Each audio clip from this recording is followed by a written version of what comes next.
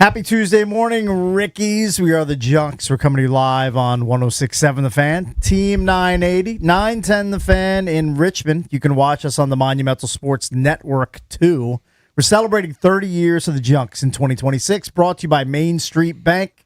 Cheer local, bank local. Main Street Bank is a business-focused community bank, proudly serving the DMV since 2004. Visit mstreetbank.com to learn how to put their team in your office. Main Street Bank, member FDIC, equal housing opportunity lender. You got a four-man junk show this May 19th. I'm Cakes at Money Metal Cakes on your Twitter. I'm joined this morning by Jason Bishop. Hey, what's up, Cakesy? Good morning. Hope all is well. What up? John Paul Flame is with us, too. What's up, Cakesy? What's up, JP? And Eric Bickle. Good morning. How are you? I am doing well. I see you're wearing your Maryland gear. I will be out at College Park later this afternoon for the graduation of my youngest son. That's awesome. Which is weird. It Congratulations. seems weird to have my youngest son graduate college. But 3 for 3. Cakes went 3 for 3. That's three true. kids, 3 college grads. 3 in-state tuitions. Yeah. And 3 in-state tuitions. Let's go. Hey, you're just giving me trauma. I'm not trying to give you trauma. You're giving me trauma. I was literally on the tee yesterday talking to a guy. And I was like, I got 2 all the way through. Yeah. They're all done. They're good. They'll be. But I got another one coming. I don't know where it's coming from. You don't know where the dough is coming from. I don't know where it's coming It's going to come from somewhere. Cakes and I were at the golf tournament yesterday / pickleball tournament, and he was talking about the graduation, and then I realized I got another 13 years to get to that point. Yeah, that's because Isabella's 9. You got a whole other That's a can of long way worms. to That's go. if I'm going to get a college graduation. Yeah, that's a long road to hoe. so to Long speak. road when you got a 3rd grader. Yeah. Yep. Yeah. But Only a couple years for Dylan. He finished his freshman year. it keeps you young. Yeah, Sure. It is cool. We had a good time, by the way. I didn't see Cakes play pickle. Yeah. But I played golf. Oh, Good that's right, group you of guys guys. Didn't know them beforehand, which is always that weird bit. But it's one of those things where this guy Andrew is a longtime listener of our show. But he started listening when he was in middle school when his dad used to put the Junkies on the show. That makes you Generational old. listening. We So like met his that. dad too. They were really nice. I think they won the auction. Yeah, And for so the they'll sit sit-in. in studio with us at some point. Yeah. One thing about golf is often, people like to make fun of it. It's for, whatever, being a wealthier sport or whatever, food. But I'll tell you, man, if you play 4 hours with somebody, you really get to know them. And I would say 98% of the time, you end up pleasant interactions. Like maybe a handful of my lifetime, if I ever played someone, I thought, oh, that guy's a real douche. Yeah. You know what I mean? You play with someone for 4 or 5 hours, you really get to know them. And you might have preconceived notions at the beginning, but by the 3rd hole, everyone's just struggling the same way. And, Yep. I don't know. It's a great way to meet people, actually. I don't really like to meet people, but at the end of the day, it ends up being nice. Had a good time. It was hot. Oh, yeah. It was so hot. It was a steamer. I mean, was I think hot, I yeah. drank 2 to 3 Gatorades and 4 to 5 bottles of water. I was out on the course yesterday. I drank like 10 bottles of water, and I said to the guys, and didn't pee, no, just kept pounding. I was like, do I need to go to the hospital? I'm not being Just serious. sweating it out. Were they Why am I sweating so Yeah. much? And why am I so thirsty every other hole, like every other shot? Yeah. So the same thing happened to you. Good. Yeah, I mean, I didn't bring a change of clothes to Manor Country Club. Yeah. I should have because I slathered myself with so much sunblock and I was sweating so much. See, that's again where you probably didn't read the email where Kathy, who was coordinating everything, she did a great job, by the way, Kathy Miller. She said you could use the shower at Manor. So I was like, I'm definitely doing that because I know I'm sweating for 2+ hours playing pickleball in 93-degree heat. I can't get into my car sweaty. I have to take a shower. Yeah. Is that right? Oh, yeah. If it's a hot day, I have to take a shower. Wow. I just can't get into a car sweaty and turn the AC on. I just feel let terrible. it dry on me. Yeah, I And don't then like I get that. sticky. I've done that a lot before, but I had the option. So I was like, I'm just bring a bag of clothes, take a shower, and I'm Plus, good. when were you done? The pickleball was much shorter if you're only 2 hours. Yeah, I mean, we probably finished at 4 or 4:15. Oh, yeah. Yeah, we weren't on a 5-hour odyssey around the Manor so golf did you, course when you like were done, you got to get in your car and go home in a normal hour? No. They had all kinds of We Yeah, stuff. went to to do the the whole- dinner, the award ceremony. We did a Q&A with B-Mitch. He was there till 8. No, I was there till like 6:15. Oh, okay. And then I lived 15 minutes. How from was there, the Q&A? home at 6:30. It was fine. It couldn't have been easier. How long was it? 15 minutes. Let me guess. Ish. I thought it was going to be an hour. 100 questions for B-Mitch and 1 for you. No, Andy Poland did a good job of spreading. Oh, he did. We passed the mic around and it was fine. It's pretty easy. What'd you think of the NFL draft? Yeah.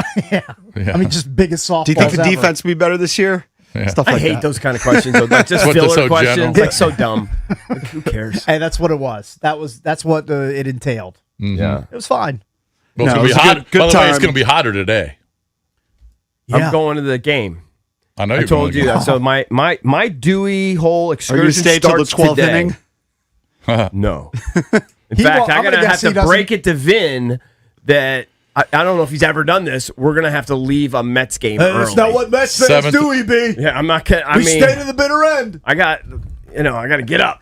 You have a job. You have I work. gotta get up. I You gotta can't, work. you You know. gotta slay the dragon. Yeah. So, what I'm going to hope to do is just get him hammered in the bullpen.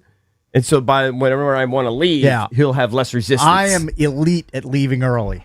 I can do it elite. too. I can do it too. How many people are going to the game? It's just 3 of us tonight. okay. Yeah. Yeah. But it starts today, and then tomorrow we're playing golf, although it's supposed to storm, so we're trying to get earlier tee time, and that's in whatever, first world problems, whatever. Then It's still Thursday- a problem. then It's a Thursday. problem. Then and Thursday it starts. Thursday we're headed down, and, whatever's going to happen there, and then Friday, and then I actually was going to stay, to be honest with you, through Sunday morning, but I canceled my Saturday night. I canceled it. Yeah, because the weather's going to suck. It's just going to be cold night, so I just Yeah, you're yeah, finished. yeah. You're finished. That's smart. So I know none of you guys stayed up to watch the double overtime game last night. You're very correct. And I'll admit, We missed the classic. end of the game, regulation Yeah. was awesome. The Spurs dump it to Wemby. I don't even know how to describe it. He just kind of forces his way to the basket and throws up a shot. They go up by 2. Timeout. Then OKC runs a play for SGA, who won his second straight MVP. He gets to the bucket, ties the game. Timeout. Spurs have the ball with like 3 seconds left. Get it to Wemby. Caruso kind of swiped at him. I think it was maybe Case and Wallace kind of underneath low. So Wemby didn't get to rise as high, and Chet swats it out and says, no, we're going to overtime.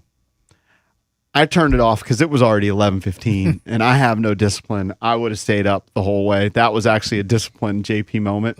But I woke up to see Wemby Double took over.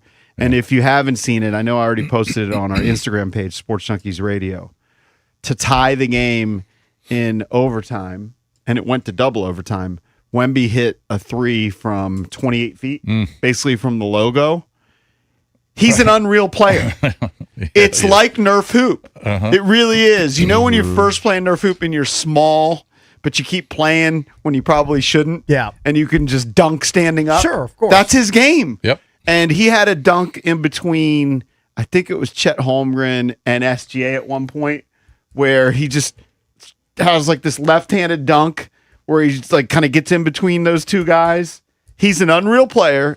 And if he continues this trajectory, I know it's ridiculous to say at 22, he will go down as the best player in the history of the game. He's that good. Here's why I can't enjoy him. Because I know the Wizards were tantalizingly close to landing him. They were like one number sequence away from landing Wemby. So I always look at him and say, well, he should be wearing a Wizards jersey. He was this close to wearing a Wizards But if jersey. I he's- can't fully appreciate it. If he's this good at 22, what's he going to be at 25? Oh, he's an He's unreal going to be, talent. he's going to score 1 billion points, win multiple championships. He's going to be one of the greatest. Because he's only going to get stronger. Yeah, of course. Like he's filled out a little I mean, the bit only since thing he got into the only thing league. to kill him is like some serious injuries because of his size, his length. There's a kid I saw, it came up on my feed. I meant to send it to Drab. 16-year-old kid who they allege is as big as Wemby and more athletic. Where And is he's he? just dunking all over. I don't know where he's from. I'll have to get some on sort to of, it's Rivals. He's like an African American kid. I don't know where he's from. I don't know if he's from like freaking New York City or if he's from. I have no idea where he's from. And Wemby's cocky and aggressive too. He did this pose towards his bench after the game where he's just kind of like standing there, and it's almost like they're bowing to him. All his teammates are just looking at him. I know he's called the alien. He is.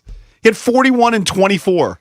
The last time somebody had 24 rebounds in their first conference final game, it was Shaq. No, I mean, he's And just obviously he's going to go hitting down as one of the threes, all-time greats. dunks. If you want to say the greatest, probably, who knows? I don't know. There's no reason why he shouldn't. I mean, it's a leap. Yeah. He hasn't even won one MVP, but he was in the running for the MVP this I'm year. not going to argue with He's it. 22. I'm not going to argue with it. But there is something about him that's not super endearing. I don't know. I disagree. Oh, really?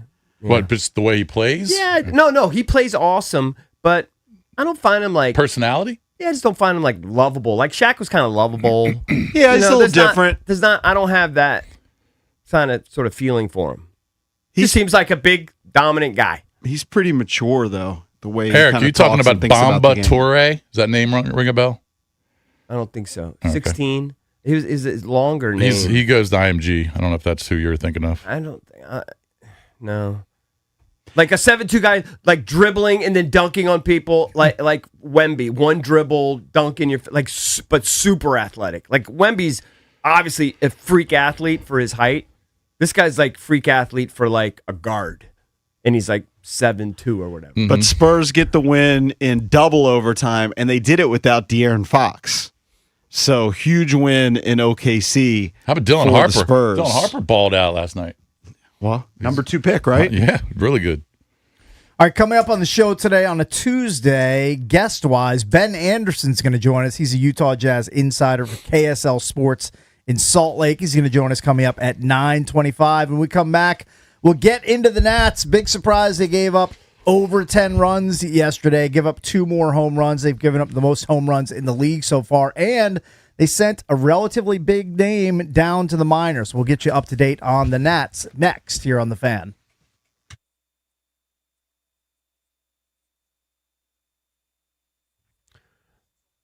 All right, guys, EB here. This show is brought to you by FanDuel.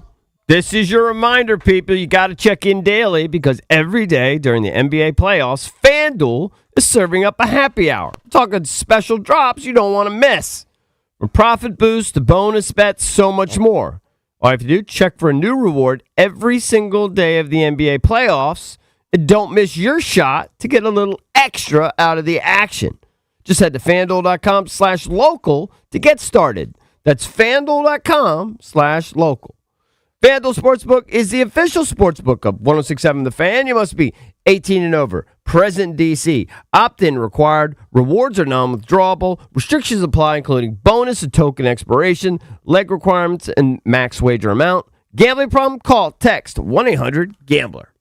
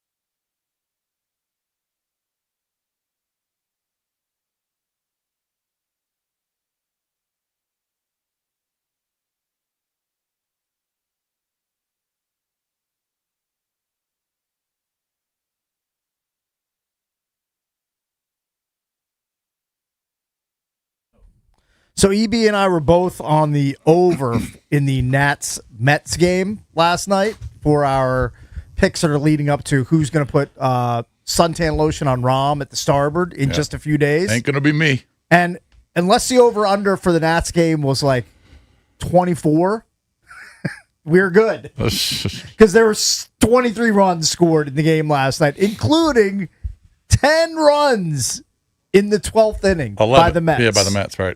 12 runs. Well, the Nationals continue to make a bunch of 10 errors. runs, my bad. Their defense is atrocious. I don't know what you do. I mean, I guess a lot of it is you're stuck with C.J. Abrams, who's kind of a butcher at shortstop.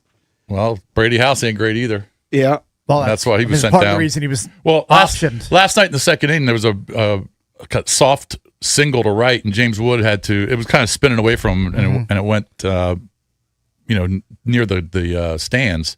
And he comes up and throws it. He didn't even look to where he was throwing. He threw it like 20 feet left of Abrams. Guy advances to third. He scores on the double next batter. But they had 4 errors last night. I mean, their pitching stinks. Pitching's the worst in the league. But you can't have terrible fielding if you got bad pitching. Pitching's the worst in the league. Defense worst in the league. Lead the entire majors in runs scored. It's crazy. I can only imagine you taking Vinny tonight to the Mets game, and if they scored a dozen runs, how annoying that's going to be. He's going to be yelling in your ear for 8 innings about how great the Mets are. He's not going to be as close to the players because, like the 2 or 3 other times I've brought him, we've been right behind home plate. And he's literally talking to them while they're in the on deck circle. So we're going to be in the first base side. It's either first or I think we're the first base side. We'll be a few rows back, like I think right behind that dugout. Do you want to crawl in a hole and die when he's talking to the Mets players who are 15 feet away? No, I get a kick out of it. Oh, I would want to leave. It would be so embarrassing to me. I get a kick. I just wouldn't be able to handle it. I'd be in the terror club the whole time. Do they ever acknowledge him? A couple times. Yeah. Because he's just like he's just like a big kid. He's just like you're going to be wearing your Nat stuff, and he's going to be wearing his Mets gear. I mean, I'll wear a hat. That's what I mean. Yeah, I'll wear a hat. He'll have something. I don't know, Tom Seaver jersey or something like that. I don't know. Whatever. So Brady House gets sent down. Why? But he was hitting about 216 or something last I saw. 227. Wow. I'm kind of surprised. I don't think. By the way, isn't terrible in Major League Baseball now? I don't think it's his offense as much as his defense. How many errors? It is? Oh, he's got a ton. I was going to say. I mean, don't they have a bunch of guys hitting 220? I think he's got as many as Abrams has. Oh, so they're trying to work on the fielding, huh? Okay.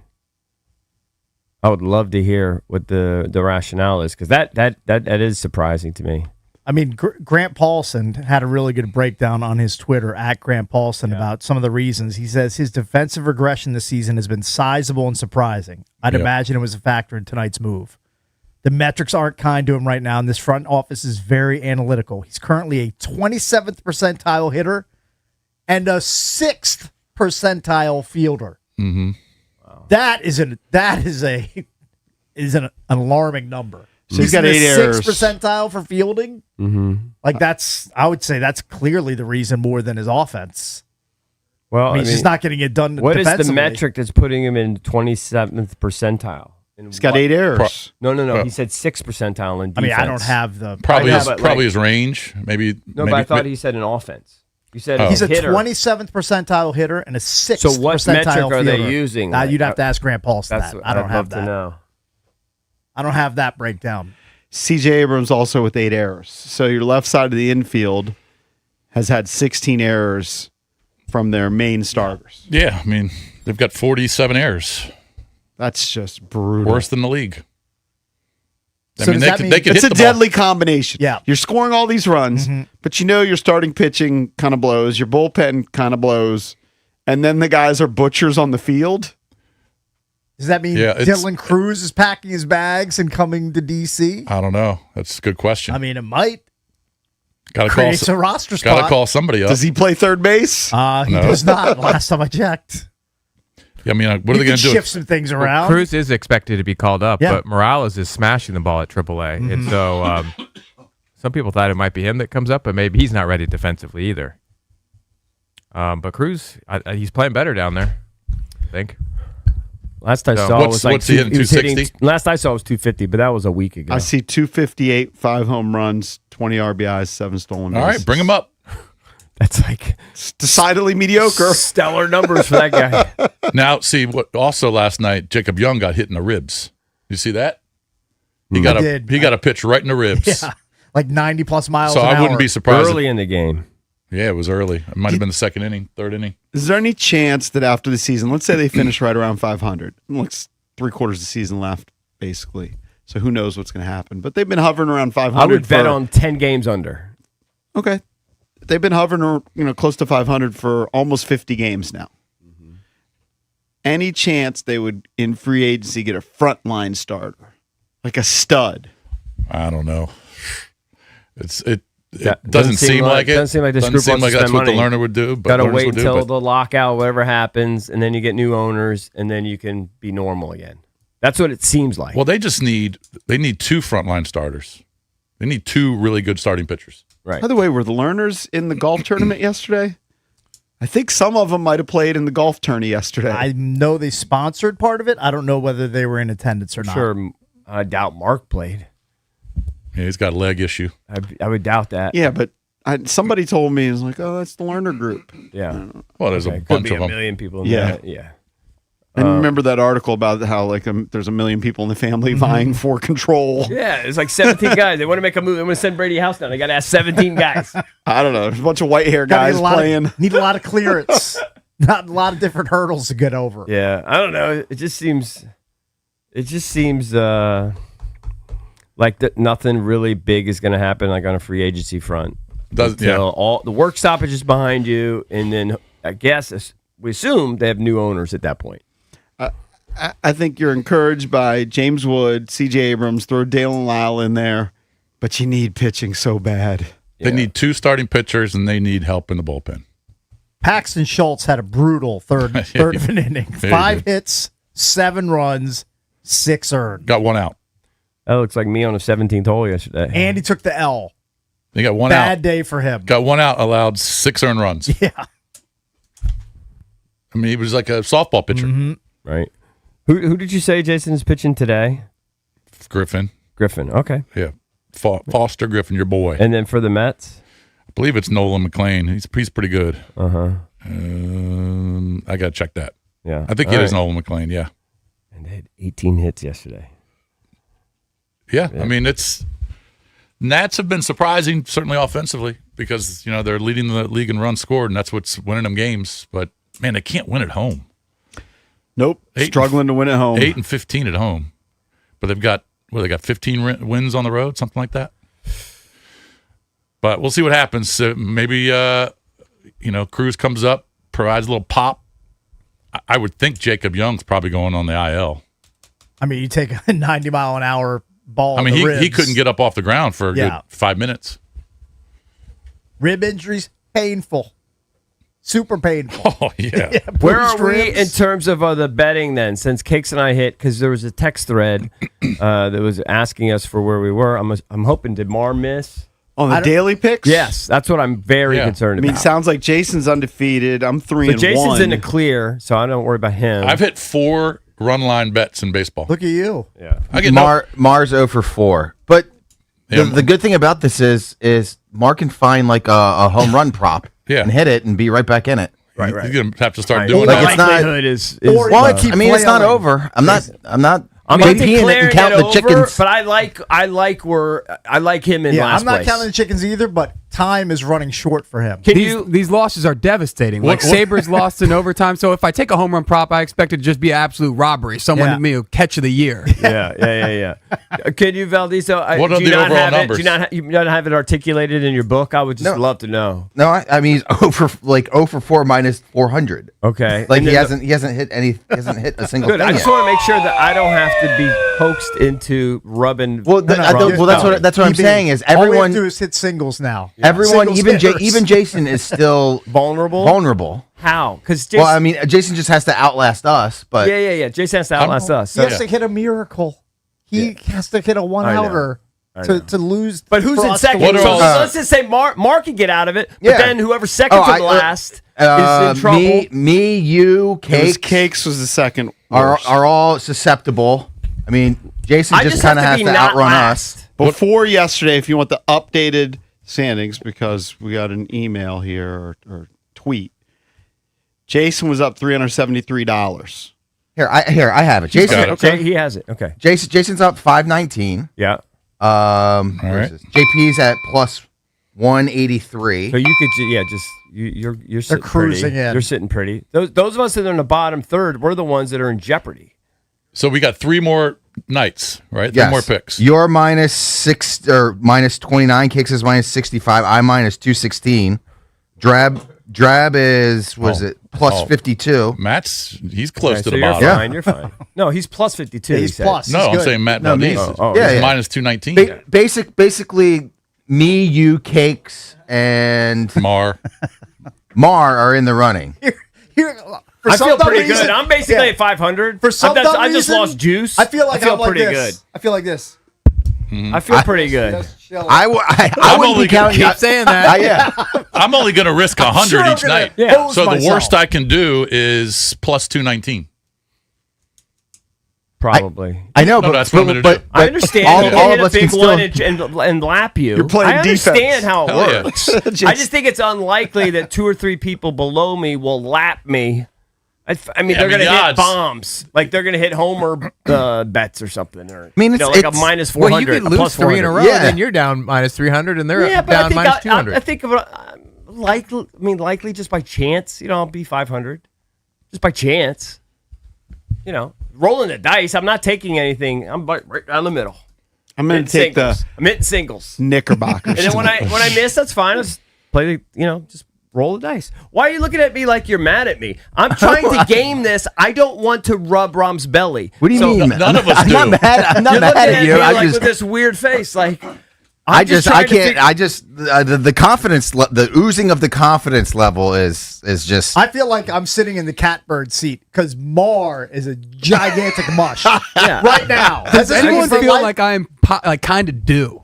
I don't know. the old dude. I kind of thought that last on Friday that it's been so spectacularly bad. It can't. Hey, The you were gonna regression hit of the mean Yeah. can't get any. for Mar. Yeah, for Mar. Because not only are you adding like this poor selection in, you're factoring Well, the the Pupatella bet. I know, but the problem is that he's just making it more difficult. If he's going, I haven't been paying attention to him. To be honest with you, I don't care. Just tell me the next morning where he stands. But if he keeps taking longer shots, it's less likely he's going to hit him, even though he's a big mush. Right.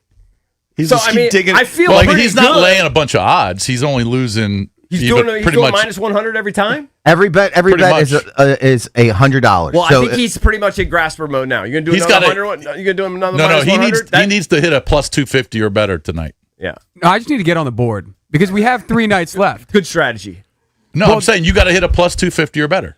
No, Okay, he but doesn't wanna hit Wednesday that. night or Thursday know. night, I That's gonna could be hard. hit a first to score in basketball, and those are like plus 600. yeah. Oh, you're gonna, technically you better chance hitting a lotto. he can try and whittle it down as much as possible. Yeah. And then if he loses tonight and tomorrow, theoretically on Thursday night he can take a 10-1 and Yeah. it hits, and then all of a sudden whoever's second to last is stuck. So if my memory serves correct, when we went to the Wizards game, he definitely bet and hit the first person. to Yeah, I've score seen it. that. I've seen it happen. It happened in person. No, I know. Well, you got a 1 in 10 chance. It's a grasper, but No, it can happen. Believe me, my son went on a heater of picking first to score at one Yeah. point. I understand, Yeah. but I think he's got to hit a plus money tonight. I think he should just do a minus 100, just like nothing to move the needle. Oh, just keep doing that. Just keep doing that. Come on, it's your competition. Don't listen Yeah, to him. you have an ulterior motive. No, I think he should just keep hitting singles. keep doing that. Keep going for the low hanging fruit. And just talk to the Rutgers grad. Yeah. and let him figure it out. Rutgers. Radford. Radford, whatever it is, same school. Rutgers is like Harvard compared, Oh, is it? compared to Is it? Radford. Oh, okay. I mean, I went to Towson. I can't really Joan, but come on. Right. People went to Rutgers are offended. So once again, when we're in Dewey Beach, we decided because we'd been so terrible in the parlay that we would do daily picks, and whoever's the worst daily picker of games would have to rub lotion on Rom. Yeah, here comes. Rub the lotion on the skin. Yeah, here it comes. I'll do that instead. I'll do a different Jamie gum for you. I can't believe that Rom agreed to it. You know what's funny Oh, about he loves Rom? ADs. He loves ADs that much. He Yes. loves it. You know what's funny? My foursome yesterday, the guys were patent attorneys. And I was like, oh, our guy Rom, the card counter, is the patent attorney. So we started talking, and this guy's a long-time listener. He goes, you know, I've listened to you guys for 15, 20 years. He goes, I've heard Rom. He goes, I've never seen what he looks like. And then he said what he thought Rom looked like. He goes, I've always imagined like a 300-pound Ron Jeremy type. I said, you're not that far off. Basically nailed it. Minus the Johnson. Yeah. I said, you're not that far And minus off. him not being a sex predator like Ron Jeremy, allegedly. Yeah. Yeah, right. Isn't that funny that he just had a picture in his brain? Yeah. Listening to Rom being Yeah. a loser over the years, and it was like a little heavier. That's a great comparison. Ron I think it's a Jeremy. great comparison. Yeah, he's So then I showed him the picture that Fat, Rom ugly. posted Yeah, he's a of his disgusting back ogre. hair. He's gross. You nailed it.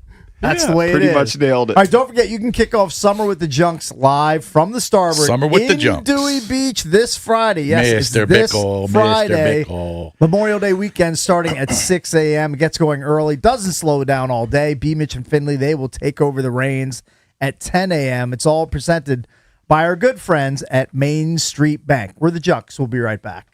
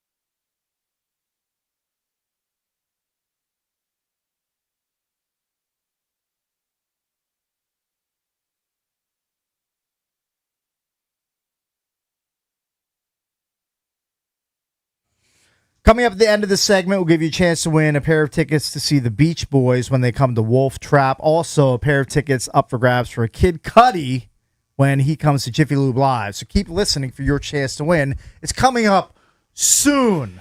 So I saw a couple stories kind of related. Mm-hmm. It's probably in my algorithm, but I see a lot of things about longevity these days. Okay. I do think longevity is hot, right? Yeah, You're reading it's more hot. about longevity doctors Yeah. and all these different things to do. yeah. And the Wall Street Journal had an article which said the key to longevity is a strong butt. Ooh, I don't know. Why? I might not have very long.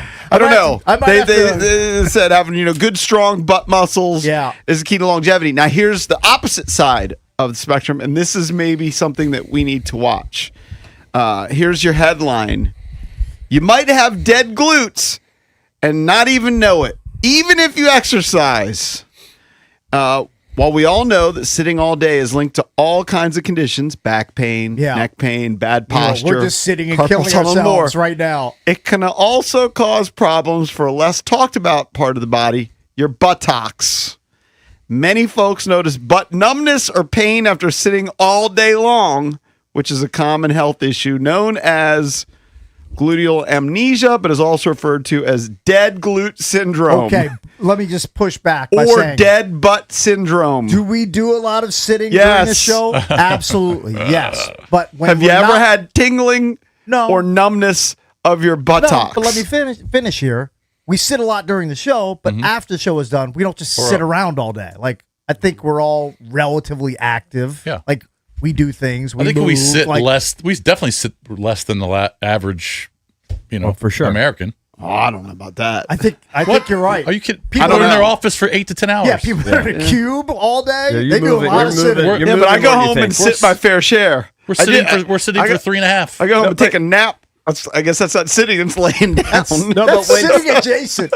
when Tiger talked about his glutes not firing, that's essentially what that's talking about.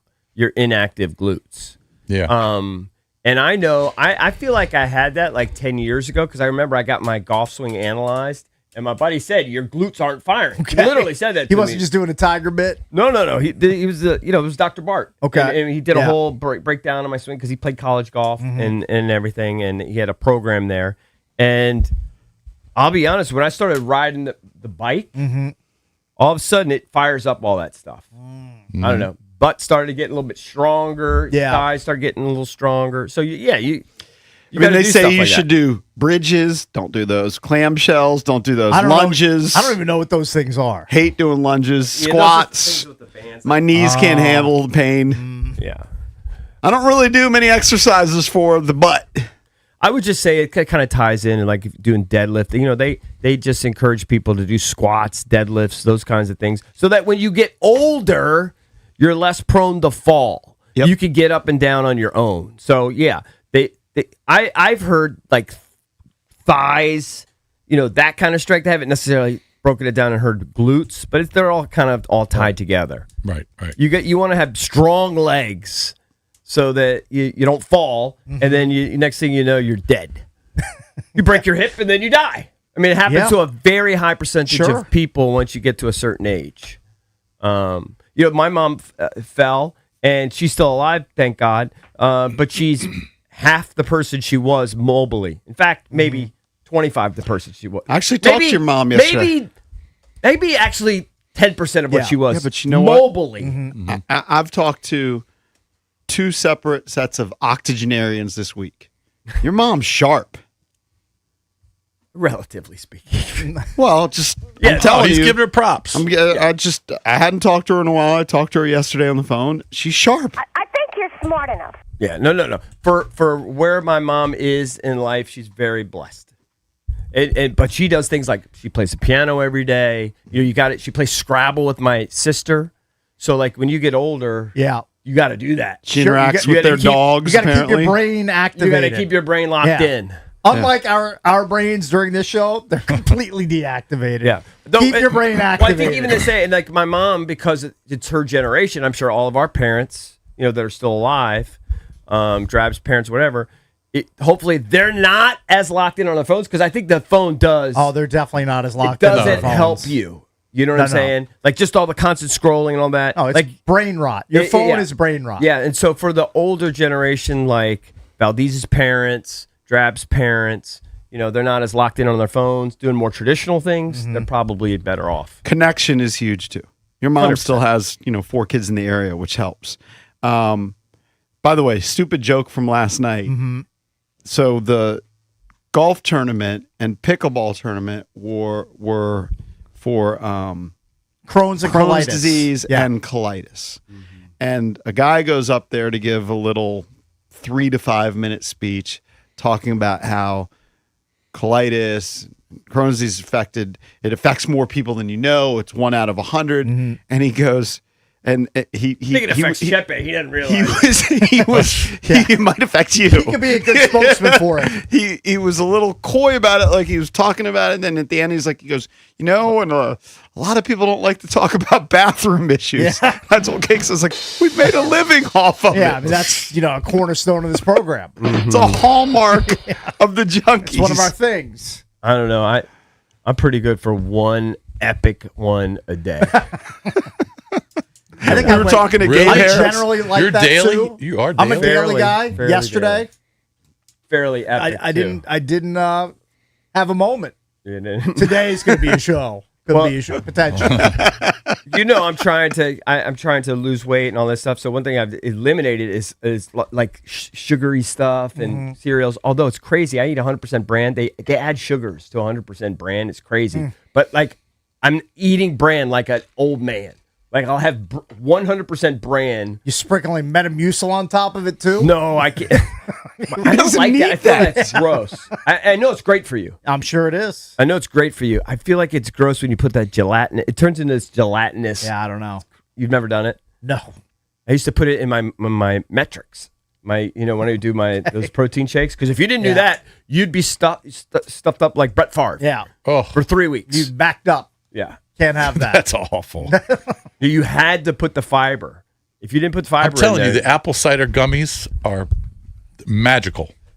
do they taste as bad as apple cider drink? Because we have apple cider they drink. taste fine. They and taste I good. put a little bit of it in my like lemon water, and it's like, oh, it's just horrible. The goalies, you got. Yeah. I mean, they're kind of expensive, but they taste good and they work. They're perfect. EB, you know what I'd recommend instead of that? Super light vodka plus aid, inspired by classic sports drink flavors, which we'll be enjoying at the Junkies Beach Bash. Valdez Courtesy showed of me. Surfside. I have to say, and you guys Those taste better. You guys educated me. I thought they were going to be in the Surfside brand. Like I understand Surfside owns it, but it's a separate brand. Separate brand. The So can, the people can need looks to different. know. So people need to know. I want that Surfside drink that the Junks are talking about. Surfside owns it, but it's a different name. Super light vodka plus aid. Right. You got to get that in your brain. Right. Valdez said that literally. Right next to a Dafe Owe. I don't know why Valdez laughed at me, but Valdez said it just tastes like Gatorade. Like that's how good it is. Yeah. And I said, I want the burn. You know what I'm saying? Like You needed some sting. I like to get the. I I like like to get a little burn. I like smooth. Yeah. You don't feel that way? I like deceptively Valdez? smooth. I think the super lights are delicious.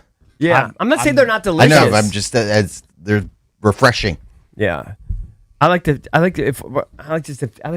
the alcohol. Well, I'm going to taste one of those when I'm at the Star. You're gonna taste on multiple. Friday. Yeah. Friday It's early a great. morning. It's a great.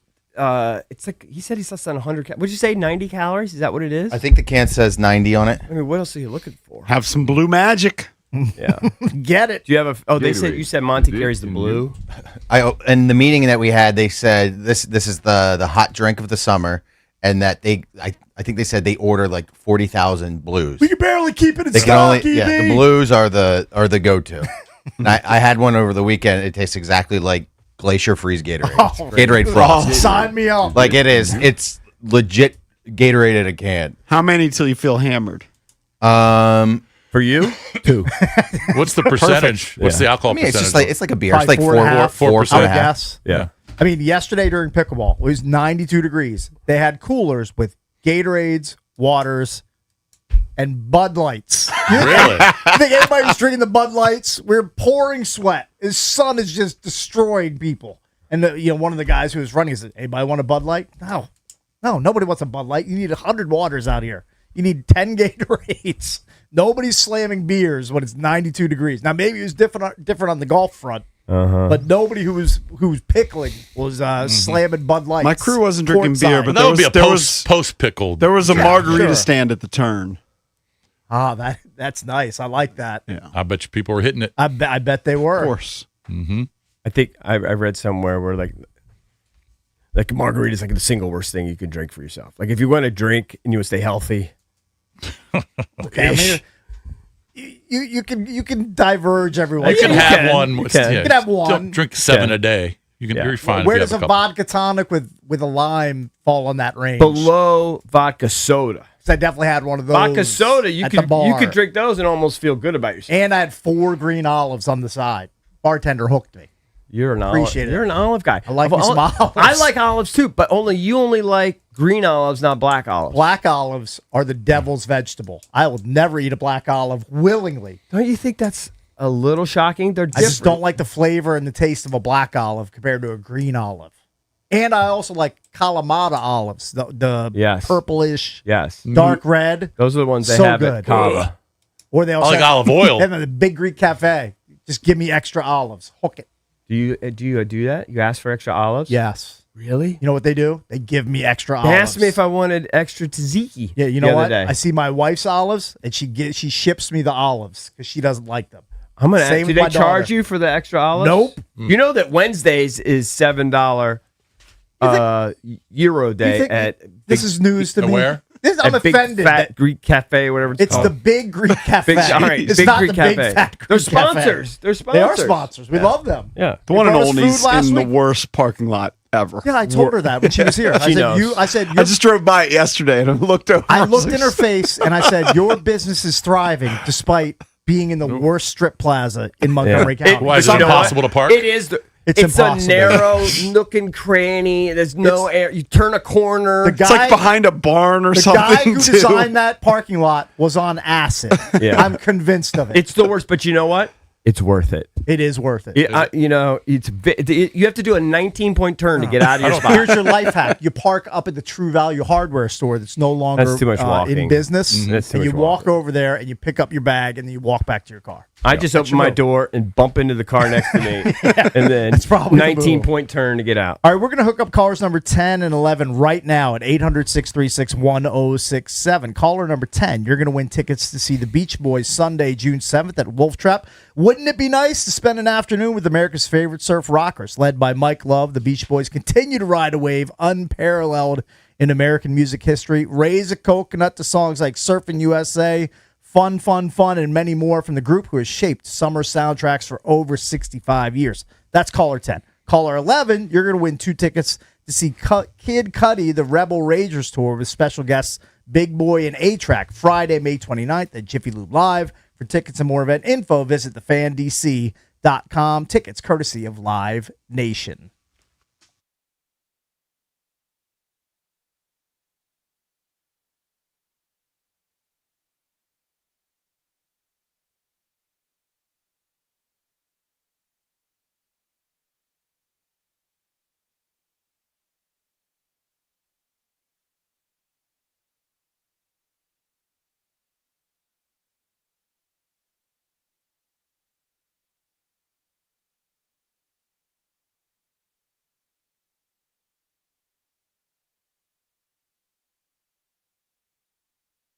We've all seen it before, the underdog trailing at halftime, written off by the critics, but then something changes, a strategy, a spark, a comeback for the ages. Your finances can be the exact same way. Maybe you've made some mistakes.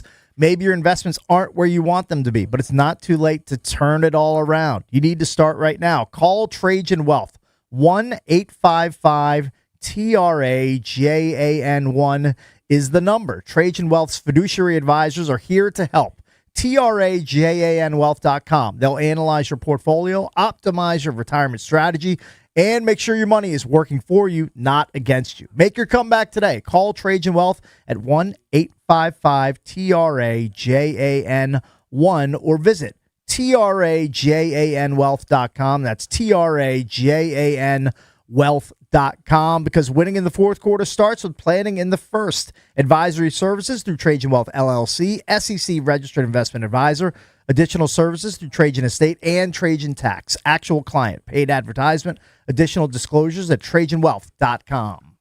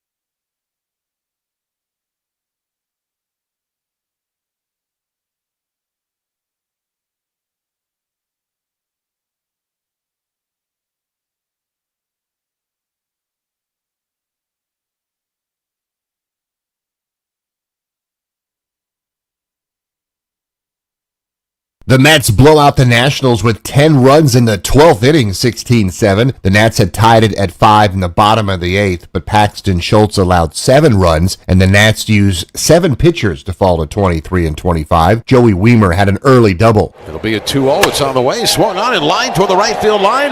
Bench will not get to it. It one hops the bullpen fence. Rounding third, scoring his house. Around third is Lyle. He stumbles. Now he's going to have to go back to third. The call on the Fan. Tonight it's Game 2 at 6:15. Foster Griffin against Nolan McLean here on the Fan. Brady House has been optioned to AAA to clear a spot for Dylan Cruz. One for the ages in the NBA playoffs. The Spurs win 122-115 double overtime over the defending champion Thunder. Victor Wembanyama 41 and 24. Dylan Harper 24 and 7 steals. Montreal shocks Buffalo 3-2 in overtime to advance to the East Finals. The Wings throttle the Mystics 92-69. From the Crop Metcalf 5-Star Sports Desk, Byron Kerr on the Fan.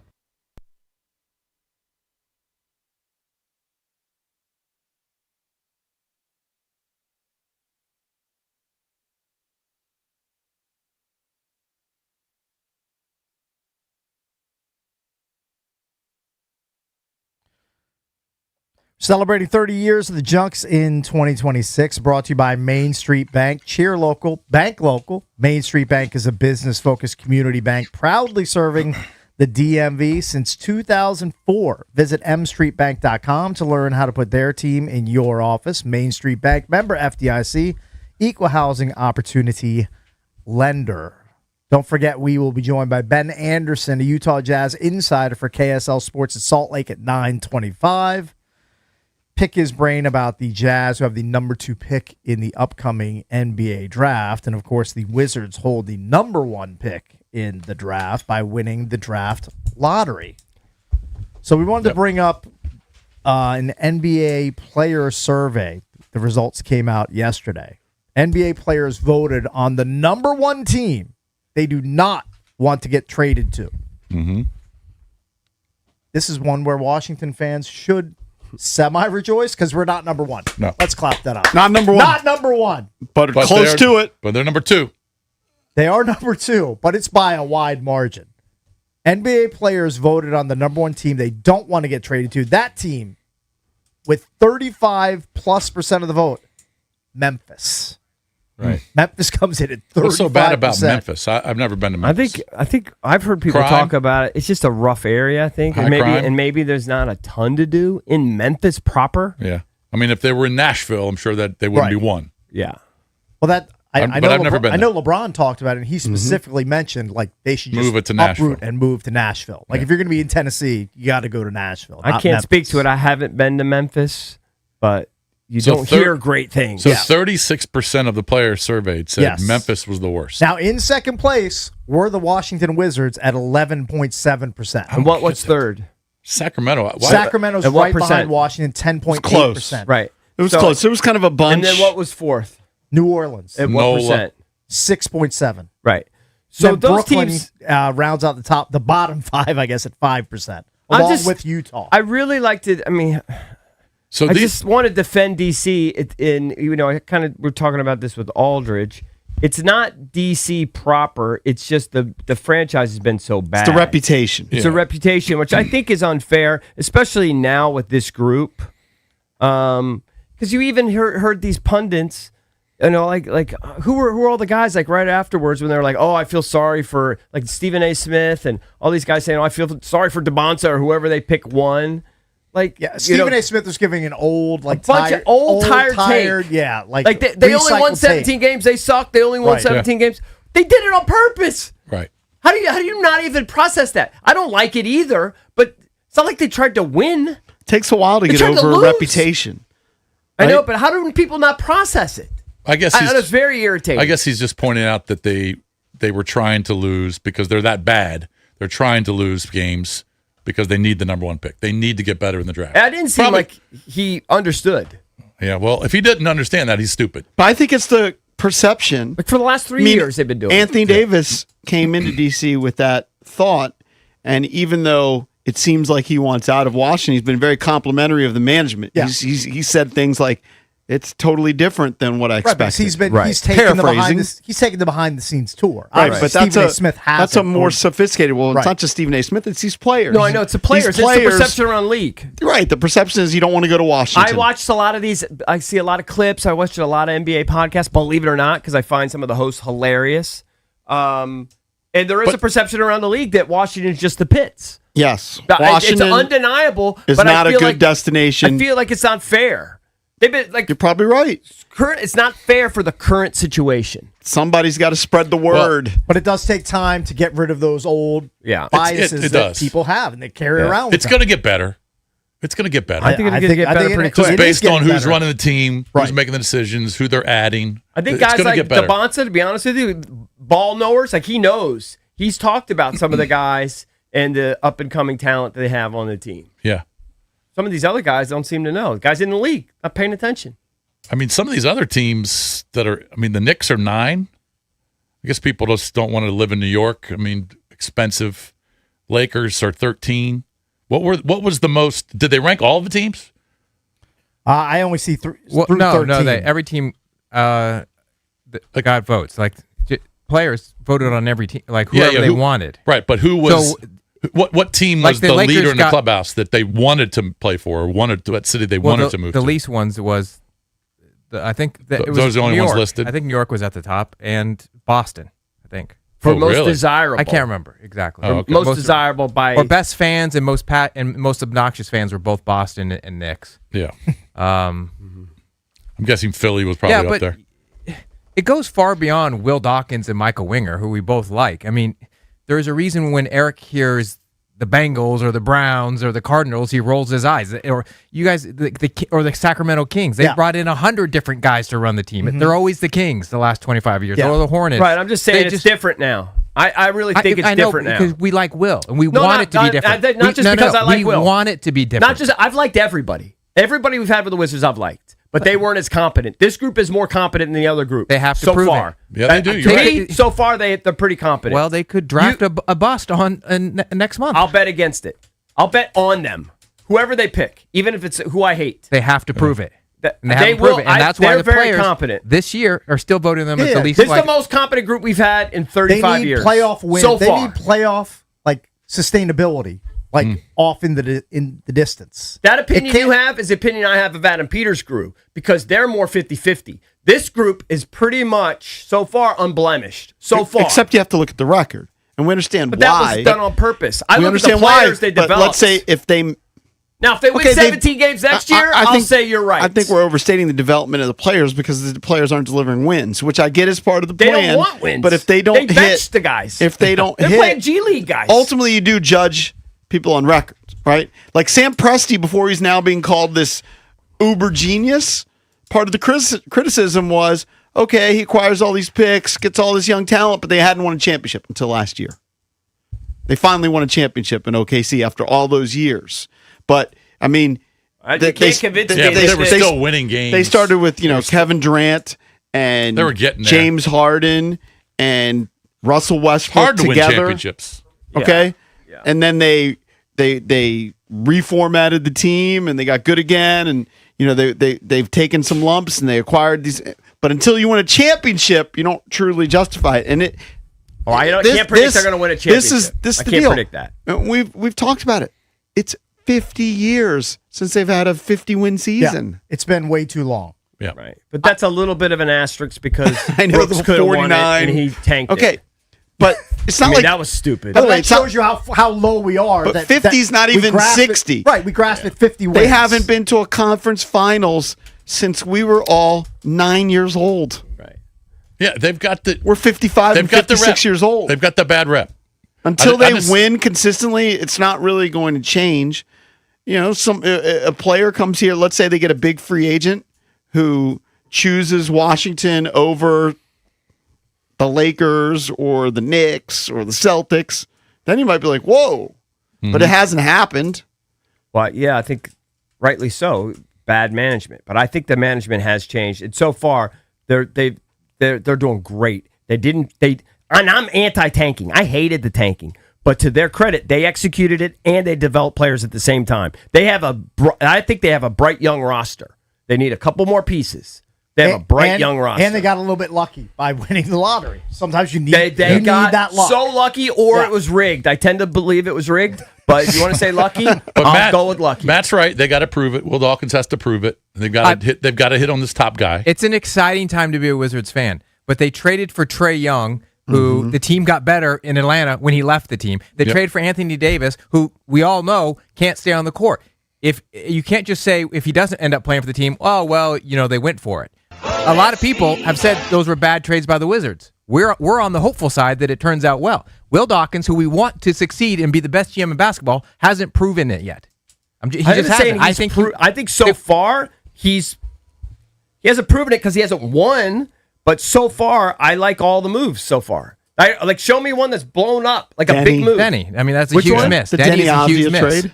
Yeah. Okay. I mean, Denny would be the best player on the team. I'm buying the idea that they couldn't have bottomed out with Denny. That would have just made it more difficult. They completely They wanted to get to rock bottom. They still traded Denny Avdija for Bub Carrington. They retooled the team. And a first-round Denny- pick. and And Den- a first-round pick in 2029, I think. And Denny makes like $11 million a year.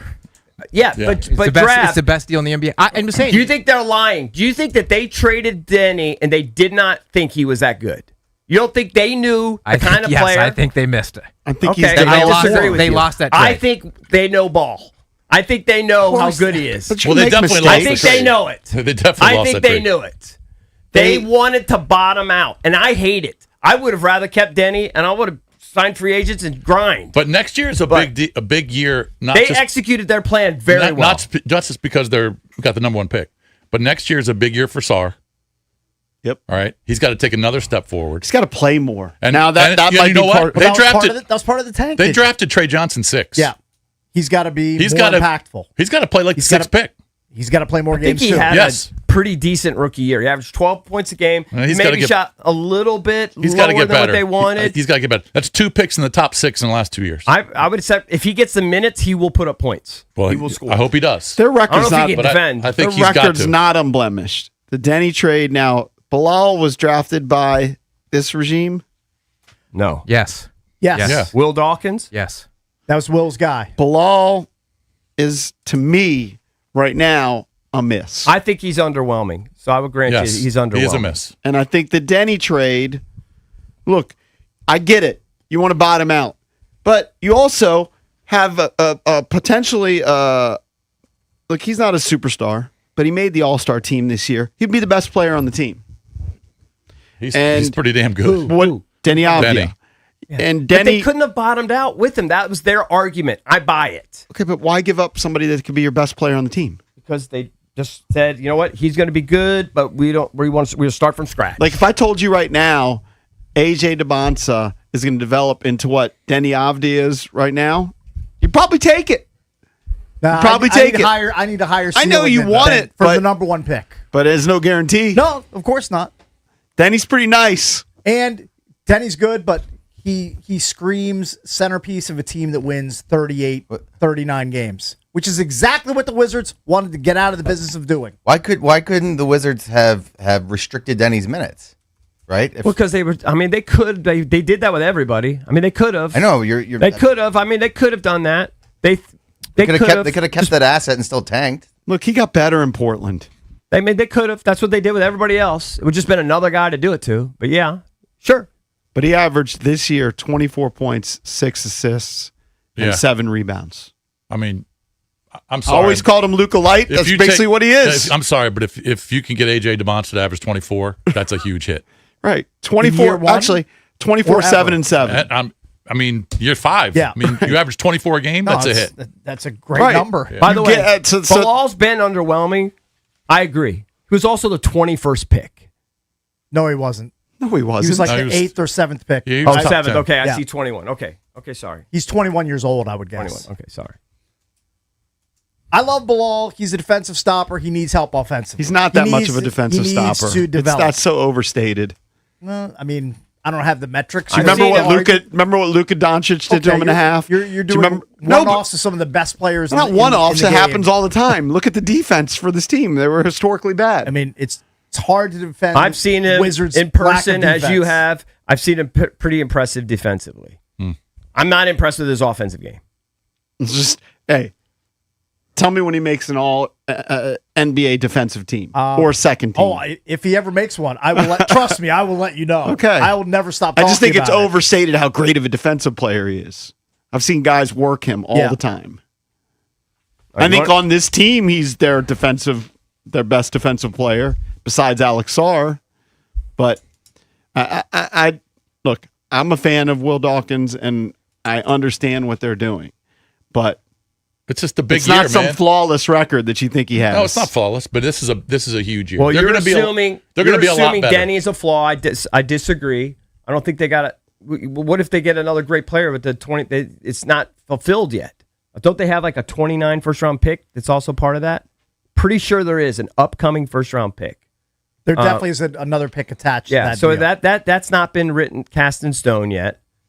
I'm buying what they're saying on that. If you want to say Bilal, okay, Bilal's not a star. Well, there's no doubt. And what I would say in give you that. defense of that is, if you actually look at that draft, there aren't that many great players drafted below Bilal Coulibaly. I haven't looked at that, but that would be the next thing I would I look mean, Derek Lively, I think has potential. Was hurt a lot this year. at. I mean, who would you have picked there?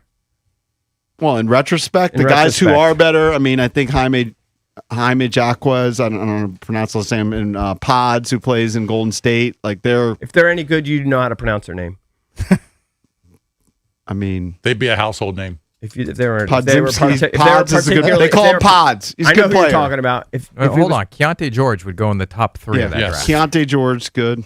Okay, so where did he go? 16. That was a great 15 pick. teams missed him. Yep. All right, we'll take your calls next at 800-636-1067. Has Will Dawkins done enough to make the Wizards an attractive destination for NBA players here in D.C.? 800-636-1067. We'll take your calls next.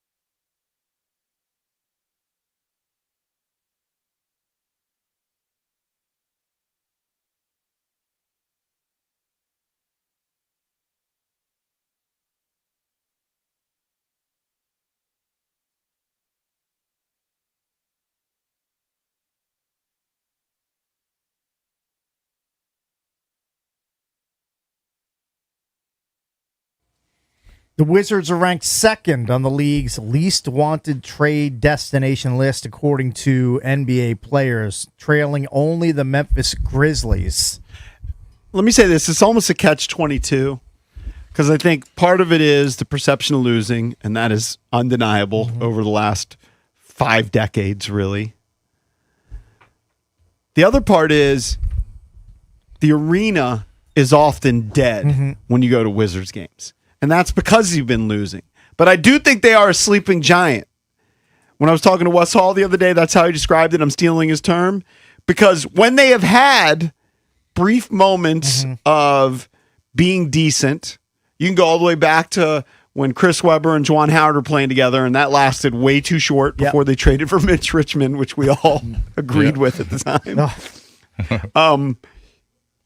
The town was on fire, like basketball-wise. Happened again with Gilbert Arenas and happened with John Wall, right? Where the arena, but the players that are voting nowadays, who voted Memphis the worst location, they're just voting on their perception of going to the arena, the team stinking, and the place being dead. Right.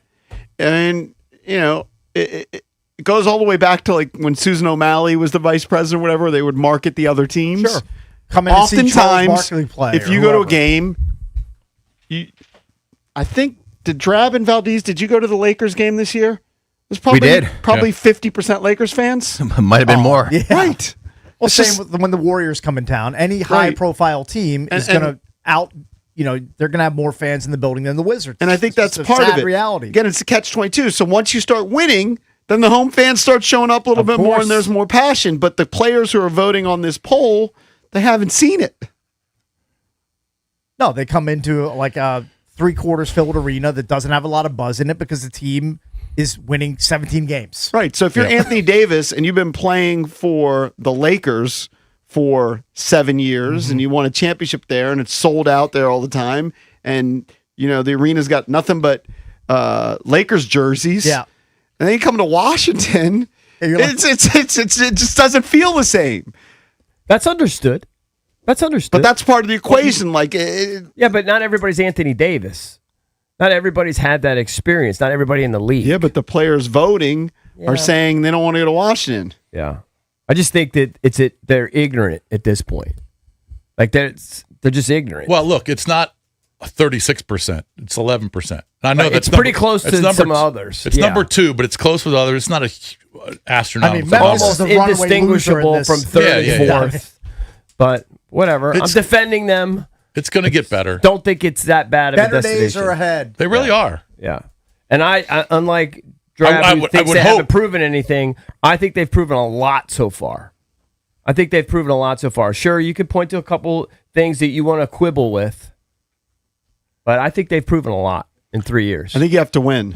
Well, this year, You have to win. They proved they can tear down a roster. Right. They've proved they could draft some really good quality players in Keyshawn George and Will Riley. Like those guys are going to be But players. I'm not sold on Bilal, and I'm definitely not sold on Trey Johnson. Well, Bilal no, in that Bilal- draft, okay, sure they Well, missed on fine. Keontae George, but that draft was putrid. So they almost look good for what they got with No, Bilal- Bilal relative to what was I around like them. your Bilal defense. No, I like it. I'm not even a huge fan of his. But relative to what's around him, He's saying he's the best of the poo-poo. yeah, I mean that was a garbage draft. I'll take Fine, that. okay, I'll take that whatever. at I this mean- point. All right, but If that's a star for you, not a star for me. I don't think it's not a hit by any means. relative No, it's to not. what was available. Okay, they could have drafted Keontae, but in literally every draft, there you could wasn't find somebody. there wasn't much behind There wasn't Bilal much there. that you'd look at and go, oh, that guy was I steal. mean, would they have preferred to have Keontae? Of course.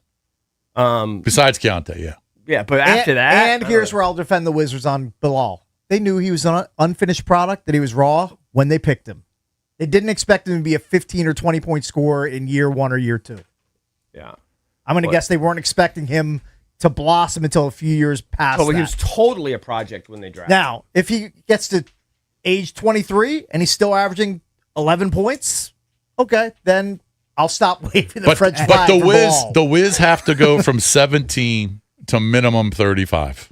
They have to double their win total. Minimum. Hey, look, Yeah. I hope Agree. I hope that this franchise becomes a championship contender. That's what they're trying to build. That's why they did the teardown. But I'm just giving you the negative potential scenario. We already know the Denny trade kind of backfired.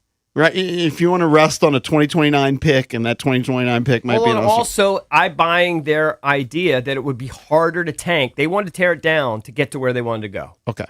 So you guys disagree with that philosophy, but that's what they've said. But what if, makes sense to me. But what if the Trae Young and Anthony Davis trades, those were gambles. Mm-hmm. Now, if maybe they were small gambles. Assets in return, I don't know that it'll be that bad. Now, if they get nothing. What if they don't? What if they just... If they get nothing, then they don't work out. Well, they can. If they don't work out, but they do end up getting assets, then that mitigates it. So I think it was like almost a risk-free. I don't think they're going to get anything. If they decide to trade Trae Young, they're not going to get much. Okay, well, let's see that happen. Davis, different story. If they get nothing for Trae Young, then I'll say, okay, that didn't really work out. And a miss. No, he's got to be a part of what they're doing for the next couple of years. He wants to be. I know. He's got to. I don't know about Davis. That's one thing that excites me. I don't know anything about Davis. Enthusiasm. Which for the one? city. Trae Young seems bought. He's bought in. His enthusiasm if he's for the healthy, city. He's bought in. Anthony Davis, I can't say the same thing about. Anthony Davis doesn't appear to have been bought in. Every time he seems we to can all agree. He seems to think it seems to be let's wait and see how things work out instead of like fully buying into He just the trade. doesn't want to go through the pain of a year or two to get to even remotely competitive. He doesn't even want to go with that. He's 33 and he's oft injured. He knows he doesn't have a lot of time left, and I understand. I can understand his position. I do. I understand his reticence. We're not talking enough about Sarr, man. Sarr has to take a legitimate step forward. I think he did. I'm saying another one. He's got to get better. I don't know why he wouldn't. So go from like 17 a game to 21. He's got to. First of all, he's got to play. Signs of slowing down yet? Yeah, he does. Fine. He's got. I think he's got that in his. I hope you're right. Ceiling. I hope you're right. But we're talking about Trae Young and Davis and whoever, DeBonsa, whoever they draft. Sarr has to become a star. He's got to be like. He was the number 2 pick. He's got to become a star. He's got to be like 22 points. 10 plus rebounds. Correct. At his size. Correct. 3 swats a night. Yes. Like that's the sort of line you expect from him. And what did he do this year? Like 18? He's like 17-ish. I think 16 and 7. Pretty close. They weren't even playing him full games. I know. Yeah. So I think he's right on track. I'm not disputing. Doing great. I'm not disputing that he's not on track. He just has to become that guy. What he's saying. On track for what is my question? I personally think that he's got to be an all-star. This pick has to be the best player on the team. To me, Sarr has to be a double-double machine that's a defensive stalwart. That intimidates people from coming in the lane. Like he's not. I don't think he's on track to be the best player on a really good team. It's fine. He can be the. Do you think he's on track for that? No. He can be the second best player on a good team. Yeah, that would be fine. The number 1 pick, whoever that is the best player on the team. I think he has to turn into pretty close to that because if the Wizards had the number 1 pick that year, he would have been the number 1 pick. He needs to be a guy that when he walks out on the court, he's going to get you 20 and 10. You're like, okay, Sarr's here. He's going to, if he's healthy, gives you 20 and 10. I think he's on track for that. He's not as offensively gifted as, and this is a guy who gets grilled a lot, who was a number 1 pick, Karl Anthony Towns. Yeah. Okay, but he's not going to have that kind of offensive upside. Nobody's saying he needs to score 25 or 30. I mean, Karl Anthony just Towns give us is a freak. in what is this going to be, year 3 for him? Mm-hmm. He was the 24 draft. Yeah. Give us 20 and 10. Average 20 and 10. That should be his goal. Yeah. And 3 blocks a night. I don't think that's an outrageous ask for Alex Sarr in year 3. I mean, they got to start winning, and then the to what you brought up at the beginning, then the perception of the team, which some of it I think is a people misconceiving what Washington's all about. They're not a garbage organization, and that's what Anthony Davis has even admitted. Right, but there is that misperception from the players in the league. I love what you said. Misperception. It takes a while. I love what you said, but it takes a while. They have to win. I agree. Players aren't going to want to come here, and there's a reason why. It's just ignorance Anthony on their Davis part. says that because they've been losing. Yeah. All right, let's bang out a few of these calls. People have dropped off because people don't know the coach. Talking. Let's go to Joe in Manassas. Well, why would you know him? He's purposely losing. Joe, hey, what's up? What's up, Junks? I love the show as always. Thank you, Joe. I'm optimistic. Some of the moves that were made, I know the Denny trade. You say that they couldn't bottom out with him. Why wouldn't they just pull him off the floor? You know what I'm saying? I just don't understand. You keep a guy like that, man. I'm optimistic about the team and going forward, but there's a couple moves that kind of question, man. Here's the thing. Do you think he would be who he is today if they're pulling him and he's playing half the games. I don't know. Nickel, I don't know. I think there was buzz around him being a really good player for a while. You and think they weren't aware of his ability? I just think that they got rid of the guy a little too early, man. I mean, I understand what you're saying. Like, they couldn't have bottomed out, but they can take the guy off the floor. They seem to do that. They seem to make the move. They did that with everybody else. I'll give you that. Yeah. You know what I'm saying? So they take people off the floor. They make people injured. Whatever. That's cool. Whatever. Let's do that.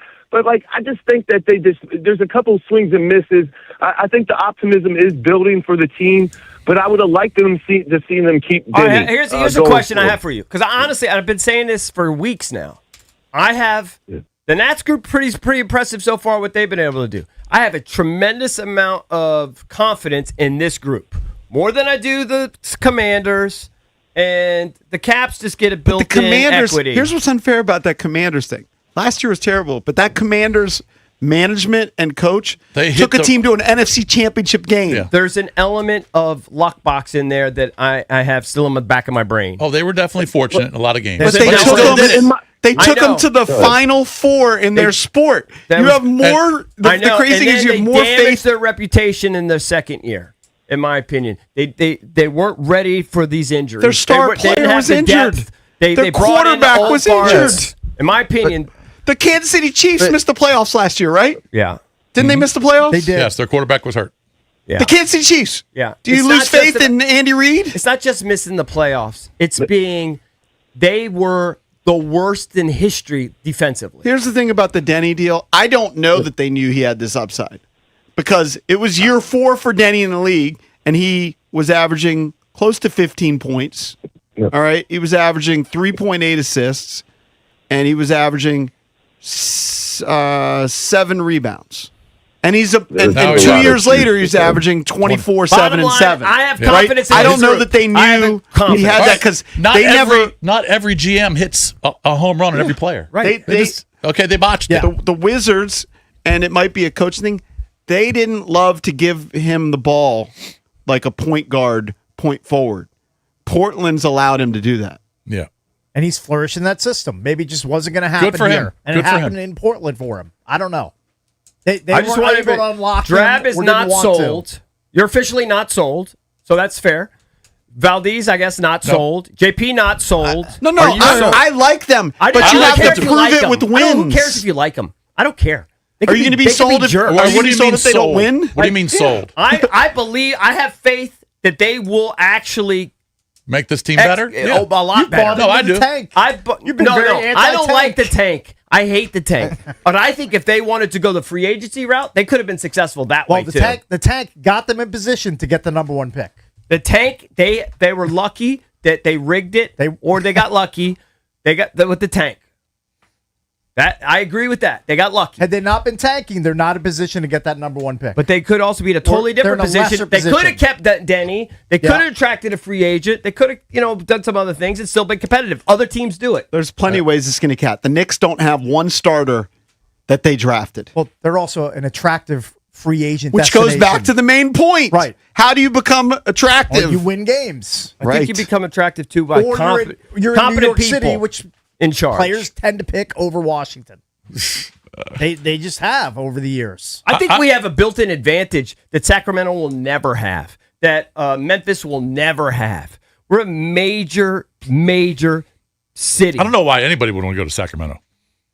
Yeah. Never been. I mean, I don't know. I've never been either, but I guess don't if they hear win good things 65 about it. games a year, maybe you want to go. There's no good. I guarantee it's not a fun place to live. Sacramento. I don't know anything about it other than it's Gross. the capital of California. That's all I got. Gross.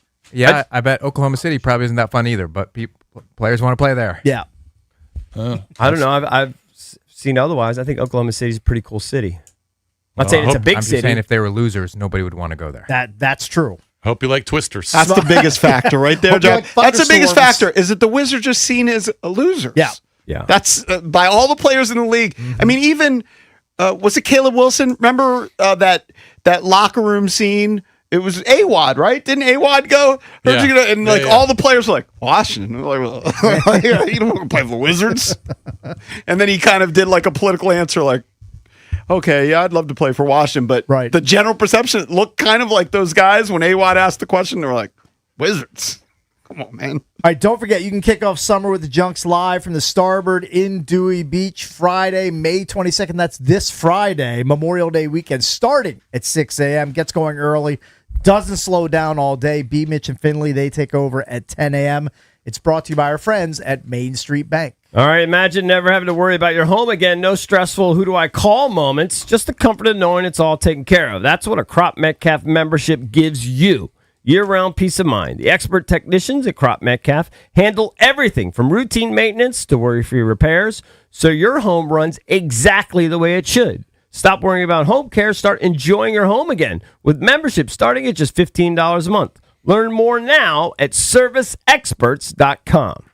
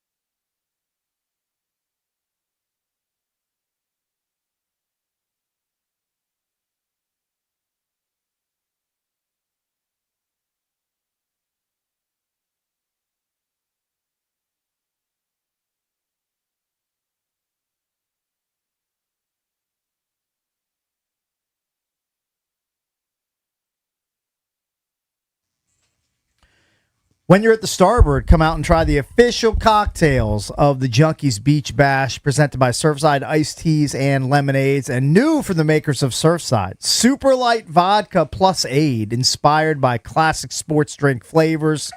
We will be enjoying those at the Starboard in just a few days. Live broadcast Friday, May 22nd, kicking off Memorial Day weekend. That's what we're doing. Are you guys aware of the Dak Prescott drama off the field? Yes. I think I saw, isn't he dating or was on a date with one of his ex's bridesmaids? Yeah, how trifling is that? So he called off a wedding. Yeah.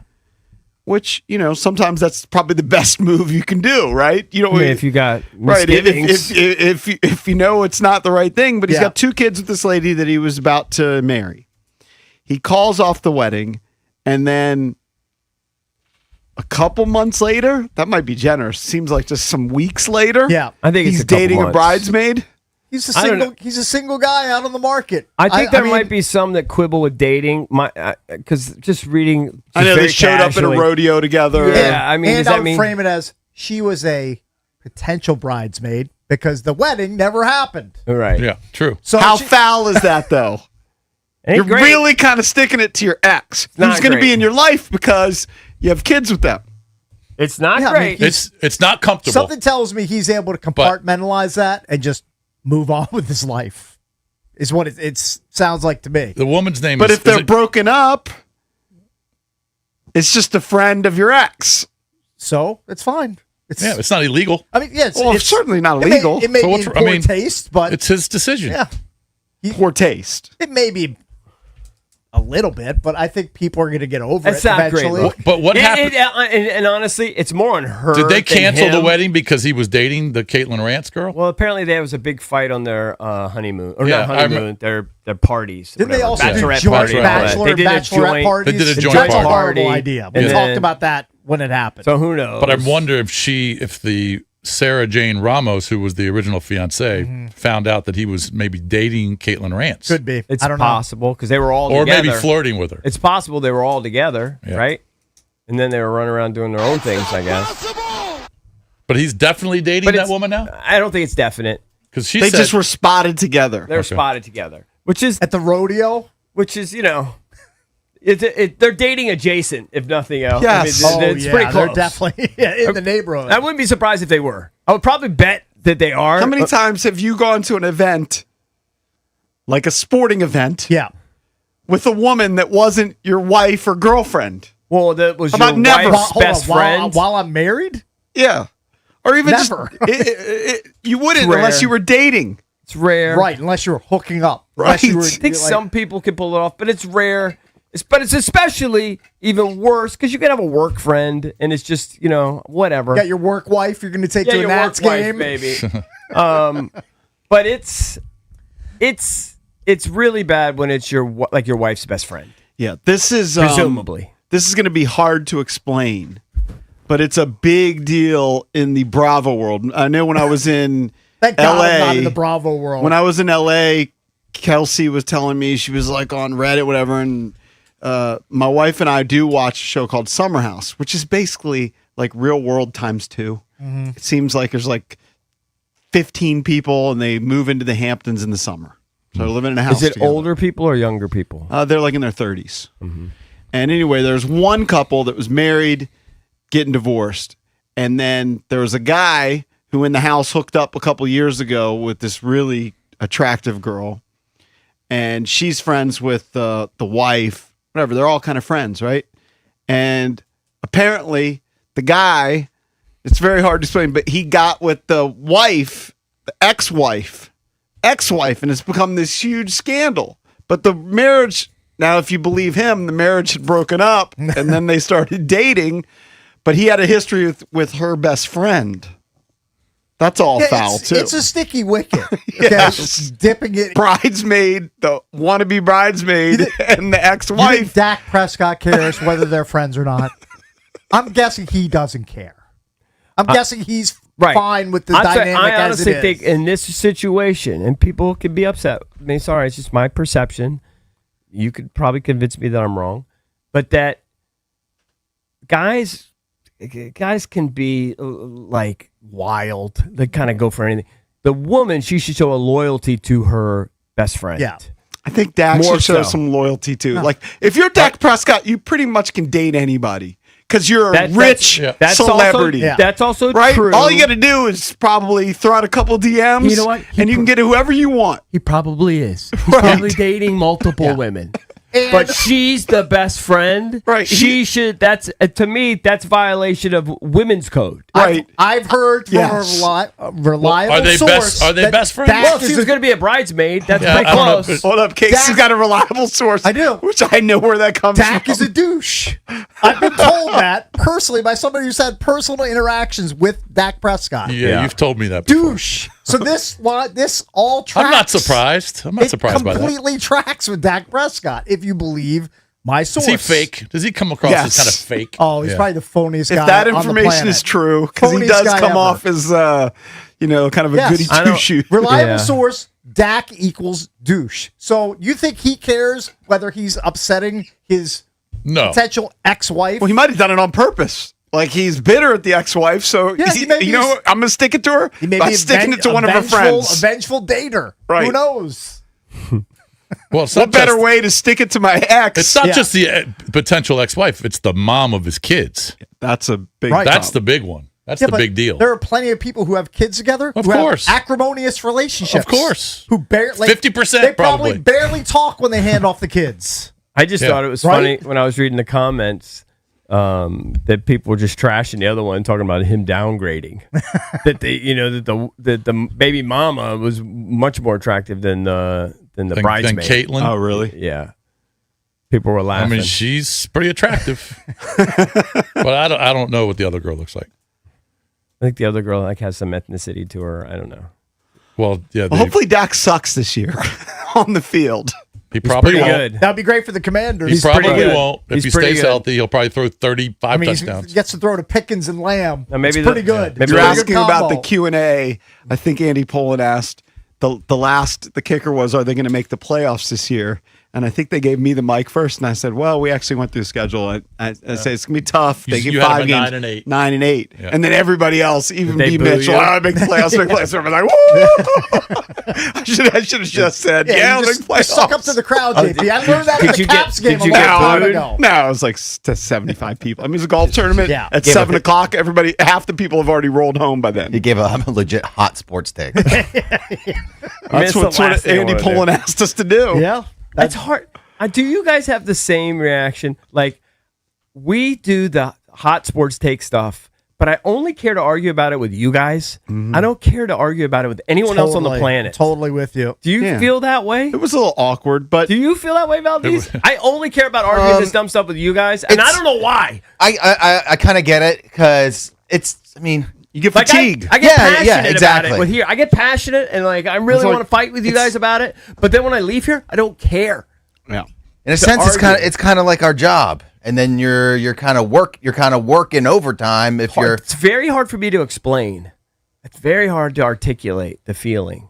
For some reason, I'm care to convince you guys, but I don't care to convince the guy in the locker room at the club. Because don't what care that person's what about that to say person thinks. is about to say, you thought of or heard 3 times already by then. Probably that probably could be part of it. I've already, But you don't want to be. You don't want to be vomited mean. this No, argument. It's, Yeah. it's a That's rehash. what it is. It's a I've already vomited Yeah, the it's a argument. rehash. Yeah. You know, it's fine. It's a Kicks and I rewatch, a knew what we were re-listen. doing. It's for charity. We're getting asked the same questions, but it's like we've already talked about the schedule a million times. And yeah, I think that was one of the other questions. What do you think of the schedule? It's really tough. Yeah. Like, okay. It's front loaded. You just got to fake it. You just have to fake it. I do think it is really tough. It is do. tough. I mean, First 8 weeks, brutal. things scared the poop out of me when I saw it. But when the person's hot taking you listen to it, don't you? You don't just brush him off. You absorb his take. Sure. Yeah. No, Kicks and I played No, the I game. meant like Eric when he's. I didn't hear what you're saying because Drab was talking to Cakes and he was also talking to me. I couldn't When are hear they it. going to fix that? Never. Probably Never going to be fixed. Hey, how about that? Roger's going Never- to come in, look at never it. gonna It's get going to be the fixed. same in 3 years. Yeah. All right, we touched on the schedule.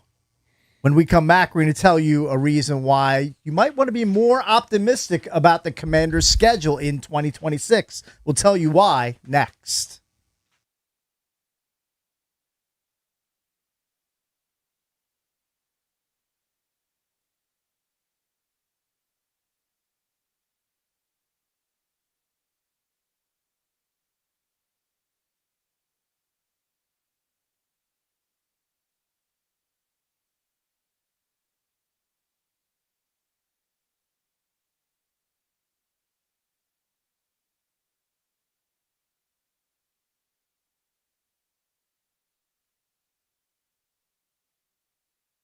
All right, guys, you know how we are. We're always out there trying to stay fit, trying to stay young, playing golf, tennis, pickleball, whatever it is.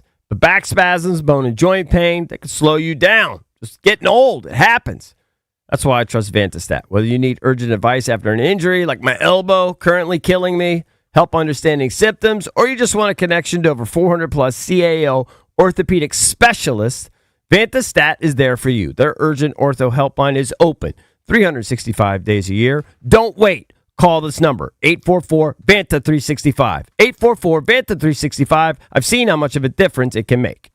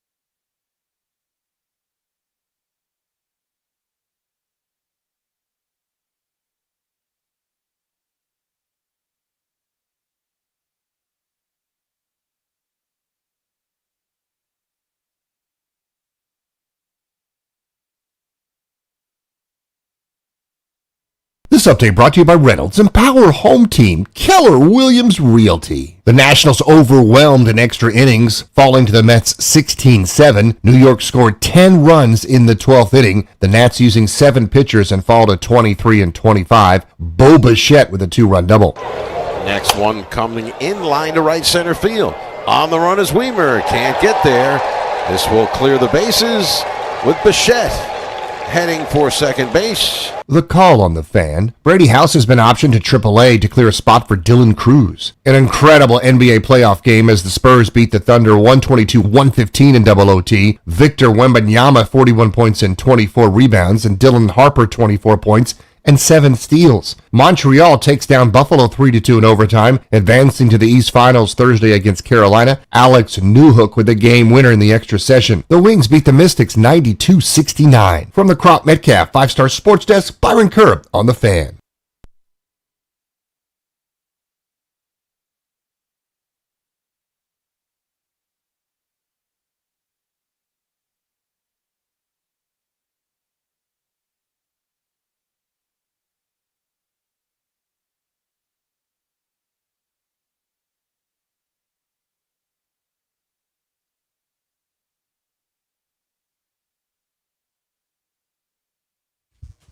We're celebrating 30 years of the Junks in 2026, presented by Main Street Bank. Cheer local, bank local. Main Street Bank is a business-focused community bank proudly serving the DMV since 2004. Visit mstreetbank.com to learn how to put their team in your office. Main Street Bank, member FDIC, equal housing opportunity lender is what they do. Already got my baseball run line fatty for tonight for our daily competition. I need to rack my feeble brain and figure out what I'm picking. Already got it. So I can stay ahead of Mike You're Barr. just going run line every time. Hit 4 in a row. Very all good. plus money. That's Big impressive. fatties. I already put in my pick. You have. Taking the Knickerbockers laying the points. The New York Knicks at home in game 1. Had a vibe last night that San Antonio would do well. They stole game 1, double overtime classic. Wemby 41-24. We talked about it a little bit earlier. Tonight, I think the Knicks, home crowd, they actually roll. I bet you Like Mike a week Moore. of dress. Mike Moore's probably going to have a play One in more that game time, too. please, because I have a strategy. One more time. Can you give us the rundown, the bottom to the top of our bet? The loser of this bet will apply sunscreen and or suntan lotion I got to it right. Rom. I got it right now. Mars in last. Right. He is minus 400. Right. I'm second to last, so I just got to outrun Mar. Right. At minus 216. Right. Cakes third to last, minus 66.42. Trying to get to even. Minus 29.71. Okay, thank you. I'm good. Drab plus 52. JP plus 183.50. And Jason plus 519. I'm good. I'm locked in. Damn, I wish I was betting with Jason Bishop. I know, right? Hey, why wouldn't I just take the same bet Bickle does? That's exactly Well, That's exactly what I'm going to do. Like, I'm taking whatever. Because Valdez asked for the text for the picks, and you wouldn't necessarily know what it was. No, you have to do a secret ballot now. Yeah. You can't do that. Yeah. We got strike that from the record. No, because no I noticed what everyone was doing yesterday. collusion. Oh, they're playing defense? Yeah, they're playing defense. They're trying to play offense. I've noticed this yesterday. Yeah. You have to submit your You have to picks submit Valdez it, yes. via Not in a group setting. piece Because of all I have paper. to do is just Why? do the same Because- thing Cakes does, and I'm golden. I can't lose. But you're not already gonna know- behind me. Not- He's from already here- behind me. From here on out, nobody knows each other's picks because you have to give them Yeah, the you gotta Valdez. turn- Well, turn it JP in. already gave his. Okay, JP gave his. That's the last public acknowledgement. Where's of our JP in the picks. standings? He's ahead of me. He's though, so it doesn't in really help. second. He's in He doesn't second really or help third? me. Second or I think third? he's in second. That doesn't help me. So why do you think they were playing defense? Because they took the same game? If I take the same thing Cakes does, he's already behind me. How I can did never you be know what he worse. took? Because it was in the group text. which we're not going to do anymore. When I saw Eric's text about, he goes, I'm just going to take the same thing as Cakes. LOL. I might lose. And I go, what an a-hole. He's just trying to outrun Cakes. Yeah, we see what you're doing. Yeah, over yeah. there. What an a-hole. I'm just trying to gain Strategy? strategy. He just doesn't want to I rub don't rub Rom. that dirty guy's belly. I don't. I What's- I think the back is worse than the belly. The back is way worse. For some reason, His belly doesn't have much hair. It's our choice. His back is all hair. We didn't say hair. I'm sure his belly's hairy. It's not that hairy. He posted some pictures. Do you have to rub? Hold on. Do you have to rub his belly and his back, or just one side? No. The bet stipulation. You guys change stipulations all the time. I didn't hear anything about that. The original stipulation is you could put lotion on his body wherever you want. Wherever you want. Okay. Yeah. That was what was originally. All right. Well, I want to put it on his ear, and that's it. Well, that's not as fun. I'll go back to the original audio. I think it was just you have to put lotion on Rom. Yeah. All right. And Mike Marr's the leader in the Well, club. I would assume it'd be all over Mike his Marr body. at -400 has to hit a plus money bet tonight.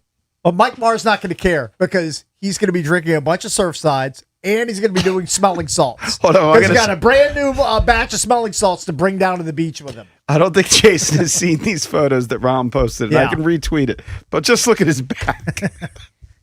When did he post these? Recently? Anyone that's listened to the show in the last 5 years doesn't know who he is.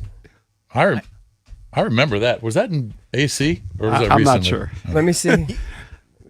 It's not. His recent retirement has not been good for his brand. And Cake sleeps with him all the time. That was a posed thing. That was a staged Just saying, picture. his back hair is Okay. You're putting copper tone on a overweight man. Yeah. He's almost like he's an obese man. You could say it. He's he's the kind of guy you would find in the UFOs. And you go, what is this? Is this a half man, What is half this species? What is this species? Sasquatch. Yeah, this was found in a UAP. Here's the difference. Sasquatch has big feet. Right. He has tiny A little UAP. hooves. This just tells you women are superior people. And again, If you've ever had a doubt, I've said this 100 times. Thank God his daughter looks like the mom Yeah. and not like Rom. Right. right? She took all the good genetics from the mother and thankfully none from Rom that we know of. He's got all that and a thimble. Again, And he wears size 8.5 feet. my guy shoes. Andrew, who I played golf with yesterday, has listened for years. Just so happened to be a patent attorney, so I was like, I mentioned Rom, and he goes, because I've never seen the guy, but I always imagined a 300-pound Ron Jeremy type. I said, you're not far I off. wouldn't put him at quite 300 pounds because he's not tall enough. If he had But a he's little bit more probably hair, not he'd that look far off. almost identical to him. If he had a little bit more hair. Well, he'd need a It wasn't prosthetic. a compliment. He would need a prosthetic on a certain part of his body Well, yeah. to kind of replicate Ron Jeremy.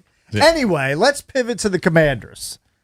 I was telling you before the break that there's a kind of a silver lining to the Commanders' schedule that you might not know about because you're panicking about the first 8 or 9 games of the schedule.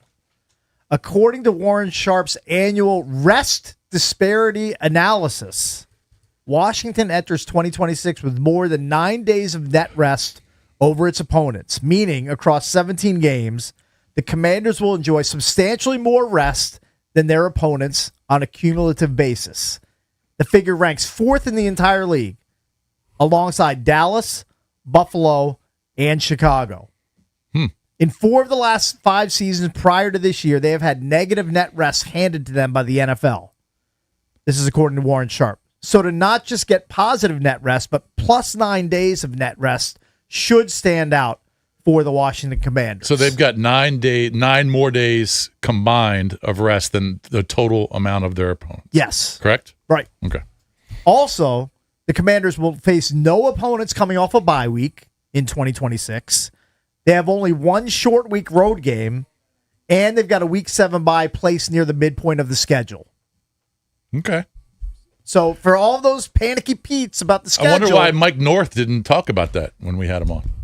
I guess he doesn't go into the rest The rest, disparity yeah. analysis like our guy Warren Sharp does. Mm-hmm. Sharp also says, quote, they only have one game where they play at a rest disadvantage all year. And it's only a 1-day rest disadvantage that happens to come week 12 against the Cardinals, the worst team in the NFL this year. He said, so if there's ever a period where you want to be playing with a rest disadvantage, it's against the worst team in the NFL. I think that's helpful. So that can help. It's helpful to have rest. Obviously, would never argue counter to it. Mm-hmm. But my counter to the overall premise is when you're playing difficult opponents, that trumps rest. And so I think it's a factor. That's good. I'll take it. Still think the schedule is extremely difficult. It is. First opponent. half. The opponent. Yeah. Yeah. And then the second half is, relatively speaking, on paper, kind of a joke. That's a dream. I like that. Relatively speaking, there's no such thing as easy opponents. I get it, but relatively speaking, compared to the first to eight, the first, first 8 or 9, even. Yep. I think the first 8 or 9 are. You almost couldn't have come up with a harder schedule. But here's more potential good news for the Commanders. So Washington and Dallas each have just one game with a rest disadvantage. The Eagles are going to have 5 such games. And he says since 2015, when playing with 3 or more days of rest disadvantage, the Eagles are 7 wins, 14 losses, and a tie.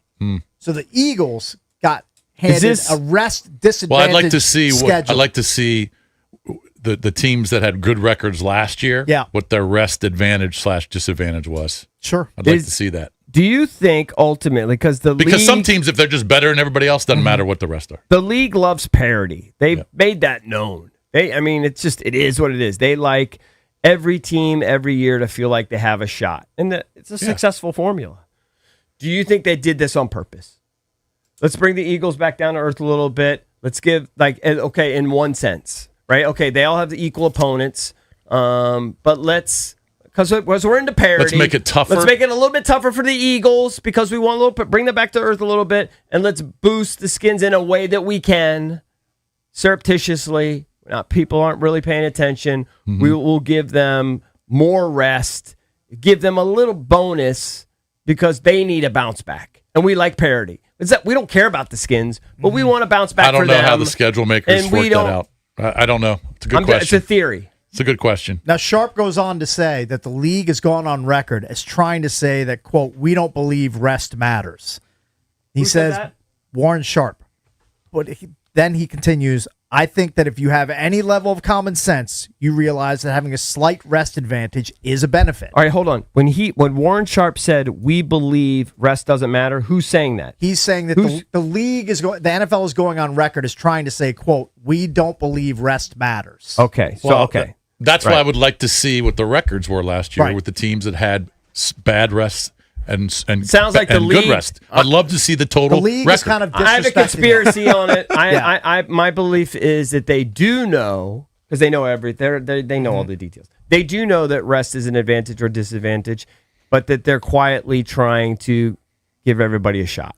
It's their way of tipping the scales a bit. So Sharp expands by saying the most underappreciated reason why rest matters isn't about fatigue. It's about who can suit up for games.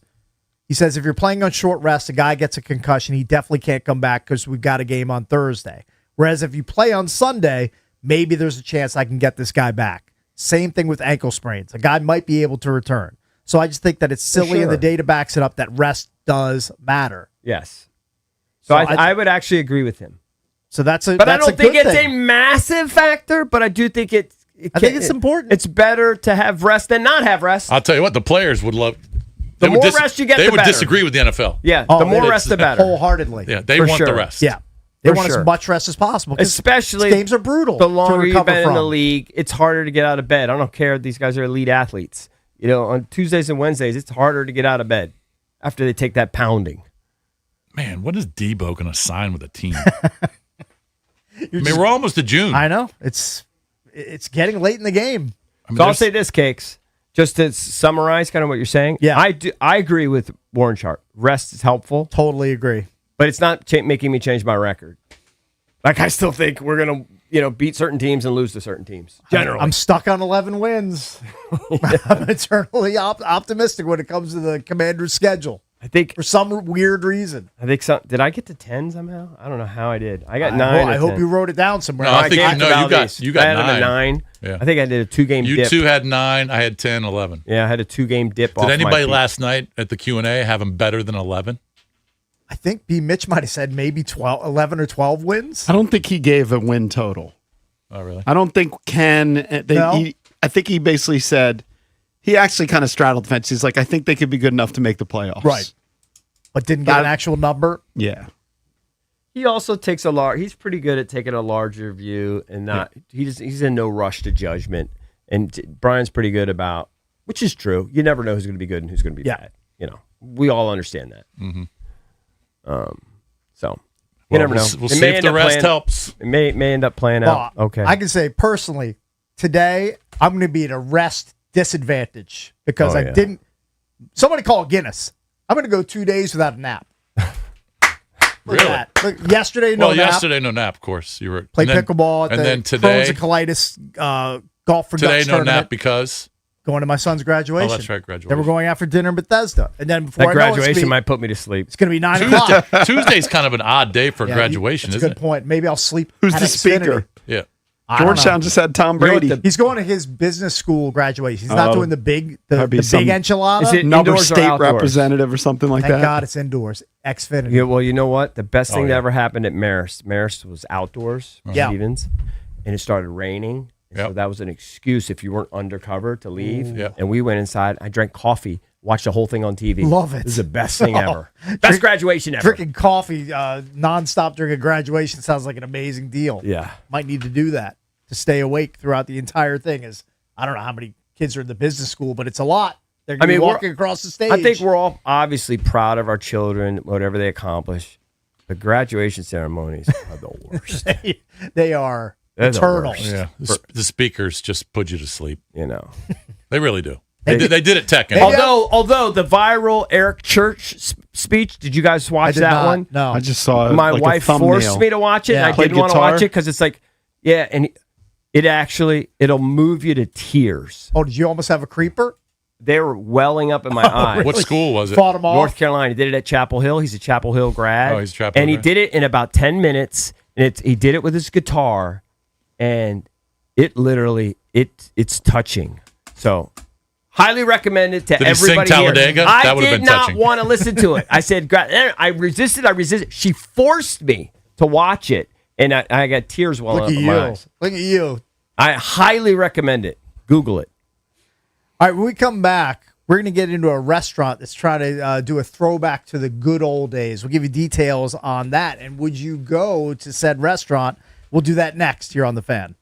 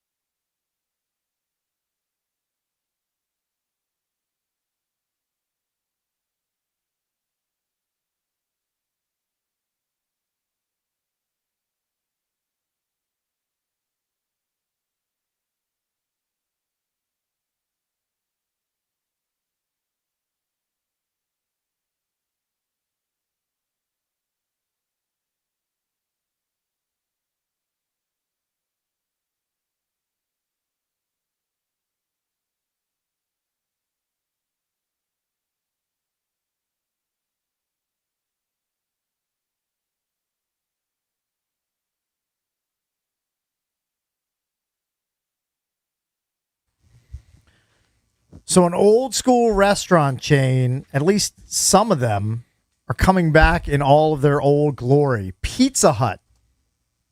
We all remember going to Pizza Hut as kids. Of course. Checkered tablecloths, vinyl booths, red plastic cups that they serve the sodas in. How many delicious pizzas. How many Pizza Huts are still around the area? I drive by one on New Hampshire Avenue on my way home every day, and it's sad. It's kind of falling apart. I think it's more obviously takeout than people going in and dining, but it's still like it still has the footprint. It's got the red roof, it's instantly recognizable. It's not the big full-blown Pizza Hut. It's like half a Pizza Hut. It makes me sad when I drive by it. Which one is it? It's on New Hampshire Avenue, right near Randolph Road. So I read the story, and the guy owns a bunch of Pizza Hut locations. Yeah, and I saw he's the nostalgic. Video. Yeah. And so what he wants to bring back is the old school Pizza Hut with Miss Pac-Man. Oh, love it. And all the things that we grew up with. I don't know if he's going to be super successful. I originally hated it, like just the whole Pizza Hut. I'm like, get out of here. But then I think I watched it on TV. Yeah. I don't know. I watched the interview with the guy. Probably not. I probably watched it on my YouTube or something. And he sold me. Sold you on his vision? He sold me. He was just there, the nostalgia, the old sort of like, it's kind of like deep dish pizza, right? Yeah. Kind of was. Pan pizza. They were known for pan pizza was their thing. And I just looked at it. I always thought that the thing where they had the buffet, and I wasn't a big fan of that. Salad bar. I wasn't a huge fan of that. I was a fan of Back that. in the Because it's day, I just loved sitting it. there. Yeah. It's just sitting there getting dry. Understood. But when they bring you a fresh pan, Yeah. it actually did hit me in the feels, and just the red, cups.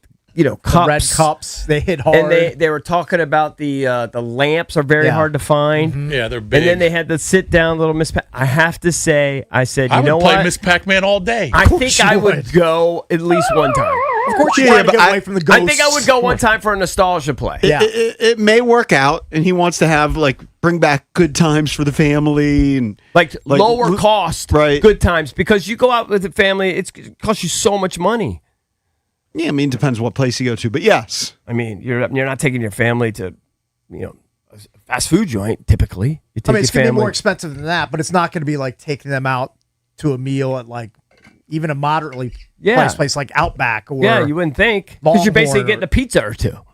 all right, so where is this? Where is this? Where does he own He's these? got quite a few of them. Oh, does he? Yeah, they're just kind of bringing it back to Kansas-based life. company. They Kansas. operate almost 100 Pizza Huts across the country. Oh, okay.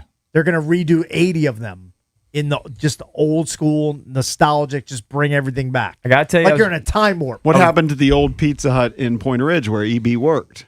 Yeah, you're the only Pizza Hut. That's gotta be dead. Since my mom has had her issue, fell down, I haven't been to Point Ridge in a long time. Yeah. I mean, I got to see my in-laws, but I can't, but I don't really drive by I mean, that. I haven't been there that often. I'll go see the Frasers, but for all I don't know. It might just from be all empty. I know, it's still a Pizza Or Hut. did it? No, it's definitely not a Pizza Hut. Well, I mean, they turned the Giant into one of those bouncy house places or something. I mean, that's they depressing. destroyed that. Here's what I know. That thing. When Pizza Hut showed up in Point Ridge, where we grew up, it was huge news because there just weren't a lot of restaurants, certainly not national chains, that had a footprint like where we lived.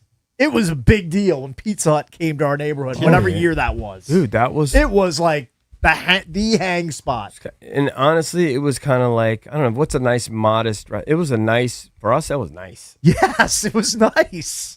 The Pizza Hut in Point Ridge was a nice spot. You went out to Pizza Hut, you were balling. You're balling. You're a big baller. Yeah, you walked how we in grew up. doing the pimp walk in the Pizza Hut. Is what you did. Point Ridge Plaza now sports a Dollar Tree, a Subway. Oh, They ruined that that's plaza. terrible. And then at least for a while, They it was ruined some it. sort of, I don't know if it was Bounce You, but it was one of those type of places. those with places, a giant. those places they'll open. They'll be around for a year and a half, and then they'll be shuttered. They're all eventually going to They're be pickleball. like the courts. indoor trampoline parks. Get out of here. Those don't have any staying power. I think there's still some Pizza Huts. Are you kidding me, Kate? Some of them they kill. You still have Right. kids. Some might, but People still need places to you ever been to the one off of Goody Drive?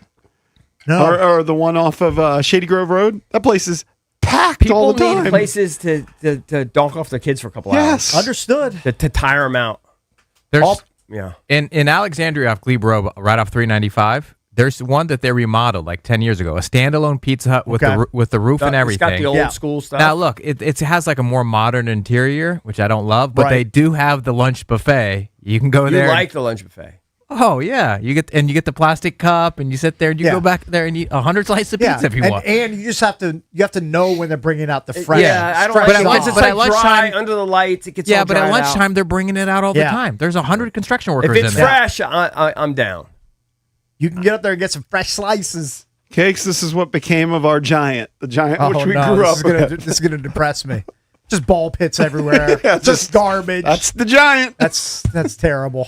My mom was so distraught when that was like her local grocery store, and she had to drive like 2 miles away. Then she's gonna have to drive 7 or 8 miles to get to the grocery store instead of 1 or 2. That's a big deal, especially for older people. Not quite that far. Collington Plaza. Okay, but it's Eric. Didn't the Pupatella in Leesburg take over the old Pizza Hut there? Wasn't that a Pizza Hut? Looks like Yes, it was. Looks like It was a Pizza Hut, right? Yeah. I've been to a ton of That places will that count look as like an they used to be upgrade. Pizza Hut. That is an upgrade. that for us. That's an upgrade. When I was in, Jesus, where was I? I don't know. Got yelled at by some camera guy. I think it was in Atlanta. I was in a renovated Pizza Hut, but it was Mexican. But it was good though. But it was an old. I think the Pizza Hut that used to be in the O-Town that hasn't been there forever. I think it got hit by like a mini tornado, like ripped part of the red roof off. It was Dunzo. Yeah. I mean, those things stick out like a sore thumb. They're like old Howard Johnsons. If you ever drive by those, I used to love Howard those Johnsons. like renovated to something. You're like, oh, that's a Howard Johnson. Yeah, that's an old Pizza Hut. What I Who's think is kid going to knew? be hard is, see, for us, because when we were growing up and we were 10 years old, 12 years old, 13 years old, maybe there were, the early versions of video games, Atari. Sure. Mm-hmm. So when you had a Miss Pac-Man machine, it was kind of a cool deal, or Donkey Kong, right? You'd sit down at the restaurant and play it. Nowadays, I mean, I see 2-year-olds on the regular with phones and like working it like they've had it forever. Of course, but 2-year-olds. I know. You know what I mean? So like, it's kind of scary. Like the kids, it's freaking scary. And we've talked about this for years. If you go to a restaurant, and you see a group of young girls, let's say. There'll be 4 of them sitting at the table. They're not talking to each other. Yeah. They're all on their phone. So who's going to use that Miss Pac-Man machine? I'll tell you who. Me. Because Right. anytime I see one, I'm drawn It's to going to be a it, one like- and done, like EB said. You're going to go once for nostalgia, and then I don't know. I think it's going to be tough sledding. I'll play could that. be. I'd play Defender, Oh. Battlestar. Joust. I mean, you play all I the wasn't a old, big Joust guy, all but- the Spy old school Hunter. games. If anybody had a Spy Hunter, Spy I'd be Hunter, psyched. great game. Yeah, but our kids aren't going to want to play it. They're going to Pole look position. at they're going to look at those games and be like, Well, no, "It's that's terrible." not true. My daughter, we stayed in a Disney Marriott, remember? And they had a standalone thing that had all the games, and they were playing Miss Pac-Man. Yeah. And it could be because my daughter's not a gamer, right? But she was totally into it. Now, if they did some sort of video game version of Roblox, then they might get kids playing. Does your daughter know that when she plays Miss Pac-Man or the OG Pac-Man, that I believe it's the orange ghost is the dumb ghost and always goes the wrong way and never chases Pac-Man correctly? Right. Is she aware of because that? her dad. 'Cause you need to make her aware of Dad that. didn't know that. See, now you know. Next I time you didn't play know that. Pac-Man, the orange ghost, I don't know its name, Valdez might, always goes the wrong way. And you can just munch all the dots you want around it. It's a helpful hint. That is helpful. I wish I knew that. That's going to take you far. Maybe that's why I was EB. never particularly good at What is that? What is that? Now I need to figure out. I that would get ghost anxiety when I hit the big thing, and and they would all. Was it Inky? Blinky, Pinky, Inky, and Clyde. Whenever you would eat the thing that would make the ghost turn blue, power up, BB. That's a power up. that whenever I'd eat the power up, then I would have anxiety because they're blinking and they're gonna go back, and I'm trying to chew them. You can and eat they're them going, for about 5 to 7 seconds, and then they start blinking and blue and white, and then you're walking the tightrope. Honestly, the game is too anxiety riddled for me. I didn't like that part. I'm chasing the freaking ghost. I'm chasing. It's blinking. Am I going to be able to eat it, or is it going to kill me? You might be the only person in the world to say Miss Pac-Man causes too much anxiety. It causes me too much anxiety. I would get greedy. And try to munch all the ghosts that I could. the orange ghost, the dumb ghost, I believe Clyde. How often did It's it come back Clyde. to haunt you, though, where you bit its ass and it had just turned back to its ghost? All the time. Hundreds of times. That That's was happened. just that. Yeah, that But was, the that red would give me one, which one nightmares. was the red one? Blinky? I don't know. Blinky was, I don't have it memorized. seriously?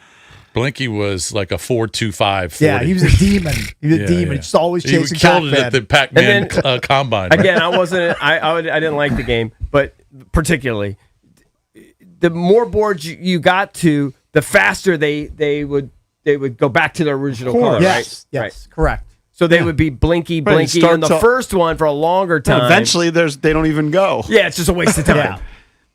Yeah. The game, since we're doing nostalgia bit, yeah. which I think Cakes used to love.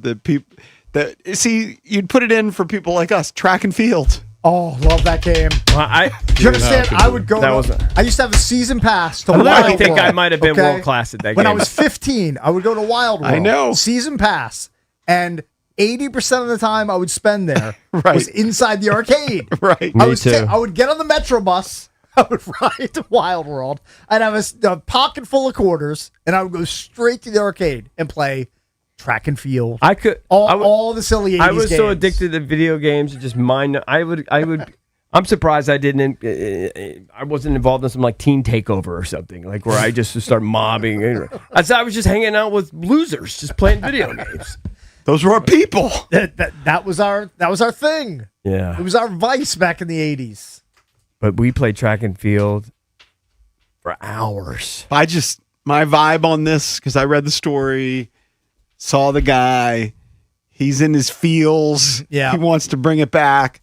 My vibe was, and I don't watch a lot of 60 Minutes, but Yeah. years ago I watched this 60 Minutes piece, and it was about a I CEO. watched Zero 60 Minutes. It was about a CEO who took over J.C. Penney. Mm-hmm. And he was like, J.C. Penney's known for sales. Right. He's like, we're going to get rid of the sales. We're just going to flatline and bring the costs Yeah. down. You know what? Flatline, And people- they're profits. and that's exactly what happened. They were like, people like the sales. And this, I just think people are over Pizza Hut. I actually thought Pizza Hut like became. Is there one nearby? There's Nearby where? It became Here. a takeout You said place. Alexandria or whatever you said. The one that That's- is that the might- closest one? Probably. Yeah, probably. Is there one in Put just Arlington? Well, no, there's some in DC, but I think those are just the walk-in ones where you Yes. I grab literally and want. take Can we out. do our own Junkies barstool, our Junkies One taste bite? test? It's because I haven't had one in No, 20 we years. We would need to go on site and eat it. Here's my question. It would though. lose something. Do they in the still Is it have- translation. crunchy and silly when EB, it comes right fresh? I you were- don't remember. When you were 16 or 17, you're working there. You used to brag that you made the perfect I Priazza. did. It was called the Priazza. Yeah, No, what's no. a Priazza? It wasn't- Nobody I made a knows perfect what that pizza. is. No. I got a perfect 10 score on my pizza Yeah. because they would have auditors come in there and they would, like they do at alcohol places, Yeah. they would come in there and just randomly order a pizza. Pizza bean counters. You didn't know Yeah. that it was a pizza auditor. You thought it was just a customer. Yeah, it's like a mystery shop And deal. I had silly 1-inch border all the way around, cheese evenly distributed, sauce evenly distributed. Now, the one thing I did cheat on is Pizza Hut. I don't know if you know this. God, this was brutal. You had to weigh the cheese. Okay. So you couldn't just put your big dirty hand in the cheese and throw it on. You had to put it in a cup, weigh the cheese, and of course I would fake it. Right. Or fake like I was weighing it. And then you were supposed to count the pepperonis. Well, who's going to do that? You really going to count the pepperonis? But I had perfect pizza. I got perfect 10 score on my pizza. And let me tell you something. There were people at my shop that did not get 10 score. Cakes. Look, You were elite. it was the Priazzo. Priazzo. No, that was always like the that's- dream. That's too thick. That was like, for too us, thick. that was like growing up ordering lobster. Yeah. If you were baller enough, you could order a Let me see that. Priazzo. It's just a big, thick I pizza like pie. stuff. Stuffed pizza pie. It's that was like pizza, ordering it's almost lobster. like pizza meets Dad, can I get the lasagna. Priazzo? The stuffed crust. Can I get that? I want my pizza to be like Kate Moss back in the 80s. The stuffed crust pizza was like $18. Yeah. So That was it says in That 1985. was out of the price range, buddy. I mean, it's total different prices, but in 1985, Pizza Hut dished out $15 million, over Dished out. I $36 see what you did million there. in advertising over their newest invention, the Priazzo. Dude. Hey, somebody called Tom. That never really hit, right? Somebody called Tom from Tom's Watch Bar. He invented the stuffed crust pizza. Oh, that's It right. did- Told us all about Would it. you say ultimately the I believed it. Priazzo was a Oh, bust? yeah. Bust. Big They bust. called it A magical bread bowl of tomato sauce, cheese, and meat. The Jamarcus Russell of pizzas. Hold on. If you go to the one in Alexandria, can you order a Priazzo? No chance. Oh, I don't think it's on there. No, I don't. It was just like a. That was something from the 80s. I definitely remember it. Didn't disappeared. Always fantasized about it. Never got one. Really? It said it's disappeared by early 90s. Oh, how much were they back then? More than pizza. It was a premium. Well, it was a definitely. premium product. Yeah. More than pizza. How much was a pizza? Soda. $8? Yeah, probably. We get one soda with 5 straws, and my brother would backwash it with pizza or burger, so you wouldn't drink it. That's quite a dastardly move. Don't even try to get more than one topping. Yeah, I mean, one topping, that's it. Yeah. Supreme. If you got a Supreme, you're having a good week. Oh, Supreme has pepperoni sausage. Dad got a raise. We can get a Supreme. Dad got paid this week. We can get a Supreme. Oh, how about this? They have Pizza Hut's Hot Dog Bites Pizza, where the crust is little, what do you call them? Cocktail wieners? Like pigs in a blanket? Yeah, pigs in a blanket is your crust. I'm all in. Dude, I think I would. Pigs in a blanket might be my favorite food of all time. Dip it in some spicy mustard. I think I would accept an early death to just eat those all the time. I mean, I would. I mean, oh yeah, that I looks mean, good. cholesterol What is that? through the roof. What is that? What is that one? It's pigs in a blanket as the crust. What do you mean? Pigs in a, you're getting me excited. Pigs I in don't a blanket understand with It's it. called Pizza Hut's Can I see Hot what it Dog looks like? Bites Pizza. He just showed you. Show me that. No, he didn't. He showed you. It's hot I'm gonna dog show in the you. crust. It's pigs in a blanket. It's the crust, Rick. How hard is that to That's comprehend? unbelievable. I've never seen that before. That's the greatest That's thing. quite an innovation. That's the greatest thing It's ever. a pizza innovation if I've Hold ever on. seen one. They did that when we were kids. They had that, or is that a new thing? I don't remember You sure you're that. not getting onion? That's not just a fantasy. It says it hit U.S. stores in 2015. Dude, we got to get one of those. Hardly today. knew you from back in You the getting day. a little hungry? I literally would shave off a few years of my life for that. Probably That would. looks amazing. All right, coming up at 9:25, we'll be joined by Ben Anderson, Utah Jazz insider for KSL Sports in Salt Lake. Talk about what the Jazz are thinking about doing with that number 2 overall pick in the upcoming NBA draft.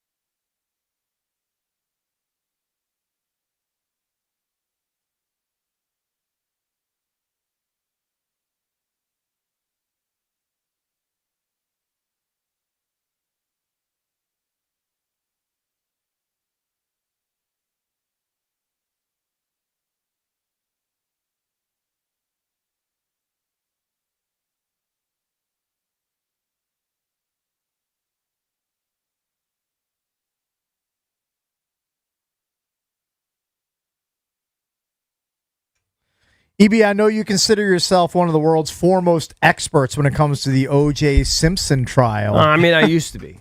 So I've slipped. One of the principals in that trial, Mark Fuhrman, I know that guy. passed at 74. Wow. Really? Passed away. I think it was already yesterday. 74. What happened? Just old I age? don't know how he died. I just know he died. I mean, he's about a year shy of normal life expectancy. Yeah. But it's still, as you get older, trust me, 74 don't seem that old. No. I play golf with guys that age. 74 seems... He passed away, what, seems a week kinda ago? old. I played golf with a guy who's 74 years old. I told you, he looks like Sammy Davis Jr. He's an ex-Army Ranger, medic. Well, Army and he Rangers are hits badasses. 230-yard drives. Sometimes you can get longer. Yeah. Like, that's pretty good for 74 really years good. old. Yeah. Oh, yeah. Yeah, I don't look at 74 as that old. I mean, I have kind of a distant cousin, maybe second or third cousin, older than me, that's in his probably late 70s, still building houses. Yeah. Still, It's definitely good to stay active and still do stuff. Otherwise, you fall apart. Well, he had throat cancer. Okay, that's what it was. Oh, that was the cause? Yeah. Yeah. I mean, That'll you get do throat you in. cancer. I mean, he could have been in the best shape of his life. You get throat cancer, you're done. I don't think he framed O.J. Simpson, but I do think he was kind of a bad dude. No, I think that they sprinkled in. I think O.J. Simpson probably did it, or his son did it, or something. Probably did it. Or his son. He could have been covering for his son, possibly. I think that's possible. There are people that make that argument. Doesn't mean he's still not totally guilty. But they definitely sprinkled the evidence. They definitely tried to ensure it by, leaving a glove here, leaving a little blood drops here. Mm-hmm. You don't know what he did. They definitely did. You don't know what he did after he retired from the LAPD. He was on TV for a while. He did he definitely did radio and TV. He moved to Idaho with his family, set up a 20-acre farm raising chickens, goats, sheep, and llamas. So he probably smoked like a chimney, would be my guess, right? I don't know. It's a good question. I don't know. I mean, I know people now are getting lung cancer and they never smoked a day in their life, but that'd be my guess. Just hoping I don't have a little teeny tiny spot on my lung from back in the day. Just hoping that's the case. Well, your colon's good, right? Colon's great. I mean, I don't think You I had could. 0 polyps. Not a single one. I had 3. He said, "Your colon looks so good. I'm going to see you when you're 60." All I can tell you is, as long as they get them, you're usually pretty good. My dad would come back and say, "Oh, they found like 9. Oh, just scrape them out. Go back again. Yeah, annoying. Found 8. Just scrape them out. Go back again." Why is yours so clean? Because you never had rice? Like, did you ask? He didn't say. He just said, "What's the key to no polyps, Cakes?" I don't know. What's been the key to success? I don't know. A ton of soda. Massive amount of lot of coffee. Soda, gamble. Yeah. Play Smoke a lot poker. in college. I guess. Dabble a little weed. The only downside Just about slandering him over the there. only downside about going back in 5 years. Be a thief. I don't get propofol Well, the for truth another is 5 defense years. against slander. I have a weird obsession with the propofol. I think it's borderline. You're borderline it's addicted to it. unhealthy. Yeah. But here's the good thing about it being addicted to propofol, and I learned this by Googling it. You can't really get it outside of a hospital No, setting. you can't. No. So I think I'm in the clear. I remember.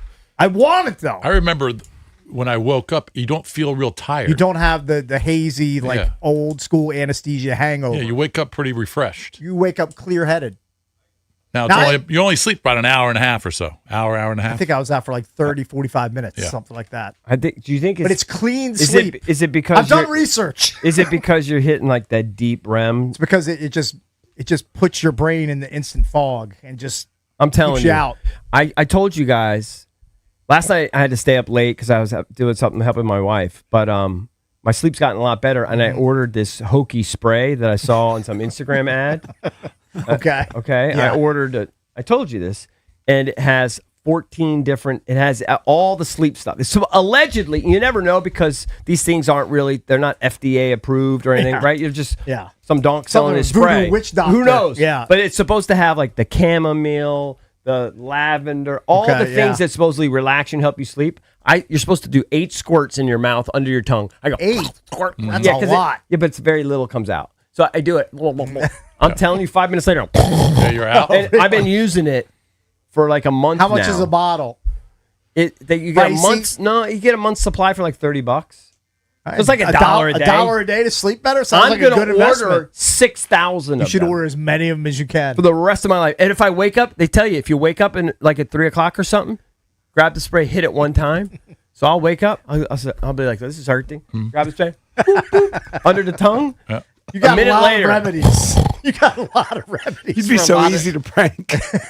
Put something else in that Well, spray listen, I bottle. acknowledge that you don't know when you buy stuff anywhere like that, supplements, and you have no idea what you're putting in your body. You hope you're getting what they say they're giving you. Yeah. So I mean, who knows? They could have freaking propofol in there. All I can tell you is Placebo. Could be a placebo. Yeah, I don't think it's a placebo because it's been beyond the placebo. It could be. How's But the don't- gray hair spot going with your alkaline I don't batteries? drink it. I don't drink it enough. Oh, it's alkaline water? I thought you'd just put like a battery on your head or something.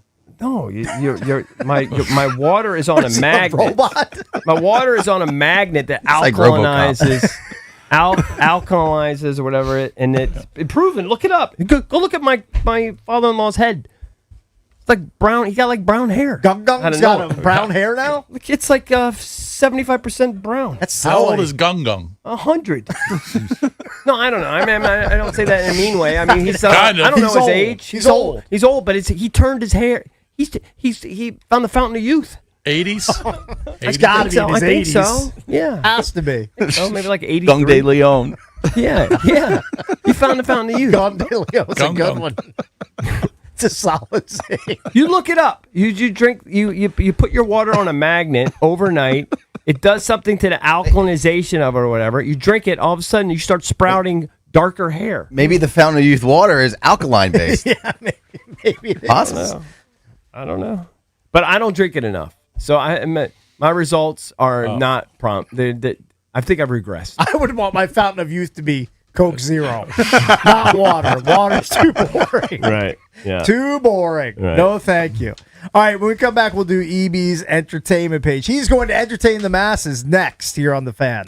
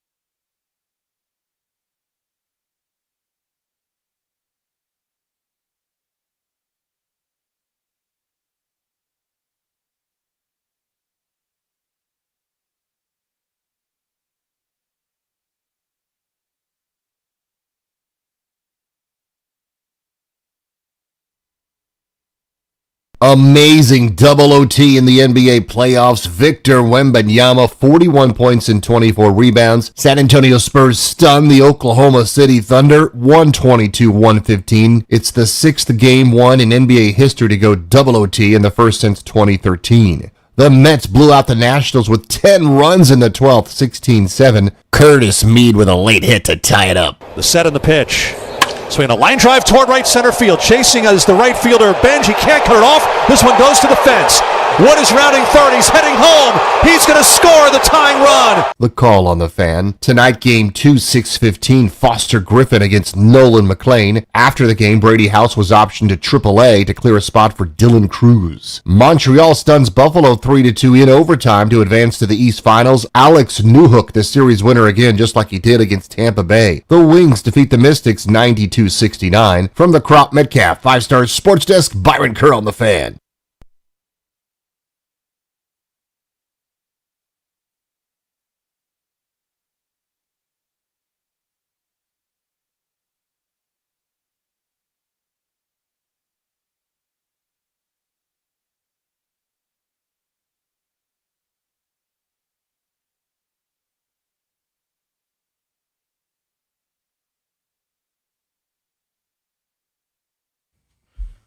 Mike Marr has no idea that this is a silly by the Cure. He just doesn't. He just doesn't know. He doesn't have that sort of musical knowledge.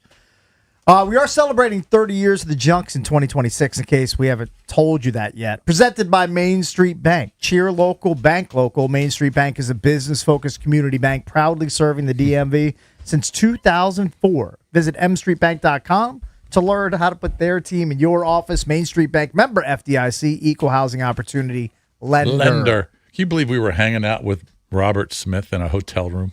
We definitely did that. Oh, I bailed before. You I weren't missed there. that. I think it was just Cakes and I. I definitely had a picture taken with him, and I believe you, that I never got developed. Yeah. And this does not involve Robert Smith. Okay. Yeah. But wasn't there somebody there doing a big pile of something they probably shouldn't have been doing? Oh yeah, I witnessed it. Yeah. Right. Yeah.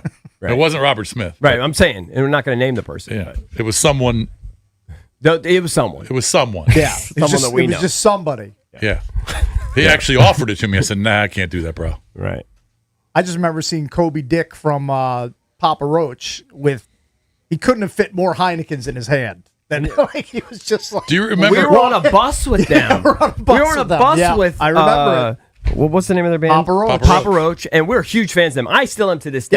Yeah, by the way, very good. I think he may be like really sober now, but Good, he was good. He was kind of pretending to be sober, probably needed and he to had be. 100 beers on the bus. Yeah, he was telling everybody he was sober. Yeah, wasn't drinking liquor. Maybe that's just like, isn't there like a California sober thing where Yeah, you like I think only smoke weed or only drink beer? Or, I think that was just straight up just lying. Casey, I don't remember talking to Rob. I'm sure I said hi. I don't remember having a conversation with him. He was very quiet. Well, he's a ghoul. He's a ghoul. So, But do you remember having a conversation with him? No, I think the convo was probably like, "Can we take a picture with you?" And he probably that was it. begrudgingly said yes. He just kind of stood back in the corner. Yeah, it's like taking a picture with an apparition. And like a years ghost. later, you found the camera and you took it to one of the old school places. I took it. And No, then- I took it to CVS. Right. And I brought out the film. Right. They probably looked at hadn't you like seen you're one of those in alien. 20 years, and I said, And what happened with it? I need this developed. Yeah. And of course, pictures were garbage. It got developed, and every single picture looked like the Blair Witch version of a photograph. Now hold on. Is Shaky, it You don't wait 20 years to develop bad film. exposure, the whole nine. No, hold on. Just- Was it because the canister went bad or because you're I terrible think it was- photog? the film Canister went went bad. Okay. I waited 20 years to get it developed. That of course sucks. it's going to go bad. He had cool sucks. celebrity photos he never But developed. I was able I to... guarantee they were blurry. And No, they're all Yeah, blurry. probably were. I was able to go through each of the pictures. None with a blurry Robert Smith or blurry Jason Bishop or blurry John Allville. Yeah. What were they of? It was hard to make them out, but I Family. could tell that it wasn't two DJs and the lead singer of a wildly popular rock band. I have to tell you, this was when you know. King of emo, Robert Smith. This is when you know it's like we're nearing the end of this frontier. Yeah, sure. I have almost no recollection of all that stuff. That the HFS years just seem like a lifetime ago. It just seems like so long ago. What do you mean? You bring it up all the time. It was You 20 bring up plus the years stupid ago. Turkey Bowl all the time. I mean, there's certain events you'll never forget, Yeah, but you're things right. like that. But I mean, for the The most HF part, like I can't festivals. remember. You're right. like all the partying we did and all the things that we did. I don't remember all the HF festivals. We only did 2. I remember them. I don't remember meeting. I don't remember all those. I remember people. them pretty vividly. You did 2 big ones at art, but then we did others. I remember like getting numbers. stuck on a fence trying to climb over a fence at RFK, and I ripped my jorts. We did so much I remember stuff. that. You just forget. Yeah. It's nearing the end, Cakes. Yep. So cheery. Close to the end. I'm also Go spray that stuff in your mouth. Go right to It sleep. doesn't make you happy. It just makes you go to sleep. Hey, you Find know the what you happy should do? You juice. should bring that with you tonight. And when Vinny gets annoying, which I know he will Just after get- 20 squirt beers, some in and his just mouth. say, Vinny, open your mouth. Squirt, squirt, squirt, squirt, squirt. And have him go to Do you know what I'm sleep. currently anxiety riddled about? Everything. It's going to be long, I'm sure. No, because I already can tell Cakes. I can't tell stories like this. Cakes gets annoyed. We have a lawn service. Okay, most people have a lawn service. I do too. Okay, Cakes gonna go first world problems. So, Hey, I haven't cut my grass in 20 years. all I right, don't we know have, what a, you're we, have talking a, we have a about. lawn service like normal people. Don't Yeah. pay that much. It's cheap. I got to mow my lawn today. You just reminded me. But my lawn, I remember like 2-3 days ago, whatever it is. I don't know when they come. I should know, but you probably aren't surprised. Pretend it's every Friday. I don't know what day they come. Doesn't matter.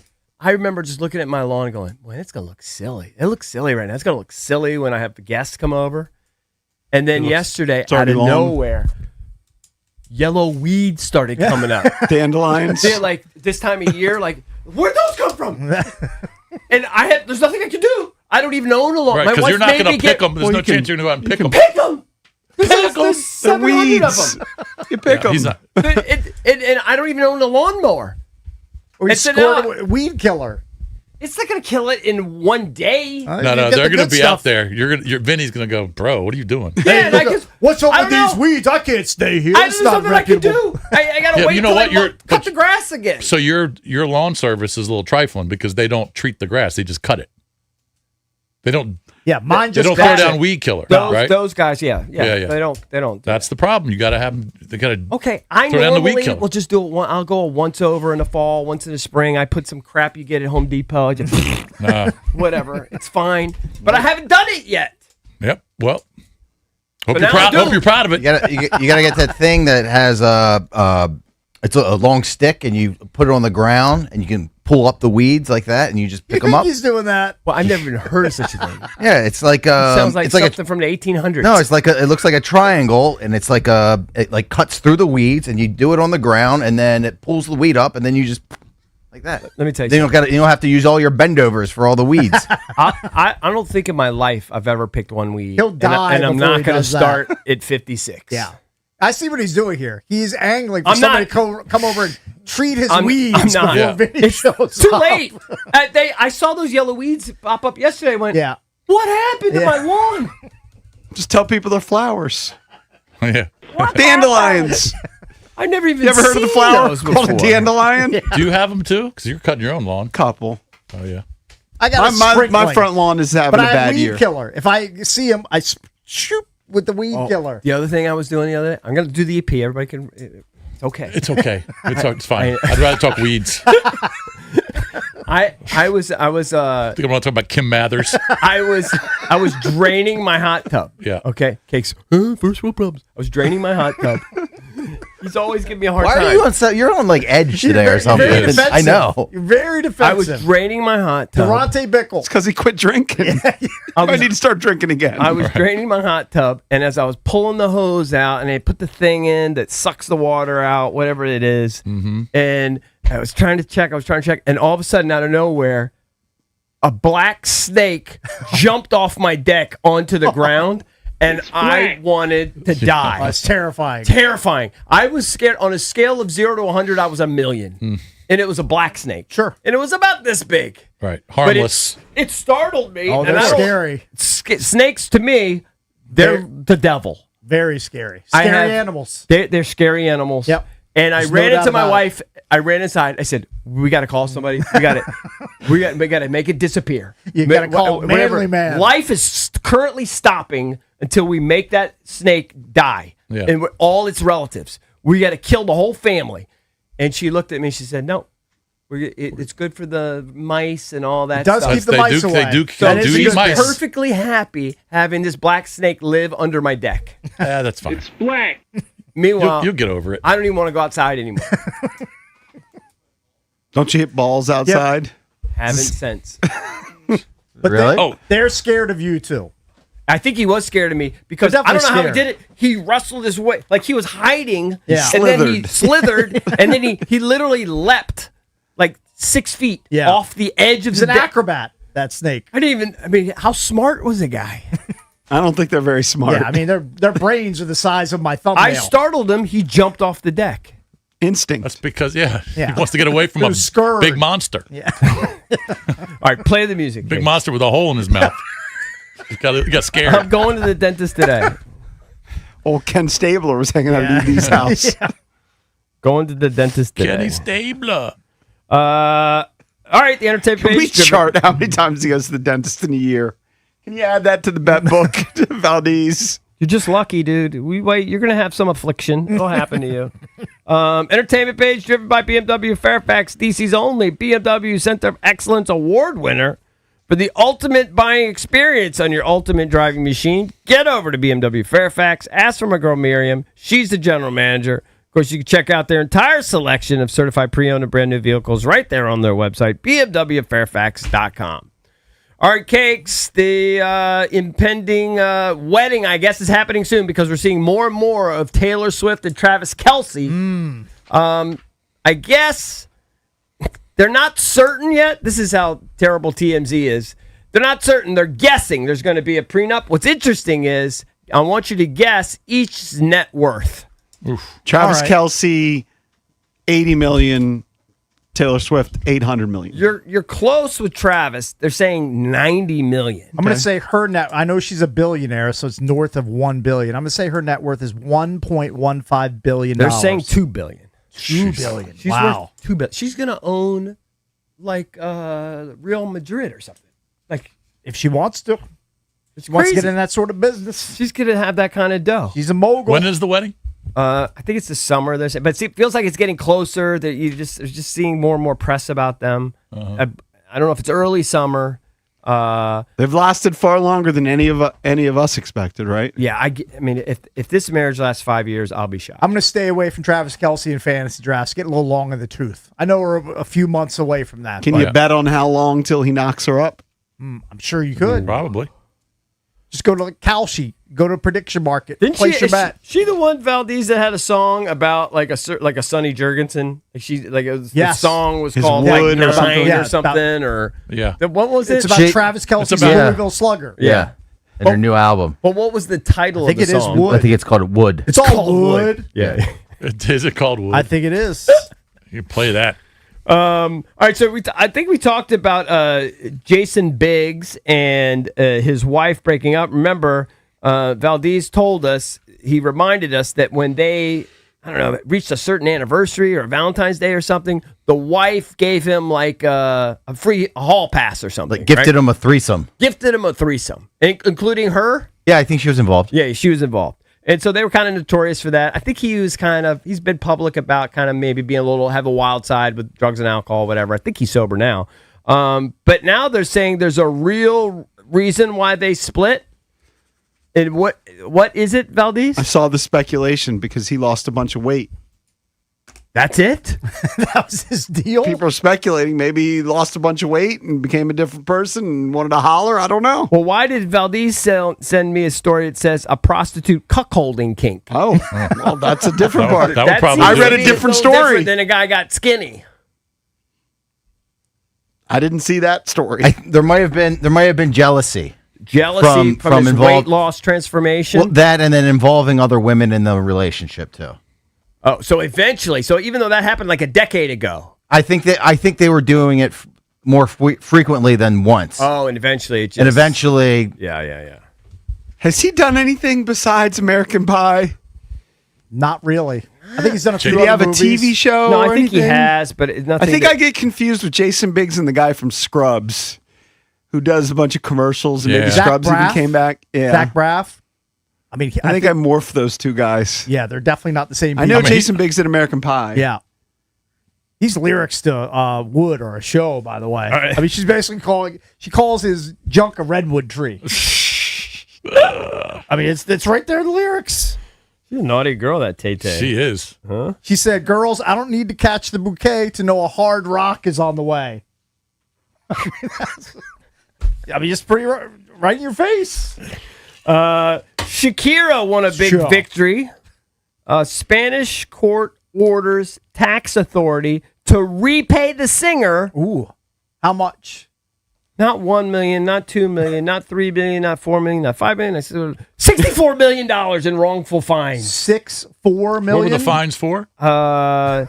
Tax officials imposed massive fines on her in 2021 after concluding. They say she didn't pay taxes. Some sort of tax deal. She says she was only in Spain for 163 days, meaning she wasn't a resident of the country for tax purposes. I mean, my accountant's good. He ain't that good. Right.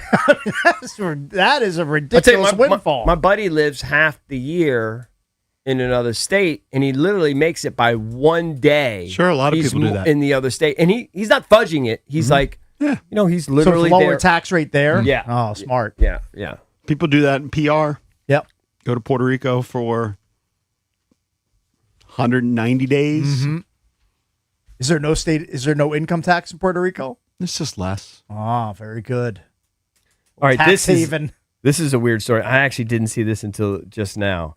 William Daniels and Bonnie Bartlett. This can't be a current picture of these people. Who are these people? Who are William Daniels and Bonnie Bartlett? I thought you were going to say Bonnie Blue because that's what you bring her up every week. Hey, do you remember the TV show, TGIF show, Boy Meets World? Oh, I like Boy Meets World. That's Mr. Feeney. Oh, okay. Okay, I mean, I kind of recognize the name, but I was just you didn't even let me tell the story. Was it Ben Savage or one of the Savage boys was the star of Boy Meets World? Yes. Well, the Nub Savage. I said their names because they're to me they're kind of funny names, but they've been married for 75 years. Wow. And apparently they have a non-spoken open marriage. That's been the secret. Secret sauce. Now, it didn't apparently work for Jason Biggs. So it worked for Mr. Feeney? But I don't recognize I reckon. Mr. Feeney. I definitely recognize William Daniels. Kind of a Junkies trivia question because Brett did a couple of shows with this former Boy Meets World hottie. Oh, I know who it is. You're asking her name? Yeah. You want her real name or her character name first. Topanga. Yes. Everybody knows that. And that's common knowledge. Danielle Fishel. Yeah. What else was this guy Daniels in? I recognize him. That's it. It's just Mr. Feeney. That was it? Yeah. Well, I mean, that's all anyone under 50 recognizes him as, at least. I don't know. I just recognize him from a lot of stuff.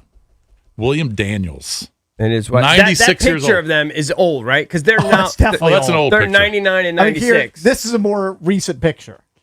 Okay. Well, he's 99. Yeah, okay. Yeah, right. You're cringing at the picture. I mean, he's 99 He's years using old. alkaline water for his hair. Cakes has probably should. You have a shot to make it to 75 years. How old will you be for your 75th anniversary? 75th wedding anniversary? Yeah. I guess He you'd would be 100. You'd be 100. Were you 25 or you 24? I think you were 24. I was 24. 99. I'm got a shot. I'm gonna make it 75 years of wedded bliss. I don't think so. Especially if I look like that dude, I probably don't want to make it to 99. He's fine. He's hanging in there. He's got a bad sweater vest, but what are you going to do? He's 99. Probably didn't even dress himself. Maybe you could pitch his secret sauce. You pitch it to Amy so we can live longer. His secret sauce. You know what? I would say there's no way it was open like in their 80s, right? I would say 99.8% of women, if you said to them, hey, listen, honey, they just found out this study. And it documented significantly, statistically significant, the whole nine, that if we have an open marriage, we'll live 20 years longer. They'd say, sorry. Correct. Yeah. We're going to die. Yeah, we're just going to die at 80 instead of 100. I would up your 99.8 to 99.9. Yeah, I think so. All right, coming up next, we will talk some Wizards and Jazz with Ben Anderson, Utah Jazz insider for KSL Sports in Salt Lake, with the NBA draft next month. Wizards pick 1, Jazz pick 2. Ben Anderson joins us next.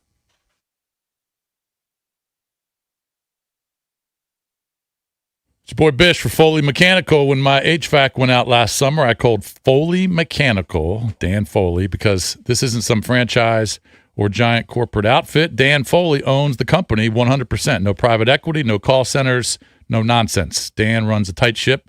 It shows in the work. His team replaced my HVAC, my water heater, and my sump pump all on the same day. I got to see firsthand how skilled and hardworking these guys are.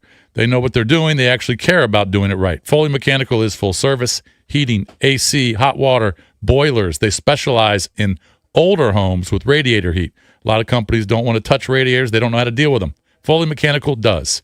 They serve D.C., Maryland, and Virginia. They proudly install Amana HVAC equipment. If you want quality work from a company you can trust, call Foley Mechanical. Ask for Dan Foley.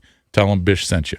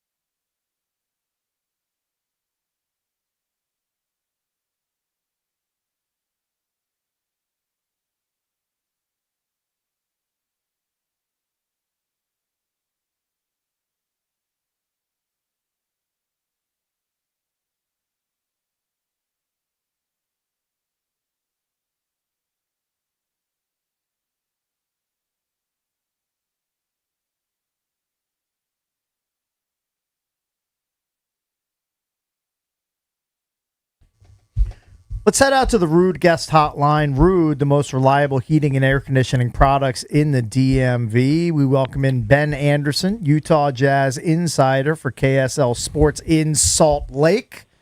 Ben, thanks for the time, man. We appreciate it. Yeah, my pleasure. Hey, Ben, before we start talking about the players that are going to be picked at the top of the draft, can you give us like a Utah perspective on the owner of the Jazz, Ryan Smith, who owns both the Jazz and the Utah Mammoth? He bought the Jazz back in 2020. He's a multi-billionaire who made his money in cloud computing. Tell us about Ryan Smith and tell us how desperate you think he is to keep AJ DeBonsa in Utah instead of getting drafted number 1 by the Wizards. Yeah, Ryan's an interesting dude. He is not technically a Utah native. He was born in Oregon, but he's lived here his whole life. He lives in a city called Provo, which is where BYU is. It's about 40 minutes from Salt Lake City. But he's a huge Jazz lifer. Yeah, made several $1 billion selling his Qualtrics company, and kind of was looking to buy an NBA team. That's what he wanted to get into next, and almost bought the Timberwolves, and I think flirted with the Phoenix Suns at one point, and then ultimately decided, I'm a Jazz fan. And the longtime owners of the Jazz just kind of broke everything up. They just sold all their companies, and he bought them at what is now a steal at $1.5 billion, I think, and has kind of infiltrated some life into the team. And they were always very steady under the previous ownership, but I've always described Ryan as a real infrastructure owner. He's rebuilt practice facilities. He's rebuilt the arena. Obviously, he brought the hockey team up from Phoenix. So he's very good at instilling kind of an entire support system, and now it's about actually winning. But he bought that team that had Donovan Mitchell and Rudy Gobert and gave it a year or two, and then really kind of dismantled it all. So that's where he is as a person. As far as trying to keep AJ DeBonsa in Utah, I will tell you honestly, one of Ryan's biggest pushes is trying to kind of normalize Utah. While he is certainly like a Provo guy, he is a member of the LDS Church. I do think he wants people to recognize that Utah is not kind of this antiquated town where people can't come and live and have a good time, where there's no industry. I do think he wants to modernize it a little bit. And so while, keeping AJ in Utah, I think would be a great kind of storyline, I think getting AJ to come play high school in Utah, even though that was like a 6-hour drive from where BYU is, and having him go to BYU, I do think that's as much as just like putting a shine on Utah as much as it is like, oh, well, AJ is this guy the Jazz absolutely have to have. I just think I think he wants to establish Utah as like a place people can enjoy and live, even if you're a 18-year-old superstar prospect. So people here in Washington seem to be really excited for AJ DeBonsa over Darren Peterson, but I don't know if they've seen him play that much, to be honest with you. He played at BYU. So fill our listeners in on what the Wizards might get if they stick to drafting DeBonsa number 1. Yeah, AJ's unique because he's not exactly the modern type of scorer, which is very three-point heavy. But I know he only shot 33% from 3 last year. I actually really kind of like his three-point diet, and I think his shot's going to come along maybe better than some people believe. If you look at the games where he shot a lot of threes, a lot of those were close games or games where BYU lost, which kind of watching them makes me realize, like, you know what? In the second half, they're down in certain situations where a 3 is required, and AJ is just the go-to scorer, so he's taking that shot. It's not necessarily that AJ, gets lazy and falls in love with three-point shooting because he doesn't want to get to the rim. In fact, that's the only thing AJ really wants to do. He wants to dribble, attack, get into the mid-range, and then either hit his mid-range jump shot, which I think is elite. I think it's a very good shot for him, even though I know that's not where the NBA is today. Or, and I think this honestly, he might have the best feet I've ever seen from a player his size at his age. He's just never dead to rights with the ball. And you kind of think like, oh, most players get cut off in these certain spots. And he finds a way to get a Euro step or a drop step or, kind of a step through. And then he's at the basket and he's 6'8.5" without shoes on. So he's 6'10" with shoes and a 42-inch vertical. And he's not playing in any space. Like BYU's offense was actually pretty lousy last year. And there's some okay players around him. Rob Wright's a decent point guard. Richie Saunders probably gets drafted in the second round as a pure shooter. But we're 2 bigs right in front of the rim most of the season. So AJ's going to operate with space, and he's got a pretty good handle already. And honestly, guys, I think he's going to be a monster in the NBA. I just think it's going to take him a little bit of an adjustment, but he's really smart. He's a super hard competitor. All I've ever heard is kind of green flags on him as a person. So I think he's going to be a good NBA player. Just as a quick aside, was it Saunders the one that got injured at one point? Yes. And then I had heard that, his shooting percentage went down there too because they didn't have the threat there, so they have to more focus on him. You're down more, you're forcing up threes, kind of plays into your point. Because you look at the stroke, it looks fine. Like, I think he'll rep it out and he'll get there. Well, how many times did he disappoint? Because I think globally, like, you look at it from afar, and I'm pro AJ, and I'm like, this guy delivered all the pressure in the world, played BYU, they give him the bag, and he delivered, led the country in scoring, 25 points per game, etc. I keep hearing that, maybe in one-on-one matchups or whatever, in games where he matched up against Peterson, maybe Peterson got the better of him.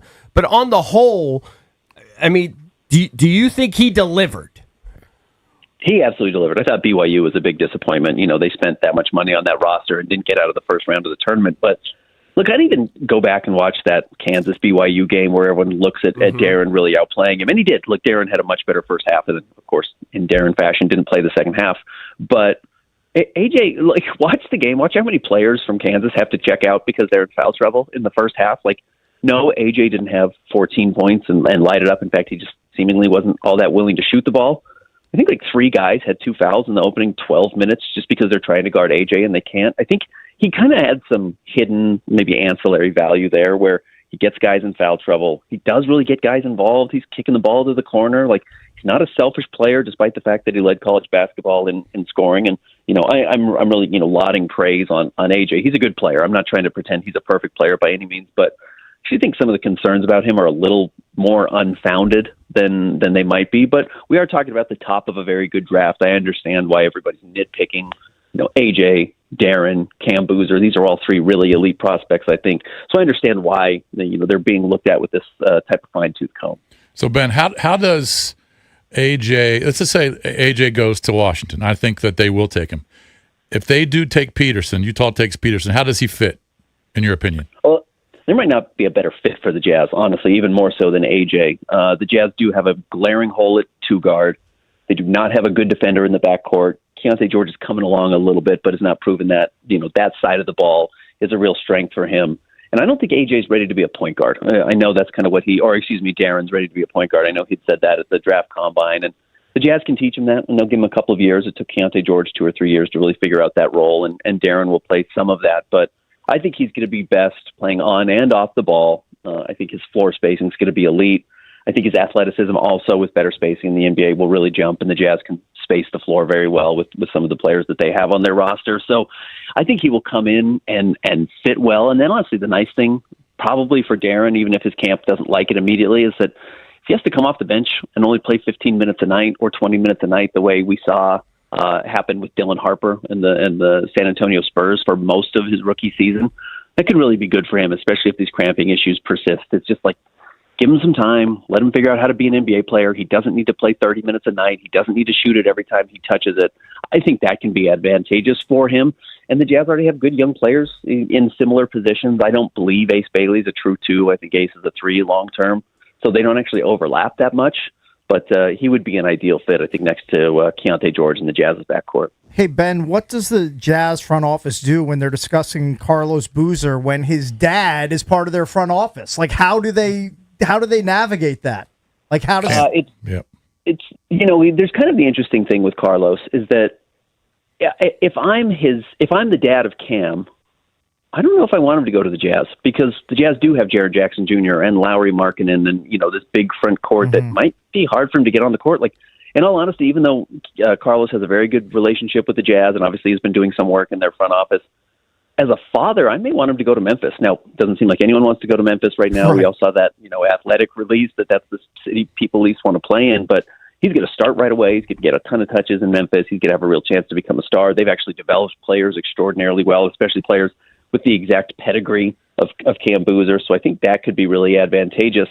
But he'll certainly make a push, for Cam to come to Utah. And look, the Jazz shouldn't rule it out. If they think Cam can be the best player, take him. And, he's 6'9" with extreme polish and really is a winner. And the Jazz, despite adding so much talent to their team, aren't loaded with kind of historic winners. Lowry Markkanen's a great player. He's never been to the playoffs. Keontae George hasn't won at all in his NBA career. Jared Jackson Jr. has some, but that Grizzlies team's one of the more underwhelming over the last few years, considering what they had, early in that run. So, adding a winner and a guy who has that culture, I think would certainly be strong, but we're also dealing with the Angels here. We all remember Isaiah Thomas was playing on a bad hip, trying to get a max contract right after the death of his sister, and everyone's like, well, Boston has to invest in him. Danny Ainge traded him to Cleveland in the blink of an eye. It's just, I don't think that type of, quote unquote loyalty is something the Jazz are going to be beholden to. Mm-hmm. Ben, Wizards fans are just pissed about how bad the team has been over the last 10 years. They haven't had a winning record since 2018. Now, the Jazz haven't been as bad recently as the Wizards have. You guys won 50 games, I don't know, 4 or 5 years ago. But are the Jazz fans kind of done with the tanking over the last couple of years, and they're ready to make that next step forward with all the young guys they've got? Because Wizards fans are just done with it. Honestly, if the Jazz had to go another year, I suspect fans probably would have been on board, but that would have been the 5th year in a row, and that would have been the longest rebuild the Jazz have really undergone since they've been in Salt Lake, and that came 50 years ago. So I do think fans are certainly ready for this to end, and the fact that it's going to end with a number 2 overall pick is going to be something Jazz fans are really happy about. There was, I will tell you, kind of being around the team for 3 years after trading Donovan and Rudy, and just kind of trying to figure out, what's the pathway, what's going to work. And Lauri Markkanen's been a nice victory and a good storyline, but obviously they're not winning games. I do think Jazz fans had kind of settled into the idea of a rebuild and tried to figure out what it was going to look like. But after they traded for Jaren Jackson Jr., the pressure inside the arena changed. Everybody's personality changed. Will Hardy, the head coach's, willingness to answer questions and talk. Now, he's always been a good talker. He's always willing to be pretty candid. But, he's running on in these answers because you could tell he just had so much energy about where the team was going. So they were certainly ready for this to happen. And then they kind of pulled off what the Indiana Pacers were trying to do, which was, get your Zubats and then also get a top 5 pick. The Jazz got Jaren Jackson Jr. and then still added the number 2 overall pick, which was pretty critical. So I think they're certainly thrilled now that it's in the rearview mirror. But honestly, I think push comes to shove. If they had to wait another season, they probably would have. Ben, give us your best prediction. Who do the Wizards take at 1 and who do the Jazz take at 2? Yeah, I don't think you can pass on 6'10" in shoes with a 42-inch vertical. And you can teach AJ ideally to become a 40% shooter. You can't teach Darren Peterson to be 6'10" with a 42-inch vertical. So ultimately, I think the Wizards are going to go AJ number 1. I think the Jazz are going to go Darren Peterson 2. And 3 and 4 just rounds out, like everyone expects, Cam Boozer and Caleb Wilson. Ben, thanks a lot for the time, man. We really appreciate the intel. It's Ben Anderson, Jazz insider for KSL Sports in Salt Lake. Give him a follow on Twitter at Ben's Hoops. Thanks again, man. My pleasure, guys. Thanks, man. So that was some good insight from Ben as to what the job Jazz here. are thinking of with the number 2 pick. I really Makes think good it's points. up for debate. I really do. I listened to Chase Hughes. He was actually on Strober's pod. Right. And Chase Hughes said, he quoted the Aldridge piece where Aldridge polled 10 executives and it got 7, 2, and 1. 7 take the Bonsa, 2 Peterson, 1 Boozer. He said in his informal poll that he did, it was 50-50. Right.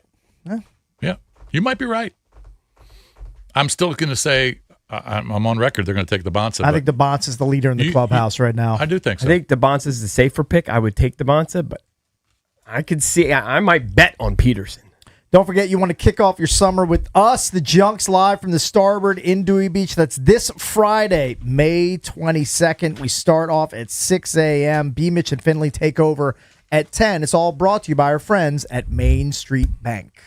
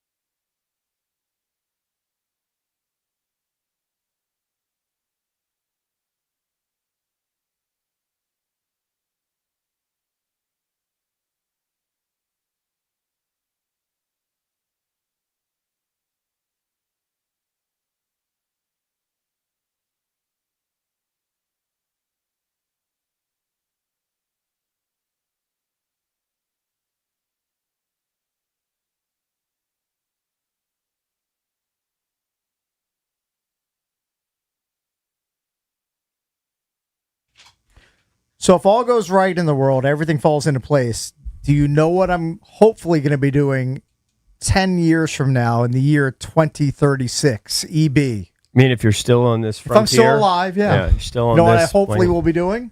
In 10 years. 10 I know you're going to. 10 years from now. You're going to be playing poker.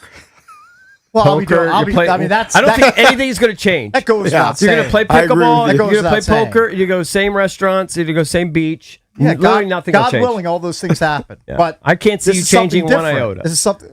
It's something I love doing now, but I'm hoping this tradition will continue into 2036 drink and 6 beyond. cups of coffee a day. Yeah, No, I still do that though. You'll probably have the world's smallest electric car. Maybe taking a daytime nap. Well, I'm now going to go 2 straight days without a nap. Yeah. I mean, not all your heroes wear capes. Okay, right. just remember that. When's the last time you went 2 days without a nap? It's probably been multiple years. Really? It's been a while. Oh yeah, absolutely. I even fit them in on the weekends. I think I don't know how it's you do better that. to sleep like more, but I think naps are beneficial. I mean, I as went long as they're not too I long. went to the mall with 2 of my kids and my wife over the weekend. Came back to the mall. I was like, man, I'm wiped. I need a nap. 45-minute nap. Boom, right The there. mall will do that to me. All right, hold on. for But you're saying there's In something. 10 years, I hope to be doing this. And I'm You'll not even be joking. Like, 65 years old. 65. Oh, like you want to go into use your Social Security benefits or something? You want to get in like something? No, it's sports related. It's not financial related. Oh. But I like your hustle with the Social Security I'm checks. sure there's something. So it's pickleball related? No, it's not pickleball related. It's tennis? NHL related. Hopefully in 10 years, I'm going to be watching Sergei Ovechkin Ovi's score kid. goals like his pops. What's his name? Sergei Ovechkin. But what if he's not on the Caps?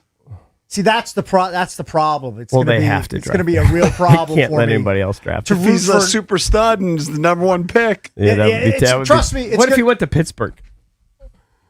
Well, you can't root for him. Yeah, then I can't root for him. But did you guys see the video of him potting a goal earlier this week in Russia? I actually did not. And Pops, of course, is right there cheering him on. Also, did you guys see the obscene amount of luggage that Yes. the Ovechkins Yes. brought across the pond with them Yeah. to go back to Russia It looks like for the summer? Stevie's bedroom. I mean, it was like literally 15 bags of luggage. Big hockey stick bags. Yeah. Just the most I luggage saw. you've ever seen for one family. I've never seen so much luggage. I've never seen It made you like think it. he ain't coming back. Yeah. I mean, there's a lot of It made you packing think there. he had everything. It made you think Brought everything out of the house. Maybe he I is mean, retiring. Maybe he is, because that was a lot of luggage. Yeah. But What- in 10 years, I hope I'm watching Sergei Ovechkin score a bunch of goals, kind of like his pops. So how old is he now? He's 9 or 9? 10. I'm not sure which. Yeah. Oh, you know he's going to be a stud. I mean, he scored with the quickness in this game. That Does I he saw the look? clip. Does he skate? And does he look the I mean, part? it's hard to tell at Yeah, I guess that at 9 age, years but old, he yeah. looks impressive. He looks more impressive Oh, than the he's other gonna be 9 a and stud. 10 Let year me olds see. out on the ice. How do you spell Sergey? Sergei? Okay. We definitely have some sort of Sergey NHL bet, you and I. We do. We consummated that already. Well, you said he was a shoo-in to play in the NHL, and It's a I lock. pushed back on that. His genes are so good. The genetics are so good. It's genes combined with training. Like Exposure the to parents it. know how to Yeah. train. Like big league parents. We've talked. That happens all the time. Yeah. There's duds. His dad is Yeah. the greatest scorer in NHL history. His grandma was an Olympic hoopster. He has the DNA blueprint. He has to be elite great. DNA. And Yeah. he's starting at a young age, and he's going to be tutored along the way. But that would look by like the his world's pops. easiest goal. Like that was not an impressive clip in my mind. If I'm watching the I mean, same clip, he picks up the puck and he skates the length of the ice and he Yeah. buries a goal. It's not, it looked like a it's little pretty kid nice. smeared a goal. That's what it looked like. Means nothing. It didn't look like a phenom. No, but I think he's right in the sense that when you have those kind of genes and then Access. The the ecosystem access that and the he's in, parents, you know, he's living and he's breathing. got the good hot cell. He's got the 24/7. celly. I'm telling you, I watch a lot of tennis. I don't see Andre Agassi and Steffi Graf's kid out there. Well, Okay. the one played baseball at USC. I think it was a pitcher. I know I'm on the pro Sergey side. You're probably on the anti. Only because of the bet. He's probably going to be a big kid too. He's going to be big. Yeah, probably unless Nastia's DNA messes things up. But she's pretty tall too. She's pretty. Yeah, she's tall. I think he's going to be a big kid. Probably. Well, he I'm looks all big. in. Yeah. Plus, he looks like he skates silly. Like, yeah. Let me look at. That was in Russia. That wasn't here. That was in Russia. Yeah. The clip that I saw was in Russia. I don't know if I'm watching the same clip. I think I am. I can't tell if that's... I think that's the same clip. Yeah. Where it's like it's a 3-on-0. Yeah. He just buries it. Buried it easy. I'm going to be watching. He made it look so easy. He made it look so easy. It was unimpressive. If that's a compliment. That's part of the genius and the brilliance. But you see the grin on Ovi's face. Yeah, Ovi loves it. The pride, and trust me, we can all relate. Whenever your kids do something, you just feel silly. I'm going to be watching him score a bunch of goals, and Drab T-shirt is going to owe me a bunch of money. That's what's going to happen in 10 years. I think you're on the right side of the bet. I think I'm on the correct side. I think Drab. I'm going to be on the right side of history. Drab just loves. He's going to be a hater. Loves being a naysayer. That's okay. Yeah. Well, he's playing the math game too. Okay. Playing the math game, but he's not taking the human element into consideration.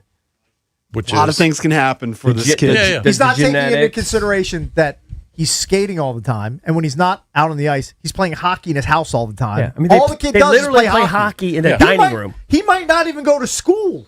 He probably won't. Might just play. He maybe just plays hockey 24/7. I wouldn't bet on the kid having a high SAT. He won't need it.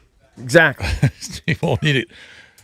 He'll go straight to the I'm league. not saying that they're dumb. I'm just saying I don't think education could be super. Has a high SAT. Yeah, but he could get burnout, and he could. To Drab's point, Michael Jordan's kids didn't make it to the NBA. That's because Juanita LeBron's was kids trash. only in there. That was Juanita. Blame her. Juanita was garbage. LeBron's garbage kids genes. barely in the NBA.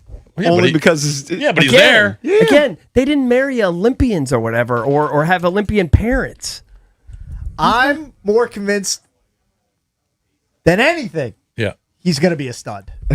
I'm just I'm with you, buying Cakes. into that. I'm with you, Real Cakes. quick. He won't be as good as his dad, but he'll be a stud. He won't be that good, but he's going to be a stud. Freaking Billy Ripken. Real quick, I want to. I know the response. I'm setting you up for this. All right. So Cakes and I were at this golf tournament yesterday, and afterwards we sat next to Gabe Harris, Josh Harris' brother, and he's very nice. You knew him from years ago. Yep. And he goes, "Guys, are you guys going to London?" Hilarious. And I London, said, like London, both England. Cakes and I actually said, I know why you laughed. We would go. I'd be happy to go, but I was like, we work with two guys that would just complain nonstop.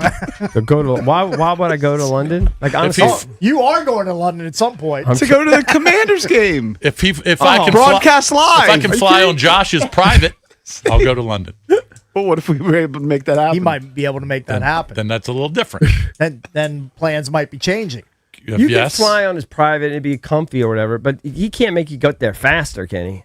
No, but unless he has a Concorde, we don't know about it. Yeah, those have been. But you don't have to wait at TSA and all that stuff. It's a different world when you're on private. Yeah. It's actually you actually enjoy flying. But see, this is it. Listen to the moaning and groaning about a possible. Then I can't get my Auntie Anne's pretzel going. I told him, I was like, airport. well, we used to go to Super Bowls and a lot of cool stuff, but then I think our program director quit doing it because the complaints are too much. Well, it was expensive. A lot of complaining. Right? Expensive for the company. And complaints. They go hand in hand. These things happen sometimes. What are you going to do? I know that's not happening. All right, we have to get out of here. We are done for the day. We'll see you again tomorrow. B-Mitch and Finley, they're coming up next.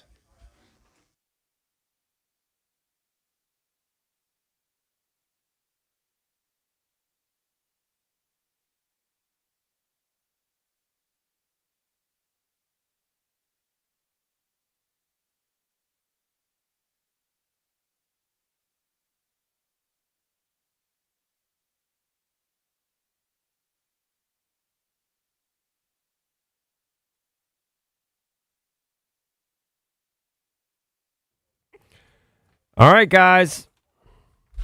Let me share a story about Emily. She lived in her family home for over 30 years, the same home she actually grew up in. It was full of memories, but she was finally ready for a new chapter. The crisis, that first weekend out, she found it, the dream home. She was swept off her feet, put it on offer immediately, but then heartbreak. The seller said no, they wouldn't even consider her offer because her current home wasn't sold yet. Emily was devastated. The pivot, that's when Debbie, Sarah Reynolds, and Power Team stepped in. They don't take no for an answer. They pivoted fast, went straight to the seller, showed them a proven strategy that guaranteed Emily's home would sell. The result? Wow. They got Emily's home on the market, created immediate demand, and sold it in just days. Emily went from thinking she lost her dream home to packing her bags. The Reynolds Power Home team creates a customized strategy for every home they represent. Their homes sell 2 times faster than the average agent. They net their clients 4.2% more money. That's over $30,000 extra in your pocket sometimes. So if you're thinking about making a move now, you feel stuck, sell with certainty. Your home sold guaranteed. Hit up Debbie, Sarah Reynolds, and Power Home team right now. 844-654-SOLD. That's 844-654-SOLD, or visit DebbieAsTheBuyers.com. Dude.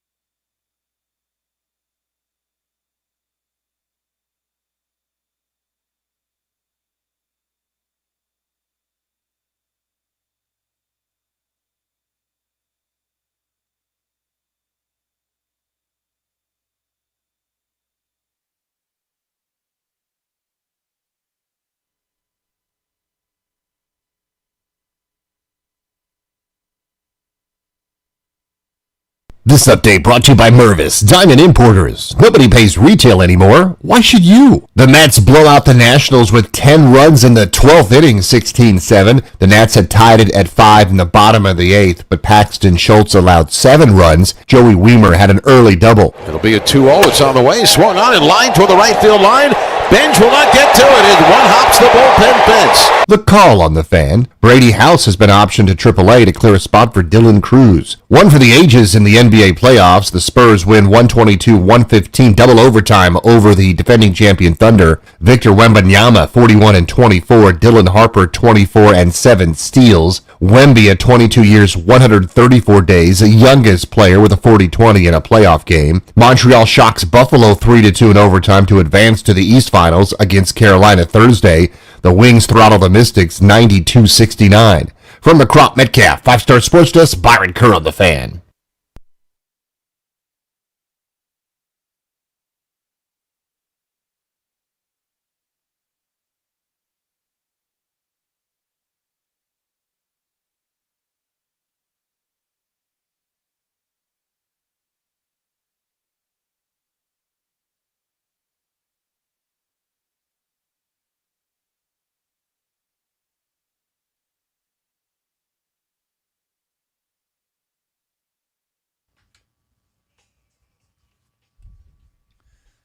What up, everybody? It is 10 a.m. in the District of Columbia. Points north, south, east, and west. It's B-Mitch and Finley. We got Steve Zabin in with us today. Hello, what up, JP. Zabe? How are you? I was going to call you by your birth name, but I don't even know what JP stands for. Really? Yes. I know John Paul Flame. I am James Patrick. Nailed it. Did you really not know that? Yeah. What a way to start. Yeah, dude, that's a hot start. What a way to start the show today. I literally did not know that. James Patrick Finley III. Attaboy. So all of the Jim and Jimmy options were taken. So I got the initials. And Finley's Scottish. Yeah. Ah, beautiful. Yeah, man. All right, beautiful. And you're back from Bandon Dunes. I'm back from Pinehurst. So you were in Pinehurst last week? Yeah. Oh, I didn't realize that. Yeah, technically Pine Needles. Did you stay there? Yes. I stayed there with B-Mitch before. Oh, yeah, in the great. little lodge right next door. Yes. I love the old schoolness of it. Yep. There's it reeks of wood paneling, which I love. And people that smoked packs of cigarettes. Oh yeah. For decades. Yes. Inside. Yes. It's the lesser pretentious and less expensive way to get the same Pinehurst experience. Pinehurst proper, the resort, is a factory. They jack. It's like Disney for golf, and they're making money hand over fist. So we did a trip we stayed in Pine Needles. We played Mid Pines, Pine Needles, maybe Southern Pines. We played the Cradle. They're all good. It was awesome. Yeah. That's a good trip. That's the infamous story where Pete Haley and myself maybe had too much to drink and decided to try to take B-Mitch on. And in a fight? Yeah. And just try to wrestle him? An old-fashioned wrestling match, yeah. And B had Pete, I don't know how he was physically able to do this, but he played in the NFL for 14 years. He had Pete picked up by his throat off the ground and had me pinned down with my face on the carpet. And it was that moment where I was like, all right, I'm never trying this again. While hammered. Yeah. Oh. On a golf trip. Oh, yeah. That is fantastic. End of a night wrestling. See, you guys are still young and spry enough to entertain those notions. When you get to 58, you think, okay, most of my body is not completely sore. Don't do anything to make a body part sore. Sure. And wrestling an ex-NFL player would probably make a lot of things sore. Well, and this was COVID. So I wasn't even 40 yet. So like, and you weren't a man. I'm 40. And the extra stupid part about that story is during COVID, Pete and I and a bunch of other guys got into this like early morning workout routine. So we were feeling pretty good about ourselves. And we were even on a golf trip. Well, during the golf trip, we didn't do it. But Pete and I were doing pull-ups on those wood panels in the old rooms and stuff. Wow. And so we were like feeling ourselves and started S-talking B. And he was just like, shut up. Because when Brian's chilling out, he was like sitting down in a big chair, lounging. And so stupid. Pete I don't know if I came up with it or Pete did, but we kept calling him Helen Keller for some reason because he like wouldn't do anything. And then finally he's like, all right, that's enough. And just like immediately it was like 2 movements and we were just completely debilitated. Oh my God. Speaking of debilitated, how was your ride in? You didn't know about Tuesdays. Tuesdays are the worst day in town. Yeah, so I decided to leave the house, the compound, the monogamous compound in western Loudoun County at 7:30. Now, you do the math on how long, how much time that gives me, 2.5 leisurely You're hours. Purcellville-ish? Yes. Okay. And I leave at 7:30 going, I'm going to go completely free. I'm taking Route 7 all the way down to good old Georgetown Pike, 193. And then all the way to the Parkway, and then I'll just see how long it takes to get in. I figure to be under 2 hours. Yeah. And of course, I then get to the Parkway, and it's a blood red stretch of complete navigational hell. Now, had you not checked the route Oh, prior? yeah. Oh, listen, I was not going for the fastest. I was going for cheap. Okay. I didn't want to pay the toll road all the way out, the Greenway all the way out there in is Loudoun. the biggest scam ever. I mean, Yes. what is it, $15 or whatever to go a mile and a quarter? And half the time it doesn't register my Easy Pass. It's not 15, but it's You're not listening. 15. It's like $8 or $9. Yeah. And they hide the cost of the toll on one sign that is way off to the right. Sure. A good quarter mile before the toll booth because they don't want you to see. They don't want you to know. It's one of the biggest scams ever. They awarded a company, a private it's like an company, Australian company the or something, rights right? to the road in perpetuity. And the state has tried to wrestle it back, JP, multiple times. They can't do it. The contract is ironclad. So it's a complete scam. So I said, you know what? I'm going to take my time, go cheap.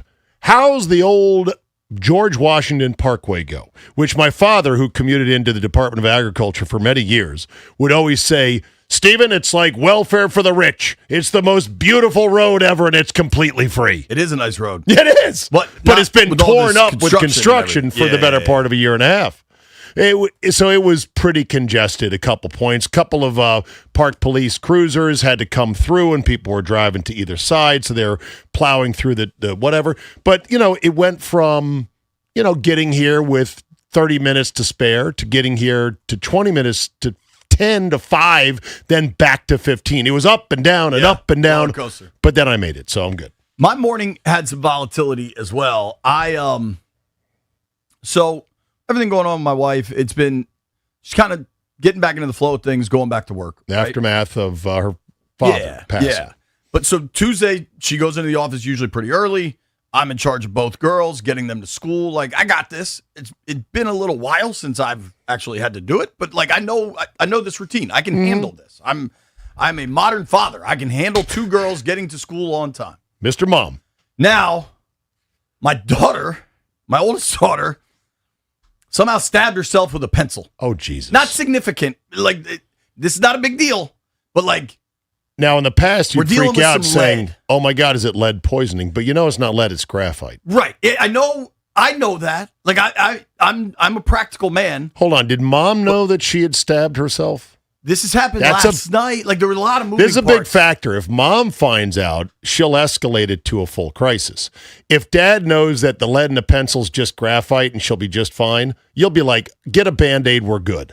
So I texted my buddy Cisco, who's a doctor, because last night we like treated it, I suppose would be the term. And then what's that? Like bacitracin, and I don't know. I poked at it with a tweezer. That was about it. Is that like Bactine? Yeah, it's like an antibiotic ointment. Bacitracin, okay. Yeah. When I was a kid, we had Bactine. Came in a bottle, cotton swab, stung like hell. Yeah, I think this is a little same idea because it's probably the same active ingredient, just a little smoother. Yeah, okay. But this morning she said it hurts. And I'm like, oh, hell. Like, that's step 1 of, like, we have a problem, right? So we soak it in water for a while, which I was told to do. Warm water with salt in it. I don't know if there's, like, medical grade salt. I just took salt from our, like, salt and pepper thing and poured it in the water. So hopefully that's correct. Didn't take Himalayan pink salt? If we have it, I don't know where it is, Abe. By the way, Bactine and bacitracin are different primary purposes in wound care. Bactine antiseptic and pain reliever. Bacitracin is topical antibiotic ointment applied to prevent infections in minor cuts and scrapes. So it sounds like you had the better of the two. Good. So you got that going for you. But her hand hurts. Hand hurts. A lot. She says a lot. But she's how old? 10. Yeah, well. She's okay. 10-year-old pain, they're not used to any pain. So they're going to be like, oh. No, she very much was trying to be a trooper about it, power through it. Okay. And that's when I was like, all right, we got to do something here. So we're cruising along, and I can't figure it out. And then we got to go to school, but we got to deal with this hand thing. So shout out to my boy Kevin Bird, drives my little one to school. Then I call in reinforcements. My neighbor, Janine, is a nurse. She came up, and I felt much better about this. She did some inventory. I played with her little girl who she was walking to school so she could help my oldest daughter. And she's like, you did good. This is okay. Just put the ointment on it, put a Band-Aid on it, send her to school. So I was feeling very good about myself. Yeah. And Shelby in the car was like, thanks, Daddy. And I was like, victory. Like, you don't get That's a that home many run. mornings. A thank you from your daughter. Now, those will disappear. she could come home and her hand might be falling off. I don't know. You know what I mean? But, gangrene is setting in. So we'll see. I think we're good. Okay. And I was very ready for today, but I stayed up a lot later than I planned last night because I watched all of the sports. Incredible night. What a night of sports. Pow! Couple overtime, double overtime, Nats and an going overtime. to extras. And the Nats going extra. I want to start with the Nats because I got chirped by 2 Mets fans this morning because I make no secret how much I enjoy the Mets sucking. Right. And I had Mitch Tischler and Tarek Freeman texting me this morning.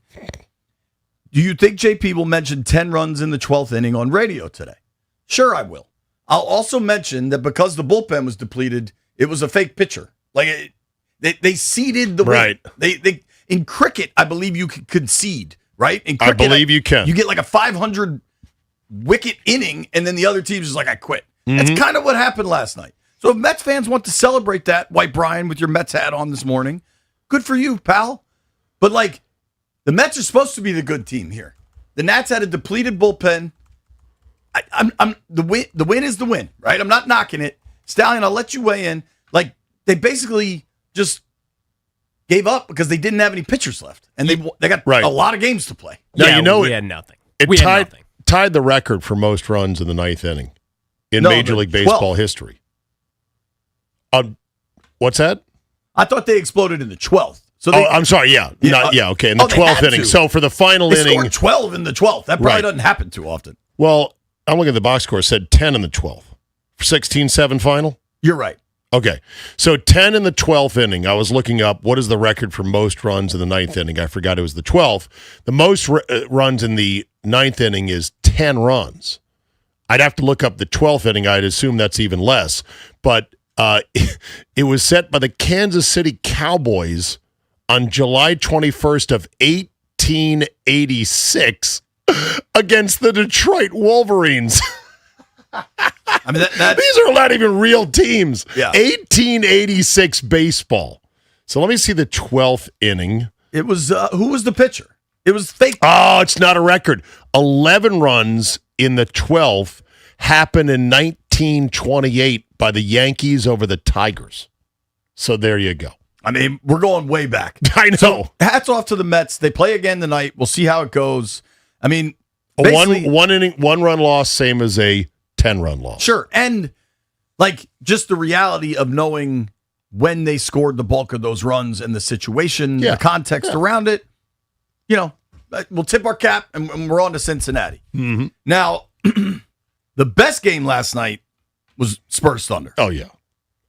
It was incredible. Just incredible. And I thought, I've said this for a while. I think this is going to be the coming out playoffs where Wemby goes from this like hardcore basketball fans know Wemby and understand his game to he transcends to casual fans and is a much bigger deal in 2 more months. I think he's already there. I think he arrived last night.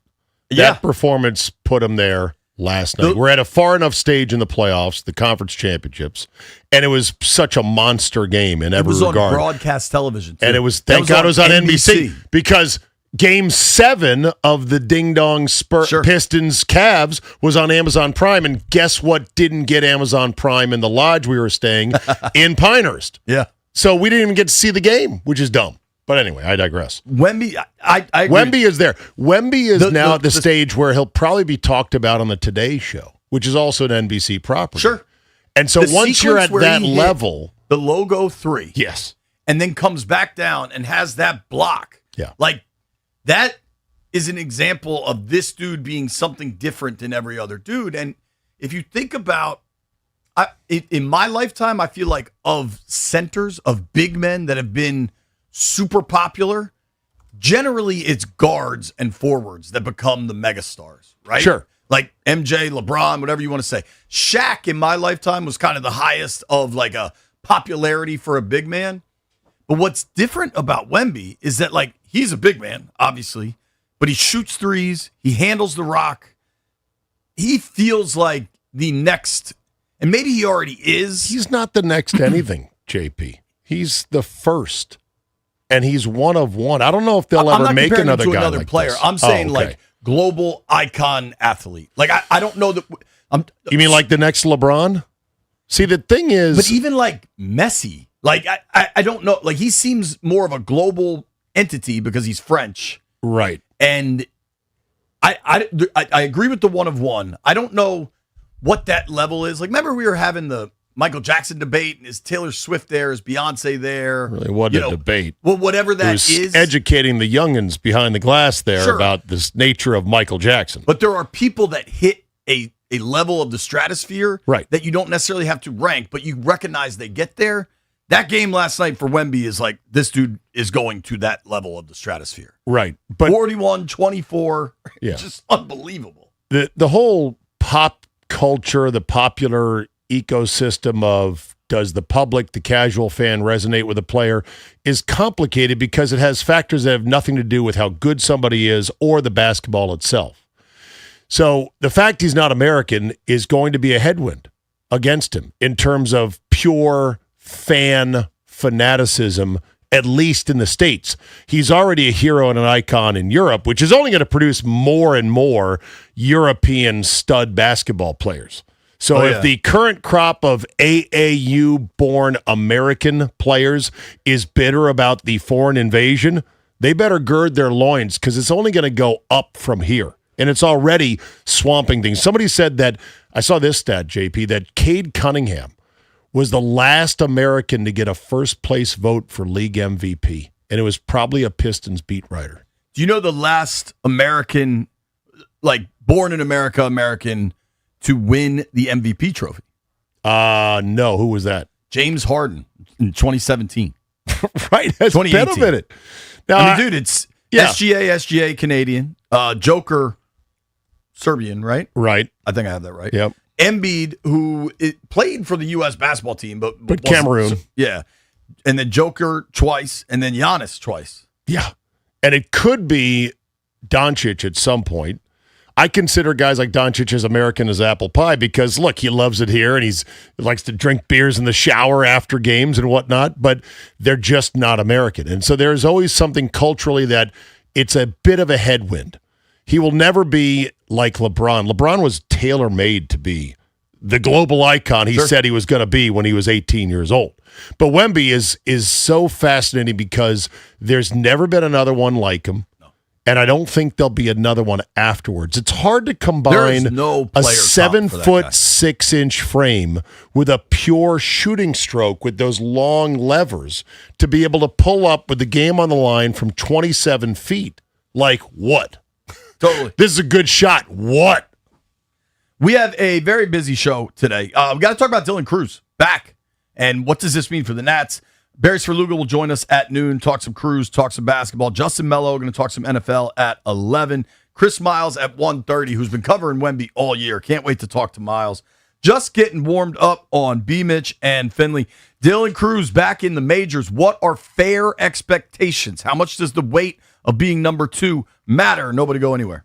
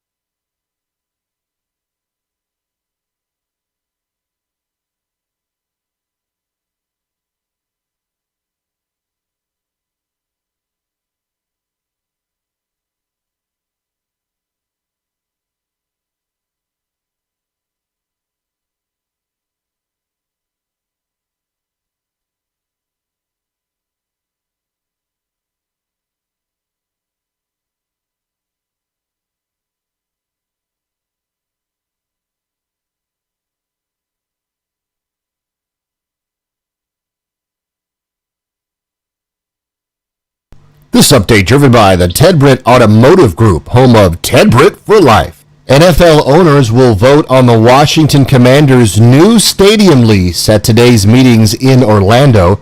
This is according to Nikki Javala.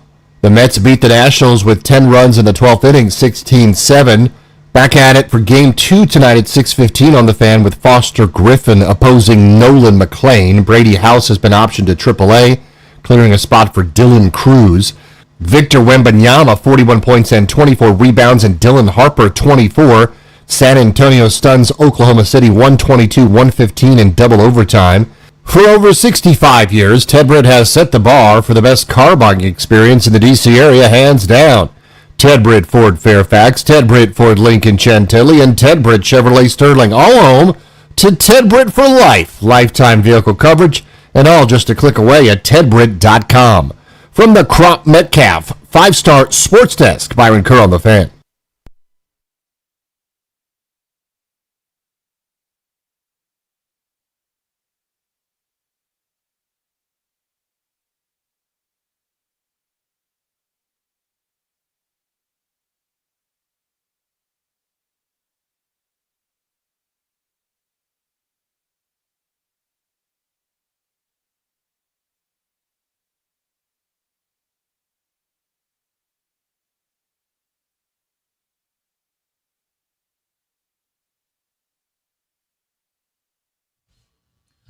B-Mitch and Finley, 1067 The Fan.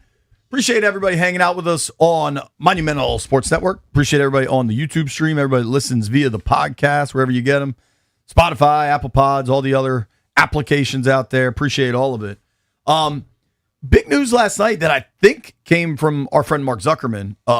Maybe it was just the team announced it, but I saw it first from Zuck, that the Nats are calling up Dylan Cruz.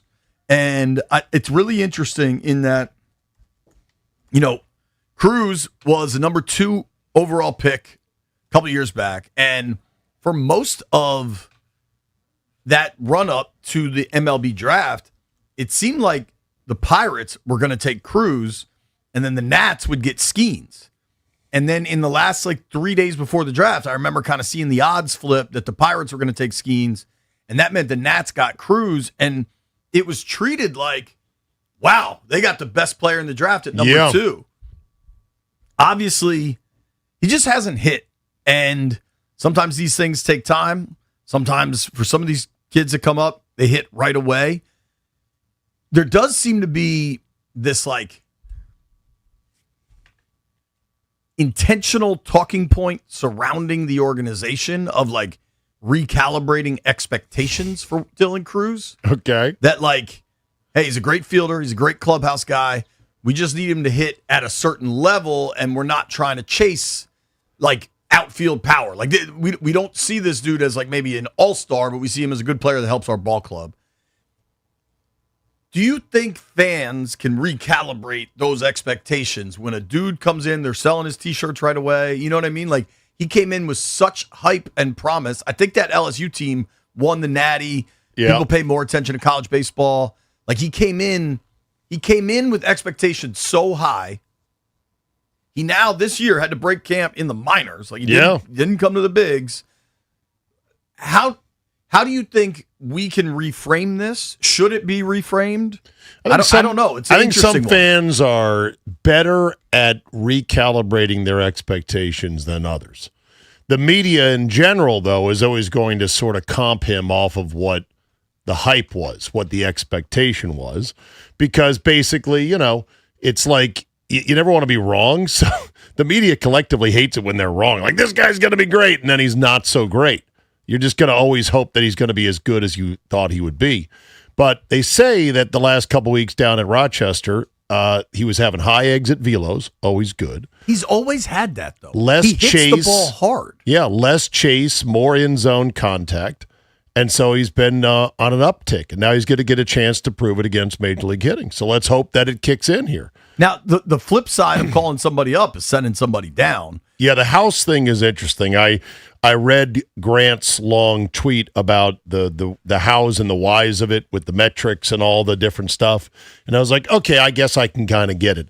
I'm going to assume that the organization knows a lot more than I would as just Joe fan as to what are you doing, man? Like he's really I think it's got to well. be strikeout driven, right? Probably. He's got 50 Ks in 44 games. That hurts, yes. And this crew is all about analytics and contact and exit velo and all these numbers, and like 50 Ks in 44 games is pretty significant. And what that does when you're just trying to get base runners, you know what I mean? Like all roads lead back to the Moneyball theory. Just get on base, take more pitches, get deeper into the bullpen.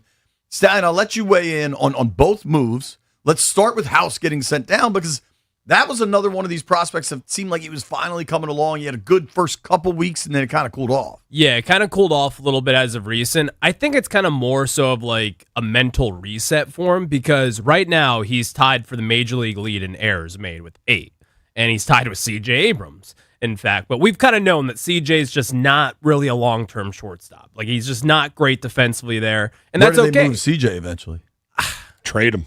That could be it. Maybe second base, maybe an outfield. We don't really know. But Brady House is someone who is a stud defender and was last year. He showed a lot of flashes of being a good defender, and this year he's regressed tremendously. Yeah. Like, he just hasn't been there. And so I think there's kind of like a mental reset that they want to take on with him.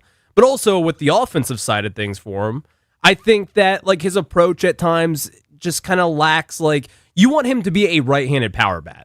And he has been that at times, but he just hasn't really been that consistent. So I think that's something that they can kind of work with down in the minors. But it is also something you have to consider with this. Paul Taboni did not draft Dylan Cruz or Brady House. Right. So, like, we don't really know what they think of these guys. Like, Taboni may love them. Ani Colombi may love these guys. Like, we don't really know at this point. And I think it's pretty fair to say that they think very highly of House and Cruz. But also, it's not one of their guys. So think of that. So with Cruz, do we think this is a result of Jacob Young getting drilled? I mean, No. Jacob Young goes back-to-back games with home runs and then gets drilled. No. I think, like, in the reporting of it, like, these guys, like, that move was going to be coming regardless for today. And so when Jacob Young got drilled, I mean, he's not going to the IL. Joey Weimer's not going to the IL. The roster move is that Brady House is being sent down. So obviously that's something that they were probably thinking about heading into yesterday's game. Maybe see how things work out, but I think that they wanted to have Brady House kind of get a reset down in the minors and then see what Dylan Cruz can do up in the majors, because he has been hitting the ball well. He's has a better, more refined approach. He seems more confident, and you have seen a better product of Dylan Cruz. So I think there's just a multiple kind of equation here that you kind of have to figure out. It's crazy how baseball can swing, kind of, because yesterday we talked a little Nats coming off of the series win over the Orioles. On Saturday evening, they were 500 for the first time in this late in the season. How's the vibe of that proxy rivalry? That proxy, or like, I'd like to know, is it still, how is it? They sold out both games. They sold out both weekend games, I believe. Oh, understandably, yeah. I just wonder if it's still, was it ever something that had real friction and spark? I do think there was real friction for a while. I think if either team was good again, there's friction again. Okay. I think DC Baltimore is a real rivalry in like when the Commanders play the Ravens. It's a the people, the fan in general. If I go up to Baltimore for the night, I have a nice time and it's fine. And I think if Baltimore people come down here for a concert or something, it's fine. But when the two sports teams are involved, it does bring out kind of that like homerism where you just root against the other team. Yeah. I don't think in general Nats fans, like if the O's got into the playoffs and were in the AL division series, I don't think Nats fans are actively rooting against them. I would think it's the same for the Orioles. Do you think city to city there's a rivalry? Yeah. You really? Yeah, you don't? Because as a Washingtonian, I'm like, you're Baltimore. Know your role. That's exactly the rivalry. Then. Oh, it is? Okay. Because not our rival. They resent that. Well, good. They can keep resenting it. Maybe rivalry's wrong, but animosity between the two. So, yeah. I mean, you're clearly look down your nose at them. Well, don't look down. I just say, know your role. You're Baltimore. Right. And then Jeff went to Bowie State, which is right in the middle. Jeff, Baltimore versus Washington. Maybe it's the it will always be a thing. Yeah, it's a thing. Okay. Those are our cousins from up the road. Okay. That, they say Baltimore is better than that. But the thing is, when the football teams play, it doesn't matter if it's the preseason game there's always or it's the regular season. Yeah, that take it hard. Yeah, that I can definitely see. I love the fact the Nats are the number one scoring team in baseball as we approach Memorial Day weekend. Also giving up the most runs. Listen, I know that. But the fact that they have 262 runs, full 12 more than the Braves, 14 more than the mighty Dodgers, is fun as hell. Totally.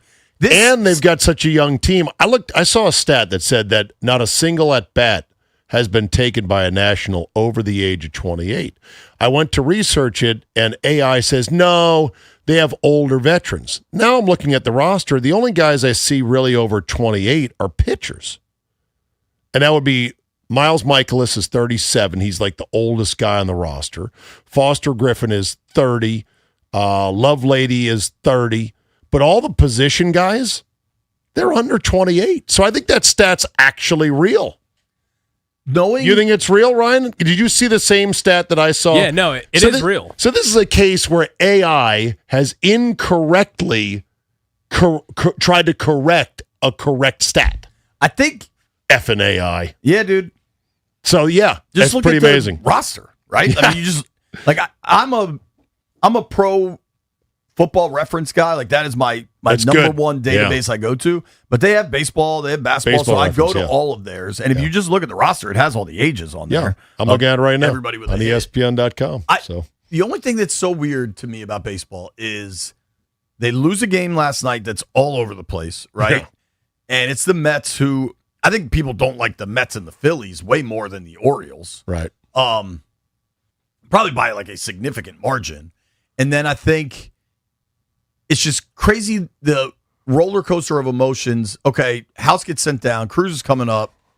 There's the lingering, they're probably going to trade CJ at some point notion, right? Mm-hmm. But this Nat season is far more fun than the last couple of years. this is way more fun so far right now. This is way And it's more different. interesting. It's just something that's different. too. I know.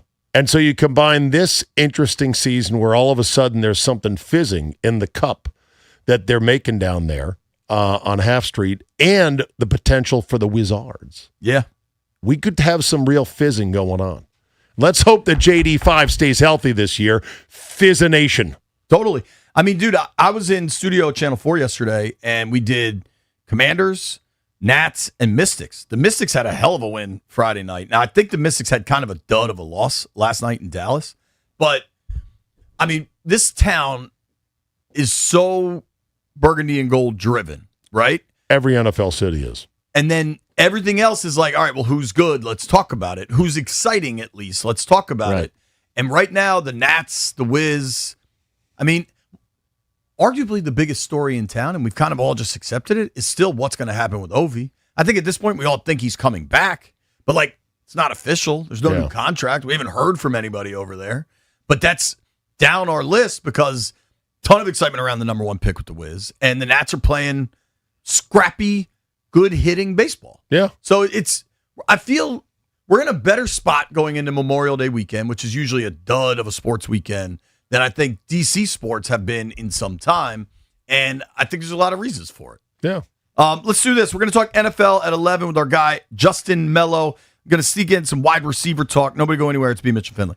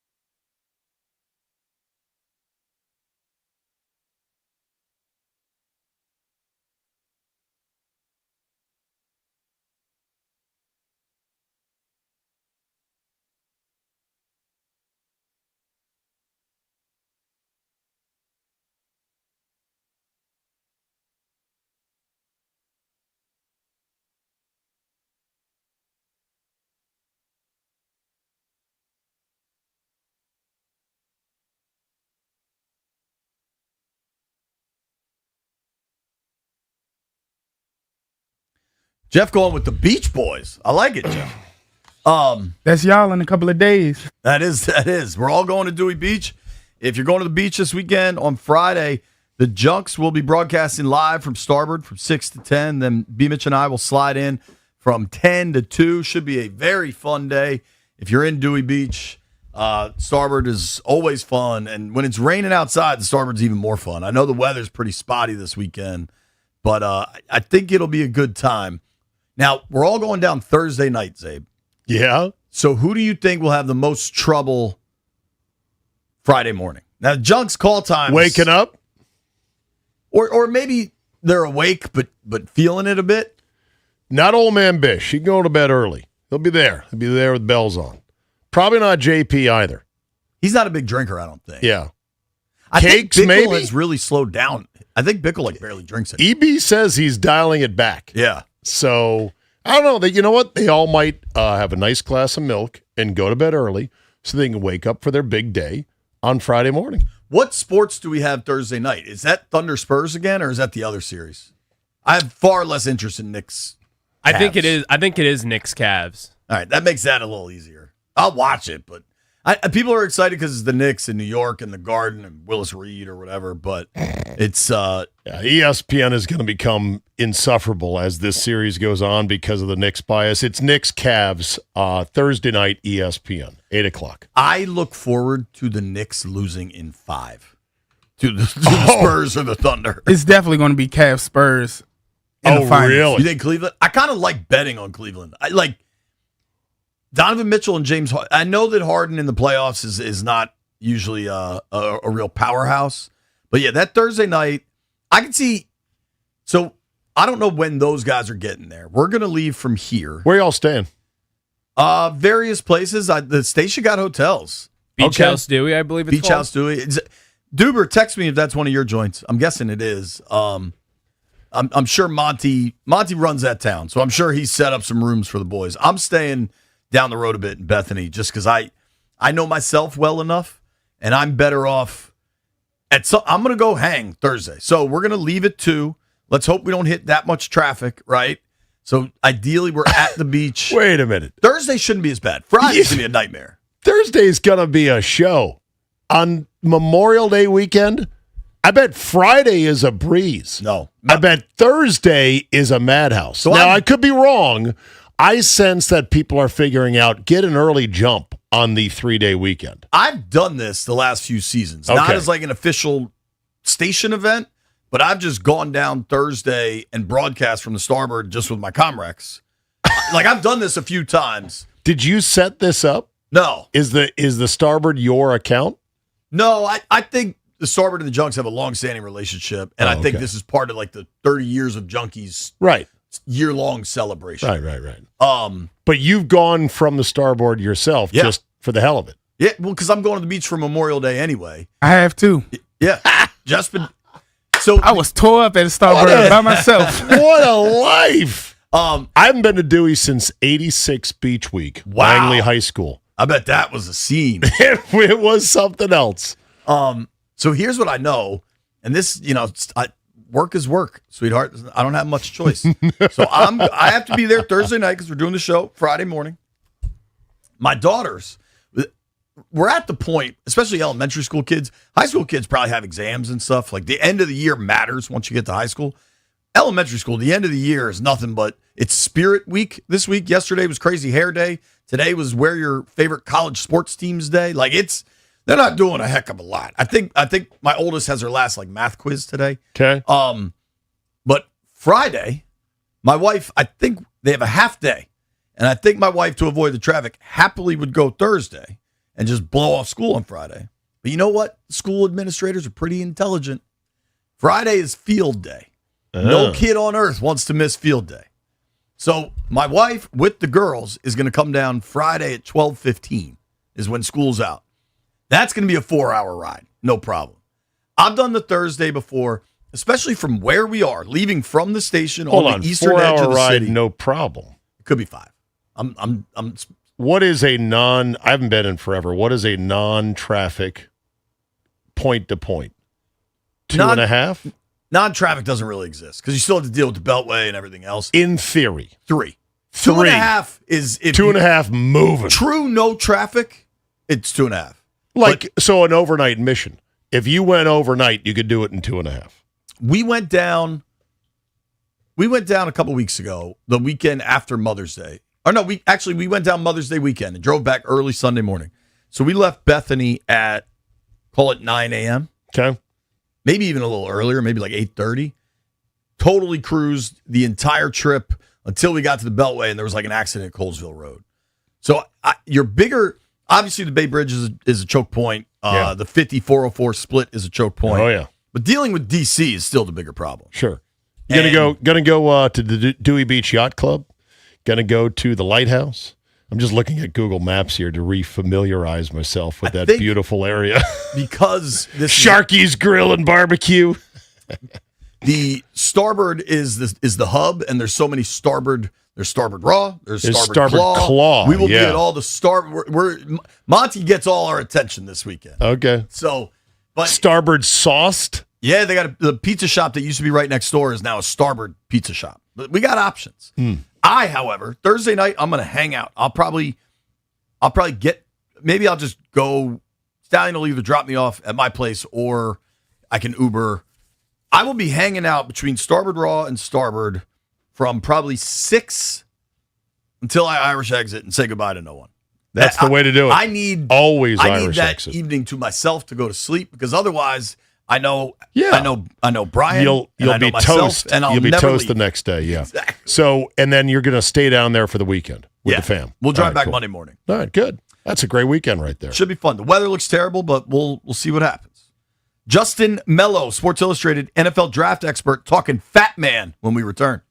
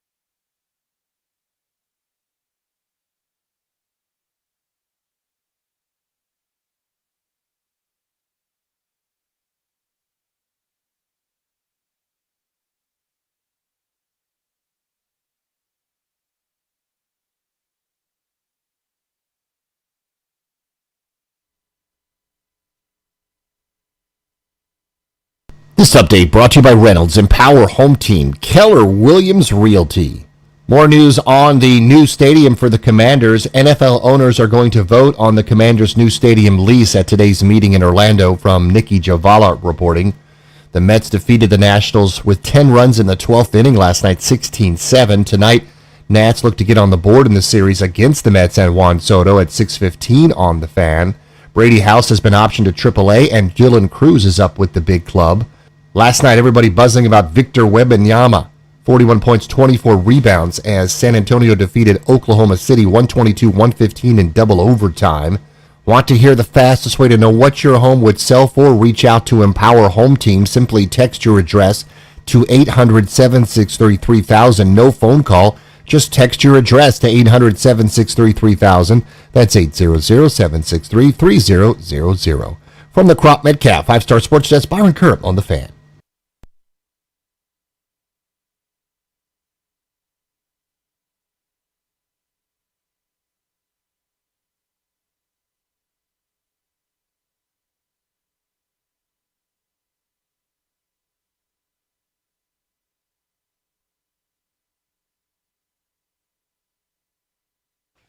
B-Mitch and Finley, 1067 The Fan.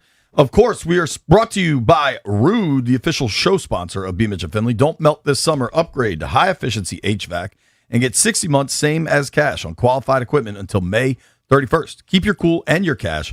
Find a Rude Pro partner at rude.com. If it ain't Rude, it ain't right. We are excited right now to jump on the Rude guest hotlines and talk to our friend Justin Mello from Sports Illustrated. Justin, what's going on, man? How are you? I'm doing well. Appreciate you gentlemen for having me. It's nice to have some OTA football content on the timeline. It feels like we're getting back into the swing of things here. That's right, man. We were at Commanders rookie mini camp a couple weeks back, and they'll have OTAs next week. We'll be out there. Wanted to talk to you. You do a lot on the NFL draft, and I know you wrote about the fit of Kaytron Allen, the fat man, the Penn State running back, coming to Washington. Just kind of give me your thoughts. Yeah, I really liked that pick. Round 6, 187 overall. Pre-draft, I did a lot of work on him, of course, and very productive back. I think pro-ready frame, really good size. I think probably the most important trait a running back can have going from college to the pros, might be the most underrated, is having good vision, right? And when I watch him run the football, he runs like a pro-ready back, and I think that's going to benefit the Commanders a lot. He leaves Penn State, all-time rushing leader in program history, nearly 4,200 rushing yards throughout his time there as a Nittany Lion.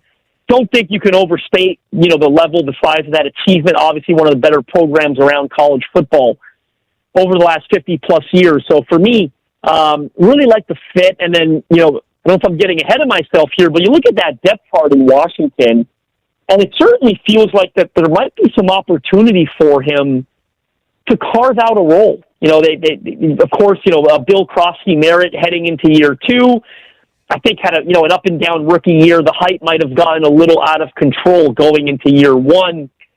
They make some changes there, right? Chris Rodriguez no longer in the room.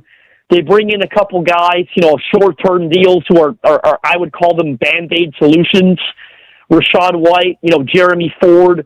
The latter of which, Ford, I'm not even convinced that he makes that roster, right? They bring back Jeremy McNichol. So it's a crowded room, but in truth, it's probably more quantity than quality. So certainly feels like, Kaytron Allen has a good training camp, a good preseason, whatever it is. Certainly seems like there's opportunity for him to carve out a role for himself in that room. Does he have RB1 potential? And what does that even mean? Because he's a 6th-round pick who is trying to supplant a 7th-round pick who at one point kind of was the RB1. I think he does a lot of good things, right? Could he be the RB1 in this room? I could see it.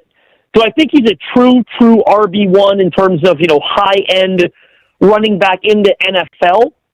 No, I don't think I'm comfortable going there, right? I think there's probably a reason that he was a 6th-round pick. And, my pre-draft scouting report would say those reasons are there's probably a capped ceiling, right? Like, he's not the most explosive guy that I've ever seen. not the most dynamic. I don't know that he's breakaway speed in the open field. I don't think he has those things, right? But if I look at, what this team is going to be, and I think it's probably going to be running back by committee, right? I think 100%. Everyone's going to chip in and help. I don't think there's anyone that's going to run away with this job. I think he's an RB by committee kind of guy because he's big, he's physical. So immediately I think, well, first, second down, between the tackles, goal to go, short yardage. A lot of what Chris Rodriguez did for them, right? For a period of time before moving on. So I think he's got that potential. And if you can get that kind of guy in the 6th round, I think that's a win. But in terms of being, a true high-end RB1 in the NFL, I think a lack of, breakaway speed and dynamic athleticism, the explosiveness, I think that probably holds him back from reaching that category.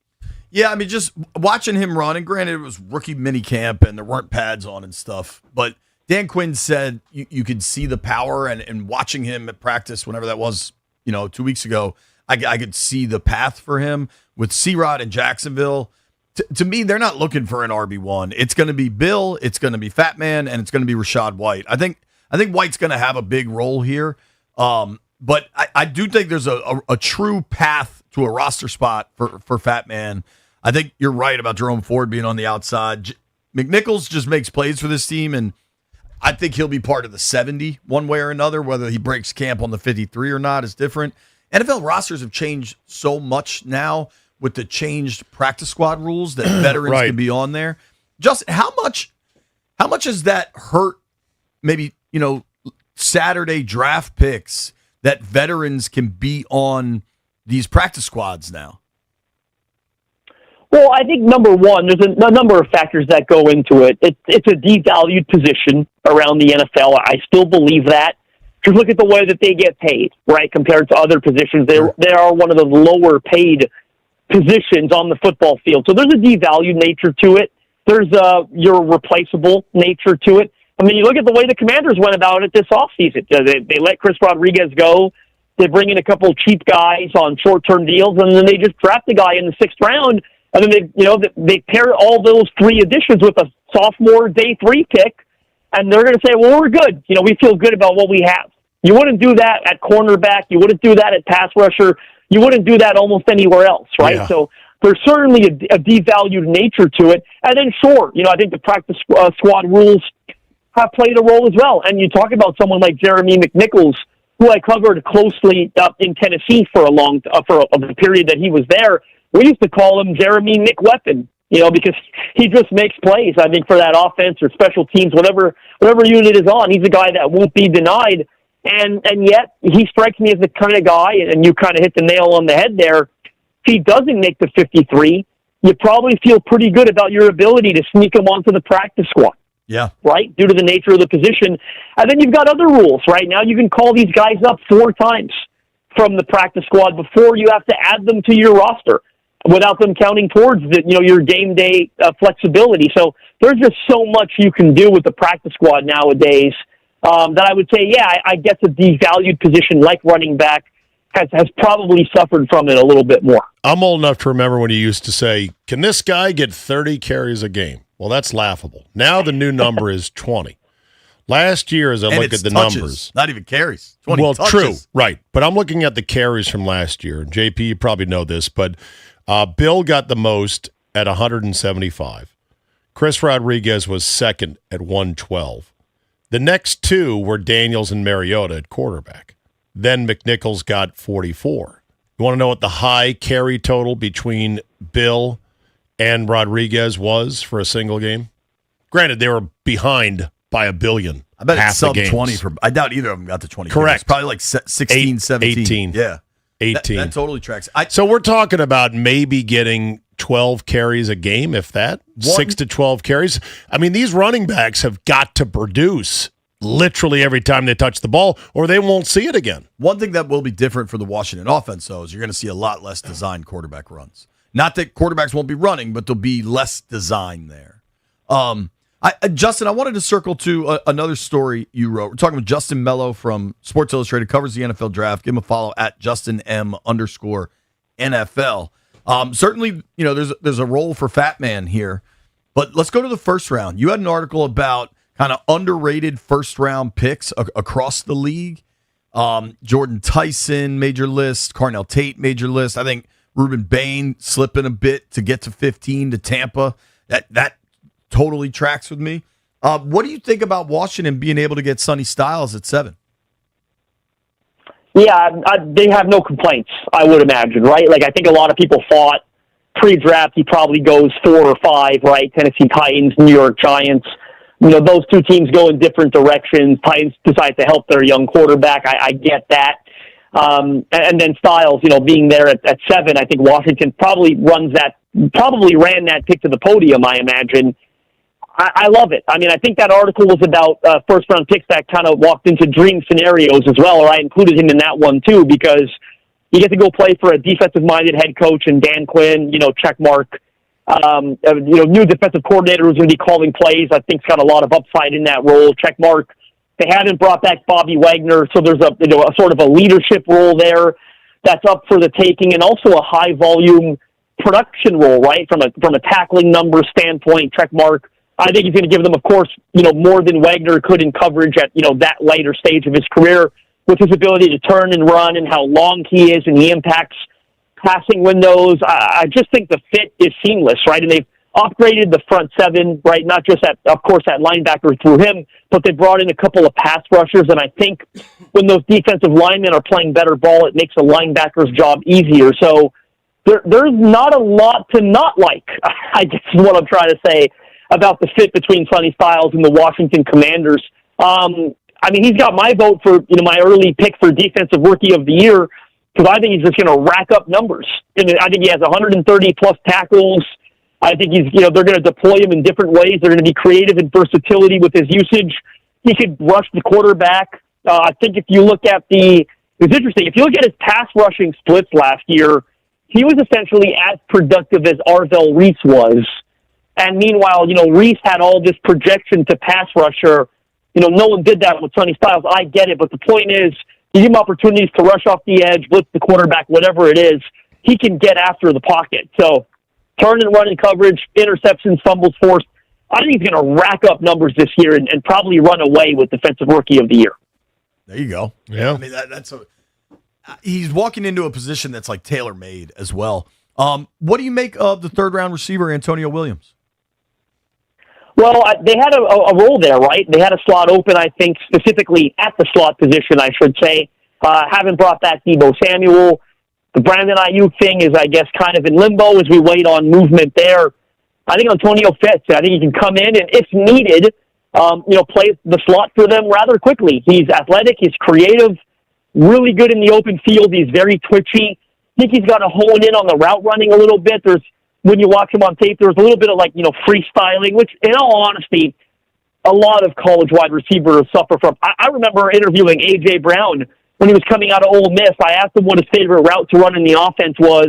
He looked at me and said, we had a route called Get Open, where we just kind of did what we wanted and we got open. And I said, oh, dear Lord, who's running the offense? Like, what are we doing, right? Who's running the offense? So you'd be surprised, right? Like, a lot of these guys come out of college not that polished when it comes to the route running. So I think he's got to get better there, but that's kind of par for the course. But you watch him on tape, he's athletic, he's dynamic, he's twitchy. I think he's a tailor-made fit for the slot position. I think that's why they targeted him specifically, right, with that role in mind, not bringing back Deebo Samuel, kind of saying, okay, admitting defeat maybe on that one. But I think if they need him to play, I think he could do it fairly quickly from the slot. Again, they bring in Brandon Ayuk, he probably gets pushed down the pecking order. And honestly, it's probably best for him, right? Like, you don't want to be too reliant on a rookie you drafted in the 70s. So, but he could do it. I think he's capable of playing reps, and, maybe there's a role on special teams too, but excited to watch him kind of compete for opportunities in the slot this summer.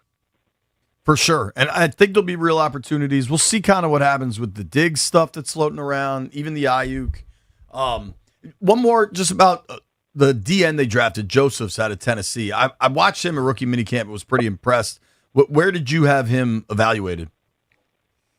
Yeah, I thought he was, very athletic. He's long. You kind of like certain aspects of his frame. I think he's got to add more play strength and fill it out a little bit. but he's long and he knows how to use it, and he's athletic, and I thought he had some good production this past year for Tennessee, and you see the pathway.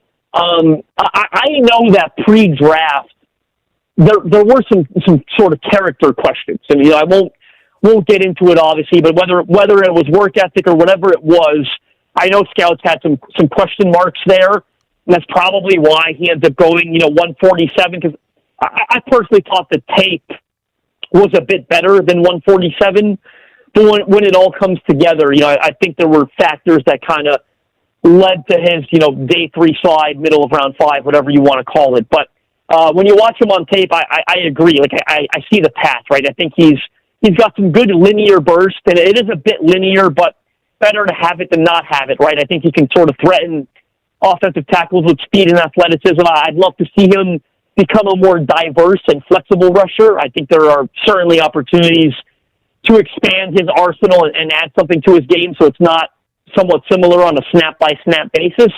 But they're not going to ask him to play every down, right? He's athletic. He can do some things for them in certain personnel packages. And if he can kind of, get things going and attack this opportunity with vigor and effort, then I could certainly see a pathway for him developing into a contributor. Because, again, love the length, love some of the things that he does with the athleticism, but, got to get going in the right direction. So when I talk to a real draft guy, I could go deep and really nerd out on this stuff. I'm going to ask you one difficult one and then circle back with a very easy one. Undrafted kicker Drew Stevens out of Iowa. I don't know that you scouted or watched him, but he's got the leg. Can he get the accuracy to be an NFL kicker? Did I scout him? I have a great interview on the website right now that I did. I've got a fantastic. I will DM you as soon as we get. I've got a great interview that I did with Drew Stevens pre-draft, where we talked about all of that. I asked him about bouncing power with accuracy, how he goes about that. Like, I had a deeper conversation with an undrafted kicker than any draft analyst should probably have. I love it. On a website. I did a great Q&A with Drew Stevens. I thought he was one of the better draftable kickers. I'll say this. He had a lot of interest pre-draft. I got to speak to him about that off the record a little bit. And can say it now because it doesn't matter anymore, but he had a lot of interest. He went to a bunch of, pro day workouts, things of that nature. I thought a team was going to draft him.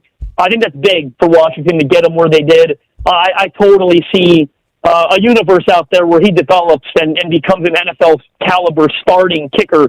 There's only 32 of those jobs in the league, right? There's not a lot of them, but I like Drew. A couple of things he's got to work on, but I think they got a good special teams coach down there in Washington. He'll be able to compete this offseason, right? Like, preseason training camp, he'll have lots of opportunities. Big leg, like you said, probably got to be a bit more accurate. But in all honesty, like, you look at numbers from college, we make this mistake a lot. There's really no predicting. Like, sometimes you'll see a 75% college kicker become an 88%, right, like, success rate in the NFL.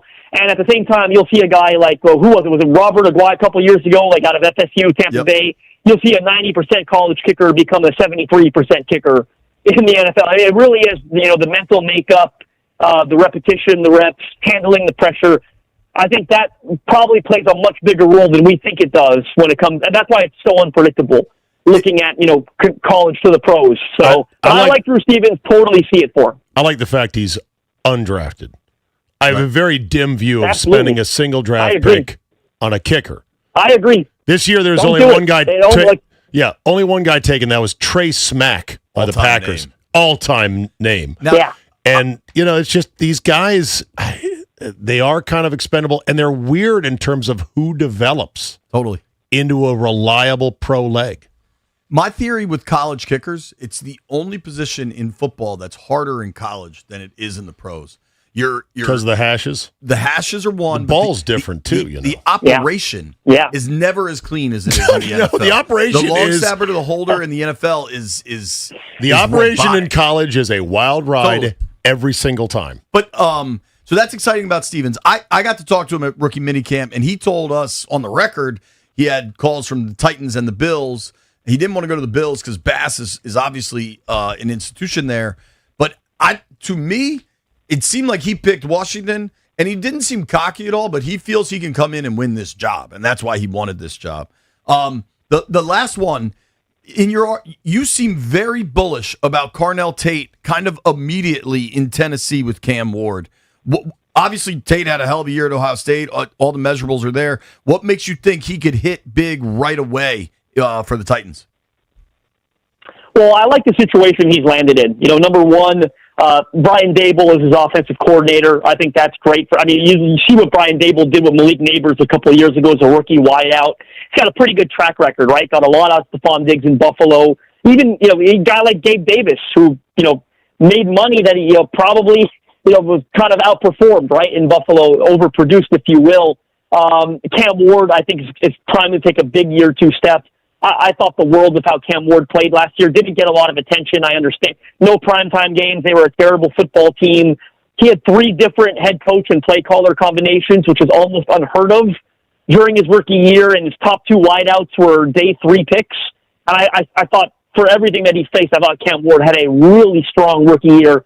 I think he's going to take a huge step, in year 2 under a much better coaching staff and with Brian Dable as coordinator.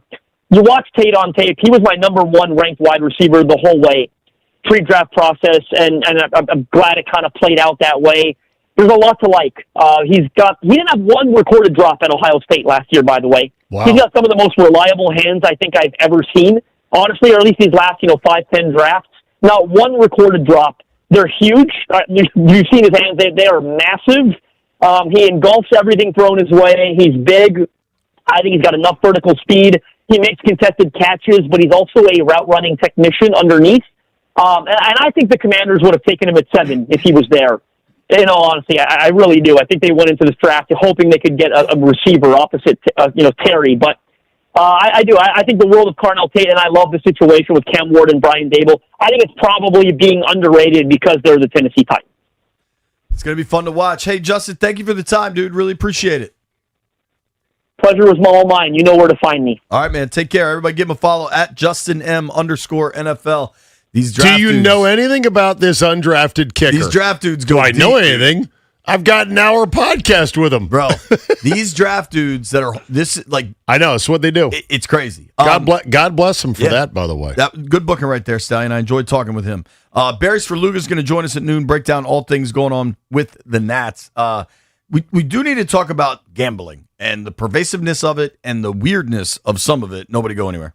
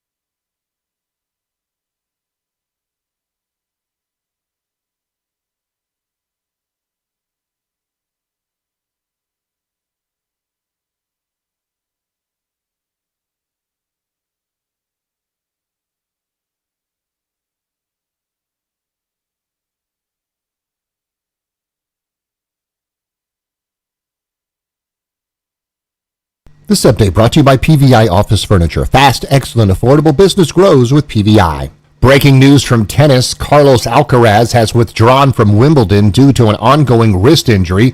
He withdrew from the French Open back on April 24th. The NFL owners are going to vote on the Commanders' new stadium lease at today's meetings in Orlando. This from Nikki Javala. Nationals tried to pick up after a tough one last night, allowing 10 runs in the 12th inning and getting pummeled by the Mets 16-7.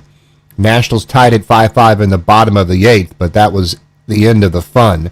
Tonight it is 6:15, Game 2 right here on The Fan with Foster Griffin against Nolan McLean. Cleveland Cavaliers and New York Knicks tonight at 8 p.m. with Game 1. PVI Office Furniture brings expert design, fast delivery, and professional installation. That's a winning play for your office. Step up your workspace at PVIPVI.com because business grows with PVI. From the Crop Metcalf 5-Star Sports Desk, Byron Kerr on The Fan.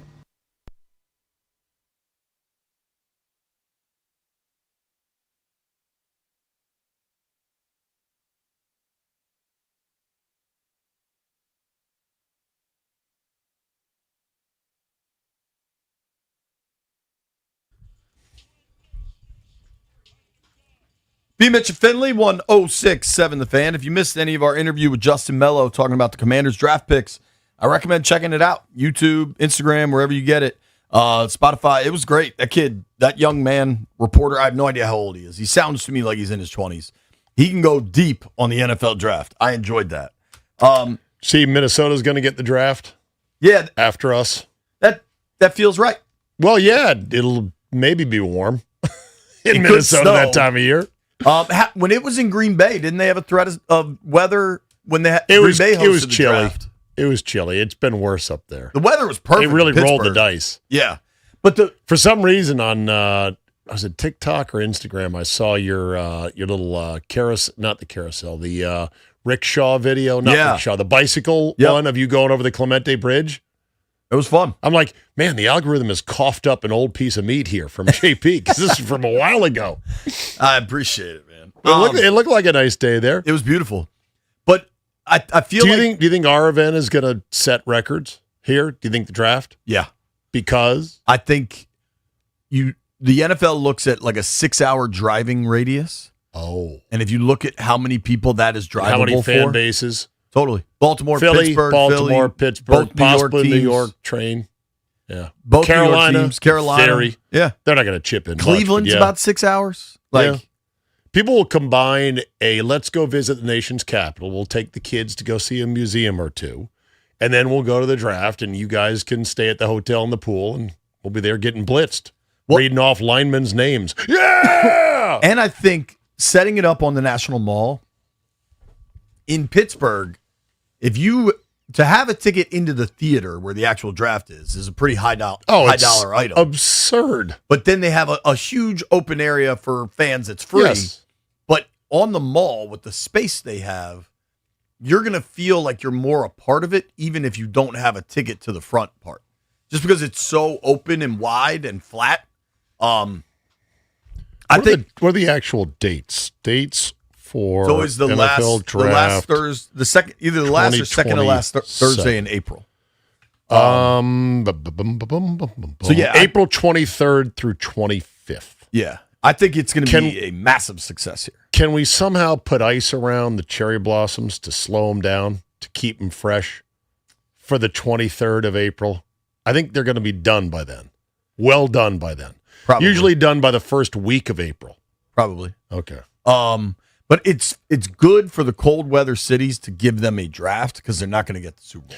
Yes. Minnesota got it because it was a new stadium and it was indoors. But Green Bay's never getting a Super Bowl. Chicago's never getting a Super Bowl. Buffalo's never getting a Super Bowl. But Nashville is, they say, 2030. Yeah. But they're holding off because the word is they know they're going to 18 games, but they don't have it finalized yet. So they want to hold that date for a second. But that looks like the way they are trending. Goodell was also asked recently, as somebody had access to ask him questions, about us getting a Super Bowl post the new stadium. And he was like, yeah, not really on the schedule right now, which is fine because we don't even have the final architectural renderings yet. We've got the first draft of this is what we think we're going to do. A Super Bowl is coming. It's a matter of when. And you got to see, anybody that's ever done construction, even just on your home, it's going to cost more and take longer than whatever you're told. Agreed. So, I think that's why the NFL is kind of slow playing this. Like, Nashville, I think, is a year away. I bet if you drive by the new Nashville Stadium, you can see 2/3 of it or whatever. I think that's about when the league will make a commitment. I also did not know that they were basically enclosed. So I think somebody on NFL Network said it was a moonroof. Moonroof you can't open, sunroof you can. So it's a moonroof. Yeah, moonroof stadium, not a sunroof. I think because it does get cold in the winter in Nashville. It'll get in the 40s. It's sneaky cold. I think it's at elevation, maybe. It's sneaky cold. Yeah. It's not pleasant. Let's put it that way. Nashville, with Broadway and all the country music and all the music, it's become like this super hot spot. I think Nashville, there are most new stadiums, especially if they're indoors, get a Super Bowl because that's the league throwing the owners a bone for getting the stadium deal done, right? And the city, I guess, because most cities are paying. I think Washington could possibly be in the rotation. I think Nashville will be like a relatively regular stop on the Super Bowl run. Now, here's the other question. Me and the boys were talking about this. Will the NFL book a country act for halftime? Because it's been a minute. According to the internet, the last country act was Shania Twain in 2003. Wow. And what if Atlanta could get a country act? If they don't book a country act for a Nashville Super Bowl, somebody should be fired. I mean, come on now.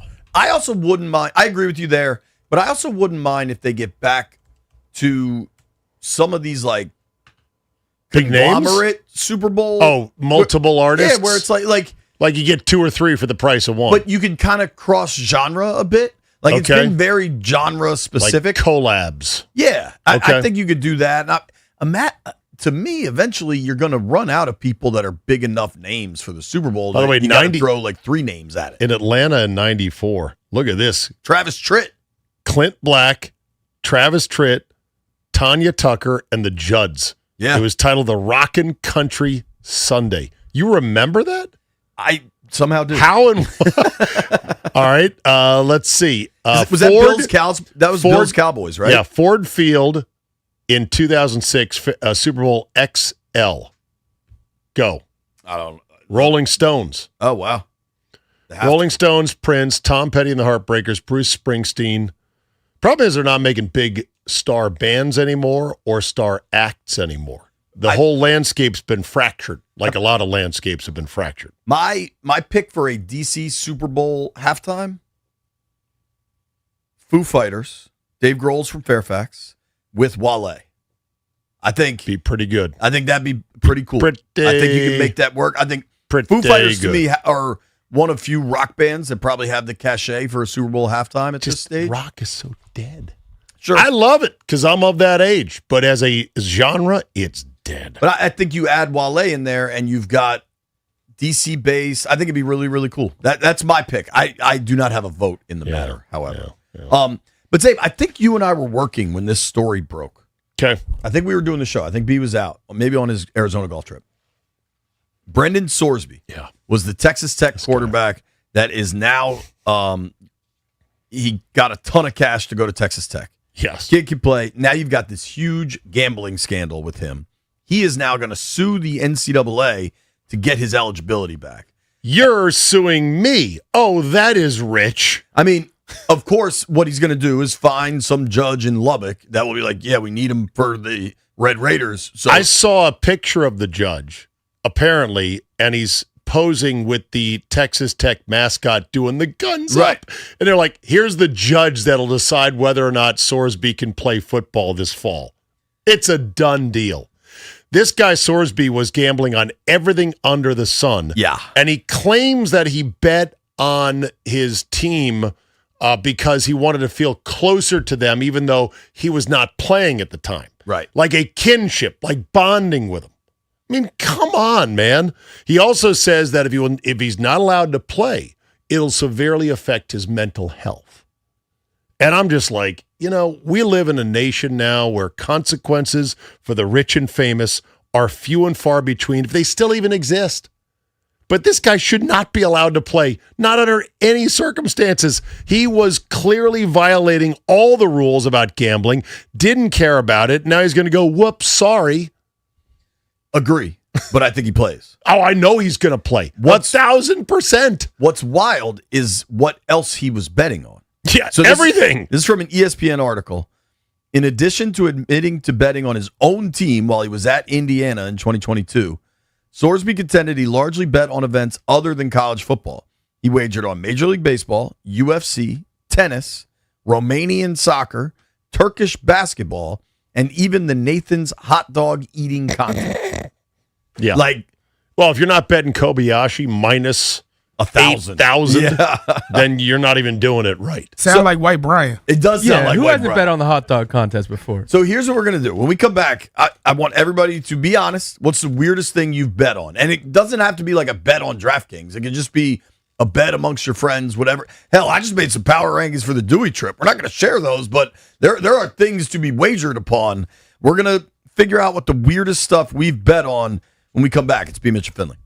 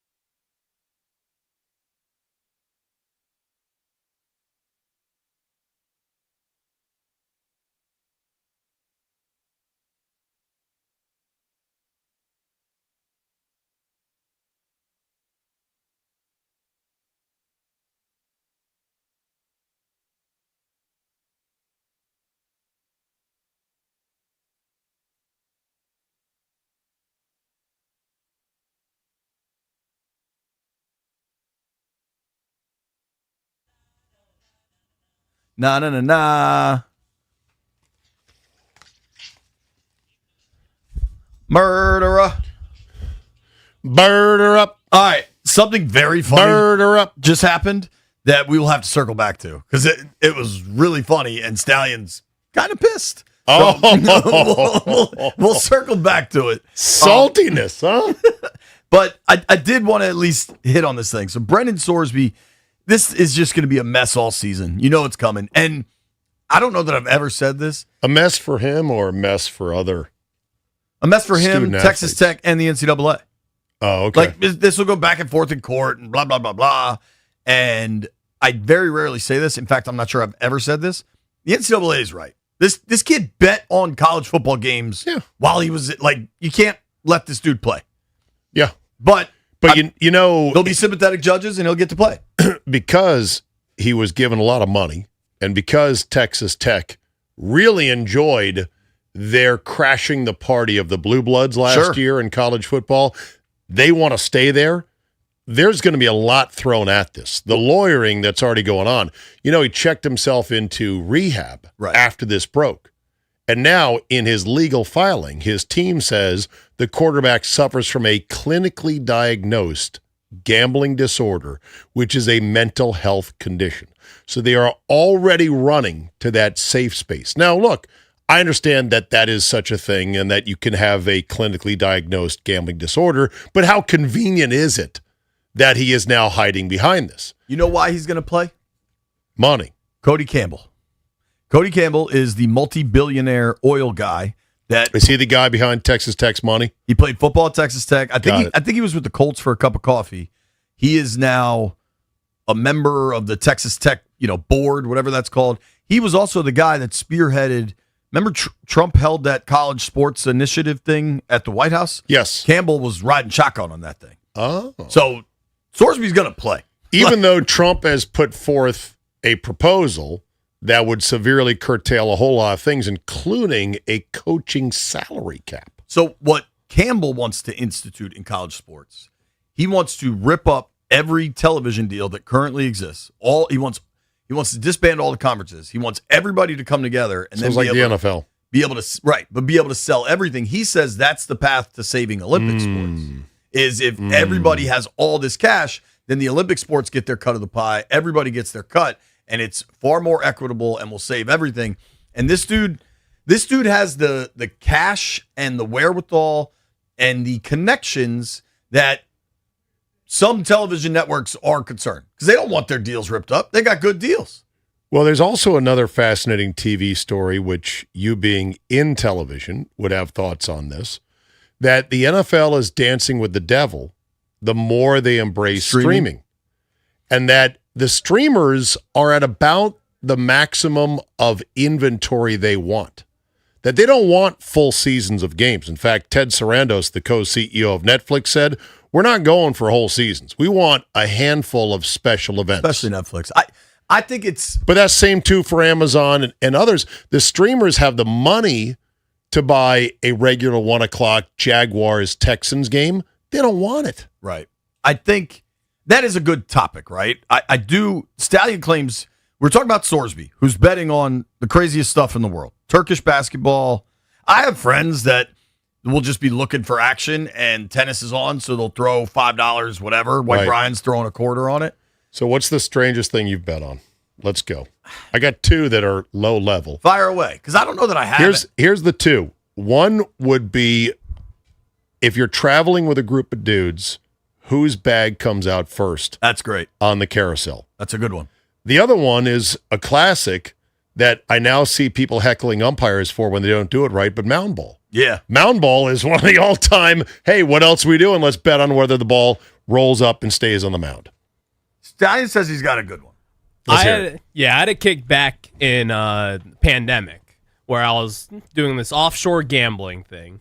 I think it was legal. I don't really know. Was it the Korean Baseball League, the first sport back? Worse. Okay. Worse. It was electronic horse racing that they would stream on this website, and you would bet on the horse just like it was a Kentucky Derby. So I would electronic, and they would have betting odds for some of these horses were better than the Did others. you have to open an account and put money into it to bet I on sure this? did. I sure did. From some stupid website in Kazakhstan? Exactly. With rigged Probably software Costa Rica. once they realize you've got some money on the electronic pink horse, number 5? It was broadcasted from the Bahamas. And I would watch these horses, and it would come up every 5 minutes or so. And me and my buddies, we would, we didn't have much money. We would unload our accounts on this thing. All right. If you're going to do that, at least bet on YouTube marble racing. Okay. You've seen that, right, JP? I have not. Oh, yeah. Yeah, I see There, that too. Yeah, you've seen it. So there are nerds. I mean, grown-ass 44-year-old live with their parents in the basement nerds that set up elaborate marble courses, and then they've got all these marbles that they pour into it, and they call the races where it's like, oh, Blue Pearl is taking the lead, and look out for Black Stallion is coming up from behind, and the marbles just clatter around, and they change position, and you can wager on them because you know it's not rigged because they're actually filming it in their YouTube basement setup of marble racing. That's crazy. Well, I mean, But you'd have to bet with a friend. You can't have an account. Yeah, I mean, I would do that in a heartbeat. When I was I'll sit around and get hammered, bet marble racing on the big screen. I'd love that. Yeah, that sounds like a July thing when the sports world finally comes to low tide. You and I will get blitzed betting marble racing. Sign me up for that. Sign me up. Bars in the Caribbean, maybe down in Florida, often have like turtle races. Where Okay. it's like there's 3 turtles, they set them out and just see how long it takes them to go. I've seen that. You ever bet Highlight? Speaking of Caribbean, I have not. Highlight is big betting. Miami, right? Yeah, Highlight is big betting, and it is also rife with corruption. I There have think- been serious corruption scandals in Highlight betting. I think all betting. All betting, yes, but some more corrupt than others. Women's tennis was like controlled by the mafia for a while, right? Well, yeah, the Russian mob certainly has their hooks into that as well. My worst. I've been betting. I remember the first bet I put in was on the Vikings to beat the Lions in probably 1996 with a bookie. How much? $50. Okay. Which I definitely didn't have in 1996, but that's why you go. Did look. it make you nervous? It hit. So it made me love it. But were you sweating it out? Sure. It was like a 3.5 point line. They won by 5. What's the largest bet you've ever made on a single sporting event? Ooh. I've bet $1,000 a couple times. That's a lot. Yeah, and that's a lot of money, but I know guys that I know for a fact make less than I do, and they Routinely. bet more than $1,000. But $1,000 is enough to get my knees wobbling for sure. I've told the story before, but my biggest loss, it wasn't necessarily the largest bet. You know what a lightning bet is? Kinda. So there's a spread. It's a 6-point spread, but you put a lightning on it. So if you are laying the 6, but you have $100 lightning, every point it comes in over that. So they win by 10. yes. You win an extra $400. I've heard this by a different name. It was the Patriots Eagles Super Bowl, the first one where the Pats won, but who was if you lose, Freddie Mitchell caught a touchdown for them to cover, and I lost like $2,500. But if you lose, and I was like 24 and had no money. So if you lose, you lose also more if you're on the wrong side. Sure. Of it. You get lightning the other way. I'd heard of this. We got to go to break. We're going to get in trouble. Okay. That was betting talk. Coming up, we'll tell you what Don't Stallion's wager, mad about. kids. But Barry's for Luga joins us next.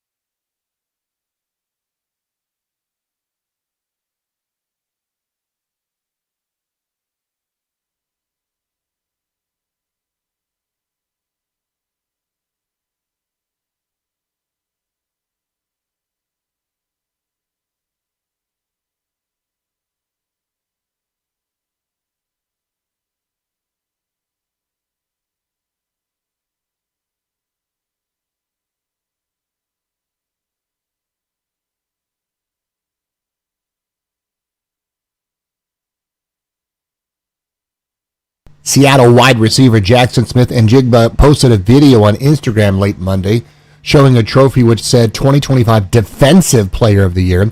Also, there was no space between the words the and year. He called it disrespectful in his Insta story. Jackson had just signed a new 4-year, $169 million extension following the Seahawks win over the Patriots in the Super Bowl. The NFL owners will vote on the Commanders' new stadium lease at today's meeting in Orlando, according to Nikki Javala. Baseball in Nats Park last night. Mets won final 16-7 in 12. Tonight, Game 2, Foster Griffin and Nolan McLean at 6:15 here on The Fan. Victor Wembanyama, all-world last night, 41-24 as Spurs beat the Thunder 122-115 in double OT. Cavaliers and Knicks tonight, Game 1. Montreal versus Carolina Thursday in the East Finals of the Stanley Cup preliminaries. Wings beat the Mystics 92-69. From the Crop Metcalf, 5-star sports desk, Byron Kerr on The Fan.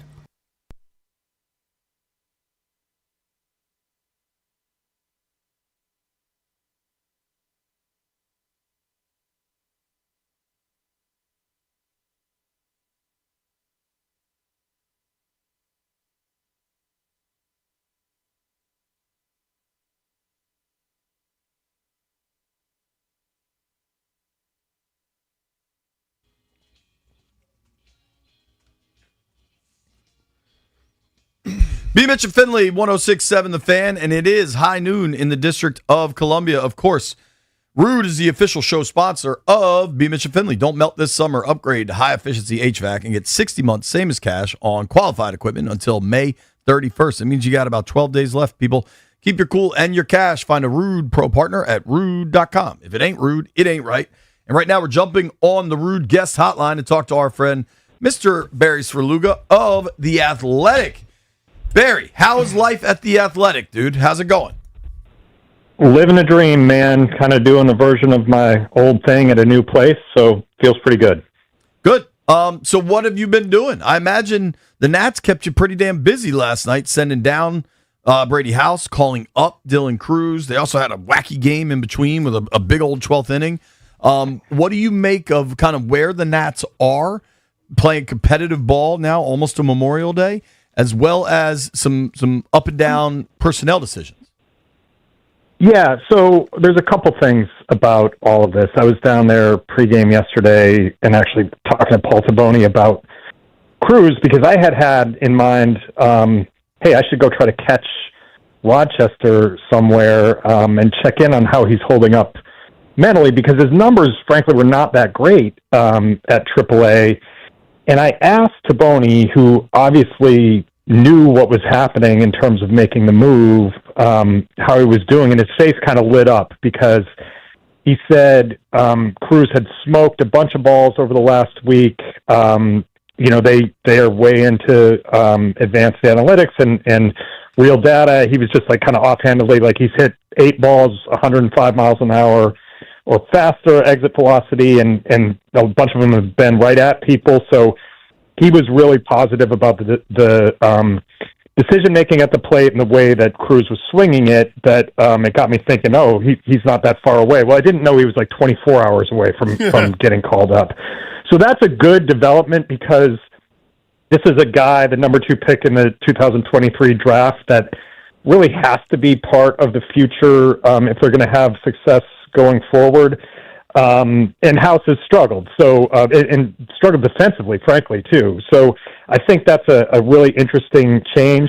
The other thing I would say is I don't know how they're doing it, and I'm trying to do some reporting around it, but this is a team that has scored more runs than any team in baseball. I mean, more runs than the Dodgers, more runs than the Yankees. Like, they lead the sport in runs scored and are 5th in OPS with a lineup that, if you look at it every day, is really James Wood and C.J. Abrams and a bunch of guys. Like, Blake Butera, the manager, is doing a great job of putting them in great matchup situations, but they're also, I think, developing hitters at the major league level in a way that hasn't happened recently. So they might not be a good team, and this flirting with 500 is probably not sustainable through 162 games because they just don't prevent runs well enough, but they are an interesting watch on a night-to-night basis.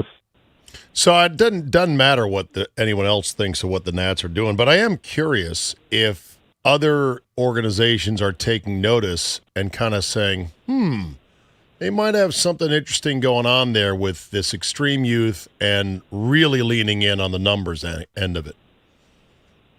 Yeah, and I think, Zabe, that, there's a lot of organizations that lean in on the numbers. I think the early returns here are they're doing a good blending of what do the numbers say and how should we use our personnel that might be limited in talent to put people in the best position to succeed, with a human element of, I'm trying to write about the hitting coaches, completely new hitting operation, obviously, and that's where they're having success.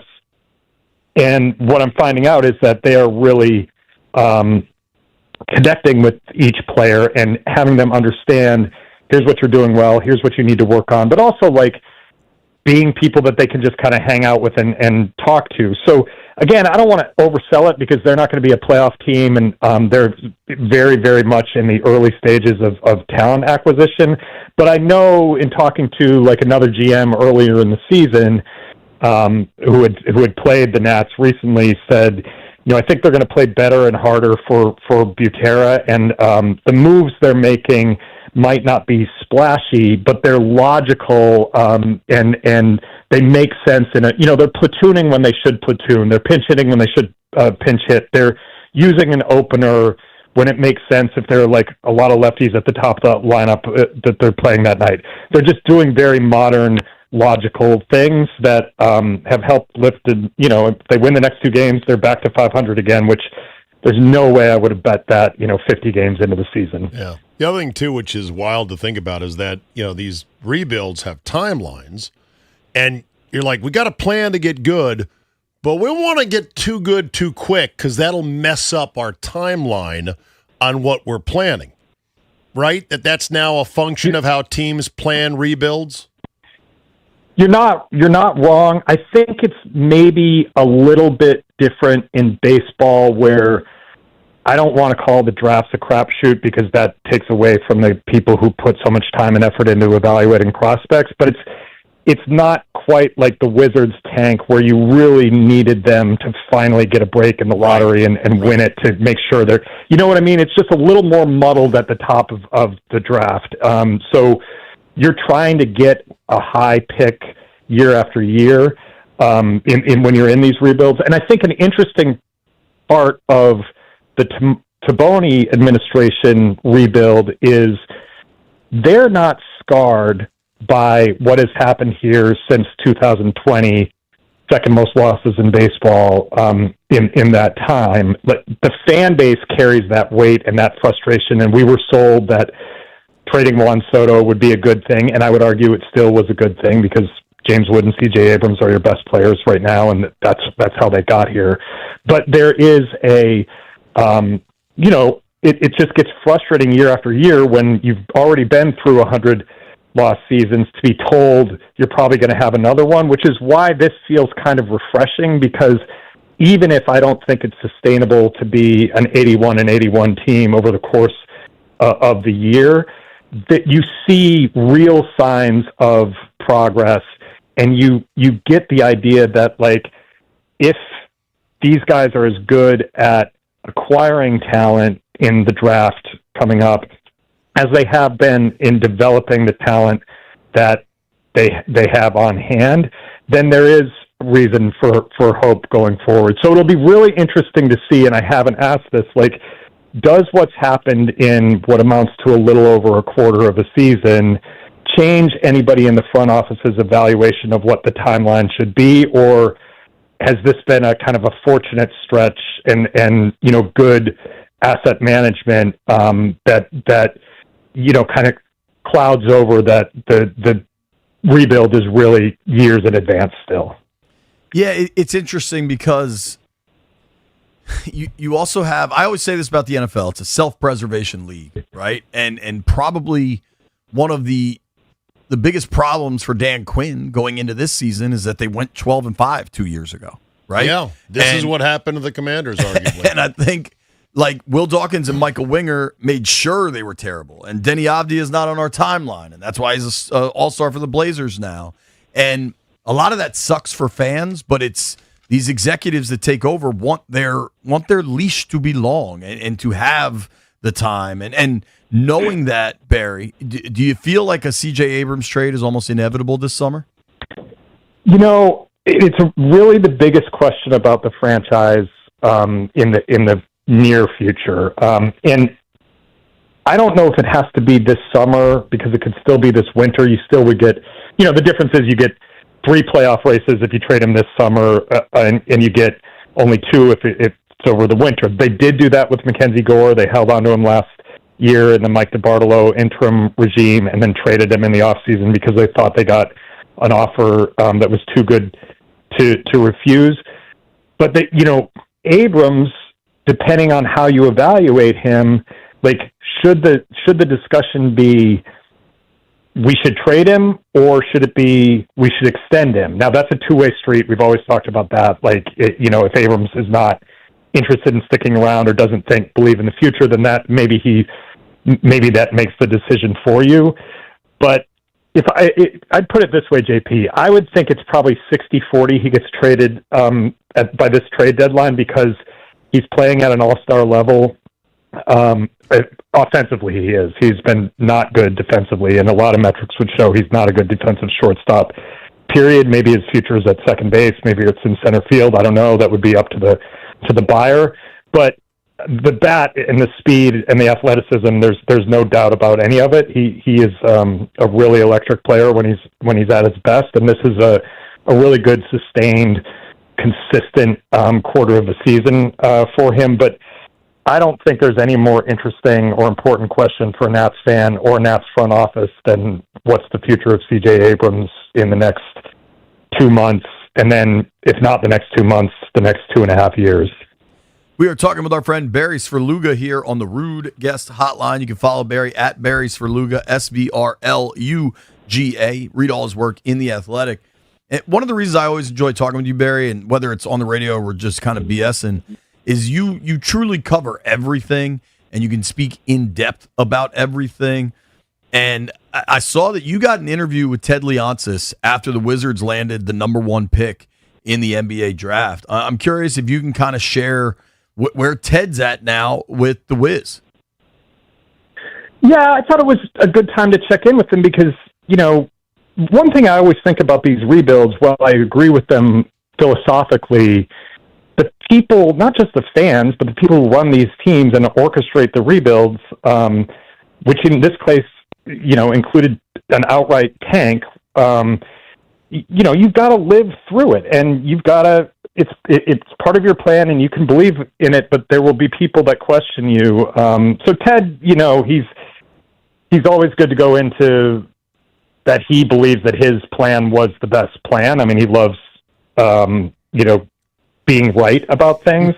But I think what he's right about here is that he made a good hire in Michael Winger, and Michael Winger subsequently made a good hire in Will Dawkins, and they executed this. They were honest about what to expect. They were honest about how it would feel. They were honest about how long it would take.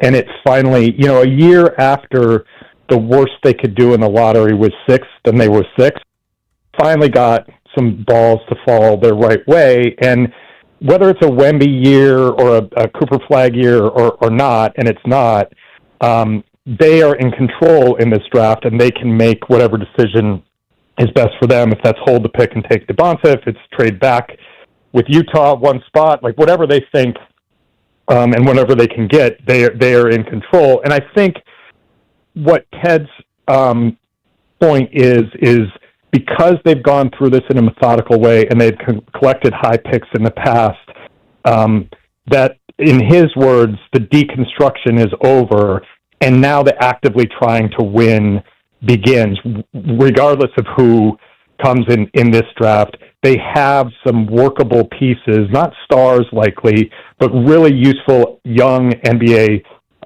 players that have some experience playing heavy minutes. And this new number 1 pick or number 2 pick or whatever it is inserted into an infrastructure that has some positive upside rather than, okay, we have the top pick in the draft because we were terrible, and now we have to prop him up and build around him. I think some of the pillars are already there, and it's much. The way I've thought about it, JP, is like, when was the last time you were anticipating a Wizards season in May? It was like, maybe back in the Gilbert days or something. Yeah. Yes, it's a long time. So it's a cool spot to be in. I don't know how they're going to use all the pieces. You got a lot of pieces now. Well, I mean, it's asset management, right? Now you have picks, and they've done a great job of trading like second round picks, and cycling through all this stuff. And so you've got players you can trade, you've got picks you can trade, you've got a lot going on. I will add, JP, that I'm not stupid enough to get Ted on a call in May of 2026 and not ask about Alex Ovechkin's future, so it's possible I'll sit back down at my laptop when we're done and finish this Ovechkin column because I think that's a good talker too. When's that going to drop? Should drop tomorrow morning. Okay, like that. Getting those subscribers. Do we get a teaser? Yeah, Barry, come on. Well, I mean, I'll say this: like, I think he genuinely doesn't know what he's going to do, and is really, really wrestling with stuff. So I'll leave it at that. I think there's good arguments to be made on both sides, and I mean, I've loved writing about the guy for 20-something years. So give it another shot here. I don't know if Ted would admit whether or not his side has asked for a certain number yet, but that would be the start to figure out what he wants to do. Well, one thing, Zabe, I think is important, and I'll point this out in the column too, is like the NHL cap is going up. The caps get off the books. John Carlson had a big number because the cap is going up and they just have some natural attrition. They are going to be in position to add whether Alex comes back or not. And I don't know this, but my reporting would show that if he comes back, he's not coming back to, hold them hostage or make sure he's the highest paid player on the team or whatever. Like, I think the thing is genuinely less financial and more physical than anything. Well, that'd be great then. Because I'm in the camp of whatever he wants reasonably, just pay it. I agree. He should get to write his own ending. And I think that's what Ted would want. Barry, I wanted to sneak one in. I don't know if you watched last night. Victor Wembanyama has an opportunity. If he's holding a Larry O'Brien in a month, like I think everything changes for the NBA. What have you made of Wemby in these playoffs?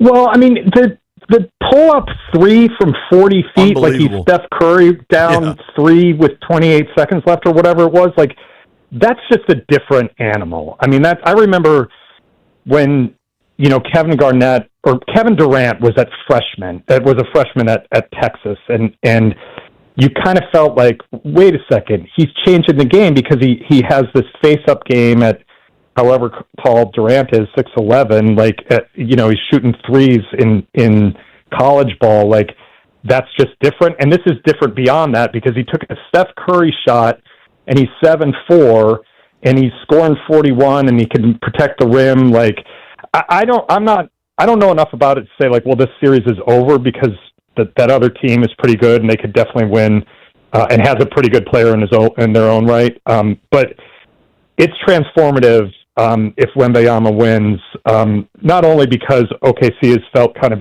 inevitable the whole year, but like this is a worldwide star, and it doesn't matter what market he plays in. Like people will turn on the TV to watch him play.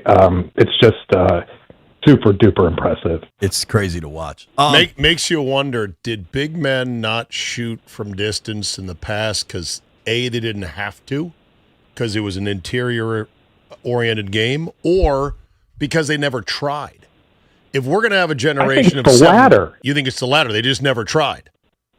Yeah, it was like, oh, I'm tall, so I play inside, and we haven't like, and you haven't mentally kind of pushed the limits of what you could do if you worked on that part of your game is like it used to be, Zabe. I think you're right. Like you're Robert Parrish. Like nobody ever said to Robert Parrish or Kareem Abdul-Jabbar, like, hey, why don't you go shoot from 22 feet? Like, work on that part of your game. Like that just wasn't a thing, and they would have looked awkward doing it. Whereas like Wembanyama takes that pass and I don't even think he dribbled. Maybe he did. Maybe he dribbled once and pulls up for the Steph shot. Yeah. It just looked fluid and like what he was built to do. Yeah, it's crazy. I do remember late in Marcin Gorchat's career here, they were going to ask him to shoot more threes because they wanted him as a stretch five, and he said flat out, Barry, it's too late. He's like, I'm not doing that right now. It's like, right. Barry, we got to run here. Well, all good, dude. I'm sorry about that. I ran us into a brick wall and a whole new topic. Another time, Barry. Thank you for the time, as always, brother. Appreciate you. Give me one word answer on this. What's the best food to bring to a Memorial Day barbecue? Chicken wings. Bang. Thank you, Barry. Boom. Yep. See you guys. Everybody give him a follow at Barry's for Luga, SVRLUGA. Tremendous work in The Athletic. GOAT segment next. What's the best food to bring to a barbecue or a cookout for Memorial Day weekend?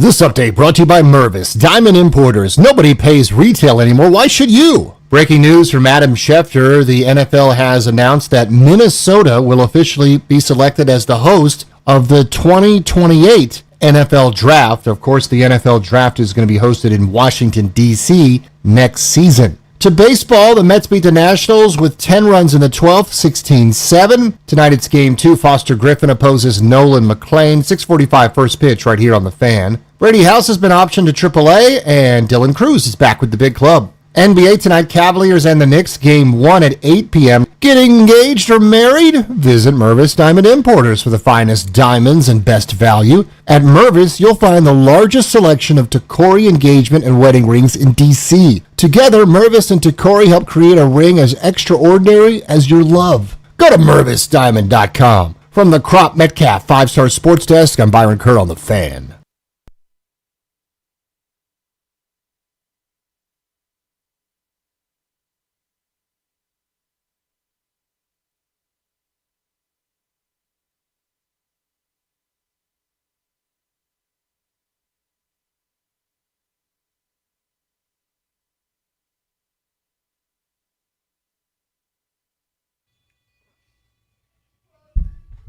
All right, Tuesday, 12:30, time for us to debate the greatest of all time. And we try to make it topical, right? And we're heading into Memorial Day weekend. And I'd say Memorial Day weekend, Labor Day weekend, maybe 4th of July are kind of the biggest barbecue weekends of the year. People have a party. You want to rank those 3 weekends? My personal rankings? Yeah. I go 4th of July 1. By a mile. Memorial Day 2. Labor Day 3. I get down with that. Labor Day is like kind of the end, right? Yeah. This weekend, the weather could, football. Yeah, this weekend the weather could be a little sketchy. Not as warm sure. as you would otherwise like. 4th of July is my number 2 holiday. I love 4th of July. Behind Christmas? Yeah. Okay. I think this is a different debate. Thanksgiving, wildly overrated. But for the sake of the Memorial Day weekend barbecue cookout conversation, right? We're debating what is the best thing to bring to a Memorial Day barbecue or cookout. Thing. So that's what we have. Does that include food? Is that only food, or does it include beverage? This is the clarification we need to find. Booze? So are we counting on, like, someone is hosting this event? To me, if you are hosting a barbecue, or Jeff wants me to make sure I also say a cookout, these are synonymous. Is there a difference? No, there is not a difference. There's just two Americas. Okay. Yeah. There's a lot of two Americas moments on this radio program. And then barbecue is a white guy thing, and cookout is a black guy thing. Yeah, I'll say it for you. Thank you very much. All right. Now, here's where I'm at. The topic is best food to bring to a barbecue or a cookout for Memorial Day. That implies to me someone is hosting this event. Therefore, like the main event of the barbecue or the cookout, whatever that is, hamburgers, hot dogs, ribs, like the main food event. Entree is provided, and you are bringing something supplementary.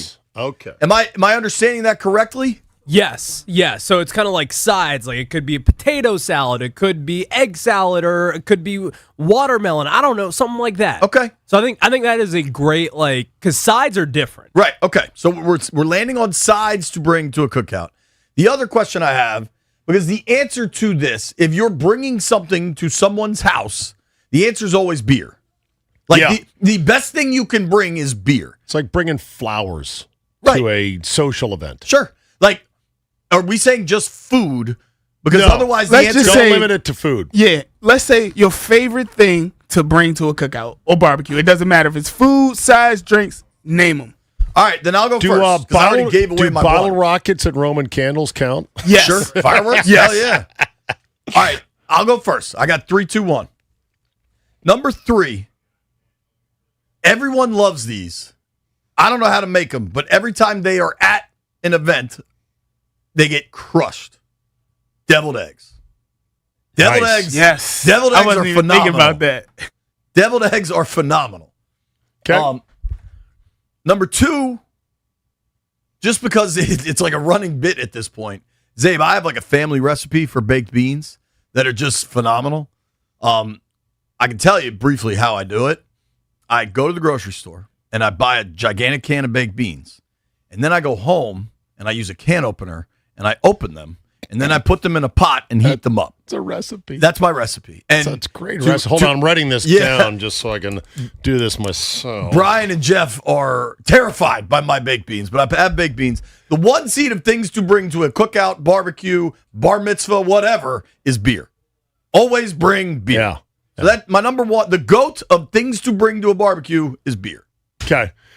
I think if you really want to do something kind of zhuzhy, bring some bacon-wrapped shrimp. You don't have to bring a ton, but bring a tray of it. That's your number 3? Yeah, number 3. Number 2, cupcakes or cookies. Don't you think bacon-wrapped scallops have kind of become the standard bearer over bacon-wrapped shrimp? It has, but scallops cost more money, and it's a little bit more delicate of a thing to put them together with the toothpicks and everything else. And number 1 is just a bottle of bourbon. Can't go wrong. I know it's not beer. Beer is more summery, but bourbon always goes well. Dude, you mix that into a cocktail, summer cocktail, you're going to love that. And people will just drink it. Hell yeah. No argument with bourbon. Stallion, what are you bringing to the barbecue? All right, so my number 3 is watermelon. I think everybody loves watermelon. It's typically a hot weekend. You're going to need something to kind of cool you down a little bit. And also it's awesome. It's now, are you like poking a hole and pouring vodka in there, or are you just bringing good old-fashioned watermelon? We could do that. Keep the watermelon normal, man. Don't make the watermelon weird. The kids going to be mad they can't have none. True. Yeah, I've never thought of that. You got to play to your audience. If you're going to a family cookout, but if you're just going to like your boys' place, like when I was young and lived in Northeast, and we would have barbecues in the summer, and there were no kids. This was like, 25-year-olds getting after it. That might be the prime spot for a vodka watermelon. We could do that, and that is certainly something that we could do. But we'll just go for Everclear if you really want to take it up. Oh, a notch. no. God, moonshine. Oh, no. So, number 3, I've got watermelon. Okay. Number 2, beer. Just give me beer. Yeah. Any kind of beer. Whatever you want. How about a Coors Mini Ball? Do they still make the Coors Mini I don't Balls? think so. I have not had that at this point. You know what I saw in Oregon? So, when you land at Eugene, it's like a 3-hour drive to Bandon. But you stop at a liquor store because you need liquor. 2.5 maybe. They have a keg of Fireball you could buy. Oh, Jesus. I had never seen that before. I did not purchase it, but I was like, damn, that's a lot of Too Fireball. much Fireball right there. All right. And then my number 1, Hush Puppies. Hush Puppies. Hush Puppies. Hush Puppies. Hush Puppies. You know how to make those? You're going to deep fry those? I don't know how to make them personally. You deep fry them. So you buy them? Yeah, you could buy them. You can get them catered from a store. Like, you can do different things. Hush Puppies, though, bringing them to a barbecue, it pairs well with the burgers, the ribs, and it's just a great thing that everybody loves. And they're easy to eat standing up. Pop like 'em. a lot of times you need, like barbecue, a lot of times you're standing up. Maybe there's enough chairs, maybe there aren't. But if you just have like a hot dog and Hush Puppies, that is very easy hand food. Listen. I never would have thought of that, though. I think Hush Puppies are great, but it doesn't seem like it's a barbecue thing because those are deep fried bread balls. That's Correct. what they are. So the really fresh Hush Puppies have to come out of the fryer within a certain number of minutes. You can't just keep. What are you going to microwave your Hush Puppies? I mean, you're bringing up a fair point. So are you thinking of hash browns? No. Are you thinking of what's the other one? Not hash browns. Cornbread? No, the alternative to fries, little potato nuggets. Tater tots. Tater tots, thank you. Potato nuggets. No, I am So thinking not of tater tots, you're fried thinking Hush cornbread. Puppies. I'm into it. All right. Hush Puppies, Okay. that could play at a barbecue, I think. White Brian. All right. At 3, I'm putting lemonade, but it could also be vodka lemonade, but I don't know if I'm allowed both. Okay. Sure. Lemonade works. People can BYOV. All right. Yeah. So 3's lemonade, 2, corn on the cob. Ooh. You can really only eat it during the summer. All right. Is it white sweet corn? Yes. Or you bring in that? Nobody wants maize. We're not trading for beaver pellets or whatever. Whatever they're grown in Delaware. Yeah, dude. White sweet corn. Done. Will you even eat mixed yellow and white? Yeah, but it's not what you're eating in the summer on the cob. Okay. You know what I mean? If I see any yellow on my corn, I'm like, I'm out. Really? Hell yeah. I own and I love corn season, like true white sweet corn. I'll eat that all summer long. I'll have like 4 pieces for dinner. Exactly. Yeah. Dinner is done. Weird thing, I like to eat my corn cold. Oh my God, that is The super white weird. corn cold tastes so good. I'm not like if it's a corn salad cold, I'm not mad at it. I'm not throwing it out of bed, but I like corn on the cob, freshly boiled or however you cook it. I do it on the grill. Yeah, it's got to be grilled. And what's your 1 seed, White Brian? A watermelon. A fresh watermelon, probably from a farmer's market. Oh boy, we Can't already go wrong. we got too much watermelon now because Ryan already brought one. All right, we'll put it over there on the table. We got extra watermelon. Okay, we're good. My name is Jeff. By the way, you can get. I'm gonna let you know right now. I'm not bringing watermelons. Well, we're all set. We're going to call keep you that ahead of off the time table. going, hey, White Brian and Rhino are bringing the watermelon. We're good on that. You can get Savannah Classics Original Hush Puppies frozen at Giant, $3.29. So Bang. basically You're set, nothing. Stallion. Okay, Basically so nothing for a bag. my number 3, because Uncle Jeff loved the kids. This is all combined into one: popsicles, ice cream, and candy. I always bring one. Popsicles, ice cream, and candy. Yes, because all the kids don't eat popsicles. All of them don't eat ice cream. I got a weird cousin that just eats candy. He don't eat anything cold. It says it hurts his teeth. I turn my nephews, nieces, and little cousins up because I could send them home.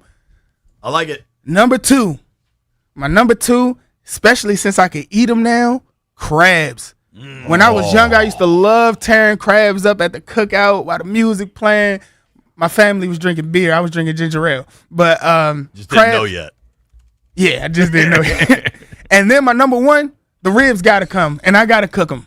I'm cooking the ribs. Shout out to my boy Donnie at Gouda's. He taught me a little method. So now my ribs like that. But I always bring the ribs. Oh man, can I give an honorable mention? Because I forgot it just came to me. I always make the jerk chicken. I'm always bringing the jerk chicken. Spicy. Got to be spicy. Strong. Just so you know, you're very generous, Jeff. Currently, a dozen heavy male blue crabs are running about $89 a dozen. A dozen? Yo, crabs are. Now you're gonna have to shop around. No, for it a better depends on where price you than go. that. I know. You go to Captain White's, you can get you a dozen for about depending on what you get. Yeah, Yeah, you get the depending on what you get. smalls. Yeah, I get mediums. Taking your calls on what's the best thing to bring to a Memorial Day barbecue when we return. Talking Dewey Beach hotel rooms. There is serious controversy. 1:00.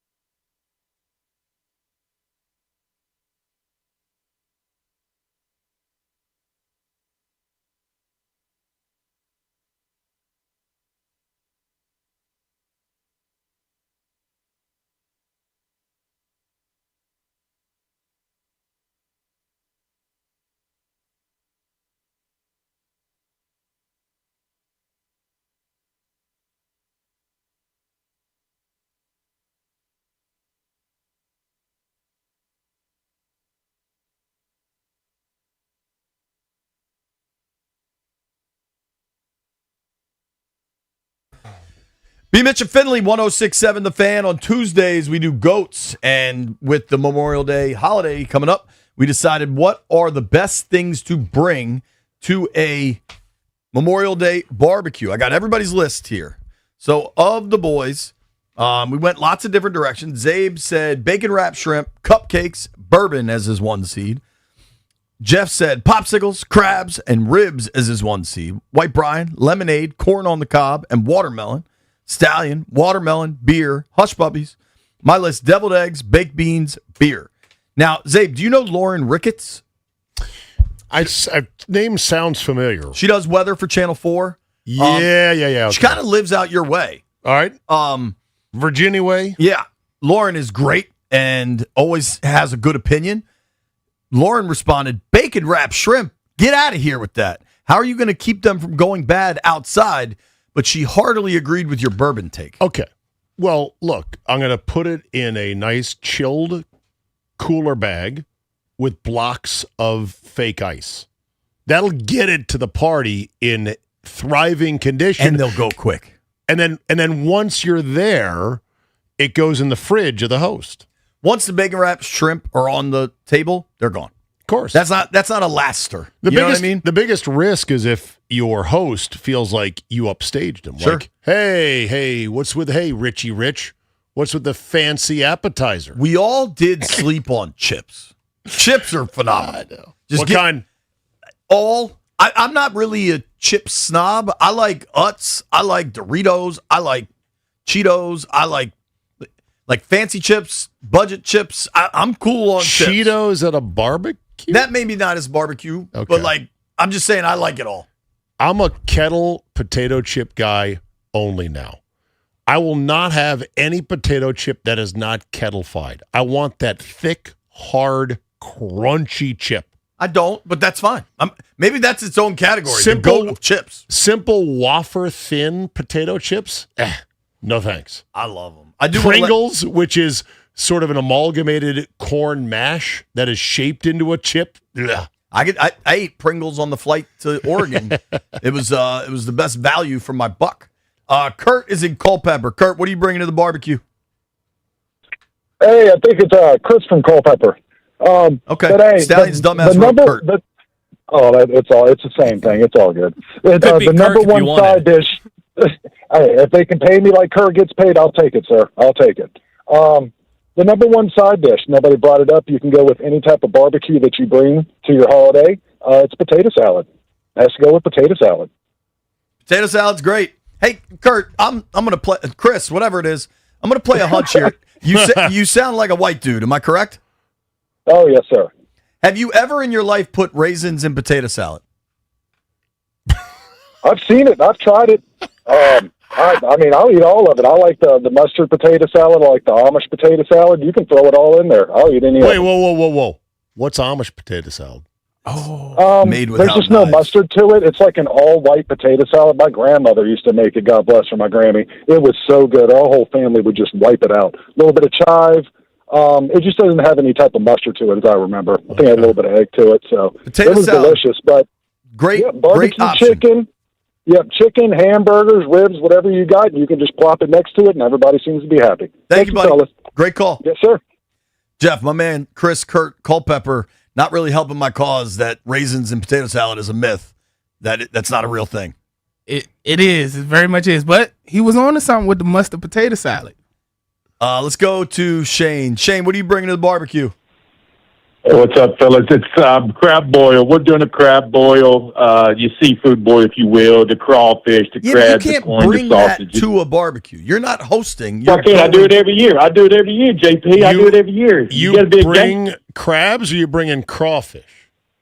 No, I'm bringing all the food over there. My buddy's going to set up the pot, and we're going to do it that way. And I'm bringing the blackberry moonshine to wash it down with. You got to have the moonshine with it. The blackberry. You make that and the moonshine apple yourself pie. in the backyard? I'm a Tennessee boy. There. What do you think? Hell yeah. There's a still out in your backyard next to the bird feeder. You know what, Nobody though? needs to They know do about make it. these Chinese stills that you can get on Amazon, and you can make them about 2 gallons at a time. You can get it for like $200. It's called a Chinese still.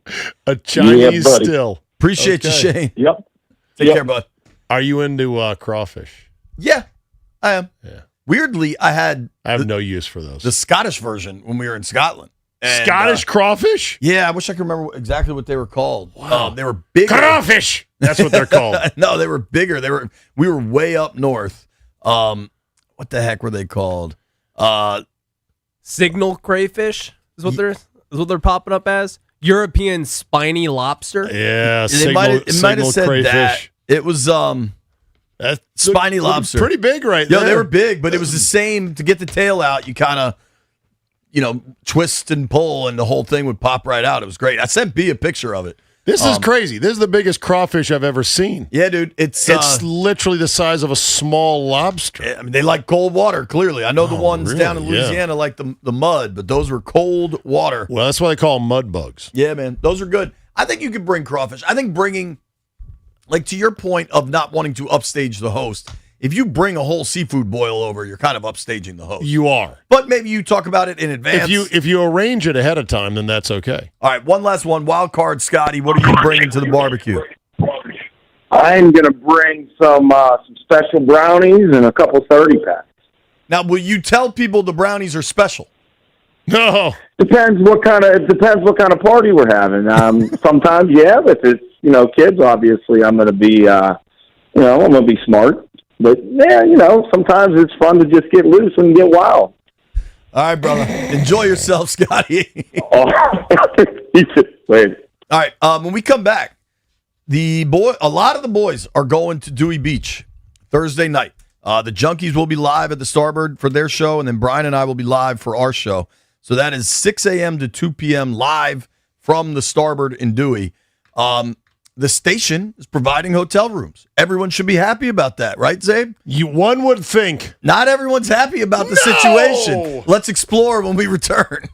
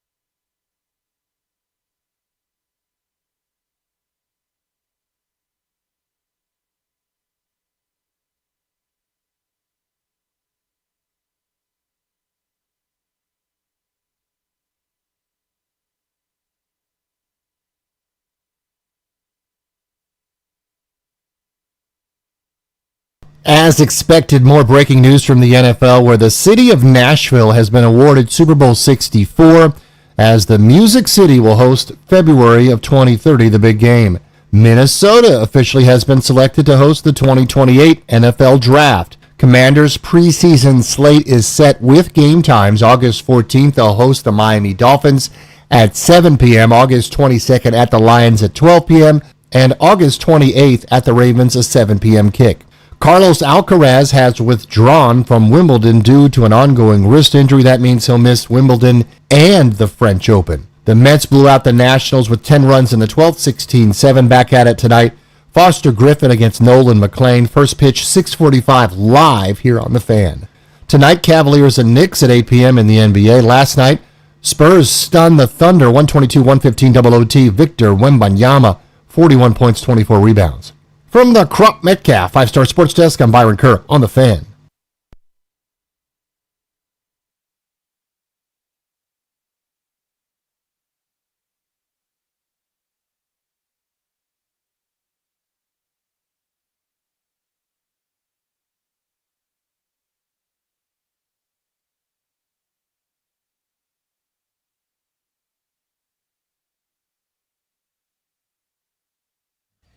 B-Mitch and Finley, 1067 The Fan. Appreciate everybody hanging out with us on the radio or the Odyssey app, or if you're listening in the future as a time traveler, as a podcaster, we appreciate that too. If you do happen to be watching the YouTube stream or on Monumental Sports Network, you might notice a few things. One, I am wearing an extremely oversized Capitals jersey, or jacket, rather. Pull over, yeah, Fanatics. Only the best I don't know. Fanatics. This was just Wink, in the corner wink. over there. It's the temperature variation in this room is always crazy because it's super hot outside. I wore shorts and a polo today, and I'm freezing. So whoever gigantic Caps jacket this is, thank you. AC is a bit aggressive today. Now you may also notice it's Zabe and I having quite the program today. We've talked football, we've talked undrafted kickers, we've talked barbecue side dishes, but we have two other friends in here. Ryan Clary, the Stallion, our producer, is here. Hello, Ryan. How we doing? And Drab T-shirt, Junks producer. Yep. Assistant cluster buster. What is your other title? Brand manager of Team 980. Okay, but you also do a lot of stuff on the 106 side. Yeah, assistant brand manager for The Fan.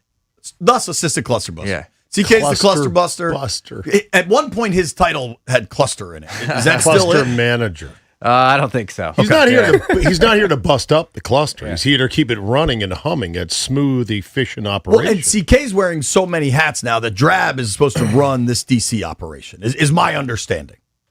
I like the sound of that. Okay. And there's a big trip coming this week for a bunch of us. The Junks celebrating 30 years of doing a show, which is just insane. As somebody that's done this for 5 years now, and Zabe's done it a lot of years. One show, mostly one-time slot, 4 people. It's an insane run, and congrats to them. And part of that is all sorts of celebrations. Hell, the mayor had Junkies Day or whatever. Mm-hmm. And we're going to the beach. Boys are all going to the beach for Memorial Day weekend, and we're all broadcasting from the Starboard Friday, the Junks from 6 to 10, then us from 10 to 2. It's going to be a blast. Now, part of that means hotel rooms. So Drab is somehow in charge of this, and I think it's a thankless job. And what I'm going to do now is pull the threads of where it's thankless. Mm-hmm. How many people are going? From the station, we have 13, I believe. So 4 Junkies, me and B, that's 6. More than that, 15. And then CK, Matt, Valdez, I'm sure. Yeah, CK, Drab, Valdez, we're at 9. Promotions. Rhino. Are you going, Rhino? Stallion is 10. Okay.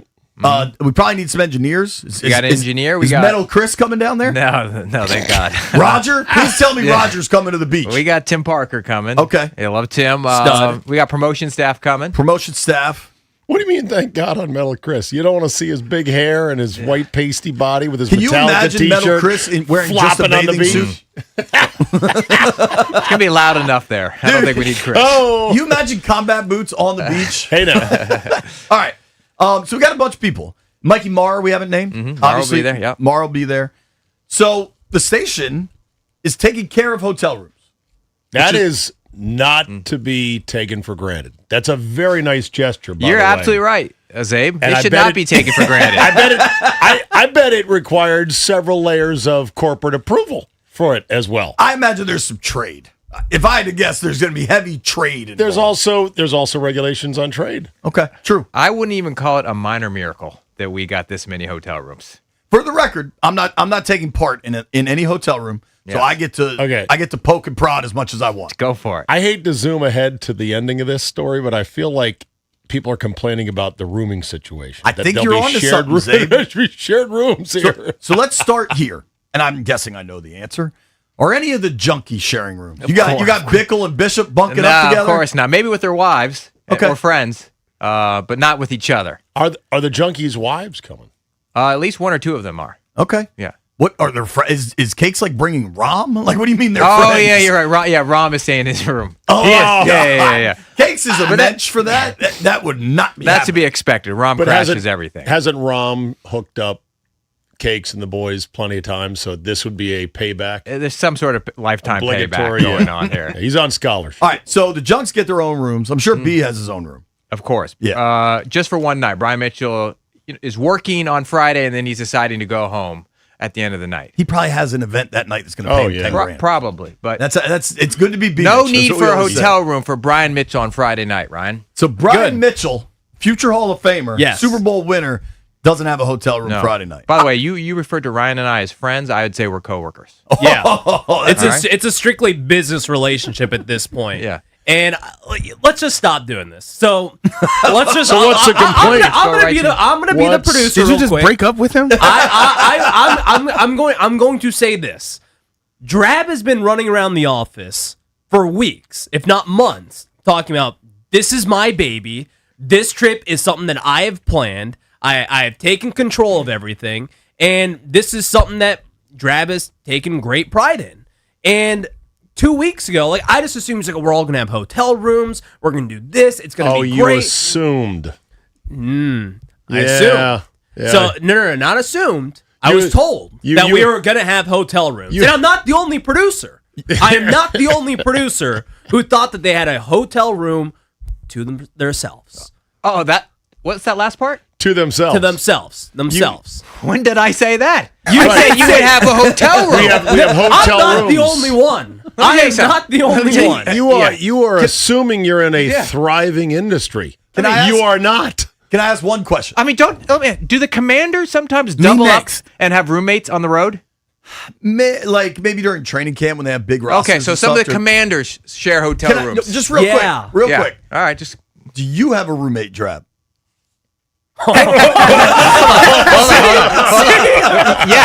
Yes, I do. Who? On Friday night, Matt Valdez. Okay. Let me tell you something. The ink on Ryan Clary's full-time contract is not even dry yet. And this guy is making demands about getting a solo room a trip that he's lucky to be on? No, are you kidding me? What are you? First off, there is a pecking order.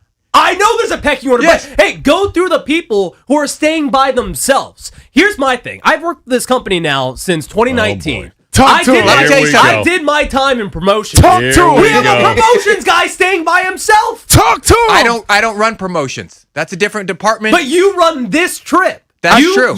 I'll be honest. There's a name on here. Will Mendez from I've never met the guy in my now, life. Will cool. Will's Will cool. awesome. Will No, cool. he been here I'm longer sure he than is. me. I'm really telling you. And Ryan. I've never met him. He gets his own hotel room. Yes. So I have he's a question from for Ryan. promotions. I'm not going to tell promotions.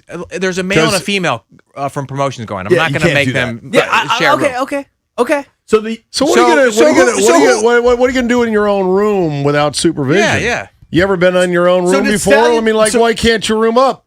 Take Like, a come on. wild guess. Okay. What I'm going to do in a hotel room. boy. So hold on, let's back off before people start wild guessing about Stallion. What I do think is a fair issue for Ryan is Ryan is bunking up with Mike Marr. Is that correct? Correct. Both nights. Right. Okay. And Marr. So Friday night shouldn't be an issue. Nobody has Mar to and get I up are going to have Saturday a morning. great time Friday Our night. hotel rooms get cut down from 12 on Thursday to 5 on Friday. And Drab, when did you find that out? I was informed by Monty and CK a few days ago. But let me ask you that. A few days before those few days ago, Yeah. but you thought that we had all these hotel rooms. I thought there was a and possibility there was a few more. Yeah. I gotta say, and you botched. They're drying up. Audacity They're is drying wild. up. I have This a is question for crazy. Stallion. Sure. Bro, we barely get stuff from sponsors. You thought you was getting your own room?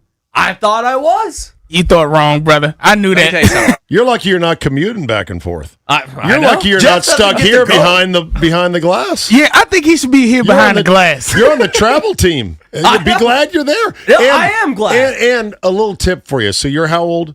26. Okay. You're going to come to an age in which you're going to relish and miss the days of bunking up with another dude to have fun. To just be out there like boys, hanging out, partying. As long as there's 2 beds. That's the only thing. Well, Drab, are there 2 beds? Yeah, there are 2 beds. But let me tell you what's going to happen. I want Ryan Clary to take a good look around because this is going to be the last time he sees this radio station. Because I've seen this before. These new guys, these guys in their 20s go on a work trip.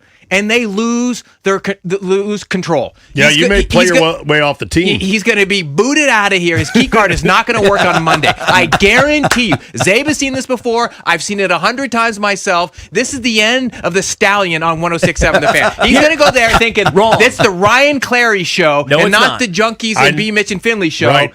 And I'd go quietly on this, my friend. You're going to be hitchhiking back. You won't even be on a travel roster in the future. Your audacity is pretty phenomenal. Hey, look, Drab, look. Yeah. If he's ungrateful, I'd take his spot. It will. You'll be producing everything next week all by yourself, Jeff. You know what? This is what I don't like. You're taking a shot at my integrity now because first off, I went to New Orleans, stayed in Bourbon Street, same hotel as Chris Kynard, our boss, and I was called by him one of the most boring 20-something-year-olds ever because I went out one night. Wow. I got too drunk, and I didn't go out the next night while everyone else. Yeah, but how stoned were you in your hotel room? I traveled. I had nothing. I had nothing. I'll take you over. You were hungover. You just said you partied on the first night. Everyone was hungover, but I decided to stay in until I was means nothing to me. Did you have your own room there? Yes. So you've been spoiled. That is why. So you're accustomed. You're now Hotel accustomed to a certain in the French Quarter. Hold on. Odyssey paid for you to have your own hotel room. I don't know who Somehow paid for it. Yeah, no, he did something different. There was a chance Odyssey paid for Ryan Clary to have his own hotel room. It was a 62-year-old. Yeah, some sort of mix-up. I don't know who you were there working for, but it wasn't us. It was for one. Everyone was there. CK was there. Grant, like it was a great trip. If we're having to New those Orleans. complaints, I go on these trips and other corporations are paying for them. But there's money for Grant and Danny to go on these trips from Odyssey. If we're having those complaints, that's not my department. I'm not the cluster buster. You can take that up with someone else. Let me tell you, I haven't been on a trip in at least a decade. Per diem. I can't expense a hamburger. Yeah. Now, Clary, just so you know, 2010 Super Bowl in Dallas, where it froze. Tuesday, snows, doesn't get above 30 until Friday afternoon. Miserable week. Unbelievable. 980 goes down there. And I don't want to name names, but our program director, Chuck Sapienza, books guys in double rooms because that's all the budget he had. So 62-year-old Tom Lavero, who's known to complain about everything under the sun, had to share a room with Rooster. Oh, my God. And the hotel they booked was a motel, which means the doors to your room open to the outdoors. There's no lobby. Do you think Tom Lavero was happy about that? Oh, this is terrible. This is the worst situation ever. I'm going to kill Sapienza. That's the radio business I know. I know. You complaining about this, that is rich. The one leg I think Stallion has to stand on. There are no legs. So many legs. The Thursday night beanbag situation. Yeah. Where Mikey's got to wake up he's got to make sure the video is up and running for 6 a.m. So Mikey's call time's probably 4:35. Yeah. And Stallion's is probably 9. Like, I mean, the video, when we get there, the video is going to be running. Like, you know what I mean? Like, you guys will have been on air for 4 hours. We don't have, like, I mean, you guys know me. I'm going to get there about 9:45 on Friday. But that's his only thing, is if he wants to be out late Thursday night and Again, Mikey's got to be in early. Him being out late on Thursday night is going to be a problem. I'm not gonna be like you. You think your I'm boss, some DJ? You are. Yeah, that's 100% why you want your own hotel I room. thought he was about to say DJ. You want to stumble back there. You better be there early on Friday. You I'm better gonna not be be there doing early 9:45. Friday. By the way, CK said he's going to have eyes on you on I Thursday know night. he is. Our boss Oh, yeah. he's going up there and told me he's going to be watching you. First off, I know that's a lie because CK thinks I'm boring on trips. He has said that before. He wants you to step Jeff, up go your see game CK. on the You road. got You were a not- brief minute. Luckily, he's nowhere to be found. Okay. Because Ryan will be out of a job. I mean, I had a meeting about Dewey Beach about 2 hours ago, and Clary's name was brought up. With like legal? That's not a good thing. About us and That's Dewey. not a good thing. About The meeting wasn't it great? Clary's coming. It was on the guys to watch list. Guys to watch. Can we know I'm who the watching other you, guys fucker. to watch? I'm watching you. The other guys were Valdez and Brian Mitchell.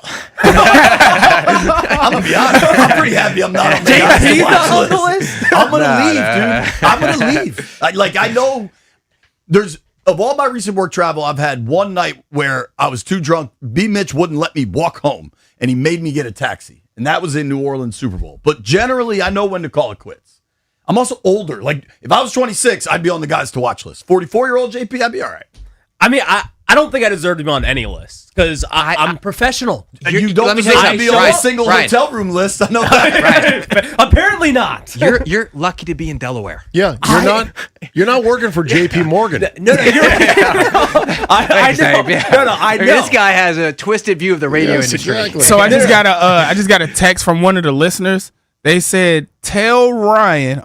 It said, "Tell him to pony up and buy his own room."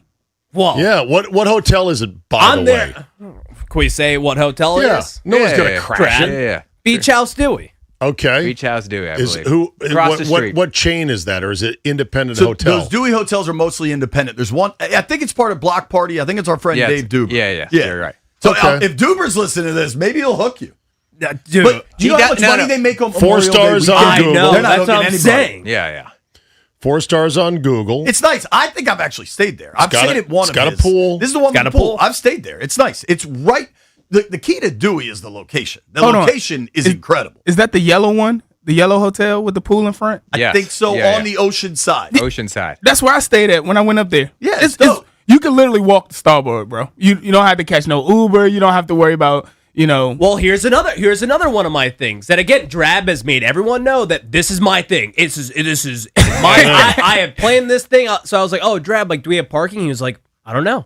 Well, Drab, that's kind of a big deal. If you're We're staying driving at the hotel, you can park at the hotel, but it's got parking. Ask Drab that. You might have to carpool.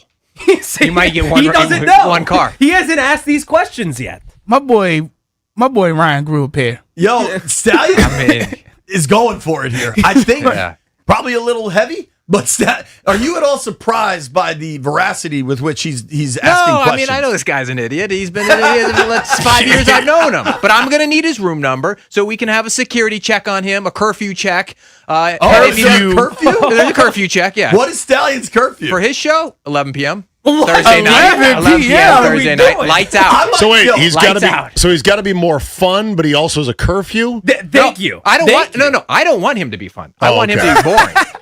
I might, like I often do this. I just want him to show up on Friday morning. When we bring Rooster onto our show at 12:45, knowing his show starts at 1, I try to keep him as late as possible just to see how oblivious he is to his own show starting. Mm-hmm. If I know that Stallion's curfew is 11, you might get me to stay out later just to keep Stallion out later. Yeah. Maybe we'll see. I don't know. Are you aware of the superpower in the room here?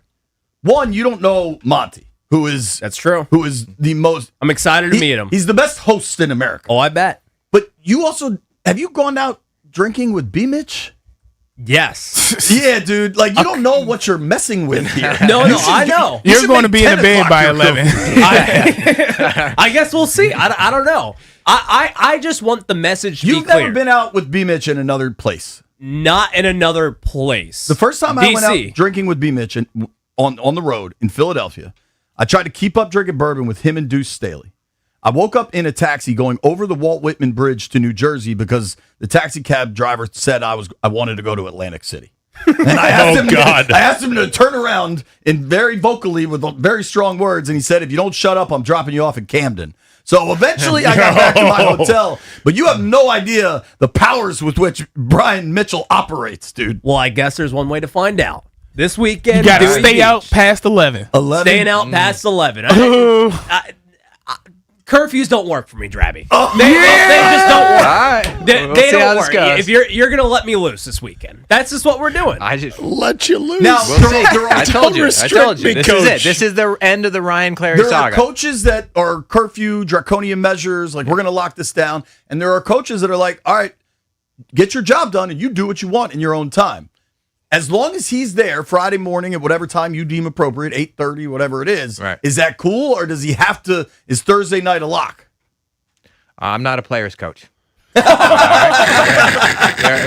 are expectations to be met. Thursday night, $164. Friday night, $364. Saturday night, $569. It's good to be Duber. Thank you, Drab. Appreciate Thank your you, time. guys. Thanks for having me. Stallion, you went a lot harder than I think you should have, buddy. Nobody go anywhere. We're talking to Chris Miles about the NBA playoffs next.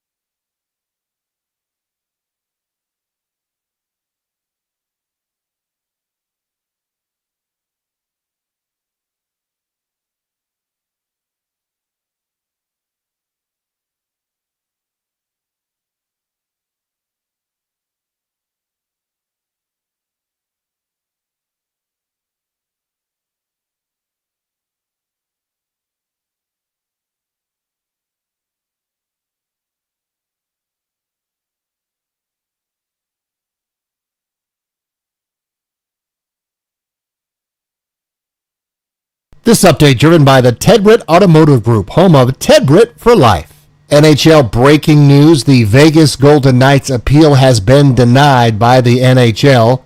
It was determined that the penalty's $100,000 fine for coach John Tortorella and a loss of a second-round draft pick will remain as assessed. Commanders' preseason slate is set August 14 against the Dolphins at home at 7, August 22 at the Lions at 12, August 28 at Ravens, 7 p.m. Nashville will be the site of Super Bowl 64 in February 2030. Carlos Alcaraz has withdrawn from Wimbledon because of the ongoing wrist injury that is also going to keep him out of the French Open. For over 65 years, Ted Britt has set the bar for the best car buying experience in the D.C. area, hands down. Ted Britt Ford Fairfax, Ted Britt Ford Lincoln Chantilly, and Ted Britt Chevrolet Sterling, all home to Ted Britt for life. Lifetime vehicle coverage, and all just a click away at tedbritt.com.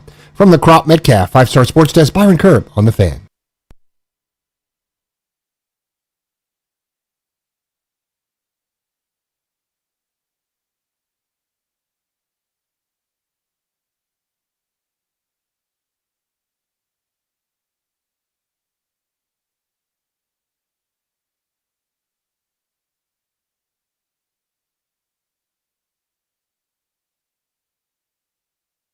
B-Mitch and Finley, 106.7 The Fan.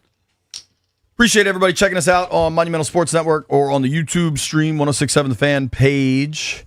Everybody listening in their cars, listening on the Odyssey app, listening on your Alexa in your house, wherever you are, we appreciate you getting the content. Don't forget, Rude is the official show sponsor of B-Mitch and Finley. Don't melt this summer. Upgrade to high-efficiency HVAC and get 60 months. Same as cash on qualified equipment until May 31st. Keep your cool and your cash. Find a Rude Pro partner at rude.com. Fired up to go to the Rude guest hotline now and bring in our friend Chris Miles from NBA TV. Mr. Miles, how are you, man? What's going on, JP? How are you, man? I'm doing great. You got me and Zabe today. And listen, I know that you've been covering him all season, right? Victor Wembanyama and the San Antonio Spurs. What was last night like for you, for a guy that's seen Wemby night after night in a where he performed at the highest level in front of the biggest audience to date? Well, this reminds me of the season opener. Remember that national TV game where he came out and everybody's like, oh, he's finally arrived? And then as the season progressed, he had some injuries and some performances where he had like 10 points or 15 points, and people are like, oh, maybe that guy is not here on a nightly basis. But there's something about the big stage, being in the Western Conference Finals, just his third year in the league, where it brought out the best of them. And I say the best of them offensively, because defensively, he's always making that same exact impact. But last night, I mean, that three-pointer he made from way outside Steph Curry's range, when they're down by 3, in a game that is against the defending champs, I think that's iconic, right? That's a moment that's going to live for his career. But when you talk about what makes him so special, yeah, he had 3 or 4 dunks that you're like, I can't believe he did that. But to shoot from that range and to be so comfortable, I mean, I've said this to people all year. I think he's the best shooter on the team, but he sacrifices that for the betterment of the group. Does it pay to even guard him on threes? Because you're not going to block his shot. Yeah, I mean, but really, the defensive approach, to answer your question, right, is get underneath him, try to make him put it on the floor. You can't defend him with centers. Right. But I think what we're seeing in this playoff run is he's now adjusted to that, right? Because the Phoenix Suns, the Minnesota Timberwolves, they did a very good job during the regular season against them. You go back and look at some of those box scores, like, yeah, he did struggle to find his offense. But, man, in the playoffs, it seems as if all that work he put in all season is coming to fruition. It really seemed like OKC's plan with Wemby last night was just to be super physical. Obviously it was a losing effort, but I was so impressed with, like, Lou Dort and the defense he attempted. And the torture chamber. Just throwing that forearm right into Wemby's back. The Spurs are now up 1-0 in a series that, at least from Las Vegas standards, is going to determine who the favorite is to win the NBA title. Was last night kind of a one-off that, San Antonio pulled this win off in OKC? Was it rust related maybe for the Thunder? Or do you think San Antonio really has a shot here? Because I do. Yeah, I mean, as the season progressed, Wemby really wasn't the guy you go, oh, is he really this? It was Dylan Harper, right? Like, can he do this in the playoffs as a rookie? There were games during the regular season he scored 4 points. He missed defensive assignments, didn't pass the ball well enough. But really, when we hit January and February, his assist-to-turnover ratio hit another level. And his three-point shooting hit another level.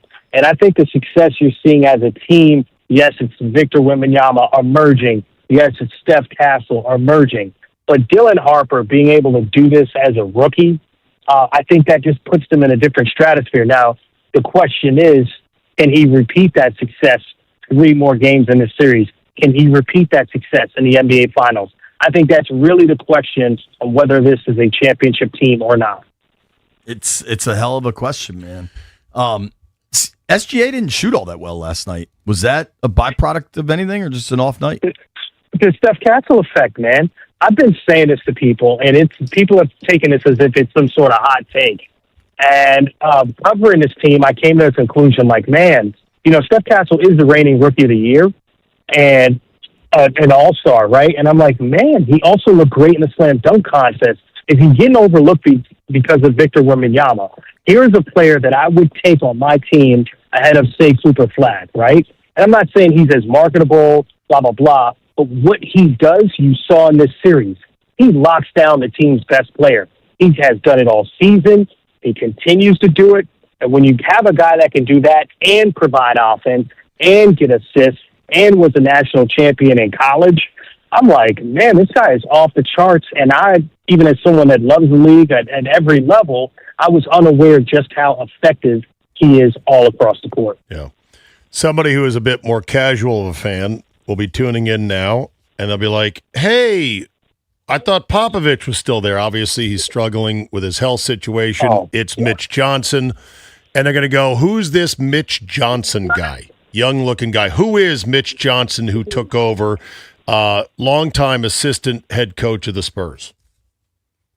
Yeah, I mean, he's a basketball player himself, has been with the Spurs for, I believe, 10 to 12 years. As an assistant coach, really came up. But, his dad was the first draft pick ever by the Cleveland Cavaliers. Like, that was one cool thing I learned about him during the season. Yeah, and he's a guy, if you listen to his voice, it's always gone because he's always yelling. And being privy to being behind the bench this season and hearing them talk to each other, like Mitch talked to Wemby, Mitch talked to Dylan Harper. Like, he's nonstop coaching them and developing them from a point guard's point of view. And I think that's been tremendous for Steph Castle, for Dylan Harper, and even for De'Aaron Fox coming in as a leader. He didn't even play last night, and they won without him, right?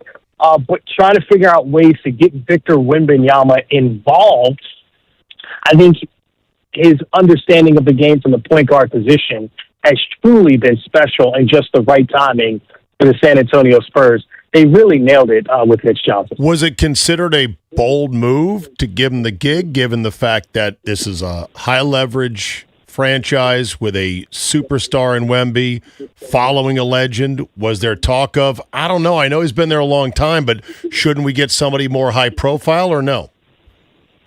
Absolutely. And I think that even carried into early this season. We're on the road. You go play the Clippers, and, Ty Lue is a mentor of his, and he was answering those questions, right? So this is not something where people have said, oh, this is a great hire. This is kind of like, oh, you got this generational talent. Like, are you sure you want to go with a guy without NBA head coaching experience? And I keep saying this to people, man. The more I see head coaches in the NBA, I think the recycling of guys that didn't work, I think we need to look at some of these young former players that didn't necessarily play at the NBA level, right? Like Mark Daigneault's a great example of this as well. Yeah. But played enough and coached in the G League and then got the opportunity in their 30s and are doing a tremendous job. I mean, we might have back-to-back champions where that's the pedigree. I mean, even Joe Mazzulla, so that would be, 3 champions in a row that would be of that pedigree if the Spurs win. Talking with Chris Miles here from NBA TV, kind enough to join us via the Rude Guest Hotline. You can follow Chris at Chris Miles TV. Hey, I don't know if you've seen this on social media or what, but like people have made this argument that the Spurs are better off with Harper starting over De'Aaron Fox, and then last night they get the win. De'Aaron Fox is out with the ankle injury. Do you give that theory any weight?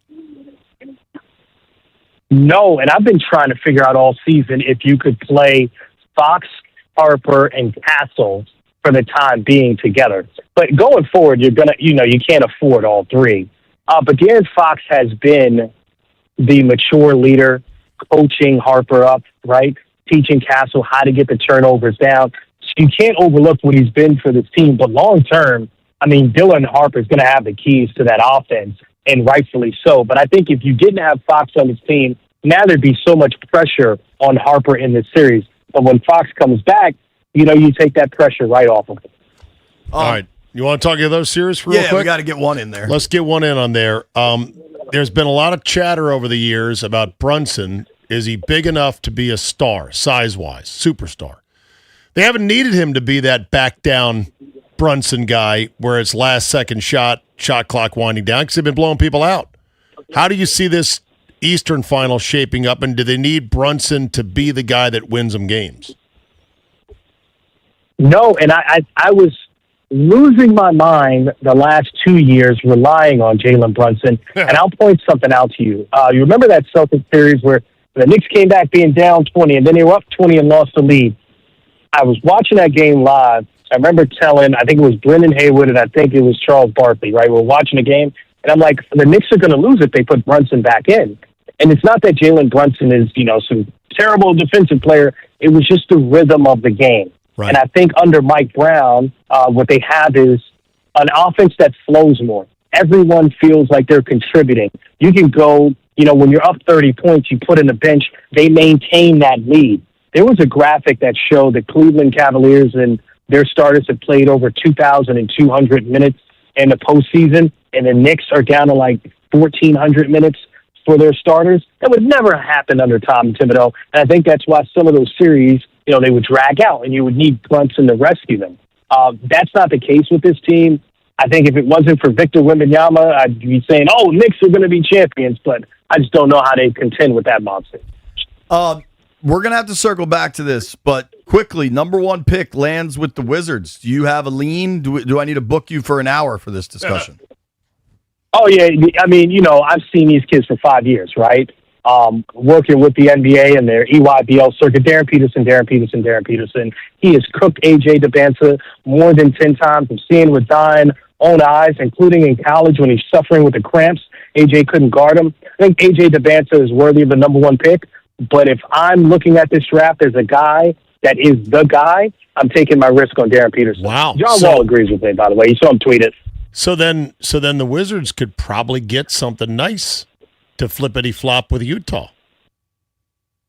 I I wouldn't do that either. I would be so scared that the Jazz trade up and then take Peterson. I don't know, man. There's all these rumors, and look, I can get into the whole thing with Utah, and I understand that relationship with Ryan Smith and Danny Ainge. But remember, there were other players they were trying to get to attend Utah prep, right? There were 3 or 4 players they were trying to get out there. A.J. DeBanza and his family accepted the offer. So I'll leave it at that. Interesting. All right, Miles, we appreciate you, buddy. We're calling you back on this. Oh, yeah. Oh, yeah, absolutely. I'll talk to you guys about it. I know what this Knicks series is going to mean to you, so good luck, pal. Hashtag mixtape, my man. Thank you, Chris. Thanks. That is the great Chris Miles from NBA TV. Give him a follow at Chris Miles TV. We come back, got to make some bets.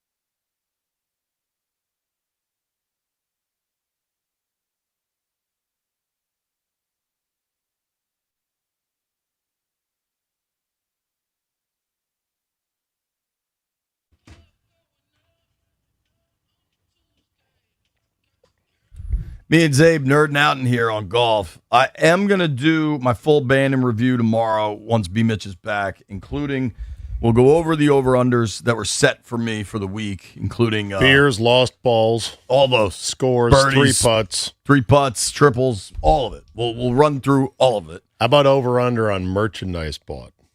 So, total dollar amount. Don't say it now. I'm just saying that's another one you should ask. Set it. Okay. $685. Okay. And a half. $685.50. There's your over-under on merchandise. Okay. I will. I can tell you that answer when we get off the air because it was interesting. We also have an interesting fight. The last hour of the program has been very vocal. Rock'em sock'em. Very hostile. And it all centers on Ryan the Stallion. First, he was screaming at his boss for a 20-minute segment. Were you at all surprised by the Stallion's level of challenge to Drab? Yeah, you can't fake that sort of annoyance that I could see in his face and hear in the tenor of his voice. And the same in Drab's. Yes, exactly. It is similar to Drab's. And like they both, Stallion as a 26-year-old radio producer felt extremely vindicated in his position, and Drab as I don't know, Drab's probably about my age, right? Like we'll call him early 40s. I don't know how old Drab is. Right. But as an early 40s guy that's been through the battles of the radio industry, felt extremely comfortable in his position. Drab's been through the battles, but Ryan is right in that he's paid his dues. But the thing is, you're going to pay even more dues, and then you're still not going to get the kind of respect that you would like to have. That's just a reality of the biz. Those dues, I mean, I'll never catch up to the dues. No, exactly. So now we have more contentious battles to overcome. Let's get to Heard It Here first.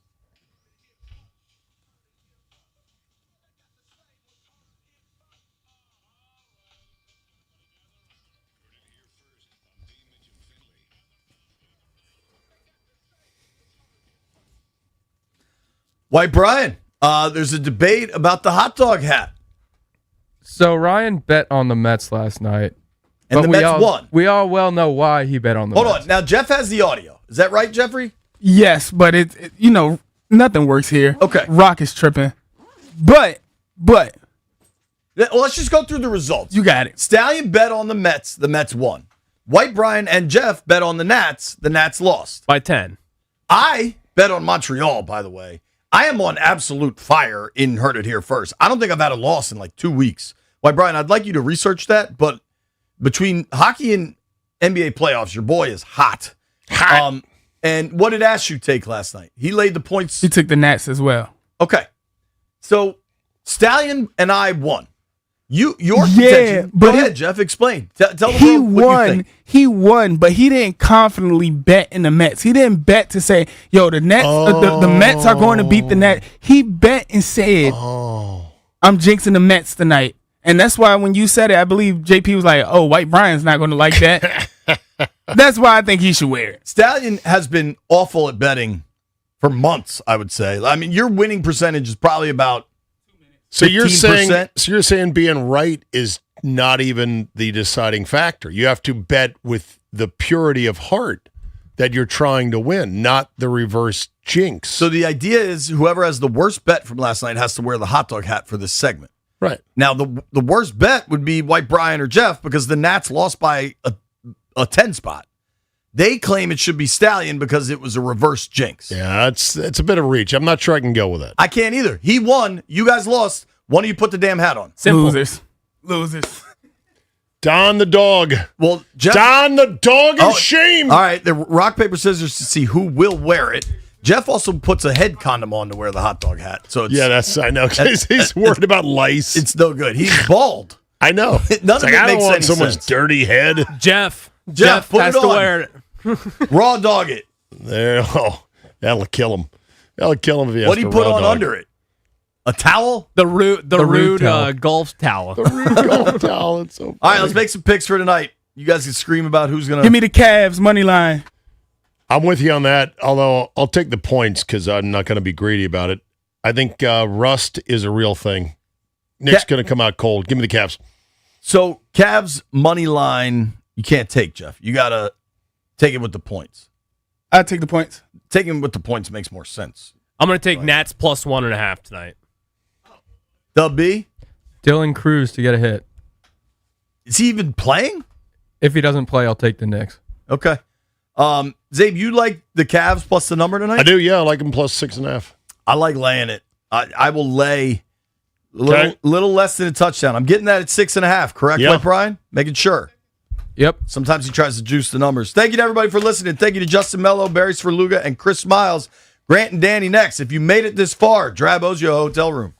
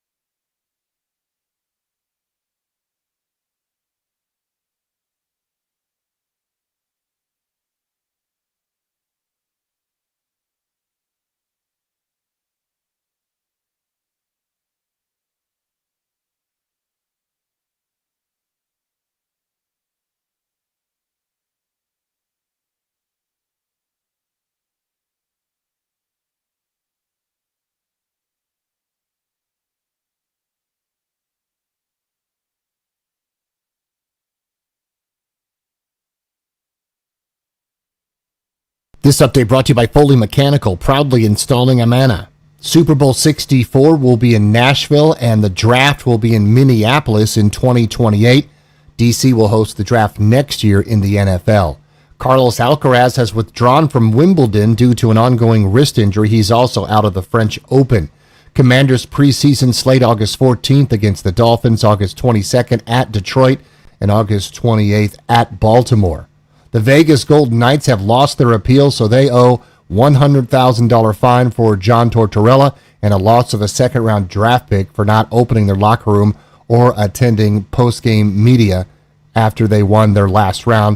They have to take on the Colorado Avalanche Game 1 tomorrow night in Denver. When your HVAC strikes out, call Foley Mechanical, your go-to for heating, cooling, and radiator repair in D.C., Maryland, Virginia. Locally owned, never franchised, Foley Mechanical, proudly installing Amana systems. From the Crop Metcalf 5-Star Sports Desk, Byron Kerr on the Fan.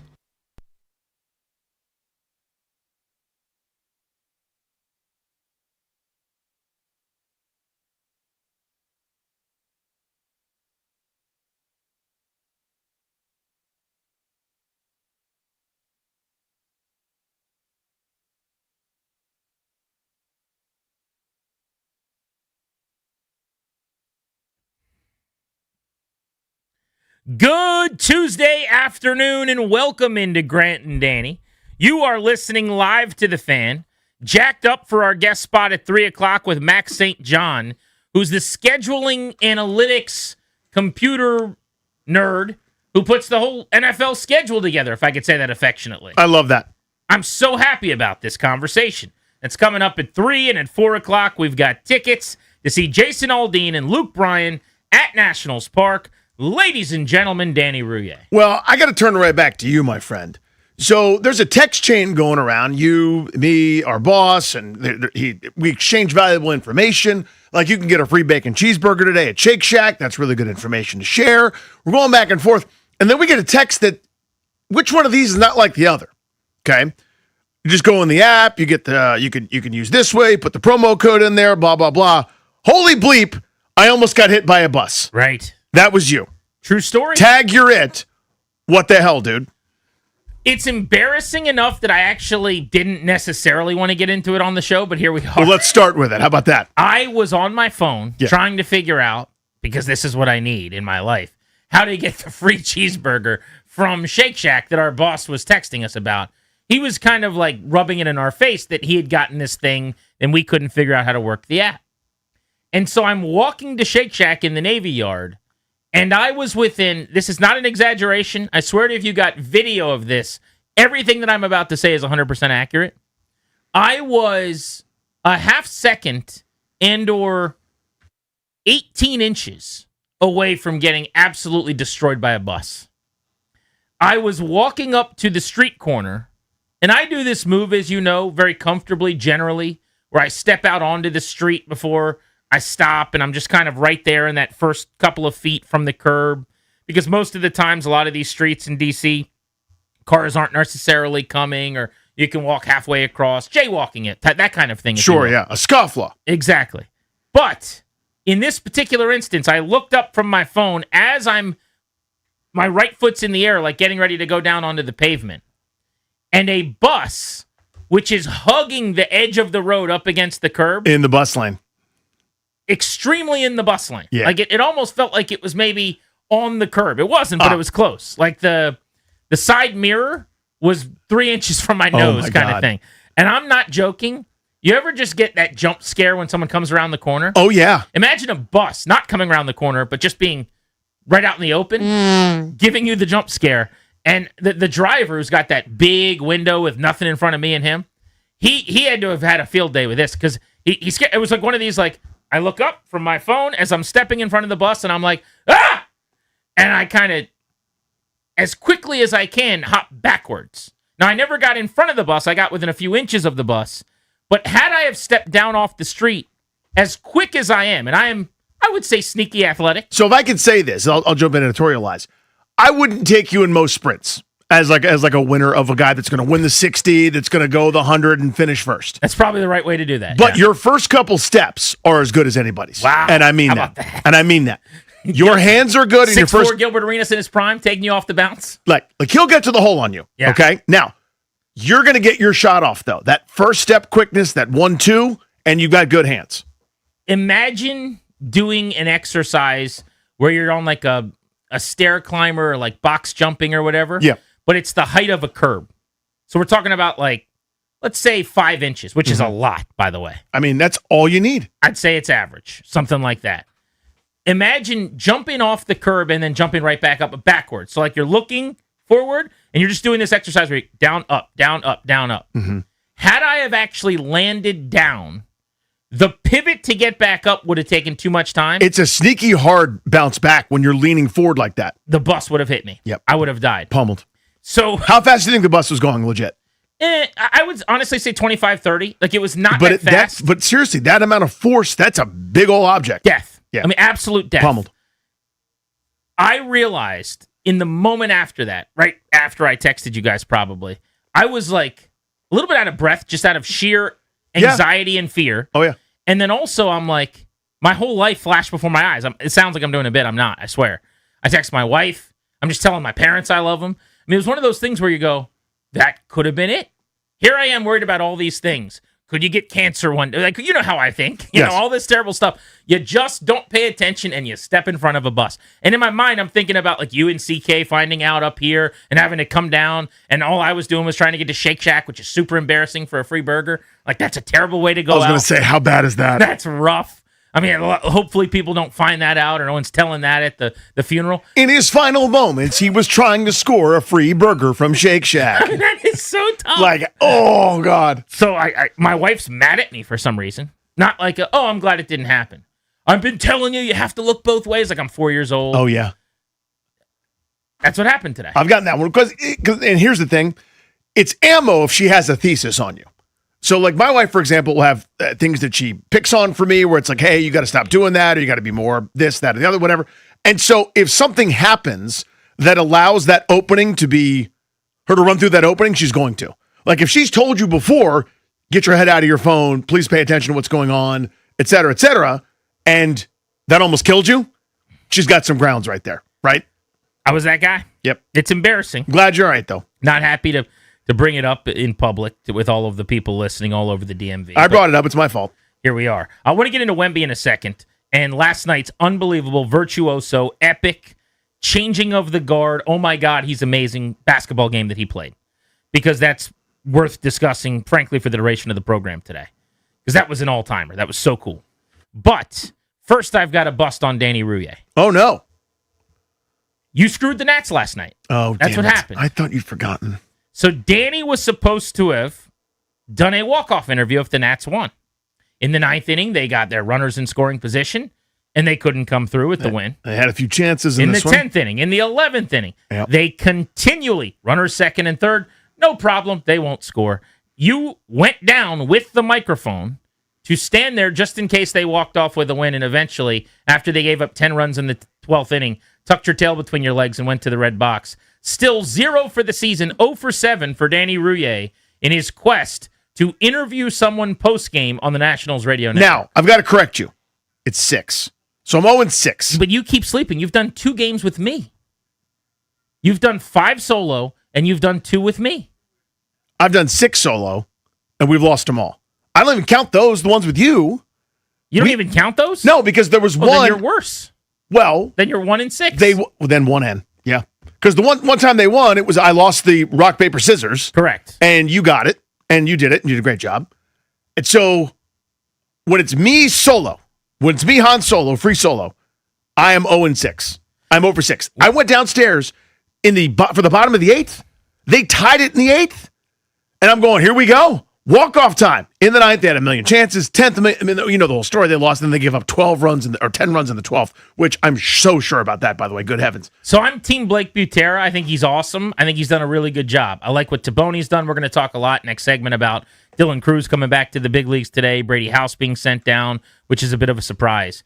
I did not like what they did last night in the 12th inning at all.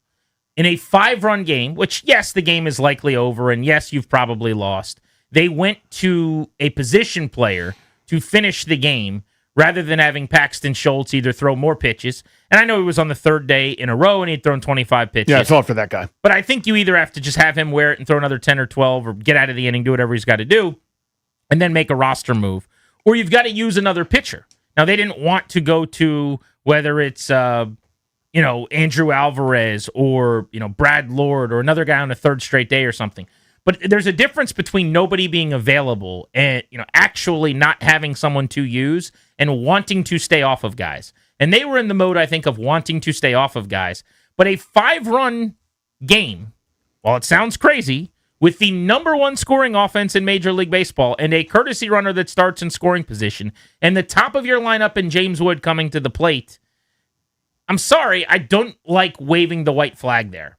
There's plenty of times where I am team bring in the position player. I think it's the analytical play, save the bullpen. I'll do it 15 times a year. There are new rules in Major League Baseball where it's got to be an 8-run game or it's got to be extra innings. And last night was extra, so you could do it in a 5-run game. Although the umpires didn't know that, by the way. You saw that? Well, I'm down there at field level. I couldn't figure out what they were debating, right? So one of the umpires goes and talks to Mendoza, the manager of the Mets, and he's going, I don't know if you can do that or not. And he's like, yeah, we're not sure. So one of the guy picks up like a little tiny microphone, cell phone earpiece thing, and he's like clearly calling New York. Blake Butera knows the answer, by the way. He's just patiently waiting for them to figure it out with whatever consultation they were going. They kept going back and forth and back and forth. But how do the umpires not know the rules? Baffling to me. They're telling Butera that, as it turned out, Jorbit Bibas could not pitch because it's not an 8-run game. And so they brought Paxton Schultz, who had already been sent to the dugout, back to the mound and put Bibas back at his position and sent Tenna back to the bench. And Butera's just kind of standing there going, what are you talking about? It's extra innings. And he knew the rule, but the umpires didn't. So at first, some of the Mets dugout was confused about losing the DH because a DH then is coming in to play the field, which means a pitcher would have to hit, or what's the machination there? And some guys were asking about that. So Carlos Mendoza asked about that at one point. I mean, everything about it was a bizarre situation where Blake Butera seemed to be the only guy that actually knew eventually we'll get to the right thing because they sent Schultz off the field. Yes. He passed the test. He knew the rule. I did not like going to the position player and waving the white flag in that spot. I thought a really competitive, good game for the most part last night turned into a laughing stock. It got ugly there. Most people have an issue with going to position players generally when the 8-run, 9-run game becomes 13 or 14 because you're throwing BP or whatever. But I don't care about that normally. Last night in extras in a 5-run game, I just thought you should have either had Schultz keep pitching or you should have had somebody else in the bullpen come in to throw. So minor detail, what have you. But we should be on parade watch today because they should have won, walked it off in the 9th, 10th, or the 11th. Instead, they lose their 2 under 500, and now you're at risk, Danny. You're teetering on that brink where if you lose again today, we're so far from a parade you can't even see it down the street because you need to win 4 in a row, essentially, to have a parade at that point. And when you get to 3 under, 4 under 500, you start to be at risk of never having a parade. That's what we start to teeter on a little bit. That's what's on the table at this point. Feels like tonight's very big. Today, it's a big one. Good news is Danny's back on Postgame. Now, it's good news if you believe in due theory. It's not good news if you believe in track record, tendencies, actual events that have occurred. I give up on saying, Strobes, that they're going to win when Danny's doing it. You know how I've done this. Dating back to the last homestand, Strober he doesn't care about who's pitching for the Nats or what the lineup is or what team they're playing or anything like that. Yep. If it has to do with the actual baseball game, he just asks each day when he wakes up in the morning, who's doing postgame tonight? Does Danny do postgame? And I always say, but don't worry, Strobes, they're going to win today. And I've done that pretty routinely here, consistently with you working postgame based on due theory. That's dead to me. They will not win today, and Danny will never do a postgame interview. That can't be. That can't be. I know, listen, we're joking around, we're having fun. It is May 19th, and it's a bit outrageous that it hasn't happened yet. It's going to happen, right? I'm not going to go a whole season without doing a postgame. You won't go a whole season, but, I mean, it's almost June. Will I go 2 months? Yes, I don't think it's going to happen tonight. I just don't see it happening. I do want to talk about the Cruz promotion, the House demotion. We'll get to that in just a bit. Wemby from last night. Man, oh man. Yep. That was awesome sport. Spurs 122-115 winners over the Thunder in overtime. Wemby hits the monster triple to tie it before putting San Antonio across the finish line first. He owns this Thunder team that is the best team in basketball, probably. This 64-win juggernaut, this team trying to go back-to-back, led by the MVP of the association, Shai Gilgeous-Alexander, who played 51 minutes last night, by the way. 51 minutes. Wemby played 49 at his size, which is maybe equally as impressive. Yeah, it's incredible, too. I saw a video floating around. Did you see this? Pre-game. The Thunder at home at Oklahoma City, ahead of Game 1 Western Conference Final, honor SGA as the MVP. They do this big dog and pony show where everyone stands around. They give him the trophy. All the fans are celebrating. And there's a video of Wemby, who could have won this award. Like, was a lot of people's choice to be this award among fan bases around the country. He would not look over. He was staring straight ahead or down at the ground. At one point, he was comforted with his arms around him by teammates. He was clearly bothered. And after the game, he was actually asked about whether or not the MVP ceremony motivated him. This is what he said. If that was in your mind at all, knowing that Shai had got that award and you were in the top 3 for it, and, did any part of tonight feel personal? Some of your facial expressions kind of look like you were really, really going for it. Yeah, for sure. Everything you just said. Everything you just said. Also, this is what I heard there, and I took that personally. Yep. Who does that remind you of? 49 minutes, 41 points, 24 rebounds. I mean, he had 3 blocks, but how many shots did he affect? 5 times that, honestly?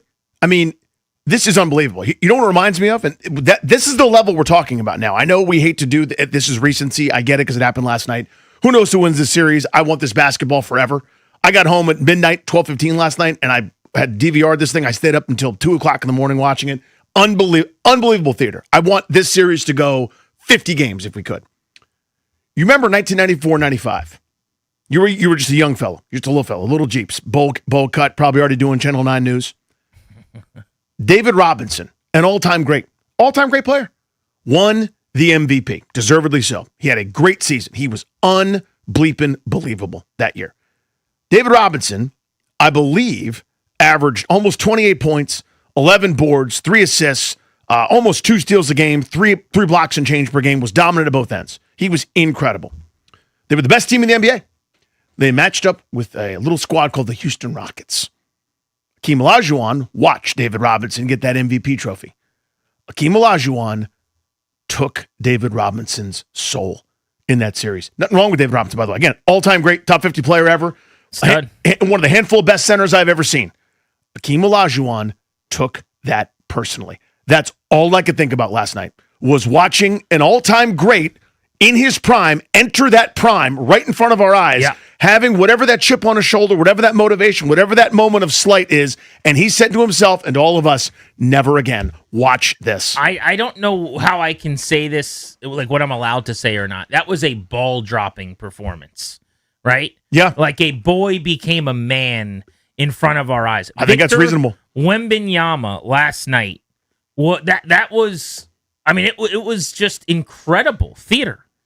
24 rebounds, 9 offensive rebounds. You hear all the time, he took over a game. And this is one of those games where you say we overuse phrases because now it doesn't do this one justice. But he was a wrecking crew. 12 of 13 from the line. The 3 he took from the logo at the end of that game in overtime, when Tarico just went ham sandwich, and he's like, you could tell he was just like, I'm having a blast. This is so fun. Go cut 3 here, Darius, on Wemby, on the game he had and the message behind it from last night.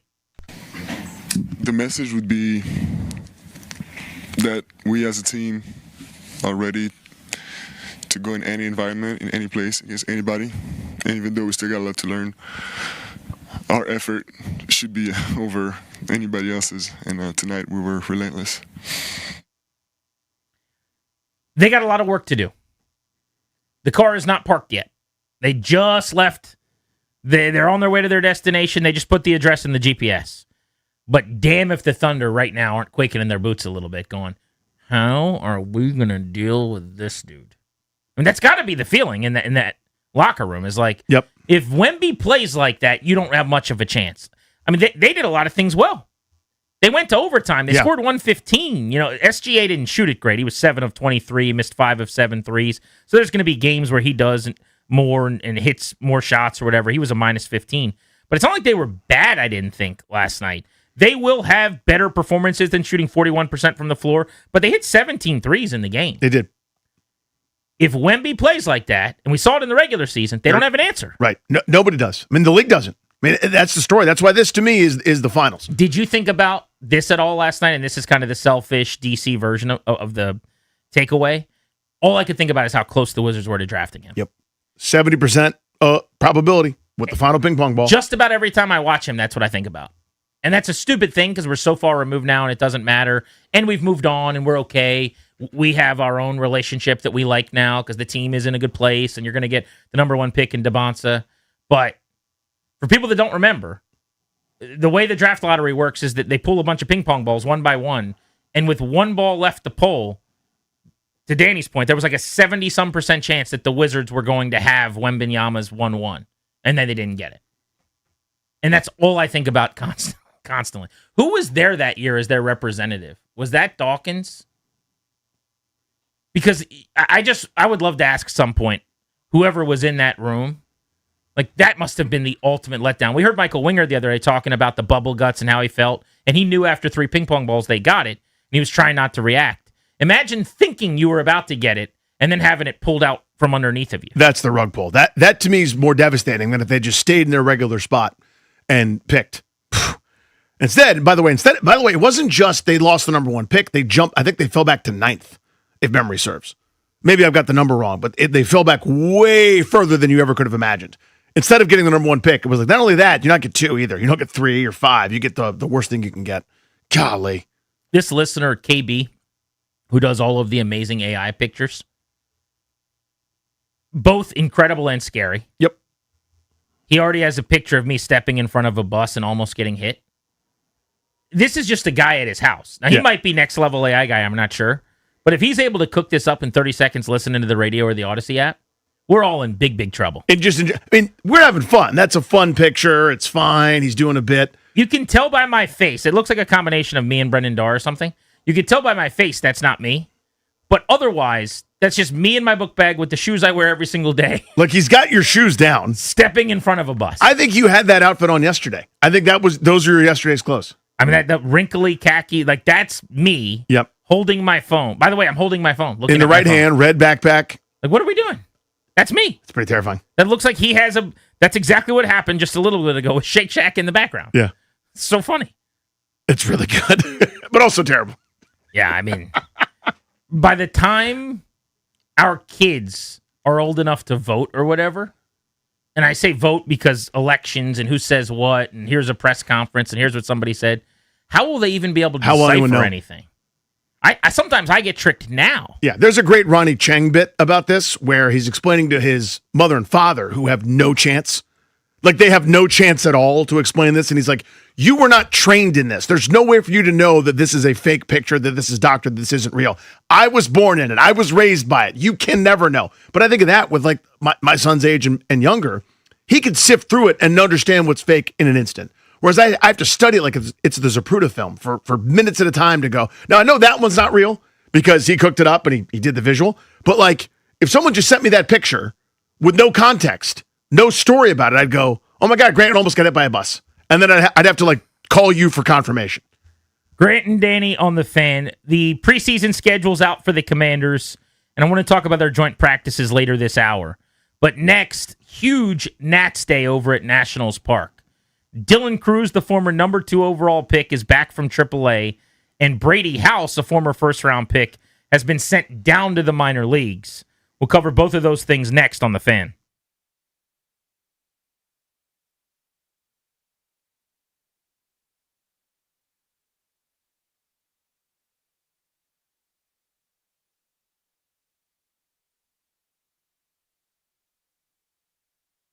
What's up, guys? Danny Rouillet here. The playoffs are also here, and every game matters, and Fanatic Sportsbook is there for every moment. Here's the deal.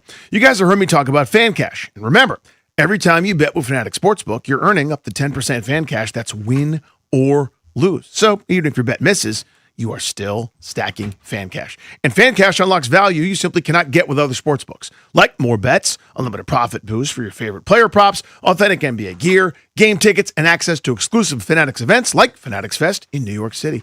But that's not the only play. The good times roll on with Fanatics Fair Play, an injury protection policy that turns losses into wins. That's right. If you love player props, your legs are protected against the entire first half of every game if an injury takes place. If your guy goes down, you're getting your money back, or your parlay plays on. So make the switch to the sportsbook that gives you more to play with. Winning hits different here. Must be 21 plus. Gambling problem? Call 1-800-GAMBLER or 1-800-MY-RESET. MD Visit mdgamblinghelp.org.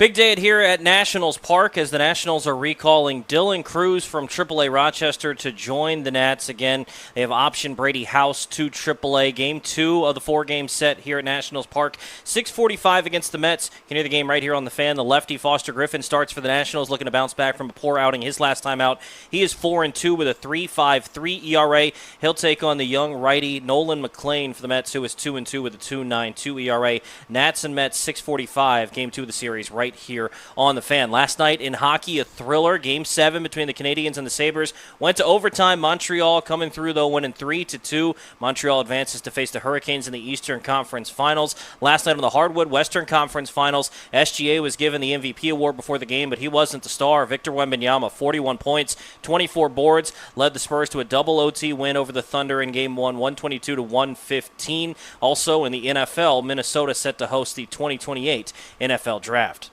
From the Crop Metcalf 5-Star Sports Desk, I'm Toby Altizer, live at Nationals Park on the Fan.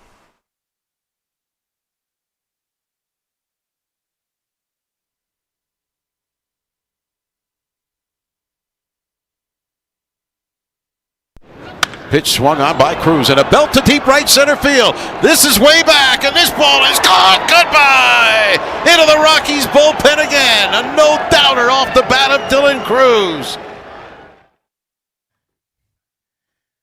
Charlie Slows calling Dylan Cruz exploits. That was the 2025 baseball season. Cruz back in the big leagues for the first time this season, called up overnight by the Nationals. He will play for the first time this season against the Mets over at Nats Park this evening, 6:45 first pitch right here on the Fan. You just heard Toby's update. So we've sent Toby out of the studio and over to Nats Park. Cruz will be meeting with the media in a few minutes. President of Baseball Operations Paul Taboni is scheduled to talk today as well, and Blake Butera is going to address the return of Dylan Cruz. That is item A in what is a two-pronged conversation about the State of the Union here for the Nationals today. Because Cruz, who was the 2023 number 2 overall pick, was sent to the minors during spring training, and everybody was floored. It was shocking. Yeah. Not because of how he was performing, because frankly, he was lost like last year's Easter egg at home plate. You and I were at spring training March 4th through the 8th. I don't know that we saw him have a good at-bat. He did. And, you know, it sounds like we're picking on the guy. He looked, as you said, he looked lost. Looked like he was fighting himself, wasn't sure which way was up, whether it was trying to find a key in my stance or this part of my timing. He couldn't hit water if he was in the pool at that point. Cruz comes back to the majors, now 24 years old, a career .211 hitter and 412 at-bats. And this regime has had their hands on him for several months, and what they sent him down to AAA to do, notably, was chase less. Let's make pitchers throw the ball in the strike zone. Get the ball off the ground. You've seen this with Jacob Young, who's already got a career high in home runs, as an example. But stop hitting the ball hard on the ground. That doesn't help anybody. Hit the ball hard in the air and pull the baseball in the air. These are some of the things they've been looking for him to do. Well, his numbers in the minor leagues have not been dominant by any means. He didn't go down there and hit 325 and force his way back to the show. That just wasn't in the cards, it doesn't appear. And frankly, Danny, he has not dominated at any level of the minor leagues really at any point offensively. He was great in college, got on base in all 51 games in his final year and was viewed as a can't-miss offensive player. But in the minors this year, he was hitting about .260 with 5 home runs and 150 at-bats. And he had a .777 OPS, which is well above minor league average, but again, not superstar type stuff. What he did really well lately was get the ball in the air and pull it for extra base hits and some slug. And that was one of the things they've been working on. If you look at some of the metrics, though, from his time in the minors this year and then compare it to what he was doing last year, it's not that different. It's not like he's made massive statistical progressions in terms of ground ball rate or fly ball rate. It's negligible, but it's better for sure. There's no doubt about that, but it's not night and day. So what I think happened was they sent him down. Let's get some confidence. Your swing is completely out of whack and you're not ready to start the season. And here's the bonus. While working with our coaches kind of in anonymity, not struggling at the major league level, they saved a season of control of Dylan Cruz, who, if he was in the big leagues, a week or 10 days or 12 days ago, would have enough time the rest of this year to accrue a full season. and he would be 1 year closer to free agency. As of 5 days ago, any time after that, the Nats could call him back up, and there's not enough days left in the big league season for him to account for a year toward free agency.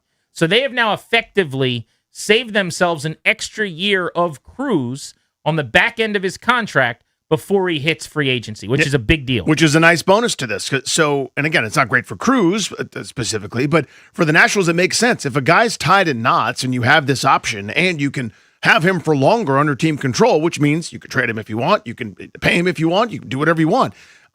It makes perfect sense. It becomes against the spirit of this whole thing if he was tearing the cover off the ball, hitting 399, with a 1260 OPS down at AAA, leading the league and everything, and it's sort of like, come on, man, you're just manipulating service time. This is not the spirit. The union would get involved. Everyone's pissed. But while he's out there, figuring out his butt from his elbow, you go, yeah, that's perfectly fine, and that's a nice bonus of another year of a winning player. And it's not like he was the best player on that team, right? In Rochester. Yeah. I mean, Yoandy Morales, who's a third baseman in the minors, I think eventually he'll be a first baseman, but he's the best player on that team right now. He's hitting over 350 with an OPS over 1,000, and he can't seem to get the call just yet, even though they sent down third baseman Brady House. I would have thought the corresponding move may have been to call up Morales and give him a shot, but so far that has not been the case. They're going to roll with veterans Yorbit Vivas, and they're going to have Jose Tena play a lot of third base as well. But to just keep the theme with Dylan Cruz for another moment, I do want to say, I think there's two different conversations that can be had about Dylan Cruz. The first is, this is going to be a very good, helpful major leaguer. Yep. He already was last year when he wasn't hitting it all, because he is a very good defensive player, and he is an exceptional base runner. And so he can steal bases. He does a lot of the little nuanced things that Nats players over the several years before this one have never been able to do on base. You're not going to see him get picked off. He's not going to get thrown out stealing a whole lot. He takes first to third. He gets good jumps and reads going first to home on gappers. Like, he is a winning, smart baseball player. That is a fact. Yep. So if you're hitting 211, that's a bummer, and that's not going to help. But see Nasim Nunez, who's leading the league in steals right now and is a plus defender at shortstop, he's still actually a helpful piece. He still has a positive WAR. This is a guy that over the course of a year can help you. And in the case of Cruz, who's got a lot more power, 20 home run type power. So the comp with Nas isn't particularly good because Nunez doesn't hit the ball over the fence. He's going to be a 20 homer, 30 steal potential player who plays really good defense. You might make an all-star team doing that. That's conversation one, where I feel good about him as a helper, as a contributor, as a good winning ball player. But this was the number 2 overall pick. This was the can't-miss guy. This was supposed to have been a face of the franchise with James Wood. This was the guy. They have gigantic pictures of him all over Nationals Park, plastered on every wall. And, being a 215, 225 hitting league average power guy in a corner outfield who's playing good defense ain't really what the doctor ordered at number 2 overall now, is it? So you can understand where the frustrations and the lack of patience from Nats fans has come from to an extent. There's this feeling of now or never, but I think the now or never is as it pertains to, are you a star? Are you going to be a face of the franchise type player, or is this kind of what it is? A flawed guy who doesn't hit spin that well, who chases a lot, who strikes out a bunch, who is just not going to be a particularly great hitter at the major league level because he's got some holes. I think we're going to find that out as the season goes on here. It's still early. I still have hopes for Dylan Cruz, but I do think that the conversation has been flawed in that people act like this guy's like some bust or some terrible player, and that's just not reality at all. No, neither was the other extreme where this is, he's going to hit a 5-run homer every time he steps to the plate. Because as the guy that was on Natty TV for 3 years, Golden Spikes winner, they win the College World Series. He and Skeens are the 2 biggest reasons why. They go 1-2. It's a fairy tale. It's a match made in heaven. Well, the reality wasn't true for that either, right? So the truth is somewhere in between. So here's what I want to get back to. I think this House and Cruz thing are related in this way. Just to say this, the other story is that Brady House got sent down to the minors last night in the corresponding move, which is pretty stunning. He's 22 years old on his way to 25 home runs right now. Now, I haven't spoken to anybody about this. I don't have a great sense of this, okay? But just reading the tea leaves, there are plenty of guys that aren't performing great, quote unquote, that they did not send down. They sent Brady House down. A bunch of guys in spring training weren't hitting at all. They sent Dylan Cruz down. To me, the theme is it's fine if you're struggling. If you're trying to do the things that we say to do and if the process is what we want, you get to hang around for a while. We'll do more Jorbeat Vivas than a lot of fans probably want. You're going to see a lot more Jose Tena double switches and huge at-bats in games. There's going to be a lot of Drew Millis instead of somebody else down on the farm. Now, it's not as if Henry Ford is tearing the cover off the ball, but you see the point. If you're doing it the way we want you to do it, we believe eventually it's going to work. If you're not, we don't care. I don't care where you got drafted, who you are, anything, anywhere, you might get sent down. And that's the sense I have. Again, that's not based on speaking to anybody behind the scenes or anything. It's just pretty telling now. They've done this with a couple of first-round picks who we all thought were going to be in the team brochure, right? When you're saying, hey, come see the young Nats take their next step, 2 of those 3 guys are now going to have significant farm time this year, which to me is really unexpected. But again, not a criticism, just an observation. They also don't have a lot of guys with options on this team.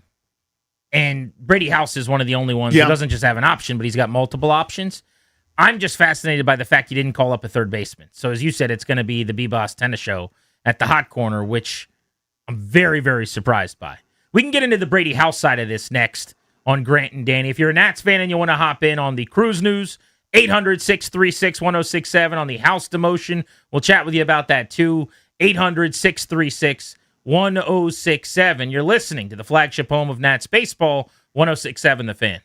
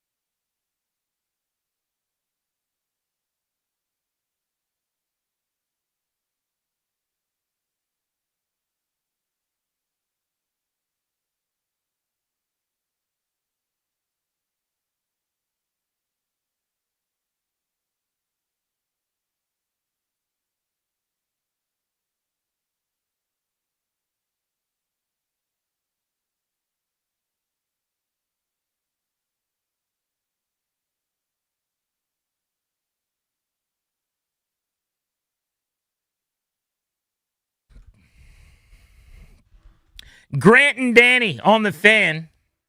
We got a lot of ground to cover on the show today.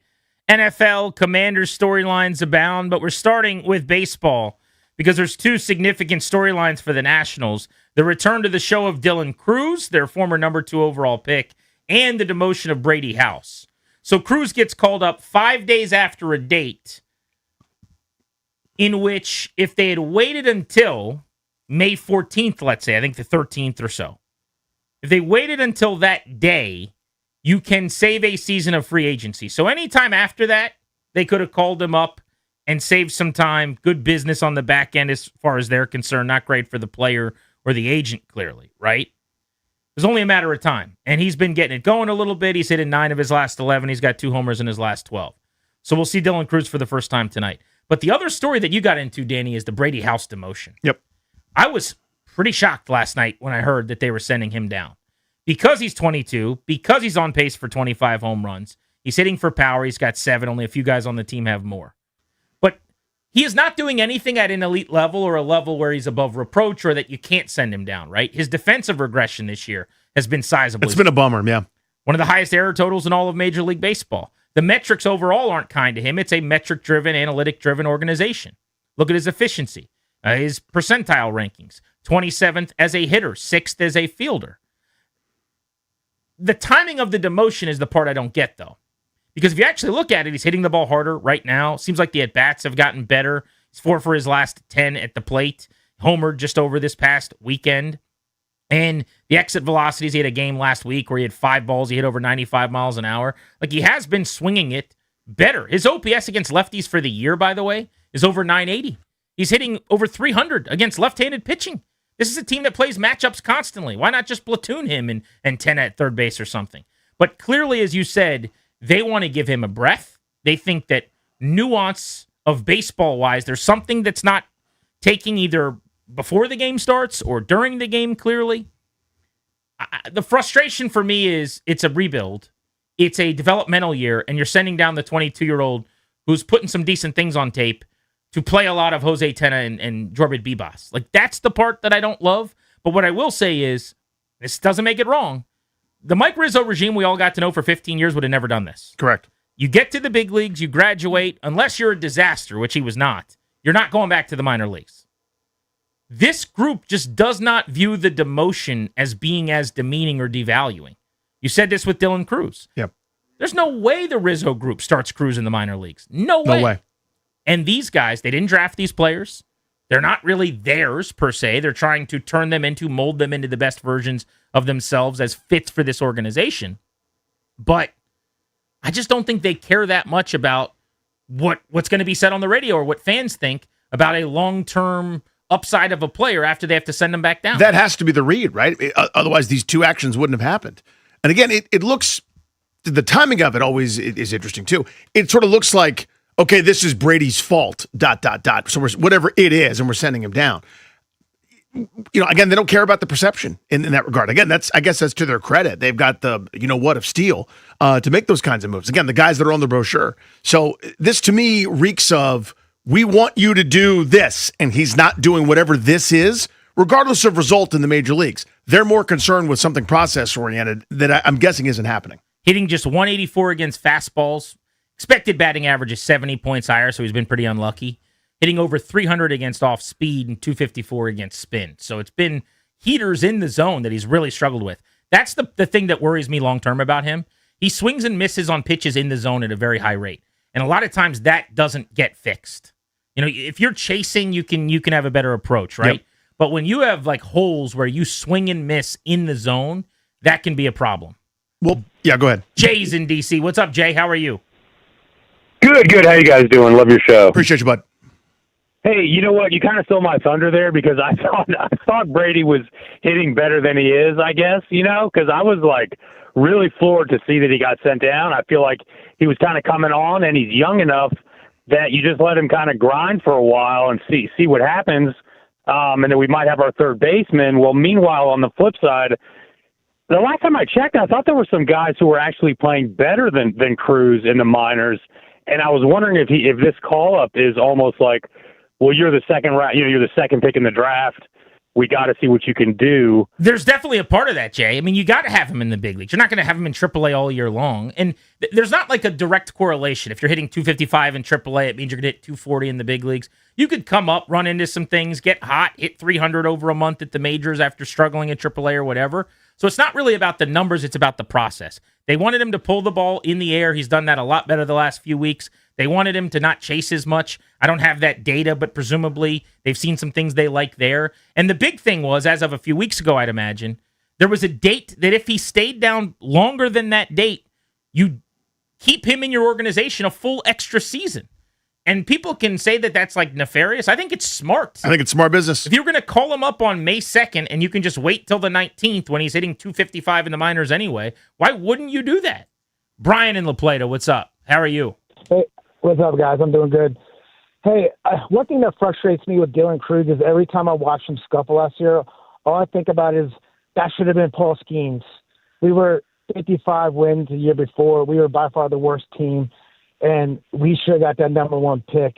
And Dylan Cruz just has not been a good consolation prize at all for this team. Well, that was a year where they could have picked first. They just didn't win the lottery. They got the number 2 overall pick, a la the Wizards in their lottery a couple weeks ago. Right. Had they not have gotten 1-1. And Skeens went first. So if the Nats got the first pick, they probably would have drafted Paul Skeens, and they'd have a guy on his way to a second straight Cy Young Award. Oh, a 15-WAR pitcher, only after a couple years with a 2.06 ERA. Good Lord. Grant and Danny with you on the Fan.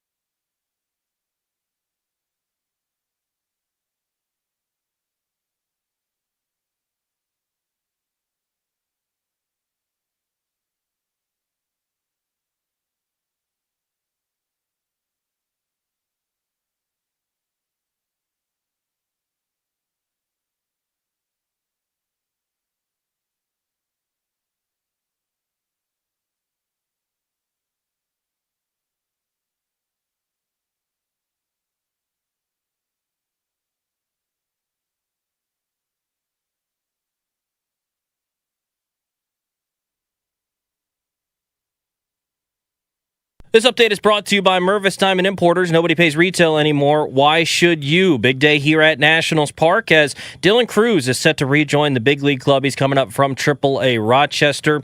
They have optioned Brady House back to AAA after he struggled defensively this season a little bit at the plate. The Nationals getting set to take on the Mets for Game 2 of the series here at the ballpark, 6:45. First pitch right here on the Fan. Foster Griffin takes the hill for the Nationals. Nolan McLean toes the slab for the Mets.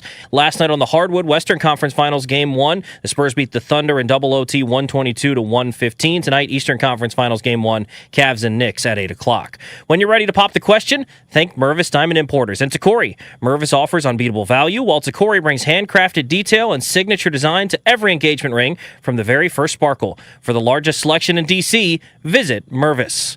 Go to MervisDiamond.com. From the Crop Metcalf 5-Star Sports Desk, I'm Toby Altizer on the Fan.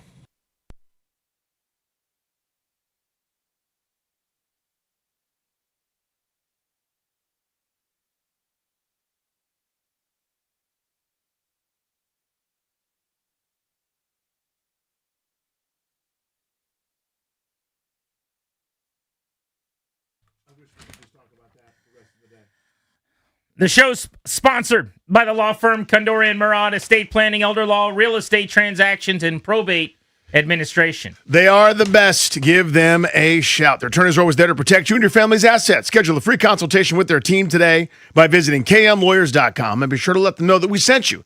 That's kmlawyers.com. We'll get into the Commanders' preseason schedule in just a moment. We're wrapping up our conversation on the Nationals, who have sent Brady House to the minor leagues.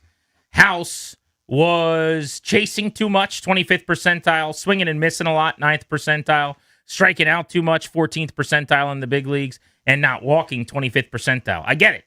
There were major struggles. 6th percentile fielder who was leading the league in errors at his position. He had regressed. But he's a power-hitting 22-year-old who was figuring it out at the major league level and is on pace for 25 home runs.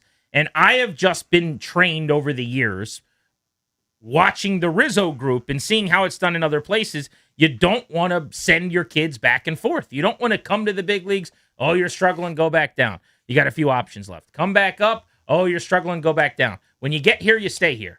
And this group with Cruz, with Brady House, just hasn't cared that much. My big question is, with Dylan Cruz, what do we see now? Does he get comfortable, and do they play him in center field every day? That's what needs to happen here, by the way. Dylan Cruz has predominantly played right field in the big leagues. Remember, James Wood was in left field last year. Yep.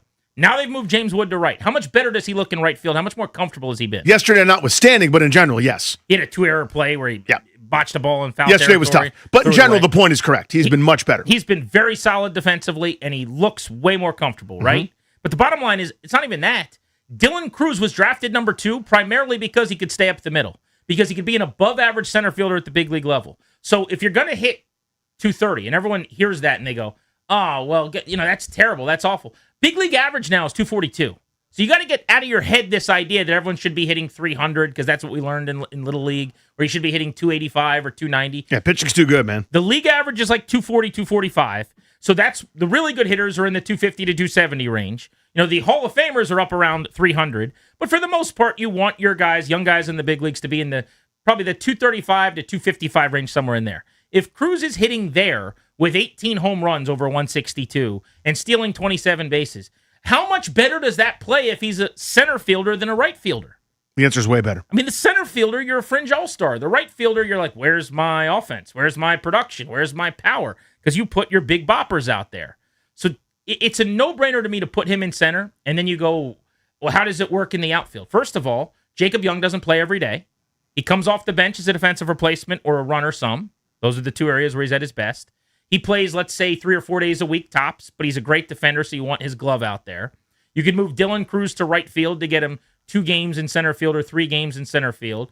You could kick James Wood over occasionally to spell Dalen Lyle against lefties if you want him to play every day, which you should. He'll play left a couple times a week. You could DH James Wood. Lyle can DH. Wood can DH. Cruz can DH. I don't want Young doing that, but you can put 4 in pretty easy. Between the 4 of them, you could get on a little wheel here, where Lyle can play left or right, Wood can play left or right, Cruz could play all 3 outfield spots, Young could, is only going to play center, obviously, but the other 3 can DH. And there's an algorithm on Ani Kalambi's computer where you get 6 days a week from everybody, or really what it should be is 7 days a week from Wood, 6 days a week from Lyle and Cruz, 4 to 5 days a week from Jacob Young or whatever. But to me, everything changes if Dylan Cruz is a plus center fielder who's giving you what he's giving you offensively. Because now that plays up a level. And he's going to be really good defensively in center. He's not Jacob Young. There's 2 or 3 guys. Yeah, I was going to say there's 3 guys that are. But he's going to be damn good. Yeah. He's going to be better than any other center fielder they've had over the last 5 years that isn't Jacob Young. I'd even go so far as to say he's very good. Now, I could lose a lot of weight and look nice and look handsome in a suit, but if Henry Cavill walks in, I don't look as good anymore. That's kind of what it's like. He's a plus outfielder, I would say. I think Jacob Young is plus, all the plus signs, and is a Gold Glove caliber. Probably should have already won one.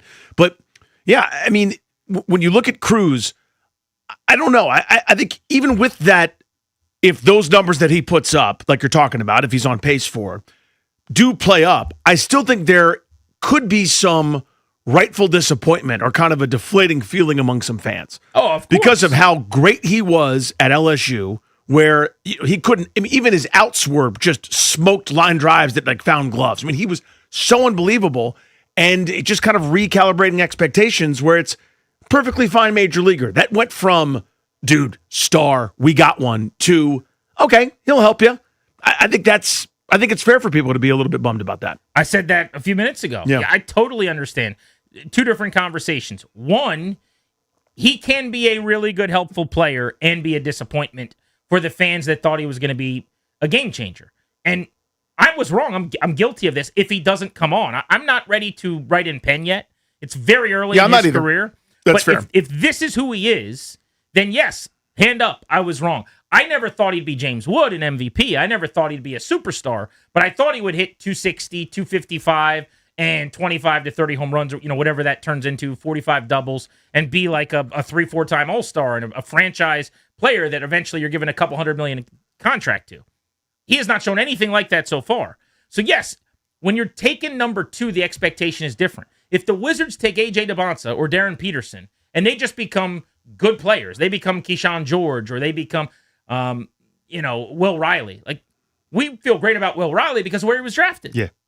So heavier lies the crown as pick number 2, and he wasn't just a number 2 pick. He was viewed as a can't miss. He was the most famous player in the draft. He was the guy for a year leading up to the draft that was the easy 1-1. Skeens came on like gangbusters that year. Cruz was the guy in that class all along that everyone said, you want to win this lottery so that you can draft Dylan Cruz. That's always kind of been how that draft class was viewed. So yeah, I think you can absolutely be disappointed with what he becomes if this is what it is. But my point is his floor, people act like his floor is that he'll be some 4th outfielder, backup player or something. He has already proven to me that he would be a starting outfielder for a first division team doing the other things that people just don't care that much about. I'm sorry that it doesn't win you your fantasy title, but he is the type of player that will have a 15-year career in the major leagues. I believe that. I'm with you. Yeah, he's a winning player. It's the little things, as you said, that don't show up. It's the ground ball behind the runner. It's the hitting the cutoff man. It's the great anticipation, a great jump, going first to third. Some of those things that, frankly, this team, why they're in the position they are wins, losses wise, is where they are. They're doing those little things way better than they did before, plus an offense that's well constructed. And they would be way better this year if not for you doing so many post-game shows. Yeah, they'd have a winning record. If not for your post-game shows, they'd be like 4. They'd be in the wild card. They'd be 5 over right now, right? I think they'd be winning any division they're in, including the Atlanta Braves, atop the NL East, because I think they'd be 27 over if you didn't work here. I don't know if exactly that works, but it's fine. Yeah, the point stands. Let's just go with that. Yeah. So they'd be 28-20. And if I got hit by a bus, they'd never win again, because then you'd only do all Well, think about that. Shows. Let's go to Chris in Hyattsville on Grant and Danny. Hello, Chris. How are you? I'm good, guys. I love the baseball talk. Before we get into Cruz and House really quick, I don't understand why Keibert Ruiz was left on the bench last night after multiple chances for him to pinch hit with the runners in scoring position to potentially win the game. That's the first time this year that I've had a disagreement with Pater's management style. I wonder, Chris, just thinking out loud, there are times with catchers, they have these different rules, it feels like, where they're like, hey, you're off your feet, we're not going to play you. I'm with you. I would have loved to have seen him use him. But I wonder if they just gave him a hard and fast, you're not playing tonight no matter how long this thing goes. I guess that's the rule, but I mean, you could have won a ball game with him simply hitting it. And if he does produce in that spot, he doesn't have to catch. So, because the game's over. So, and anyway, as far as, I think it should be normalized across baseball, sending guys back down when they're struggling, because if you're struggling, you can't hit against major league pitchers. You're not suddenly, as a young player, going to figure it out. I go down a level, regroup, get some success, and I think teams should start normalizing. That used to happen a lot back in the day, where you bring guys up and down until they were ready. Now there's so much pressure because of the contracts and the dollar figures assigned to these guys and the media coverage that any demotion is considered, a failure. When in reality, it's part of player development. So I'm okay. One last question though is, I still don't know what it takes in the minor leagues to get called up. Yanni Morales is hitting the cover off of the ball. We don't have a definitive third baseman right now, or first baseman for that matter. Why can't this guy get the call? There is clearly, and I'm speculating because I should ask the guys over there about Yanni specifically, but there is clearly something about him that he's not their guy as of right now. He's hitting .350 with a 10.24 OPS and power. He's got 9 home runs and 145 at bats. He was, by the way, this is not a random prospect. This was a second-round pick, 40th overall by the Rizzo regime out of the University of Miami, and this was just in the 23 draft 3 years ago. And he's knocking on the door, and it seems like he's big league ready. I said this about Cruz and House and their situations. I spoke Rizzo, you know what I mean? So I kind of knew how that worked. This guy would 1,000% be in the major leagues right now after killing it in AAA for the number of weeks that he has. This group is just different. But I will say they do not have options on Bibas. They do not have options on Tenna. So to call him up, you would lose one of those players from your organization. And if they don't want to do that, they want to keep as many guys as they can, you have to send down the guys with options.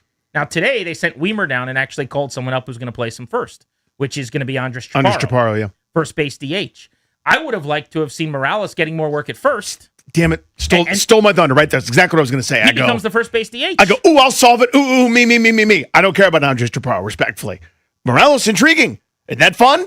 But yes, that's what I would have done. You could also say, over the last 2 days, the two guys that have been sent down are Brady House, who's a third baseman, and Joey Weimer, who's an outfielder. Yes. So Cruz replaces Weimer. Yes. And then you sent down the third baseman, call up Morales, let him play third, and then Tenna and Bibas can continue to have the same roles. I don't think you want to call Morales up, though, unless you're going to play him almost every single day. And House was at a point where they were like spelling him for 2 days at a time because they're doing this Bibas bid. Yeah, as soon as a right-hander came in, he's pinch hit forward. He's got his feet up. Exactly. Yeah, I'm with you. I mean, I'm just from a different school. I would solve that problem so quickly. I'd be amazing at this. I'd go, Morales is in the lineup. But what about, I don't care what the computer says. He's in the lineup. But again, they're different, and we've got to get our way of thinking around that. They don't care. And it's working, by the way. That's the other part, is it's wildly effective. Yeah. I mean, it's easy to complain or say you don't like it if you're not the number one scoring offense in the sport and you're not way above where you should be in the standings pretty much. But the lack of options, and this is why I didn't love the deal they made for Bibas, because he doesn't have any options. Curtis Mead they brought in here right at the end, who's playing a lot of first base, right-handed guy, kind of taking a Morales spot.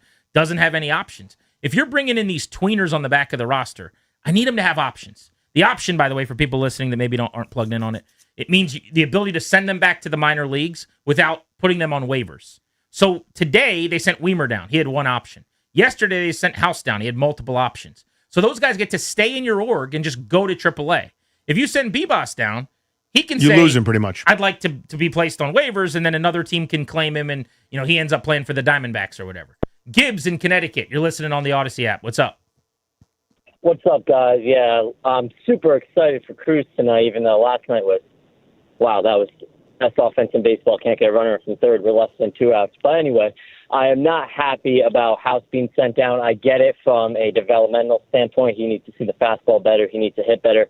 But just from a day-to-day basis, watching the team, you're getting probably the same defense if you play Jorby at third. And then the bottom three in your order is going to be Vivas, Millis, and Nunez some days. If you're platooning the catcher, you're not having anyone there batting over 200 with one combined home run. So I just don't love that. But again, they're the best offense in baseball. But it could probably be a lot better. It is astounding to me how good this offense has been and how bad the bottom of the order has mostly been. I know Ruiz has gotten much hotter in May. It's like an 11-game sample now. But he's actually been really good in May. But at the start of this month, he wasn't hitting at all. Millis wasn't hitting at all. Nunez wasn't hitting at all. And Jacob Young, who's got a couple homers now in 2 of his last 3 games, wasn't really hitting at all.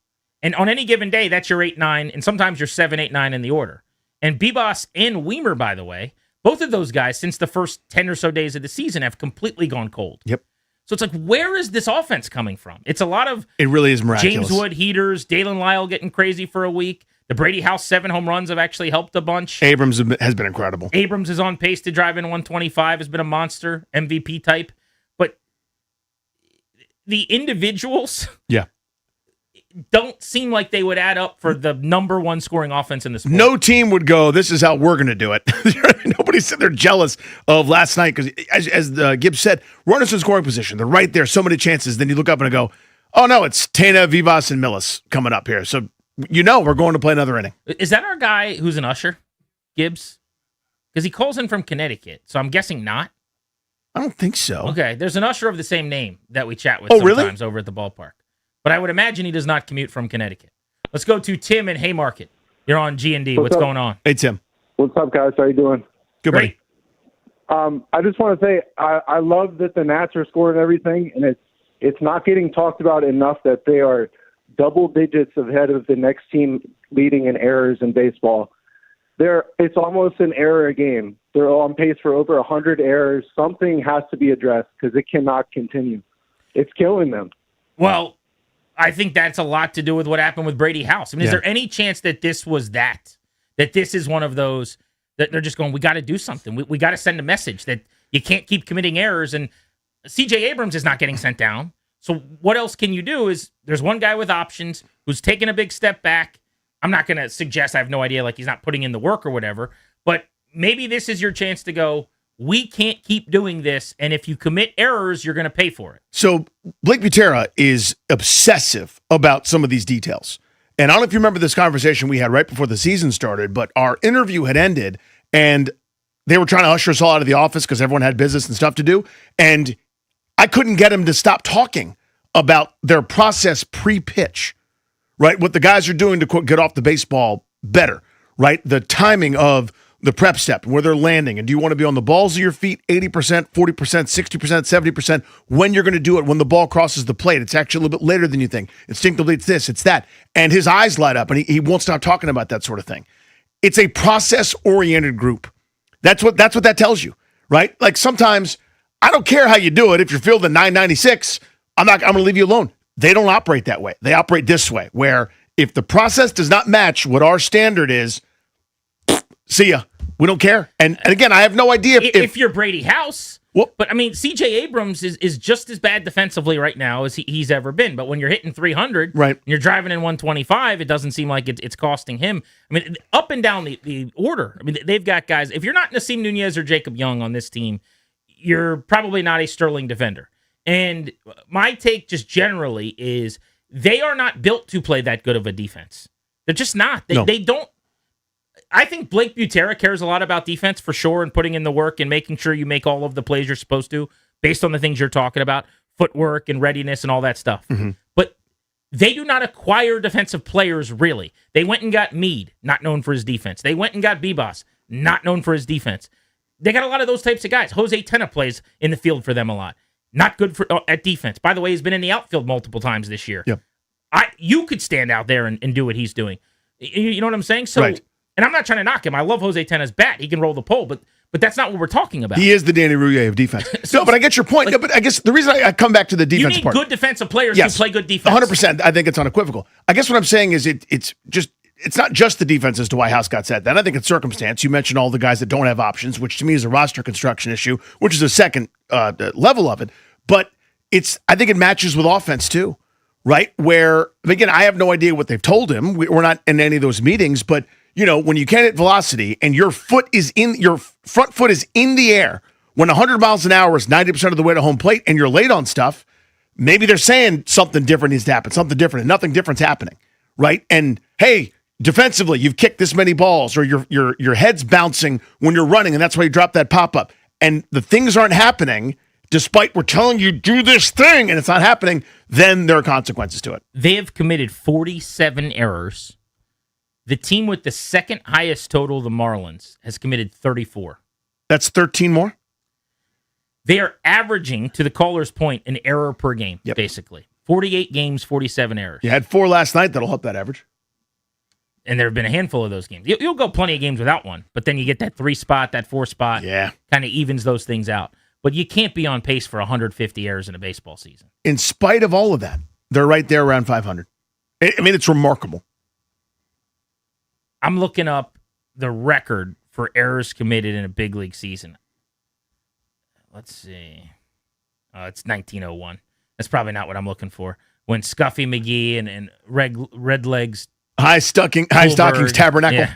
This has 401 errors by the 1901 Tigers. They could not pick it. You've always said that about the 1901 Tigers. I give you credit for this. I've been on that. You've said that team sucked at defense. Yeah. And Strober was telling me that the 1901 Tigers, his dad always talks about how bad they are defensively. Your dad had nicknames for all the players, right, Strober? And he was like really bothered by them. Darris is the main one that's hard on the 1901 Tigers. Well, I mean, it was their first year of existence. And they had a winning record, by the way, which is incredible. People don't talk about that. What is the most errors a team has committed in an MLB season in the modern era? Now, what's crazy about that middle infield, both guys named Kid. Did you know that about the 1901 Tigers? I bet you didn't. Did I know that? Kid Gleason, Kid Eberfield. Please show me a little respect. You know my 1901 Tigers That's stuff. true. I have a good file on that. Fritz Buelow. 62 New York Mets, 63 New York Mets had 210 errors. I'm looking for like the 2000s. Doesn't matter. A good conversation on the Nationals. Let's get into the preseason schedule for the Commanders next on Grant and Danny.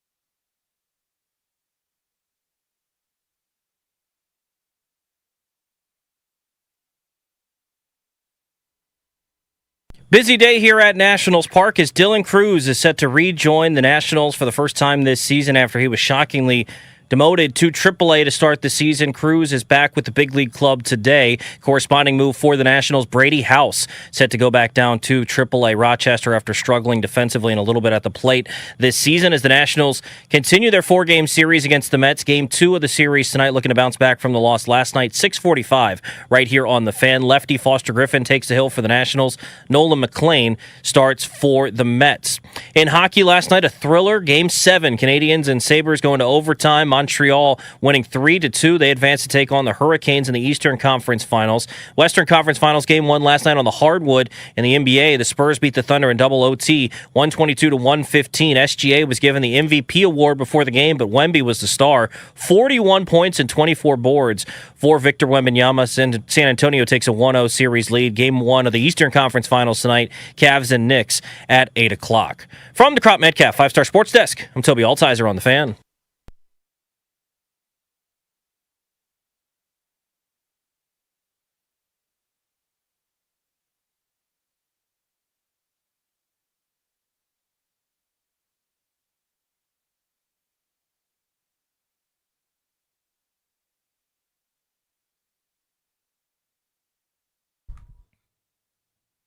Our double play in 15 minutes at 3:45. What's going on in our lives?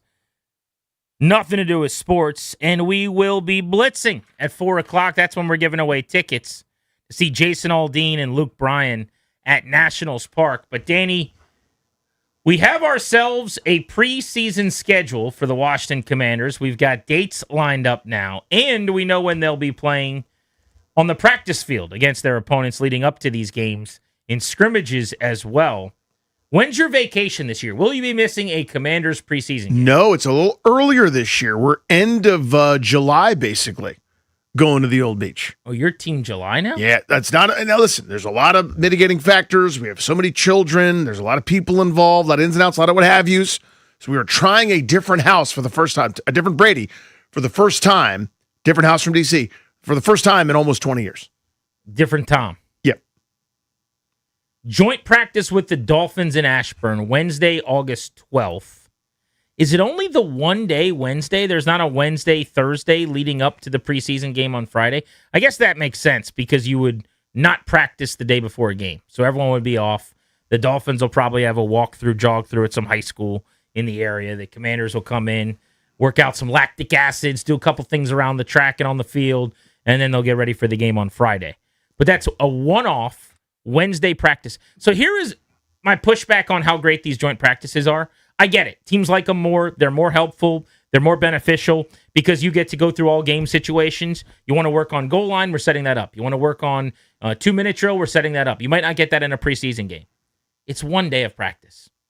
How many times have we heard the team or people speculate how big of a deal it was that they lost their joint work with the Ravens? So just that one day in July was this huge difference? I mean, the Ravens joint practice is Wednesday, August 26th before a Friday game. It's one day. It's 2 hours of work.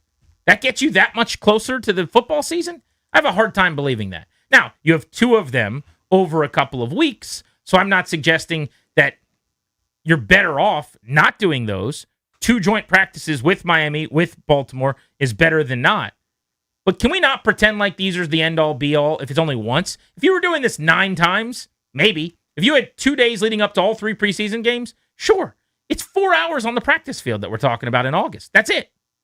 Yeah, I mean, sure. Yes, ultimately. Is it, as you said, the end-all, be-all? No, of course not. How much are they really getting done? It's a really good workout. Yeah. But it's one workout. If you and Toby do one really good workout, and then you don't work out again in then 3 I'm weeks. Chiseled and great, right? No, not at all. You see what I'm saying? Yes, of course I do. But I think so much is made out of these. Yeah, but I think you could say that for anything. Like, how much do you really get done in a preseason game? You know, if you get one target, then you go sit down, or you drop back for one pass. And maybe your point is, well, get more. And I think that's perfectly reasonable.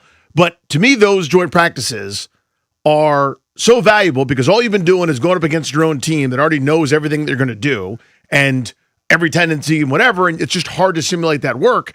This is what does it look like when they don't know what's coming? You know, what do the strangers think of us? It's the great way to evaluate. Can someone really stop this guy? Or does this one dude who knows all the pass rushing moves, is he blocking him for real, or can he actually block? And vice versa. Can you actually get by somebody, when the other guy's job was on the line, et cetera? So I think it's really valuable. It's clearly more valuable than regular practice. But you're right. There's probably too much made of it in the sense that it is I think as you put it, the end-all be-all. I'm glad they're doing it. I want them to do as many of these as possible. They're instructive based on being able to analyze the performances you said, because it's the closest thing to authentic football that you get in August. And they are important for the development of the players on the team side. Yes, agreed, no problem. But it's one day in the middle of August and one day at the very end of August. If you take them away, you're about the same amount of ready come September, I think. And I just think back to like how big of a story it was that they didn't get their day with the Ravens. I heard somebody on, might have been B-Mitch and Finley last week talking about, and I always joke about the Ravens not doing it just because it was kind of a jerk thing to do, I thought. But someone was saying, yeah, they didn't get to have those joint practices with Baltimore, so it really set them back. It's one day. That cannot be the reason that we're saying that you weren't ready for the bright lights. Now, this is one of several things I would do differently, and they are, to their credit.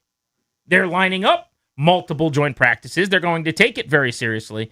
But every practice that they have with themselves, by themselves, at their own facility with no other team there, has to be a better practice this time around. They have to ask more from the players. I don't know what they're able to do in terms of staying on the field more or hitting more, tackling to the ground. I know a lot of teams don't do anymore. Some of the really good ones do. Some of the really physical ones that you don't want to play in September do. But the Kansas City Chiefs don't have a problem tackling to the ground at training camp or playing in preseason games with their best players. They do it a little bit different than everybody else. But I need them to make sweeping changes this summer to get ready for the stretch and the gauntlet that begins right away with Eagles, Cowboys, Seahawks. Yep. Massive changes. And we don't know what the Colts are. I feel like when the schedule came out, I took the tact of the Colts will be mediocre. You play them in week 4 in London.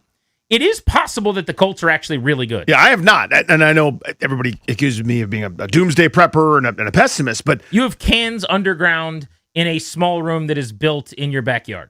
They were 7-2 last year with Daniel Jones. They'll have Daniel Jones back. I'm not telling you he's a world beater, but they found something there. They got a pretty decent group. I think they're okay. You do think Daniel Jones stinks. Yes. And you've always hated Daniel Jones. Yes. So this feels like a little bit of both sides of my mouth, Rouillet.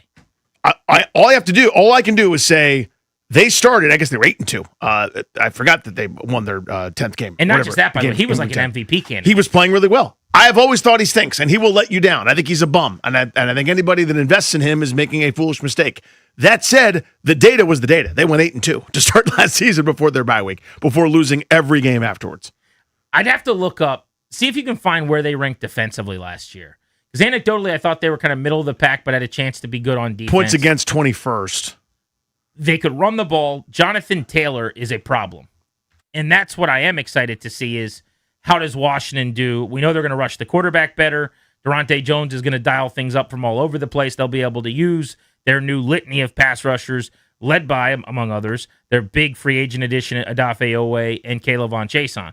But how do they stop the run? And we're going to see a 1,500-yard back, 5 yards per carry, 18 touchdowns, who was an OPOY candidate last year in Taylor early on. That's after you see Saquon Barkley. That's after you see Seattle and Jackson Smith and Jigba, who actually won the Offensive Player of the Year award early on your schedule. So that defense is going to get tested really quickly. They were middle of the pack, yards per play, 21st in points. It went downhill again after the bye week. So I couldn't tell you every element of their season if they had injuries or otherwise, but some of those averages were hurt. I think they gave up 48 points to San Francisco, gave up a 30-burger. They didn't give up 30 points through the first 10 games of the season as they were, again, going 8-2. Do you expect training camp practices to look different as you're standing there watching them? Like, are we going to be able to notice?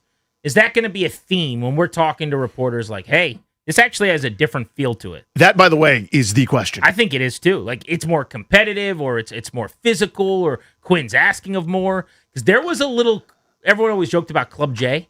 There was some Club Quinn last year. For sure. And we kind of went, well, okay, I get it. They've got a bunch of veterans. They're giving vet days off. I mean, literally, the second day of practice, they gave some vets the vet day off. But that was their bit all year long. Was like, they love doing that. Did you work hard for us yesterday? Okay, here's your carrot. My feet is up. Yeah. But they had the oldest team in the league, and it wasn't just the oldest last year. It was the oldest in a span of 10 or so years. And this year, the numbers suggest they're still old, but they're completely flawed. It's like Tressway, a couple of their specialists, basically, who are super old. But basically, if you look at it, it's a completely reworked younger team. Yes. They don't have to have those built-in off days, and you don't have to practice days that they've had the last couple of years. That's my hope. Now, I'm of two minds. Again, I don't know where I'd put my wager just yet.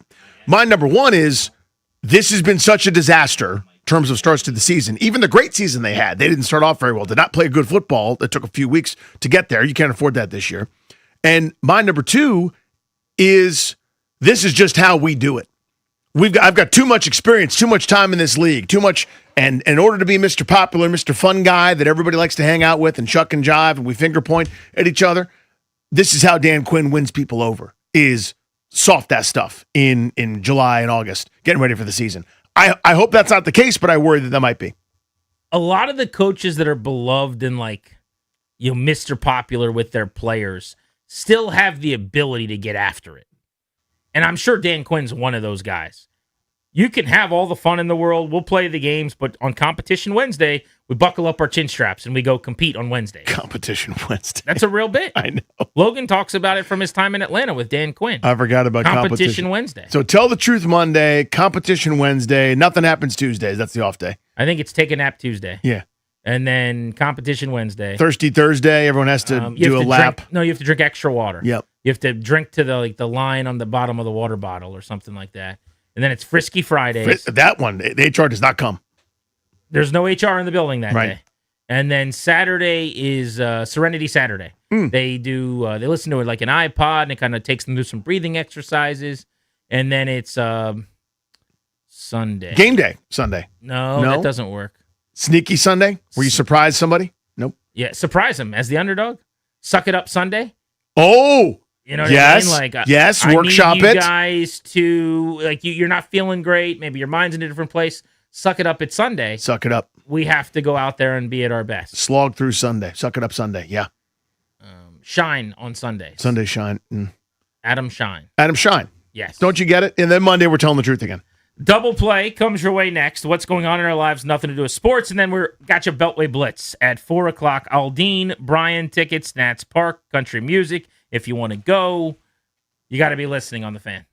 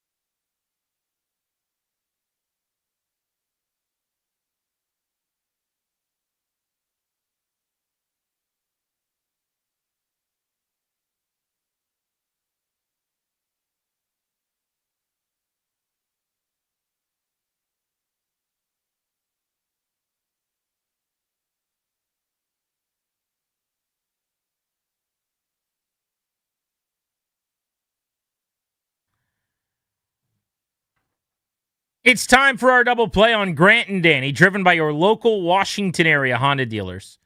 Now's the time for a great deal on a new Honda. Visit your local Washington area Honda dealer today. How big is space? It's infinite, right? It's the biggest unit of measure we've got. There's no one way. There are millions and millions of light years that are undiscovered. This is in terms of the vastness of this thing. So when an object passes between the Earth and the moon, we ought to take notice. In cosmic terms, that's basically the equivalent of a bus almost touching Grant's eyelash like happened earlier today. A bus, speaking of a bus, not a Jerome Bettis, not a bus, an actual bus-size asteroid passed by the Earth in between the Earth and the moon on Monday. It was only discovered a few days beforehand. This is the point I always make. Now, it wasn't big enough, so don't do the thing that you always do where you talk back to Darius and go, play the Armageddon music. This is not something we could land on. You cannot land on this bus-size asteroid, so don't do it. Do not undermine the scientific discussion that's happening right now. So scientists are talking. My team and I put together this report for you to educate you. I only do that when warranted, and I don't believe this situation passes muster. This does not. You're correct. This bus-size asteroid is similar to the one in 2016 in Chelyabinsk, Russia, that injured 1,000 people and caused countless millions in property damage. Again, the asteroid struck. There are others that have had similar flyby patterns that did strike land into the ocean, ones we didn't notice until too late. The scary thing about this asteroid, in addition to being bus-size and the damage that could have caused and how close it actually was, is that the pattern of asteroid orbit we only discovered a few days ago, and there are hundreds of thousands just like it in our span of orbit as we go around the yellow rock in the middle, which is the sun. So in other words, they're orbiting, we're orbiting. Every so often, everything is spinning in a big old circle. It comes pretty darn close to striking the Earth. This one did not, so we're all good. I'm not trying to cause a panic here, Grant. I'm simply trying to tell you that our ability to discover these things is getting better, but it's not there. We've had major innovations with Dart, right? Not talking about Jackson. There's no innovation there. He's a nubber. He's a scrambling quarterback that's going to get hurt a bunch, okay? He's a jack. Talking about Dart, the directional, I forget what it stands for actually, but it's the ability to re-impact and try to change the flight path. Not some weird sci-fi thing with a bunch of oil drillers who didn't want to pay taxes, okay? This is real science stuff. We're getting better, but we're not there. More focus is needed. More study is needed. More preparedness is needed. We're fine.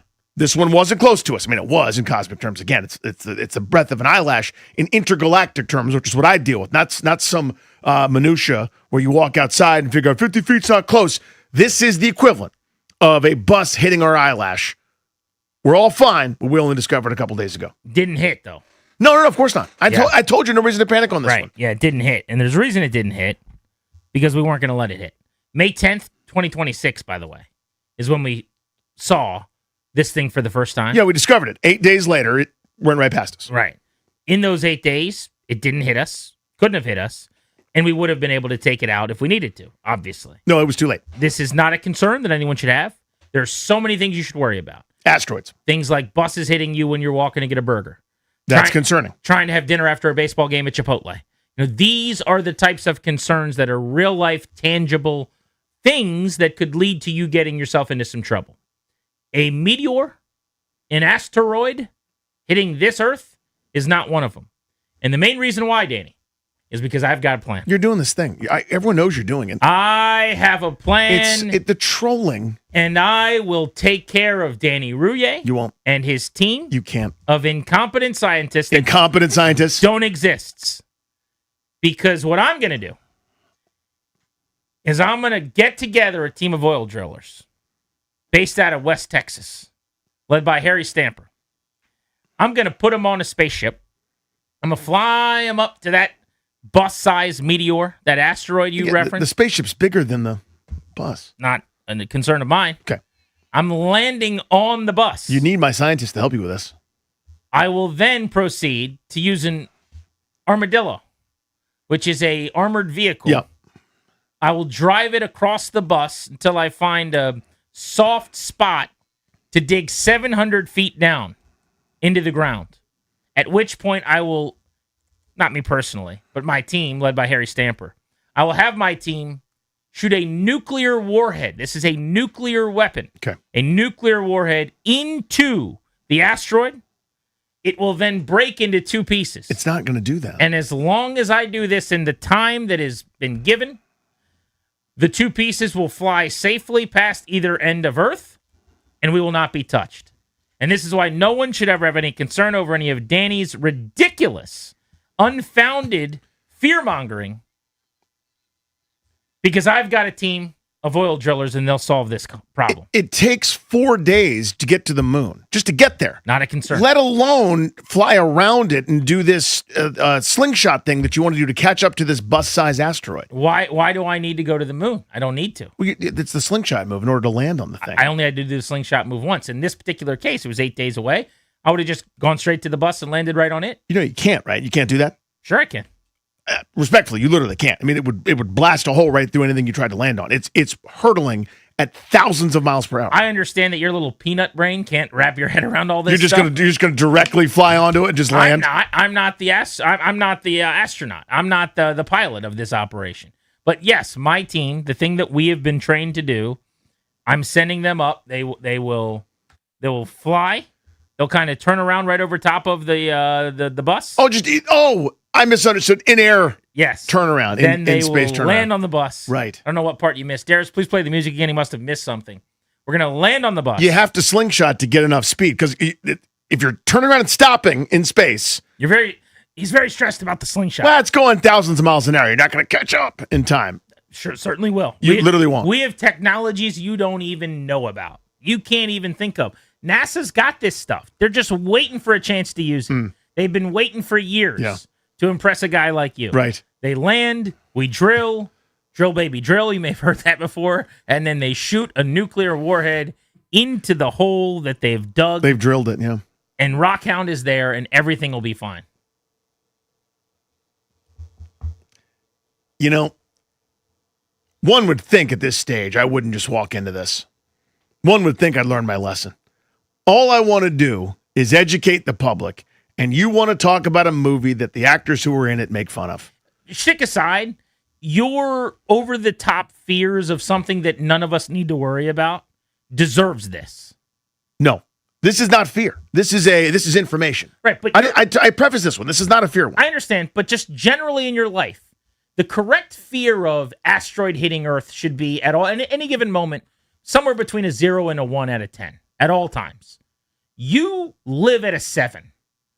I'm going to need you to come down toward the 1 a little bit. I hear you, and thank you for your input. Thank you.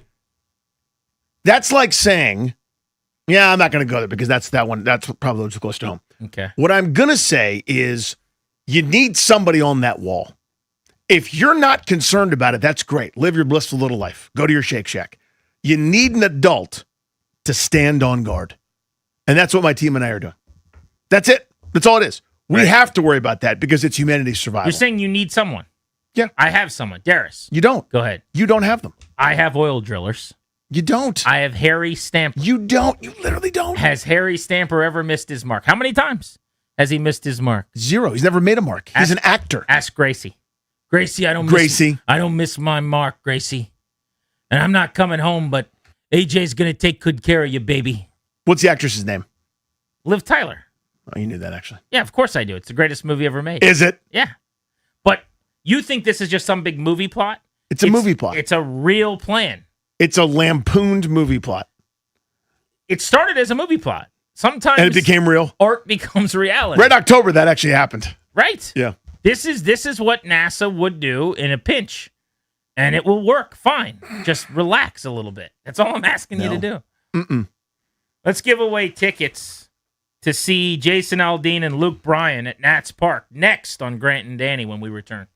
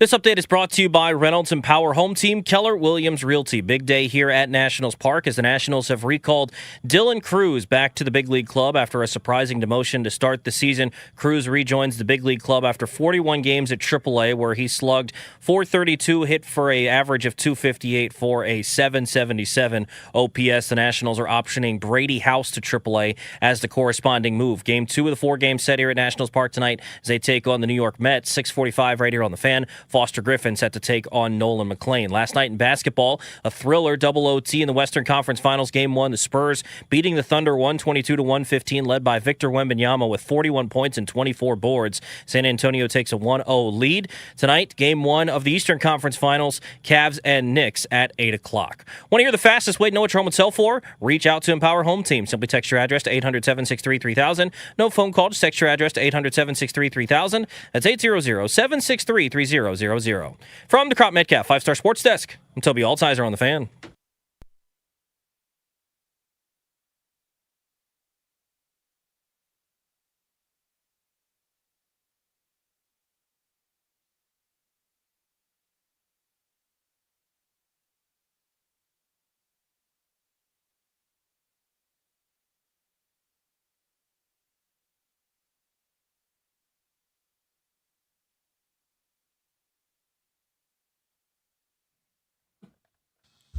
Caller number 10 at 800-636-1067. Congrats, you're winning 2 tickets to see Jason Aldean and Luke Bryan's Double Trouble Tour this summer. Thursday, August 20th is the show. It's at Nationals Park. For tickets and more event information, go to thefandc.com/events. Beltway Blitz time. We'll cover the National Football League and the Commanders, but we start off on the diamond. The voice of the AAA Rochester Red Wings is Josh Wetzel, who's filling in for Dave Jagler on Nats Radio this past weekend. We have Josh on to talk about Dylan Cruz and some of the goings-on with the minor league system. So let's just start with what you saw from Cruz this year. He's going to play tonight for the Nats, bat sixth, play in center field, first time this season. How was he faring at AAA? Yeah, he's been doing a little bit better, I think, lately, Grant. Got off to a little bit of an up-and-down start, I would say, but the coaches have tried to get him to be a little bit more upright at the plate so that his head doesn't move as much up and down. And I think those adjustments he's been making have started to pay off. And, he's been hitting the ball hard really all year, sometimes into some bad luck. But certainly the last 2 or 3 weeks, the numbers have been on the upswing. And aside from the hitting, I mean, his defense and his base running have been outstanding all along. So, Josh, I want to get into a little bit of a nitty-gritty with that, with what you just said about him being more upright. When you've seen him in college and seen him even up here last year and even this year in spring training, he'll start upright, then kind of on his load, he sinks down a little bit. Yeah. Is he still doing that, or is it kind of modified from there? Is it just kind of moving his hands, maybe simplifying that? I think he's not doing as much of that. Yeah. Previously, it had been up, down, and then back up a little bit. It's been kind of something I think they've sort of been battling ever since they drafted him a little bit, trying to get his head to not move as much. And I think it just seems like this is maybe working a little bit better, the new approach he's taking this year for whatever reason in that regard, at least to a dumb radio guy's eyes anyway. Defensively, has he predominantly played center field, or has he moved all over the outfield?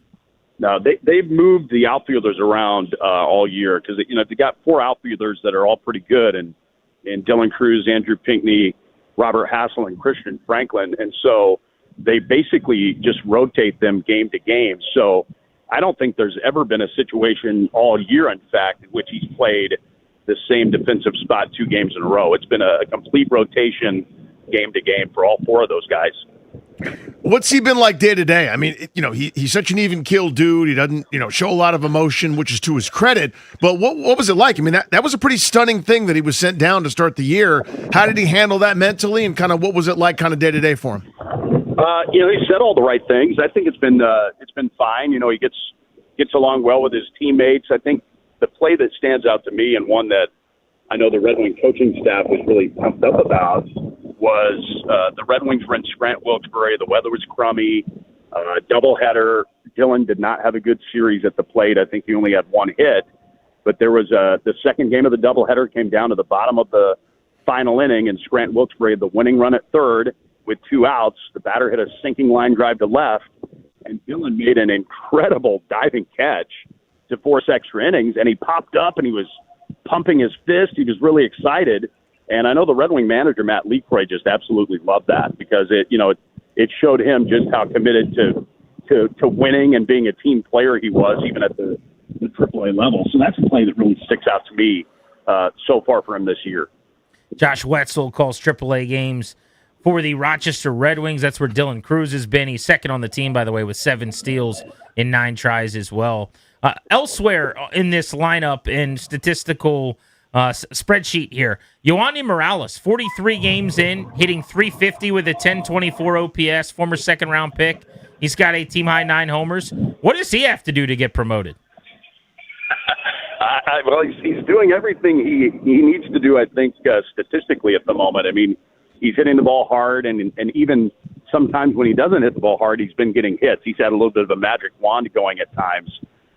So, offensively, it's hard to nitpick anything he's doing right now because the results are clearly there. I mean, he's in the top 5 to 10 in the league in a bunch of different offensive categories. I think defensively at third, maybe there are some warts they're trying to maybe iron out a little bit. He's playing a lot more at third base than he did a year ago when he played a ton of first base. So I'm guessing maybe defense is the one thing they're focused on mostly with him right now. And, with Brady House coming down, I'm not sure exactly how they're going to split the time at third. That's going to be very interesting to see how that all breaks down over the next few days. Give us a couple other names, guys who've been shining down there at that level that we might see up in the show pretty soon. Let me think. Pitching-wise, I mean, you got him for one game, but Riley Cornelio has been very good. Has been striking out a ton of hitters. Has really been impressive this year. Andrew Lara has actually looked a lot better this season than he did a year ago. He's been impressive on the mound. Chandler Champlain is somebody they signed to a minor league deal right before the season started. He's been outstanding. Sorry about the wind here, guys, but he's been outstanding when he's pitched for the Red Wings this year. Those are some of the pitchers that have kind of stood out to me to this point. Christian Franklin, the outfielder, has been getting on base at a high clip, which has always been part of his profile offensively. And Harry Ford, I think, has been coming around behind the plate and offensively. Obviously he was a big trade acquisition in the offseason, and Harry got off to a really tough start at the plate. But the month of May has been much kinder to him in that regard, and it seems like things are starting to trend in the right direction for him for sure. Ford came over in the Ferrer deal from Seattle as a top 100 prospect, and of course, Franklin came over in the Cubs deal last year for Michael Soroka. Josh, thank you. We appreciate you. No problem, guys. Anytime. Thank you, buddy. Be good. The Rochester Red Wings, AAA affiliate of the Nats, and Dylan Cruz gets a crack at the major leagues for the first time all season tonight. Game time at 6:45. All right, let's talk football. Ian Hartitz joins us to do just that as we spin you around the league. Ian Hartitz of Fantasy Life. Ian, we're going to talk more about this later in the show, hopefully, but Rashee Rice, man, back in the news again. This guy cannot get right. Every time I hear his name, he's either catching 7 balls for 100 yards on a Sunday or he's getting arrested or in trouble with the law. Sounds like he violated probation, wasn't allowed to imbibe in marijuana, but did, so now he's got to serve a 30-day jail sentence. What is this guy's deal?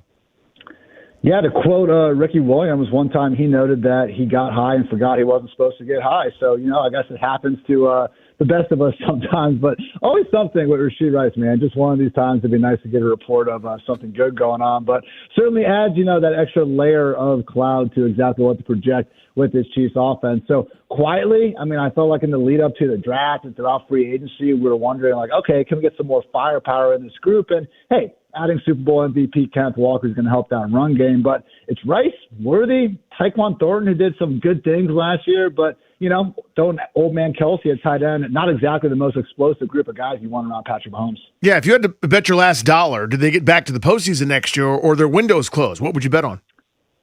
Man, I can't bet against Patrick Mahomes. If I'm going to go down with my last dollar, I might as well do it on Patrick Mahomes. You know what I'm saying? I lived long enough to lose so much freaking money on betting against him and Brady in these Super Bowls.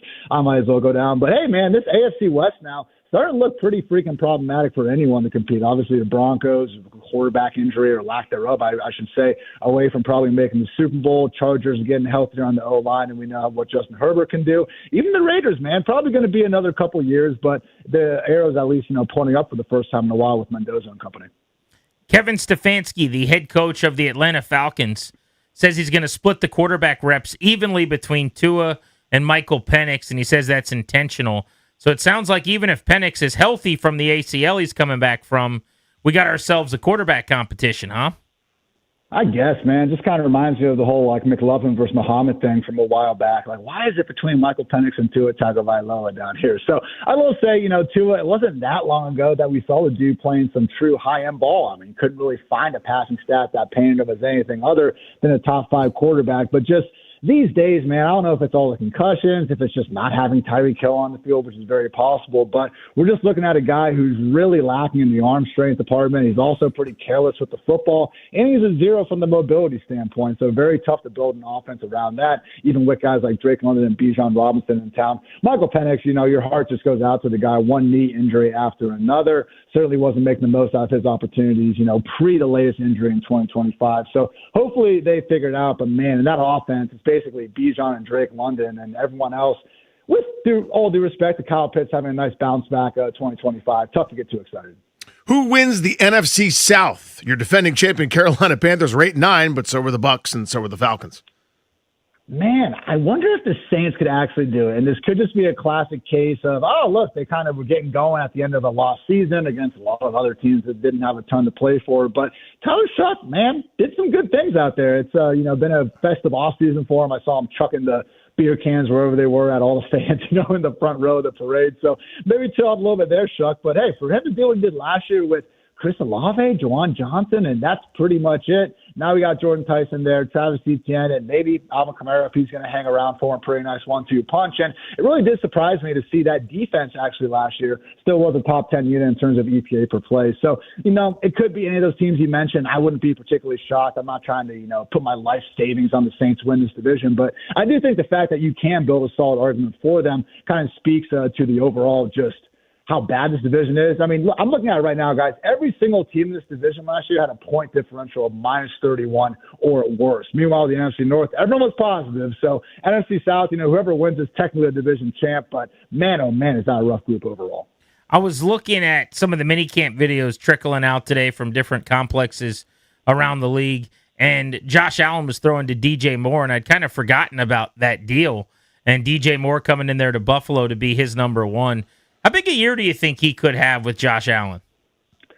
I just have a hard time getting too excited, guys. It is, on the one hand, you look at DJ Moore, and him and Terry McLaurin are kind of like this generation's Allen Robinson. I would say like Andre Johnson before him, where it's just one bad quarterback after another. And, some years they were able to still make the most of it, and some years not. But with DJ, the only year we've truly seen him unlock and putting up big-time numbers was, ironically enough, not really with a very good quarterback in Justin Fields in 2023. So I just look at these last two seasons with Caleb Williams, and especially in 2025, seeing Luther Burden have his big moments, seeing Colson Loveland going off late, seeing Roma Dunze during the first half of the year before he had the heel injury do some really big things.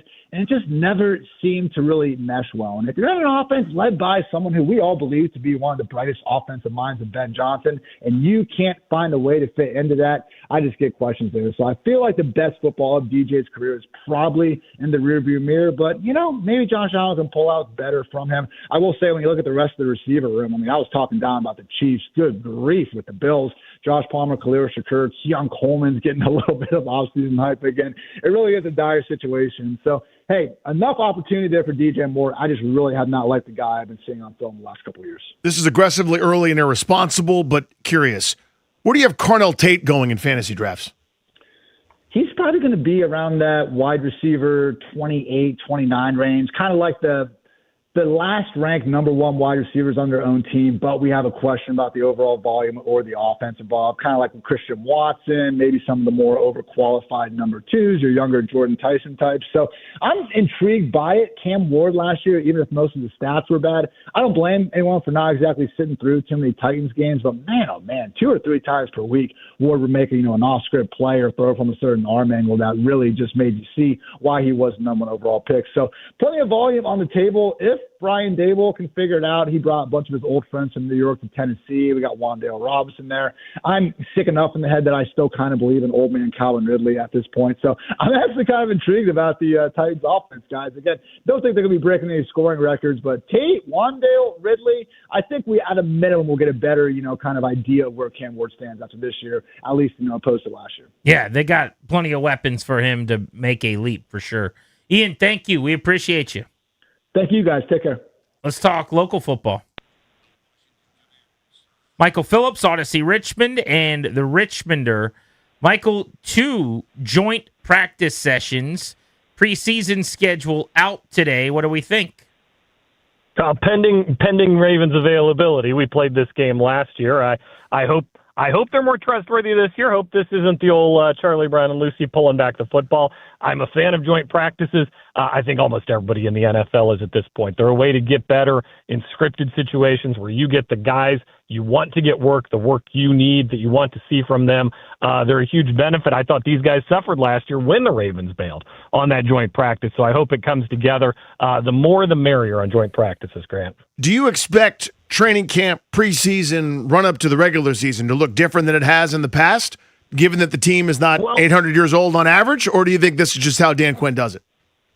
Well, I'm also intrigued by 2 new coordinators. So you're not going to want to tip a lot either. So, if you've got the continuity, I would say normally you'd probably want to go a little bit harder than they've gone before into those first games at Philly, at Dallas, Seattle. You don't want to be easing into those. You want to be ready to go. On the other hand, one of your main weapons here may be a David Blau trick play or two, a formation people haven't seen. Of course, we're all familiar with that 2012 season where read option with RG3 came out of nowhere in the first game and people didn't know how to react to it. If he's got a trick like that, you probably want to keep it in the bag. So I could make the case either way.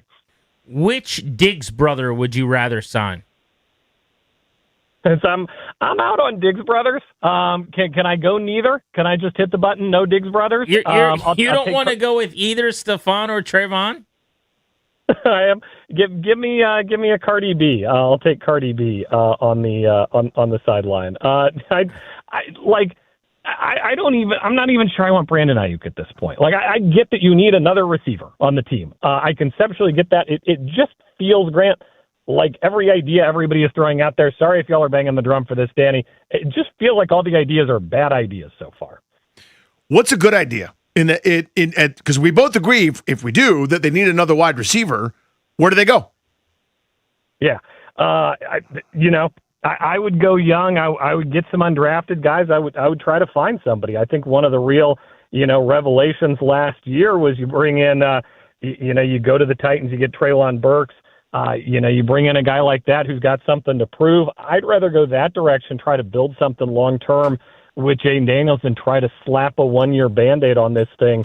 Again, I'm all right. I'm more excited for Trayvon. Like if you're making me pick a Diggs brother, obviously that's the direction I'm going. But if I'm picking wide receivers, I don't want an older wide receiver who's a 1-year Band-Aid on this thing. Let's go back to the 2 coordinators in their first years, Durante Jones and David Blau. One of these guys has a banner campaign and is the next big star. The other one, we're going, I get the idea, but it didn't work out. Which one's going to be which? Here's the thing on David Blau. On paper, this is an exceptionally dumb idea. Right? You're in a must-win season. If you're Dan Quinn, it's a must-win season for Jaden Daniels. It is the opportunity to prove himself, to become a $70 million man at quarterback. There is so much riding on this season, and you just toss the keys to a kid who probably doesn't even know how to drive a stick shift. What are we doing here? Putting him in charge of this Maserati here that's driving off the lot. On the other hand, these guys were, where Sean McVay learned to fly, and then he goes off. He's a year too early to the Rams. turns out to be the next great thing. We see all these young coaches show up and succeed in the NFL. Why not us? Why can't we have a nice thing? So I'll take Blau as the guy who succeeds, as not a knock on Durante Jones, because I do think Quinn's going to have a heavy hand in this defense. I think he's got to. I want to see some of that vintage DQ stuff this season. I think that would be a huge boost for this team. Michael, you're the best. Thank you as always, sir. All right, catch you guys soon. Odyssey Richmond and the Richmonder, our buddy Michael Phillips. Remember, at 5 o'clock, caught up with the guy that's responsible for putting together the NFL schedule largely. He's got the algorithm. He does all the analytics and the research. Maybe the most important laptop in the history of football. He crunches all the numbers, Danny, to make sure we get a schedule every year. It is the world's hardest word problem. But seriously, and he has to do it every year. It's incredible. His name's Max St. John. He's going to be joining us in about 40 minutes right here on The Fan. Next, I want to get into some of the big storylines in the National Football League this week on Grant and Danny.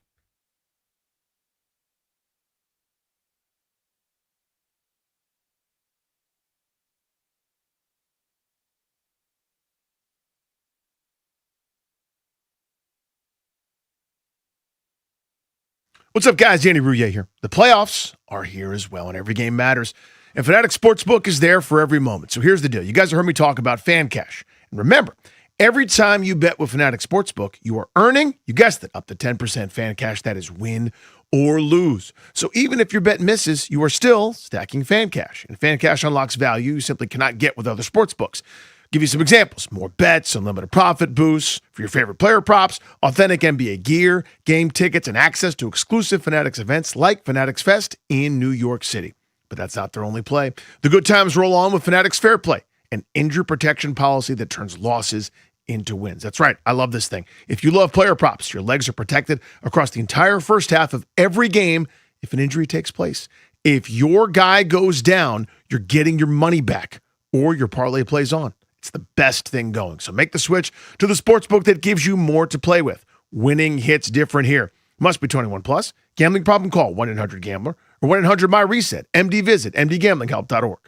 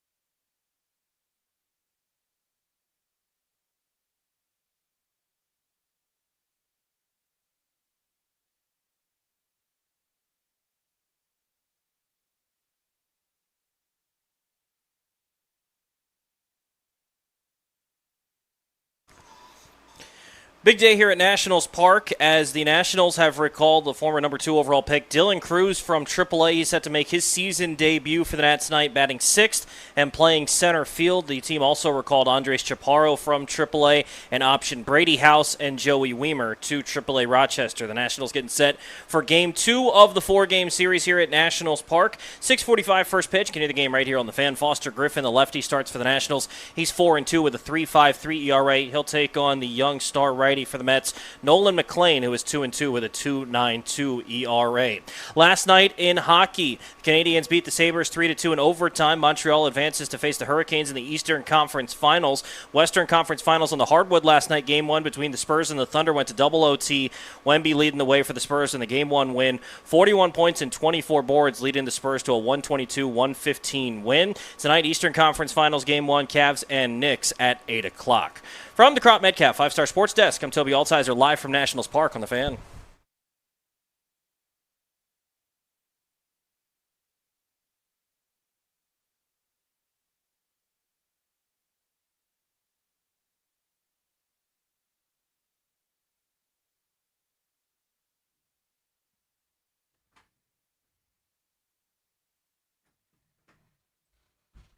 Max St. John, who puts together the NFL schedule, joins us at 5 o'clock for a Q&A on how that process works. Welcome back, Grant and Danny on the Fan. Thanks to Toby for the update. He's over at Nats Park today. He was in on the press conferences. Paul Taboni, Blake Butera, Dylan Cruz. You'll hear what those guys had to say about Cruz's return to the majors in the stretch run of our show as we get you ready for the Nats tonight. They play at 6:45. Right here on the Fan. I wanted to get into the Aaron Rodgers return to Pittsburgh, though.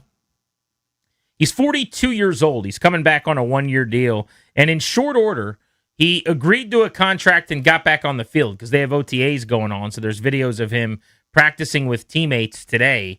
But teammates said throughout the offseason and very recently that he was, quote, mysterious, that he was not telling anybody whether he was going to come back or not. This is my Alex Ovechkin thing that I talk about pretty frequently. Yep. It's one thing to want to have a little time.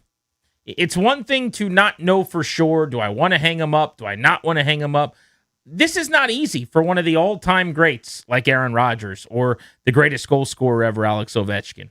But there's a difference between needing to counsel with family and internally, and in Rodgers' case, do your dark holes and your ayahuascas or whatever you're going to do. In Ovechkin's case, go hang out in Russia and catch up with the wife, the kids, whoever else.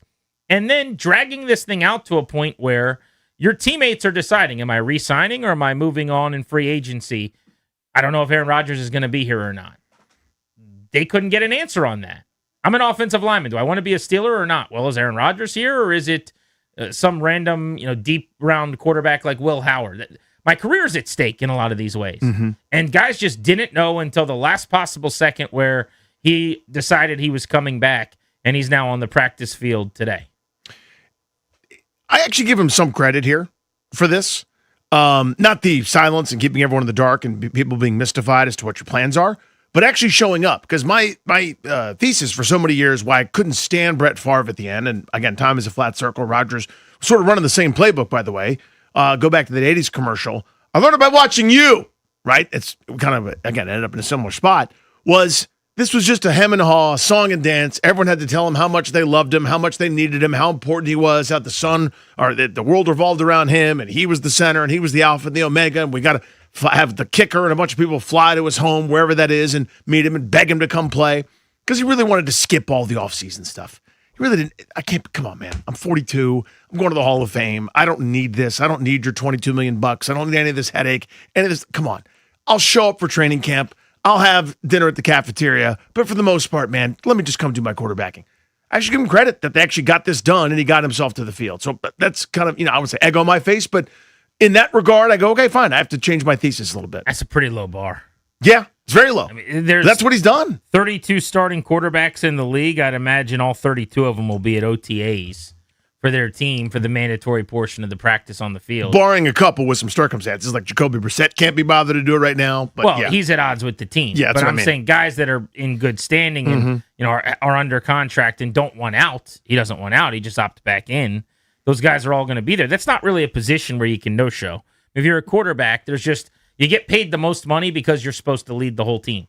So you don't get to not be around at these workouts and at the facility. I mean, he's certainly done it in the past. There was the year where, he was going on a retreat, or I think it was maybe the first year he came back with the Steelers last year, and he'd already decided he was going to have this obligation that would keep him away, so he couldn't be there at that given week. But yeah, that's a low threshold, I will say, for Aaron Rodgers. If him deciding within the last 48 hours and then being at their team-wide mandated OTAs, practicing in their jog-throughs, is worth a pat on the back. Yeah, I give him credit. Come a long way. My thesis was that he would skip it all, and we'd have to go into June, and it's a will he or won't he, and they'd have to beg him and tell him nice things. So I guess again, as you said, the bar's pretty low. First, they've got a new offense. Now it's an offense he knows, but I'm sure it's changed some since he ran it in Green Bay. Their quarterback and head coach are back together. Remember, Mike McCarthy coached him with the Packers for years, and they beat the Steelers in the Super Bowl forever ago. The Steelers did. The Packers. That was their Super Bowl win, wasn't it? That's what I'm saying. The Packers played the Steelers, right? You're just saying because now they play for the Steelers? Yeah, now they're the Steelers guys. Yeah, it's interesting. But those two guys were together in Green Bay, and now they're running some variation of that offense. But I do think with a new offense, it means you got to show up. And also, I don't know this, but I'd assume at 42, about to be 43, it might take a little longer to get the body going. I wonder if he almost needs more offseason, or if camp would still satisfy any requirement he needs. But to be ready for training camp, does he need to get out there rather than being a little more dormant and just kind of laid up throughout the offseason? It's like starting a car. You have to you got to prime it a mile before you hit the gas pedal of just coasting to get the really old car warmed up enough that now all of a sudden you can hit the gas pedal when you need to. It's funny. Yeah, who knows? I mean, who knows what the best thing is, what the best prescription is. For some, it's I got limited bullets here. I'm just making up a number. I got 100. You want me to waste them in May? I'll do that, but I wouldn't think of it that way. Or it maybe what you're saying is I need to be primed and put in a bunch of deposits just to kind of be average at this point. He does two things at a very, very high level still, I think. His arm talent is still exceptional. Yeah. When he throws the football, his accuracy, his ball placement, his touch, the ability to throw it to a spot where you lead a receiver and you keep them moving, his propensity on the back shoulder to be pinpoint and get a guy turned around to the sideline and the DB keeps running, like those types of things.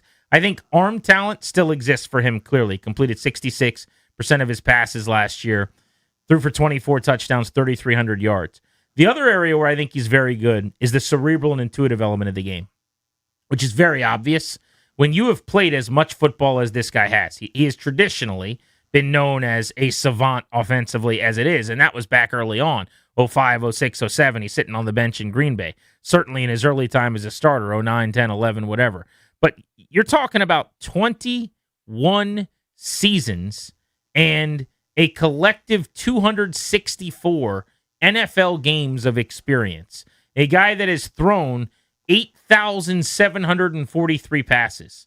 I talked to Kirk Cousins about this not long ago, but he was saying how it's a shame as you get older as a quarterback that your mind gets sharper and sharper. You learn more and more and more. You see the field better and better and better. Like you could be the best that you've ever been deeper into your career, but now your arm can't make the same throw it used to. So you're a tick behind. You're seeing it perfectly, but your elbow's barking or your back's hurt, or in his case, he's coming off the Achilles and he's got the different injuries. And this is the story with all quarterbacks. I was going to say, that's sports, dude. How much smarter as a pitcher are you at 40 than you were at 22 throwing 100? Point. Yeah. He's like, if you could just take the chip of everything you've learned and put it into the body of that 24-year-old rookie or whatever, that's when you get your GOAT. But Rodgers still avoids turnovers, still sees the field beautifully, just 7 picks last year. He's the best ever at doing that. And I'm not just saying that as an opinion. 1.4%, the best ever. He is the greatest interception percentage, the lowest in the history of the league. It's why he's got the best quarterback rating among starters that have qualified ever, all time. He's not mobile in any way anymore. He can barely move. Yep. He's always taken a lot of sacks because he just hung in the pocket and hung onto the ball a lot. But now he's almost like that Derek Carr, like if you're near him, he's going to fall over kind of guy. So there's some give and a take here. He's not what I would say anymore is top half the league or good, But he does a couple things at a high enough level that it's intriguing. You think about that winner go-home game for the Steelers at the end of the year against the Ravens. You remember that one? Yes, I do.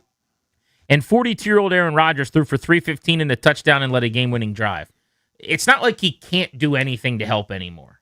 I would say that would be overstated. Well, it all depends on what you want, right? If you want caretaker Craig, this was the complaint when he was in Green Bay towards the end, let alone when he's now in Pittsburgh multiple years later. But try to force one in there every once in a while. Try to get the big play. But he wouldn't do it. He's like, I'm not throwing interceptions. That was his MO, and a lot of Green Bay Packer fans complained about that. There weren't any high risk throws ever in his profile, right? Just simply wouldn't do it. And that leads to maybe some playoff losses that shouldn't have happened or otherwise, where so at some point you got to saddle up and make a big play. But if you need a caretaker because you're built on defense, you're built on running the football, you got a couple playmakers now on the outside. I mean, they went and acquired DK Metcalf last year, Michael Pittman this year, Jeremy Bernard in round 2, a guy a lot of people like in terms of now maybe a slot guy, something dynamic. You've got a little bit of weaponry there. You've got just enough. And if your plan is we're going to try to score 21, hold them to 20, let's see if we can win this crazy-ass division. It's not the craziest thing in the world. Again, it's not what I would do. I just simply wouldn't be doing. I would just embrace one rebuild once over the last 50 years, which the Steelers do not do, but here they are. I get it. They do the thing that you shouldn't do more than anybody, and that is spinning their tires in mediocrity. I thought it was a Mike Tomlin thing, really, where he wouldn't let them take a step back, and they have subsequently now moved on from Tomlin, gone and gotten another winning Super Bowl caliber, long-time legendary type coach, and brought Rodgers back. So it clearly wasn't just a Tomlin philosophy. It was bigger than that, permeating all the carpets and the walls and the chairs in that building. They just don't want to be the team that loses by design, if you will, rebuilds in a grandiose way. They're going to try to win 10 games and go on the magical carpet ride and knock off some teams as a road playoff team. By the way, the AFC North odds right now, just looking at FanDuel, the Ravens are the favorites, minus 120. The Bengals, second, plus 190. And then the Steelers at 6-1. And the Browns, a very distant bottom feeder at 17-1, which checks out because, let's face it, if Deshaun Watson comes back 4 years since being relevant as a quarterback and is now the front runner to start for them again this year, what are we even talking about? That's going to be a long, long season for the Browns. But sneaky, I like the Bengals. I know the Ravens will be everybody's prediction, and they're an easy team because of Lamar Jackson to say we'll win the division, and they may. I think they made a great hire with Jesse Minter, their new head coach, replacing John Harbaugh. But the Bengals have a pretty soft schedule. Looking at the schedule release, I think they had a great day on schedule release day in terms of how things broke for them. And they've added a ton to their defense to help Joe Burrow. They're in a let's make sure Burrow's happy or else this could go sideways mode right now. So they got a little more aggressive on defense finally. At plus 190, that's good return, good value there. Well, they finally, talking about Cincinnati, completed and I'm sure they consulted with me, this is how Danny would build a team, right? They've had the playmakers on offense forever. They run through running backs because they're expendable because your quarterback is so incredible. You got a couple pass catchers, whatever, but you've got great receivers on the outside, a superstar quarterback, and now they finally went and paid for and bought some defense to try to be more staunch. You don't have to be great on that side of the ball. You got Joe Burrow. You're here to outscore people. But last year, you're like, if you score 37, they're going to get 38. It was a disaster. I don't think there'll be a disaster this year. Not good, but way better than before. It's basically all their assets on offense, and then they beefed up their D-line. Boy Mafe from Seattle, Dexter Lawrence in a trade from the Giants, and they brought in former Commander John Allen in free agency and paid him $20 million as well. Grant and Danny on the Fan. Next on G&D, we've been talking football. There is a quarterback who wants out of his team where he's expected to start, would make them maybe the worst team on paper in all of football. That's next on the Fan.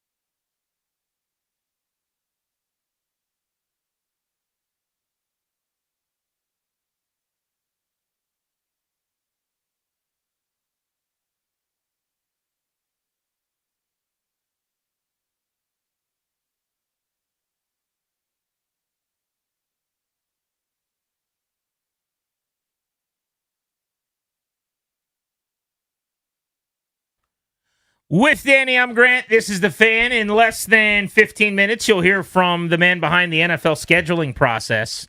A lot of questions I had for him on how it works to put together an NFL schedule. You guys will enjoy that, I think. That's coming up at 5 o'clock right here on The Fan.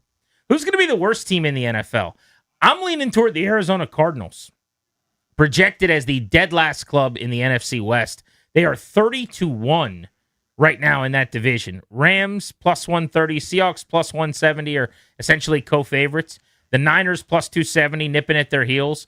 And then a Grand Canyon-sized gap before you get to the Arizona Cardinals. They're like the car that's 3 laps behind the race. It's just getting in everyone's way, and you're trying to pass, but that car is like, please move. Right in the middle. Get to the bottom of the track. That's Arizona. But Jacoby Brissett is not happy there, and it doesn't want to be there. This is part of the reason why they tried to get Kirk Cousins before he went to Vegas. Then they reached out to Aaron Rodgers before he went back to Pittsburgh. Is there a team that could end up being worse than them? The clubs that come to mind, if you're looking at the odds in terms of win totals, the Miami Dolphins, 4.5 wins. The Jets, the Raiders are right around 5.5 wins. Those are the teams that are expected to be the worst in football. I think roster-wise, the Cardinals have more offensive talent than those other teams, but their quarterback situation stinks. I don't love their defense, and I know this is crazy to say because I'm a Shanahan, McVay, LaFleur guy. I'm not sold on Mike LaFleur. I don't know him personally. That's Matt's little brother.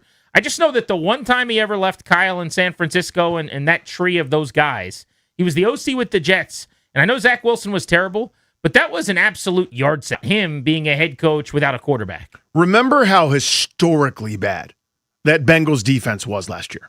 We were just talking about them the previous segment. Remember how, you're like, oh my God, we can't believe this group was that bad. Comically, like, oh, you're up 20, the game's not safe, and you still lose bad. Yeah. The Cardinals gave up 4 fewer points than that defense last year. They were that They terrible. were that bad. By the way, their head coach was Jonathan Gannon, who's a defensive guy. Damn it. I'm like, I have this point. I'm getting ready to make it. Fine. You sound like Jason Bateman right now. Hey, bud. No, that was my point. They were defensive-minded, in my view. I understand the offense struggled a little bit, despite the offensive weaponry, which, again, I would love to have in a couple different spots. But defensively, they were such a disaster, such an unmitigated disaster that I'm going, where's my addressing of that side to try to do anything positive? And I have no idea if enough was done. But to me, that was kind of my surprising when I took a second look. They were outscored by, I think, 130 some points. They were up there, as you said, with some of the other terrible teams like the Jets. They're definitely going to be dead last. They're up there. To me, the Jets are always at risk of it. Now, Geno Smith is there to prevent the bottom from falling out. Make your jokes about Geno Smith, but he's not there to go 3-14. He's there to go 6-11. Not that much better. And again, I wouldn't do it, but they're trying to salvage something there. He's better than Gardner Minshew. Yep. He's better than whatever Carson Beck would be as a rookie. By the way, he got drafted in the 3rd round. That is so much earlier than I would have taken Carson Beck. Yeah. But he's had a great college resume, whatever. And they needed I'd have been so good at not taking that guy. Beck is going to start more games than Minshew, I would think. And I'm not convinced Brissett doesn't eventually come with his tail between his legs and just do the thing from the high school basketball movie where you're like, sorry, coach, I had a bad attitude. Like, now I want to be on the team. But it seems like he doesn't want to be there, so we'll see how that ends. They didn't do a lot defensively. You just went through the numbers of their defense last year. Yep. They added 1 new starter. Roy Lopez, free agent, nose tackle from the Lions. At least the Jets will have 8 to 9 new starters on defense. Well, they went ham, spending money and bringing guys in and making trades. And who knows if it'll work, but at least, again, they're going, okay, we'll try to put out the fire. The Jets are going to be terrible, too. Yes, they will. I mean, we're talking about teams that are in the 4 to 6 win bucket, so they all stink. Mm-hmm. I think that the coaching staff with the Jets, which has already been reworked, should be better, but their head coach, Aaron Glenn, through year 1 looked like an imposter. I've already told you I'm not sold on Mike LaFleur. It feels like you just get to be a head coach because you work with the smart offensive guys in the league. And I hope I'm wrong. Like I said, I have a very good relationship with Matt LaFleur. I would hate to come off as being like anti-Mike. I just don't know him that well. And I'm not really sure if I'm looking at the resume, like, why are we convinced that this is it? And if he had a good quarterback, when Matt goes with Aaron Rodgers or Jordan Love or something, that's one thing. But Gardner Minshew? Yeah. That is a scary proposition to me. An inexperienced offensive head coach and a bad quarterback room and a bad defense. There's no way for me to predict that team wins more than 5 games. They had one position on offense, or really in any side of the ball, where they were built well, and it was running back, and then they used their number 3 pick on a running back. They don't even have a good offensive line. No, they don't. And they have 3 good running backs. What's the point of that? I don't know. I don't know. Again, maybe it's just, well, we need good players, and we're not doing it all this offseason, so maybe we'll start there. Again, that's me grasping. It's not how I would run a team, because there are so many pieces on that offense that I covet. I would love Trey McBride and Michael Wilson and Marvin Harrison Jr. and Jeremiah Love. Think about that list I just rattled off. One of the best weapons groups in the league. That's as good as nearly anybody's group right there. And they're going to be a disaster, especially in that division too, man. Good luck.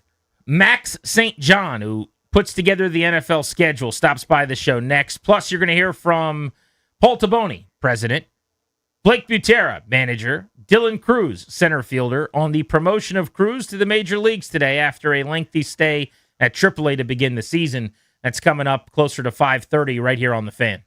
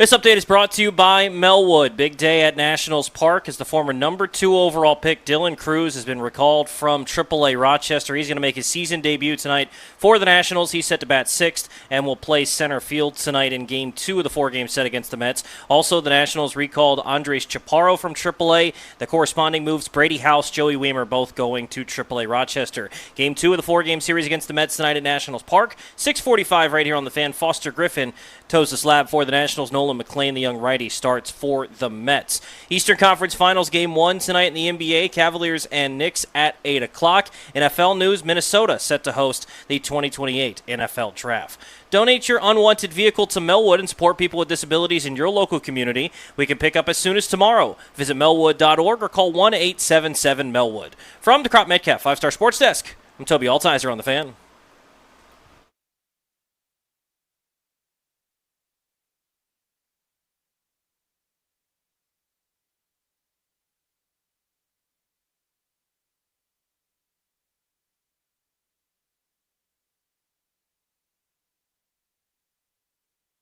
Grant and Danny, welcoming you back on the Fan. What are you doing to protect your family's assets? That's what the law firm Condori and Murad would like to know. They are our exclusive sponsors, and they'd like to take care of setting up a last will and testament, a living trust, or a medical power of attorney for you. So go schedule a free consultation with their attorneys today at kmlawyers.com.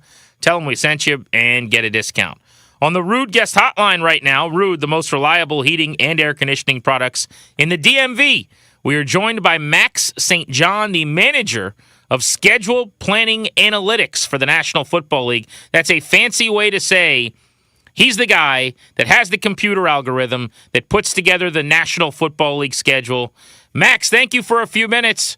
What an awesome job. You must be a very popular guy every spring with all your buddies trying to figure out what the NFL schedule is.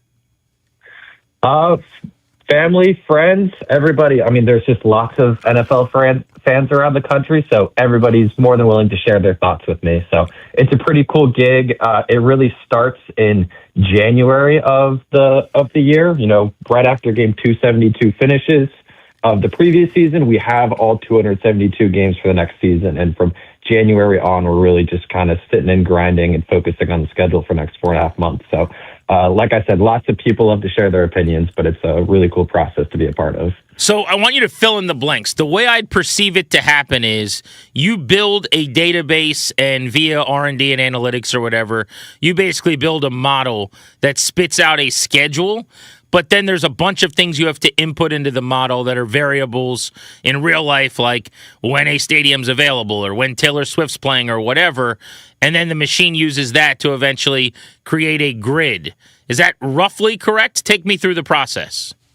Yeah, absolutely. So like I said, January 5th of this year, we had all of the games. We have our evergreen constraints from previous years, structures around short weeks and international games and long road trips.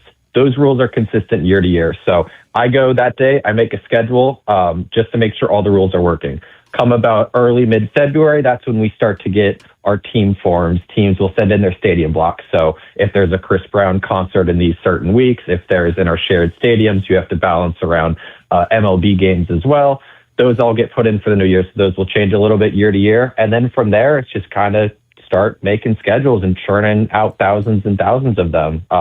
So from, I would say, about March 1st is about when we get quote unquote feasible in terms of we've put in all of the 272 games. We put in all of our stadium blocks, and we're spending the next 2.5 months really going and iterating on team schedules, television schedules, all that good stuff. Are there teams that actually have dates booked during the season where they can't use the stadium on a Sunday? That would seem pretty ridiculous. Yeah. Absolutely. Yeah. No, there's a handful, whether it be concerts or same thing. It's a lot of shared venues as well. You kind of have to balance the Rams and the Chargers, the Giants and the Jets. When they have an event on a Sunday, that means both of those teams need to be away or on bye that week. That certainly complicates the other weeks around there. But yes, there will be plenty of teams who will have events on Sundays, Mondays, and Thursdays. And unfortunately, when that happens, we have no choice but to maybe do some things that the teams may not enjoy. That's where you'll typically see a couple 3-game road trips or something like that. If you block your building for 2 consecutive weeks, scheduling team doesn't really have too much of a choice but to avoid those. Max St. John, manager scheduling, planning analytics. I've been really excited to talk to him the last few days, knowing we were going to do this, because I find this kind of thing pretty nerdy and fun as to how the schedule comes together. You're listening to Grant and Danny on the Fan. So you said you come up with thousands of schedules initially, or run, thousands of permutations initially? Take me through that. Yeah, absolutely. I'd just say over the entire process, as we go in, we'll kick off some solves on a certain night looking for a specific thing, come in, review them in the morning, say, ooh, maybe we shouldn't do this to this team. They're playing a West Coast trip, but they didn't want to pair their trip after. Let's make sure we don't have 2 consecutive West Coast games for a team that didn't request from the East Coast. Let's make sure that doesn't happen again. Write some new rules, make some new schedules. It's really an iterative process over these 4.5 months or so. So let's say in March, I guess it is, when you get those dates, at what point does the league get involved and say, it's not a coincidence. I don't think you're saying, just Max St. John says, I'd like to see a Super Bowl rematch again to kick off the year on Wednesday Night Football.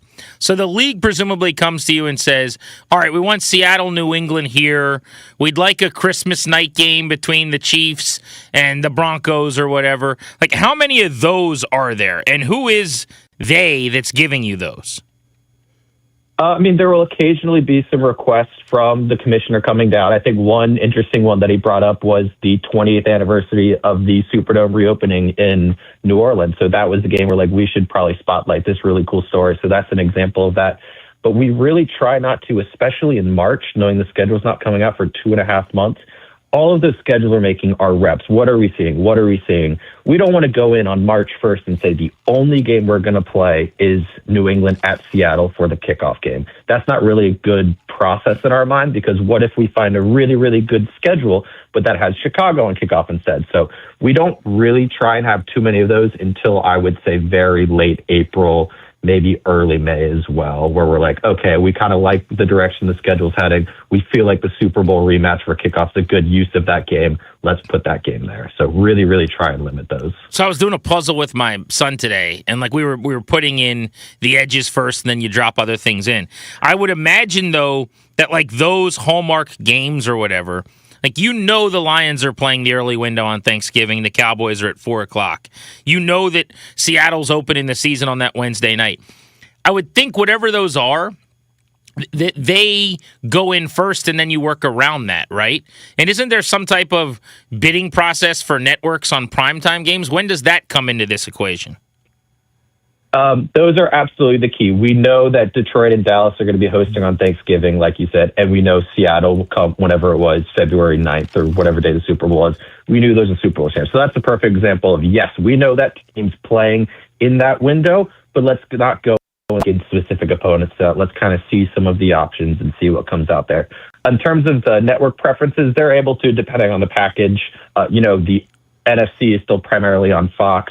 The AFC is still primarily on CBS. There's still some crossover, but you'll see the majority of those games on each of those networks. And NBC, ESPN can designate a few clubs as well for different appearances. So that's we'll have those conversations usually really throughout the process, but kind of starts in that week between championship game and Super Bowl. That's really our first conversation with the network. Here's some storylines we want to tell. That's where someone like Fox comes to us and says, hey, we think it'd be a really cool story to have Brady go back to New England and call a game. So that was where they first floated that idea to us.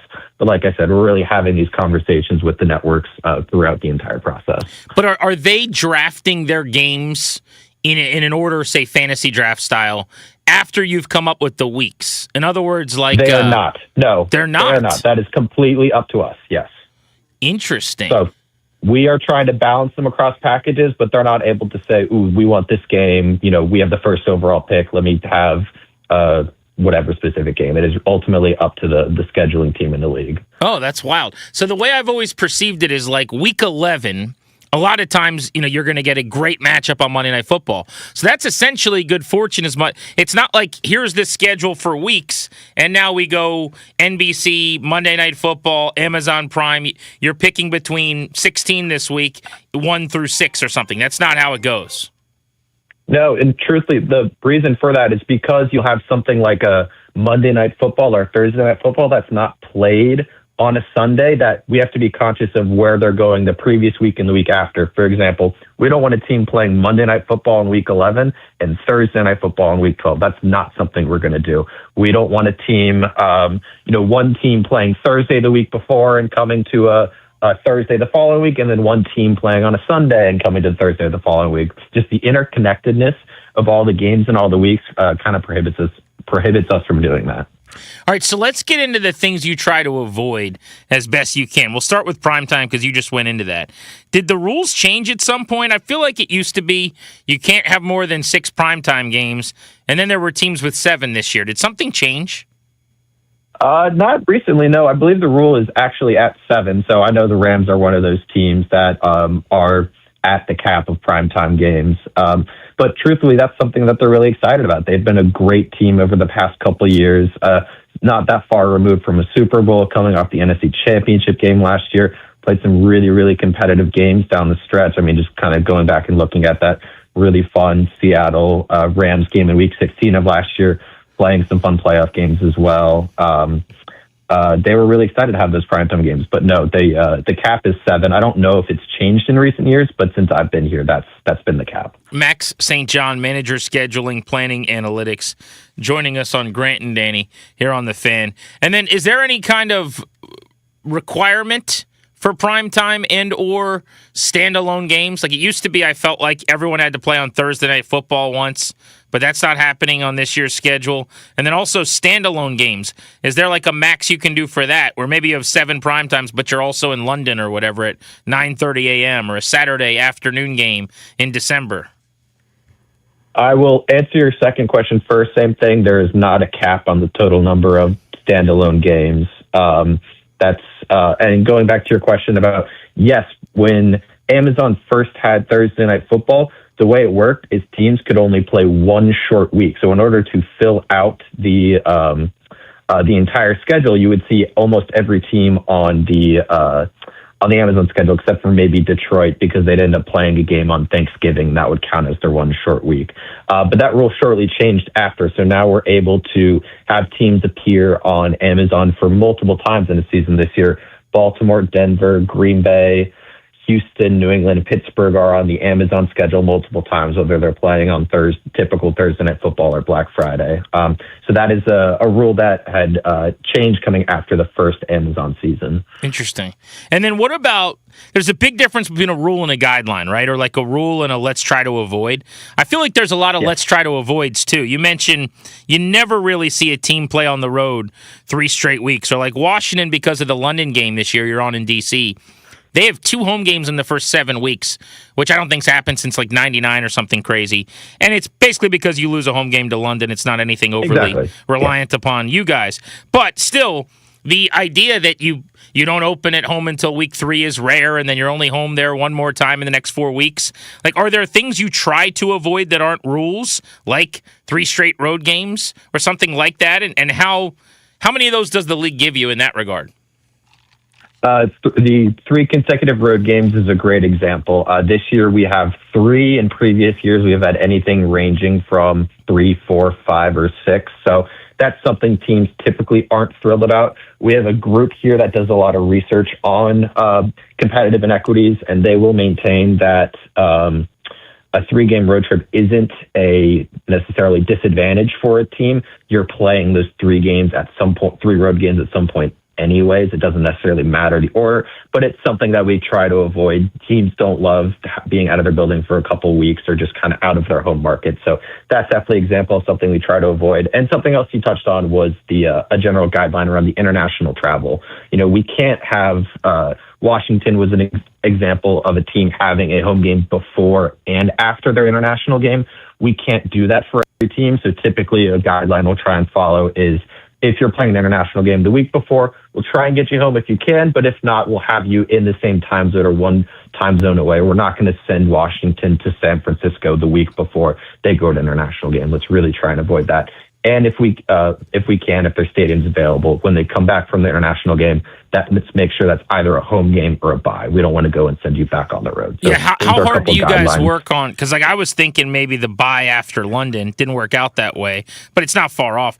But how much do you guys try to do that if you can? Where, hey, you just went out of the country on big travel, now let's give you the bye. Generally, we won't force the bye into the week after the international games, especially for a handful of teams. We didn't have any specific feedback from Washington, but teams will say, we're playing an early international game. We don't necessarily want a week 5 or 6 bye. We want that bye a little bit later. So that's something where we had some changes to our rules here, where we're no longer required to give teams a bye after the international game, but it may fall there. They may have a home game there as well, but let's not send them on the road unless their stadium's unavailable. I'm loving this info. Max St. John, manager, scheduling, planning, analytics with the NFL. Basically the scheduling guy, okay? This is the dude with the computer. Never lose that computer, by the way. What if you lose that computer? Then we just never get a schedule. That would be terrible. We'd be in trouble. Yeah, you better be careful with that computer. You got a lot of people like me that would love to take a peek at it. So you just said something that piqued my interest about teams making a suggestion or what have you. I covered Mike Shanahan for 4 years. He told me he used to ask the league for a Thursday night game, or volunteer, I should say, for like the second half of the season because he liked what he called his mini bye, where he would get that weekend after Thursday night. How does that process work? Will a team send you requests? Do you get 32 sheets of those requests? Do some teams make 10 and others make 1? Like, what is that about? Yeah, absolutely. So the same form we send out to say, tell me when your stadium's unavailable, when we can't play home games at your stadium. Part of that form is when they'll send in the requests. A lot of them are consistent year to year. Teams hate the early and late season bye. Teams hate playing in Florida in September. They hate playing in Buffalo and Green Bay and Chicago in December.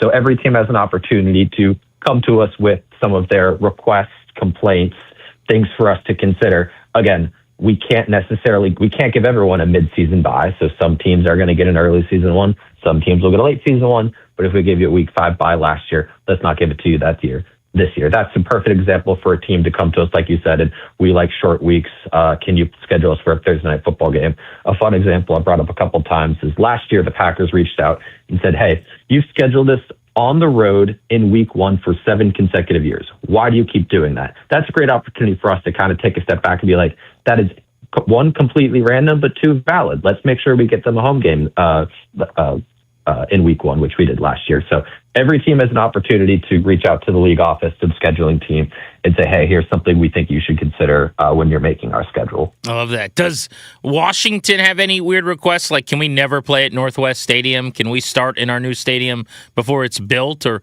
anything quirky with the Commanders? A fun one that they had this year was they wanted to pair their West Coast trips. They wanted to have a game at San Francisco or Arizona, and then follow up the next week with their second of the West Coast trips. That's not something we were able to deliver them. We have probably 8 to 10 teams, maybe more, request them every year. If we granted every single one of those requests, we would not get a schedule done. These are very, very, very constraining, saying that these 2 specific games need to fall into these certain weeks in this specific order. So that was a request that they had. I would say it kind of still fell in their favor. They go to San Francisco on a Monday night. They get an extra day. They come back to their bye week after, and then a little bit later, they go out and play Arizona. So that was something that they had requested that ultimately weren't able to complete.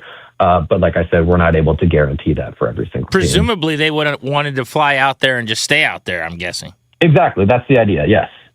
Which last year they did something similar. They were in Cincinnati on a Monday night in 24, and then they flew out to Arizona the next day, and they stayed out there for a Sunday game and just didn't come back, and it worked out. They scored 40, so maybe they thought that's why they scored 40. Yeah, maybe. They wanted to dial that back up. What about star power? Does the league say, let's get Jaden Daniels in primetime as much as possible, in those words? I would say we try and spotlight a lot of our star quarterbacks. He had an awesome rookie season. I know he dealt with a handful of injuries last year and had a bit of a down year, but he's a perfect example of a young, rising quarterback that we want to spotlight. And you'll see the Commanders in plenty of primetime windows throughout the season. They're starting their first 2 weeks. It's not necessarily primetime, but they're the Fox 425 doubleheader. that is the biggest window that we have throughout the week, is that 4:25 window on CBS or Fox. You start there. You have your early international 9:30 standalone game, Monday Night Football in Week 6, Sunday Night Football in Week 8, Thursday Night Football Week 10, Monday Night Football again in Week 11, and then a couple games kind of sitting down in the TBD pool in Week 16 and 17 that we could slide into some of the open Saturday windows as well. So absolutely, we want to try and spotlight these quarterbacks, and you can kind of see that throughout the Commander schedule. They're definitely in a good number of primetime games this year. Max St. John, couple of moments left, planning analytics behind the schedule. I asked this one in jest a little bit because I assume there's just no way that you would care about this. You got too many other things on your plate. But when a schedule comes out and it's super, super front-loaded, like Washington's first half on paper, based on the data, is way harder than the second half. You're talking about, I know it's division games you got to play at some point, but Philly and Dallas, then the Super Bowl champions, the Niners, the Rams, all these games early on. And then it's kind of like you get over that helicopter, the roller coaster hill, and you get to go downhill a little bit. Do you ever look at it and go, damn, let's spread some of this out? Or is that just way too far down the priority list? I think it's way too far down the priority list, and I don't think it's fair for us to say, ooh, let's give this team an easy schedule to start, but not this team. So it really just is where the... To be clear, I don't mean like one team as much as... Is it like item number 89 in your algorithm where it's like, hey, let's... If a team's going to be favored 4 times, maybe spread them out by quarter rather than, the last 4 games of the season or something like that?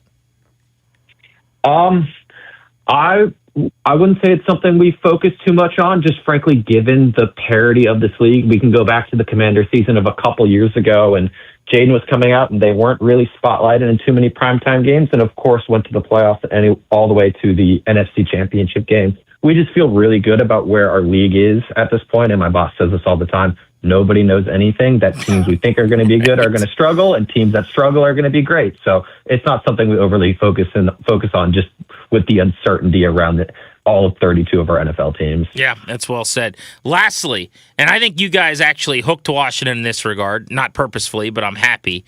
Their rest plus minus this year is very strong from a differential standpoint, which is one of the things I care the most about. They actually have a super rare first time in a decade, like a Thursday night into a Monday night or something like that in the midway point of their year, which you never really see, which is awesome. But there are teams, like I'm not a Chargers guy, but damn would I be mad if I was the Chargers. I don't know if they're playing like 4 teams off of a bye or something crazy, but they're like minus 20-something in rest days. You mentioned an equity department. Is that where they'll look at that on the back end and say, all right, this schedule's awesome otherwise, but are we sure we want to do this to the Chargers? Funny you bring that up, because that's something they will also maintain is not a competitive disadvantage. I think if you go back over the past couple of years, I think teams with a rest advantage are 500 against the teams they're playing. It's been more advantageous over the past years, really since the CBA change in 2011, where there was changes to the practice structure in a bye week. It's a lot more advantageous just looking at spreads to fade the teams coming off of their bye than teams who are playing with the rest disadvantage. So it's something we always look at, because there are clubs that will reach out to us and say, hey, that's not fair. But we have a great research group here. I'll give them a quick plug. Mike Lopez and Tom Bliss. We've talked about them a decent bit during our post-schedule media tour here. But that's something that they've been pretty consistent with us. We do not believe that this is a competitive inequity. That's not something we think you should take into account. Wow. So, yes, Washington may have fallen into I think it's a plus 15 this year maybe, but it's not something that we're going to throw a schedule up for something that we don't perceive as an advantage or a disadvantage. Oh, so I was dancing a jig because it was plus 15. You're saying slow my roll a little bit. Warren Sharp Football, some of the other analytics sites have, I think, driven this in big over the years with the numbers, and I'll have to dig on that because that's interesting. I've been thinking it's one of the real tells in terms of betting football, but to your point, maybe it's changing. I mean, and look, we know more about everything from travel to sleep to, all of the things about the league in that regard have changed. So it would stand to reason rest could be different now than it was 10 years ago. Absolutely. They wrote a whole paper on it. I would point you to that. And there were a couple of good threads that I saw. I know Greg Allman out of Fox Sports wrote something about it today. And I saw some Sumer Sports threads as well, kind of summarizing the stuff. But really, the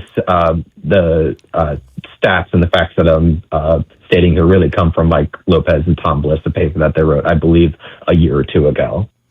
Man, that's fun. This is a good conversation. Max, what a cool job you have. Max St. John, the manager, scheduling, planning, analytics.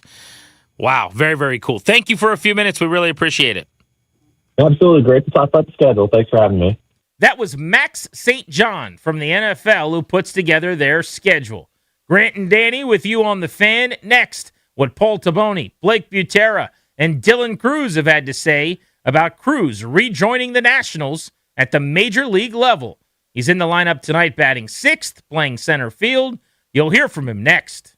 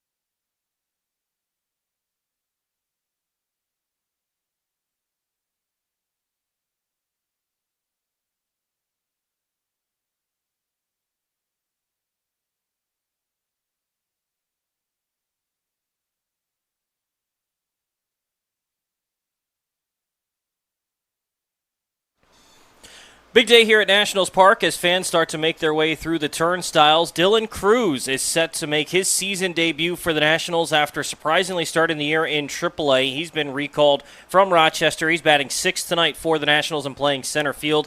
The Nationals also have recalled Andres Chaparro from AAA. Corresponding moves Brady House, Joey Wiemer both going to AAA Rochester. Nationals getting set for Game 2 of the 4-game series against the Mets here tonight at Nationals Park. 6:45 right here on the Fan. Foster Griffin, the lefty, goes for the Nationals. He's 4-2 with a 3.53 ERA, looking to bounce back from his poor last start. Nolan McLean, the young star for the Mets, starts for them. He is 2-2 with a 2.92 ERA. Nats and Mets 6:45 right here on the Fan. Basketball last night, Western Conference Finals Game 1. The Spurs beat the Thunder in double OT, 122-115, led by Victor Wembanyama with 41 points and 24 boards. San Antonio taking a 1-0 series lead in that one. Eastern Conference Finals Game 1 tonight, Cavs and Knicks at 8 o'clock.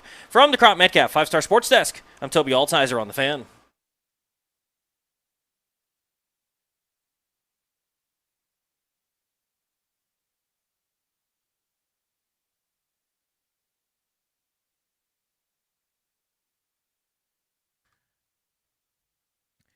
Toby Altizer's been over at Nationals Park covering the return of Dylan Cruz today, and via his efforts, we've got audio we can react to from President Paul Taboni, manager Blake Butera, and Cruz himself from this afternoon. So I wanted to go through some of this. Big story of the day in DC sports, the return of the number 2 overall pick, who's expected to be one of the pillars of this franchise. You know, if you're talking about the foundation and the columns holding up the four corners of this organization, Yeah. James Wood's one of them. Dylan Cruz is expected to be another, and he's been in Rochester trying to work out some of the things that this team said he needed to improve upon. We'll get into what those were. Let's start with manager Blake Butera, though, on the return of Dylan Cruz to the Washington Nationals as he met with the media today. Yeah, that nothing to do with it. If we had an injury 2 weeks ago and he was playing his tail off, he would have been up 2 weeks ago. We always say, like, you should do right by the player and, more importantly, do right by the team, and we want to win games up here. So that's Paul Taboni on, I'm assuming, whether or not calling him up now had anything to do with saving a year of service time. Look, I'll take Taboni at his word that wasn't a factor. I just have a hard time believing that they would have not considered that when making the decision. You didn't send him to the minors from the idea, for the perspective of saving a year, but when he goes down, he's not dominating. He's down there for a little while. Now you look at the calendar and you go, hey, if we wait till May 13th, we get another year of him without him hitting free agency. That's a no-brainer as far as I'm concerned. 100%. It may not have been the initial plan or reason or design, but that's certainly how it worked out. Like, when he was sent down, we wondered and posited at the time, is this 2 weeks? Is this a month? Is it 6 weeks? Ended up being longer than both. All right, this is Blake Butera on the return of Dylan Cruz. I'll start with Dylan. So Dylan, he, over the course of the last couple weeks, I think he's probably played in 11 games, and he's just been torching the ball. I think he's got close to 20 balls hit over 100 miles per hour in these last. That was also Paul Taboni. This, too, was Paul Taboni. All right, I tell you what. By the way, great prank dares. Let's just rub dirt on this thing. Do we want to keep doing this? Do you want us to do something else? Do you want you good over there? Like, what's happening? The great thing is Darius takes this very seriously, which I appreciate. He's like, he's really good at this. The first time he was like all frazzled, and he's like, oh, dude, I'm so sorry. Like, I got you. Don't worry. And I'm like, you good? We're ready? And he's like, yeah. And then he played it, and he's like, giving me a thumbs up. He's like, see, I'm back. And I'm like, this is still not Blake Butera, bro. This is also Paul Taboni. And he's like, wait, what do you mean you said Blake Butera? I'm like, Blake Butera is different than Paul Taboni. How you doing over there? Everything fine? What's going on? I'm doing good. I immensely, Paul Taboni talked first, so I was thinking we were going to Taboni cuts first. I should have listened to you. No. I tell you what. You tell me what clip you want to play, and then I'll work off that. I'd like to play the clip where Butera talks about Dylan Cruz returning. This is Blake to the Butera? Nats. Yeah, Blake Butera, the manager. Right, play a Paul Taboni. If this is Paul Taboni, I'll lose it. I'm just telling you right now, I'm going to lose it. Blake Butera on the return of Dylan Cruz. I think a lot of excitement. Obviously, we all know what Dylan can bring to the table and who he is as a person, a player, all the above. Just excited with the way he was swinging the bat in AAA and the defense he was playing as well. I feel like he's in a really good spot right now, and excited to see him do it here at the major league level. What did that first conversation with him look like? He was pretty emotional about it. He was excited, really excited. I think just going back to the conversation we had, obviously disappointing at the end of spring training with him not breaking with us, but also talking through what we wanted to see and how important it was for him to get right in AAA rather than fight for his life up here, right? And to be able to go down there and do the things that he did and get on this role he's been on. The numbers are pretty good, but also he's hit some balls really hard right at people, and he's had some pretty unlucky results. But the defense has been a lot better. All the things that we asked him to get better at, he went and did. A huge credit to that AAA staff for the work they put in as well. And excited to see him do his thing here. Cruz hitting .291 in May, hits in 9 of his last 11, a couple homers over his last 12 games. This is the manager, Blake Butera, expecting a rotation in the outfield. We've talked about having Lyle, who you want to play every day, Wood, who you want to play every day, Cruz, who you want to play close to every day, and still having one of the platinum glove defenders in center field in all of baseball, and Jacob Young. So how do you make that work? It'll create a type of a rotation for a bit. One thing that is nice about this, we'll get Woody and Dale in some DH days, which would be nice. They've been playing a ton. They've been on their feet a ton, so getting them a DH here and there would be helpful. And now the moment Darius has been waiting for. Danny, this will be Paul Taboni. Do we have any Paul Taboni clips? Paul Taboni on Cruz trusting this new regime's process. Think about this, Danny. They're just learning Dylan Cruz. They're just getting to know him. You show up at spring training. You're trying to build this rapport with a guy who's going to be really important to the organization. And then you send him to the minor leagues, and you're like, trust us, man. We're going to help you. But we got to fix some things here. Taboni talking about that. To me, it starts with a huge education component, right? And that's a two-way street, right? It's like, hey, Dylan, we don't just want you to do these things. We're not just going to shove these things down your throat and tell you to do them. We're going to tell the whole story as to why, right? Like, we think this is the best for you. And then if he has questions on it, right, like, let's have a completely open conversation so that when we get to a point where we're committing to a path forward, like the coach is really aligned, the coaching staff is really aligned, Dylan's really aligned, so that the work every day can reflect whatever it is that we agreed upon. But I say it's a two-way street because what we really want, too, is Dylan's feedback. Like, hey, guys, I tried this my junior year at LSU, and I sucked. Like, I don't want to do this, By the way, he did not suck. But that's that's like the dynamic that we want to create. And I think if we're doing a good job, Dylan trusts, like, deep down inside that we're just fully committed to helping him realize the best version of himself. And if he has any questions that, like, the motives or otherwise, like, we want to hear from him, because it's not just about, like, hoping that these next couple weeks go well. It's like, 2, 3, 4 years from now, Dylan's going to be in the middle of this. Like, how does he look back on those conversations 2, 3, 4 years ago? Such a good point, too. Yep. If this goes really well, this could not only be important for the relationship with Cruz, where he looks back and goes, I appreciate the tough love early. I like that you guys did that. You made me the player I became. But also, other guys could look at that. Right now, Brady House goes down. If he sees in the next month Dylan Cruz takes off and some of the adjustments work, rather than being salty and upset that you got sent down, maybe you go, all right, this worked for Dylan Cruz. Maybe it can work for me. Yeah, this is a 7-week footnote, potentially. You know what I mean? Or it could be the thing that defines you, and you hope that it's not that. You hope that it's, when Mike Trout was up and then got sent back down and turned into one of the great players of all time. A lot of guys have taken it, and it's not the most fun thing to hear. You didn't make the Major League Club guy with all the expectations, who's on all our brochures and tickets, and there's a mural of on the left field wall and probably has a bobblehead.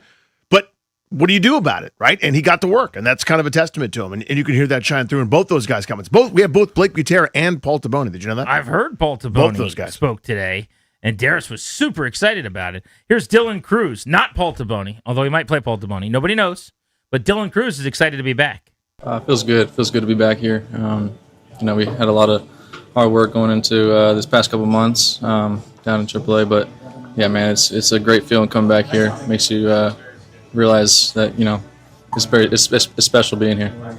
Dylan Cruz speaking today about, you do realize you take it for granted a little bit when you're up here. Yeah. You just think, I'm going to be a big leaguer for the rest of my career, and then you're down at Rochester riding a bus for 6 hours, and you're going, damn, this stinks.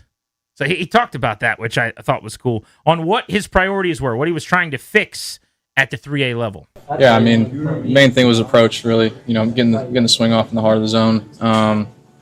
Standing a little bit taller, not trying to get into the legs as much. getting the ball in the air as well too, because with the numbers, it shows that I make a lot of good contact in the heart of the zone. So just trying to get that good contact in the air. The other thing that's cool for Cruz, I talked about this on Bustin' Loose Baseball with Toby Altizer. We dropped a new ep today that I enjoyed was he's coming up and not having to be a hero. You're joining the number one offense in the That's sport. such a good point. You got a lot of guys hitting. You got a lot of guys scoring. This is the offense that's averaging the most runs per game. This team's already overachieving. They're playing about 500 ball. A lot of guys are feeling good. Last year, it was like James Wood, Dylan Cruz, pressures on you guys because it was the number 20 offense in the sport, and they just weren't very good. Get in where you fit in, man. Cruz on watching the Nats from afar. It's been awesome to see from the outside. Looks like everybody's been swinging great. Everybody's been playing great, and just want to add to that and help the team out as much as I can. So it's been awesome to watch the culture and the intensity, the aggressiveness that we show. So like I said, I just want to help the team out as much as I can and just add to that. Let's predict how this is going to go for him with this promotion. Also, I want to hear from Paul Taboni. Darius will be excited about that.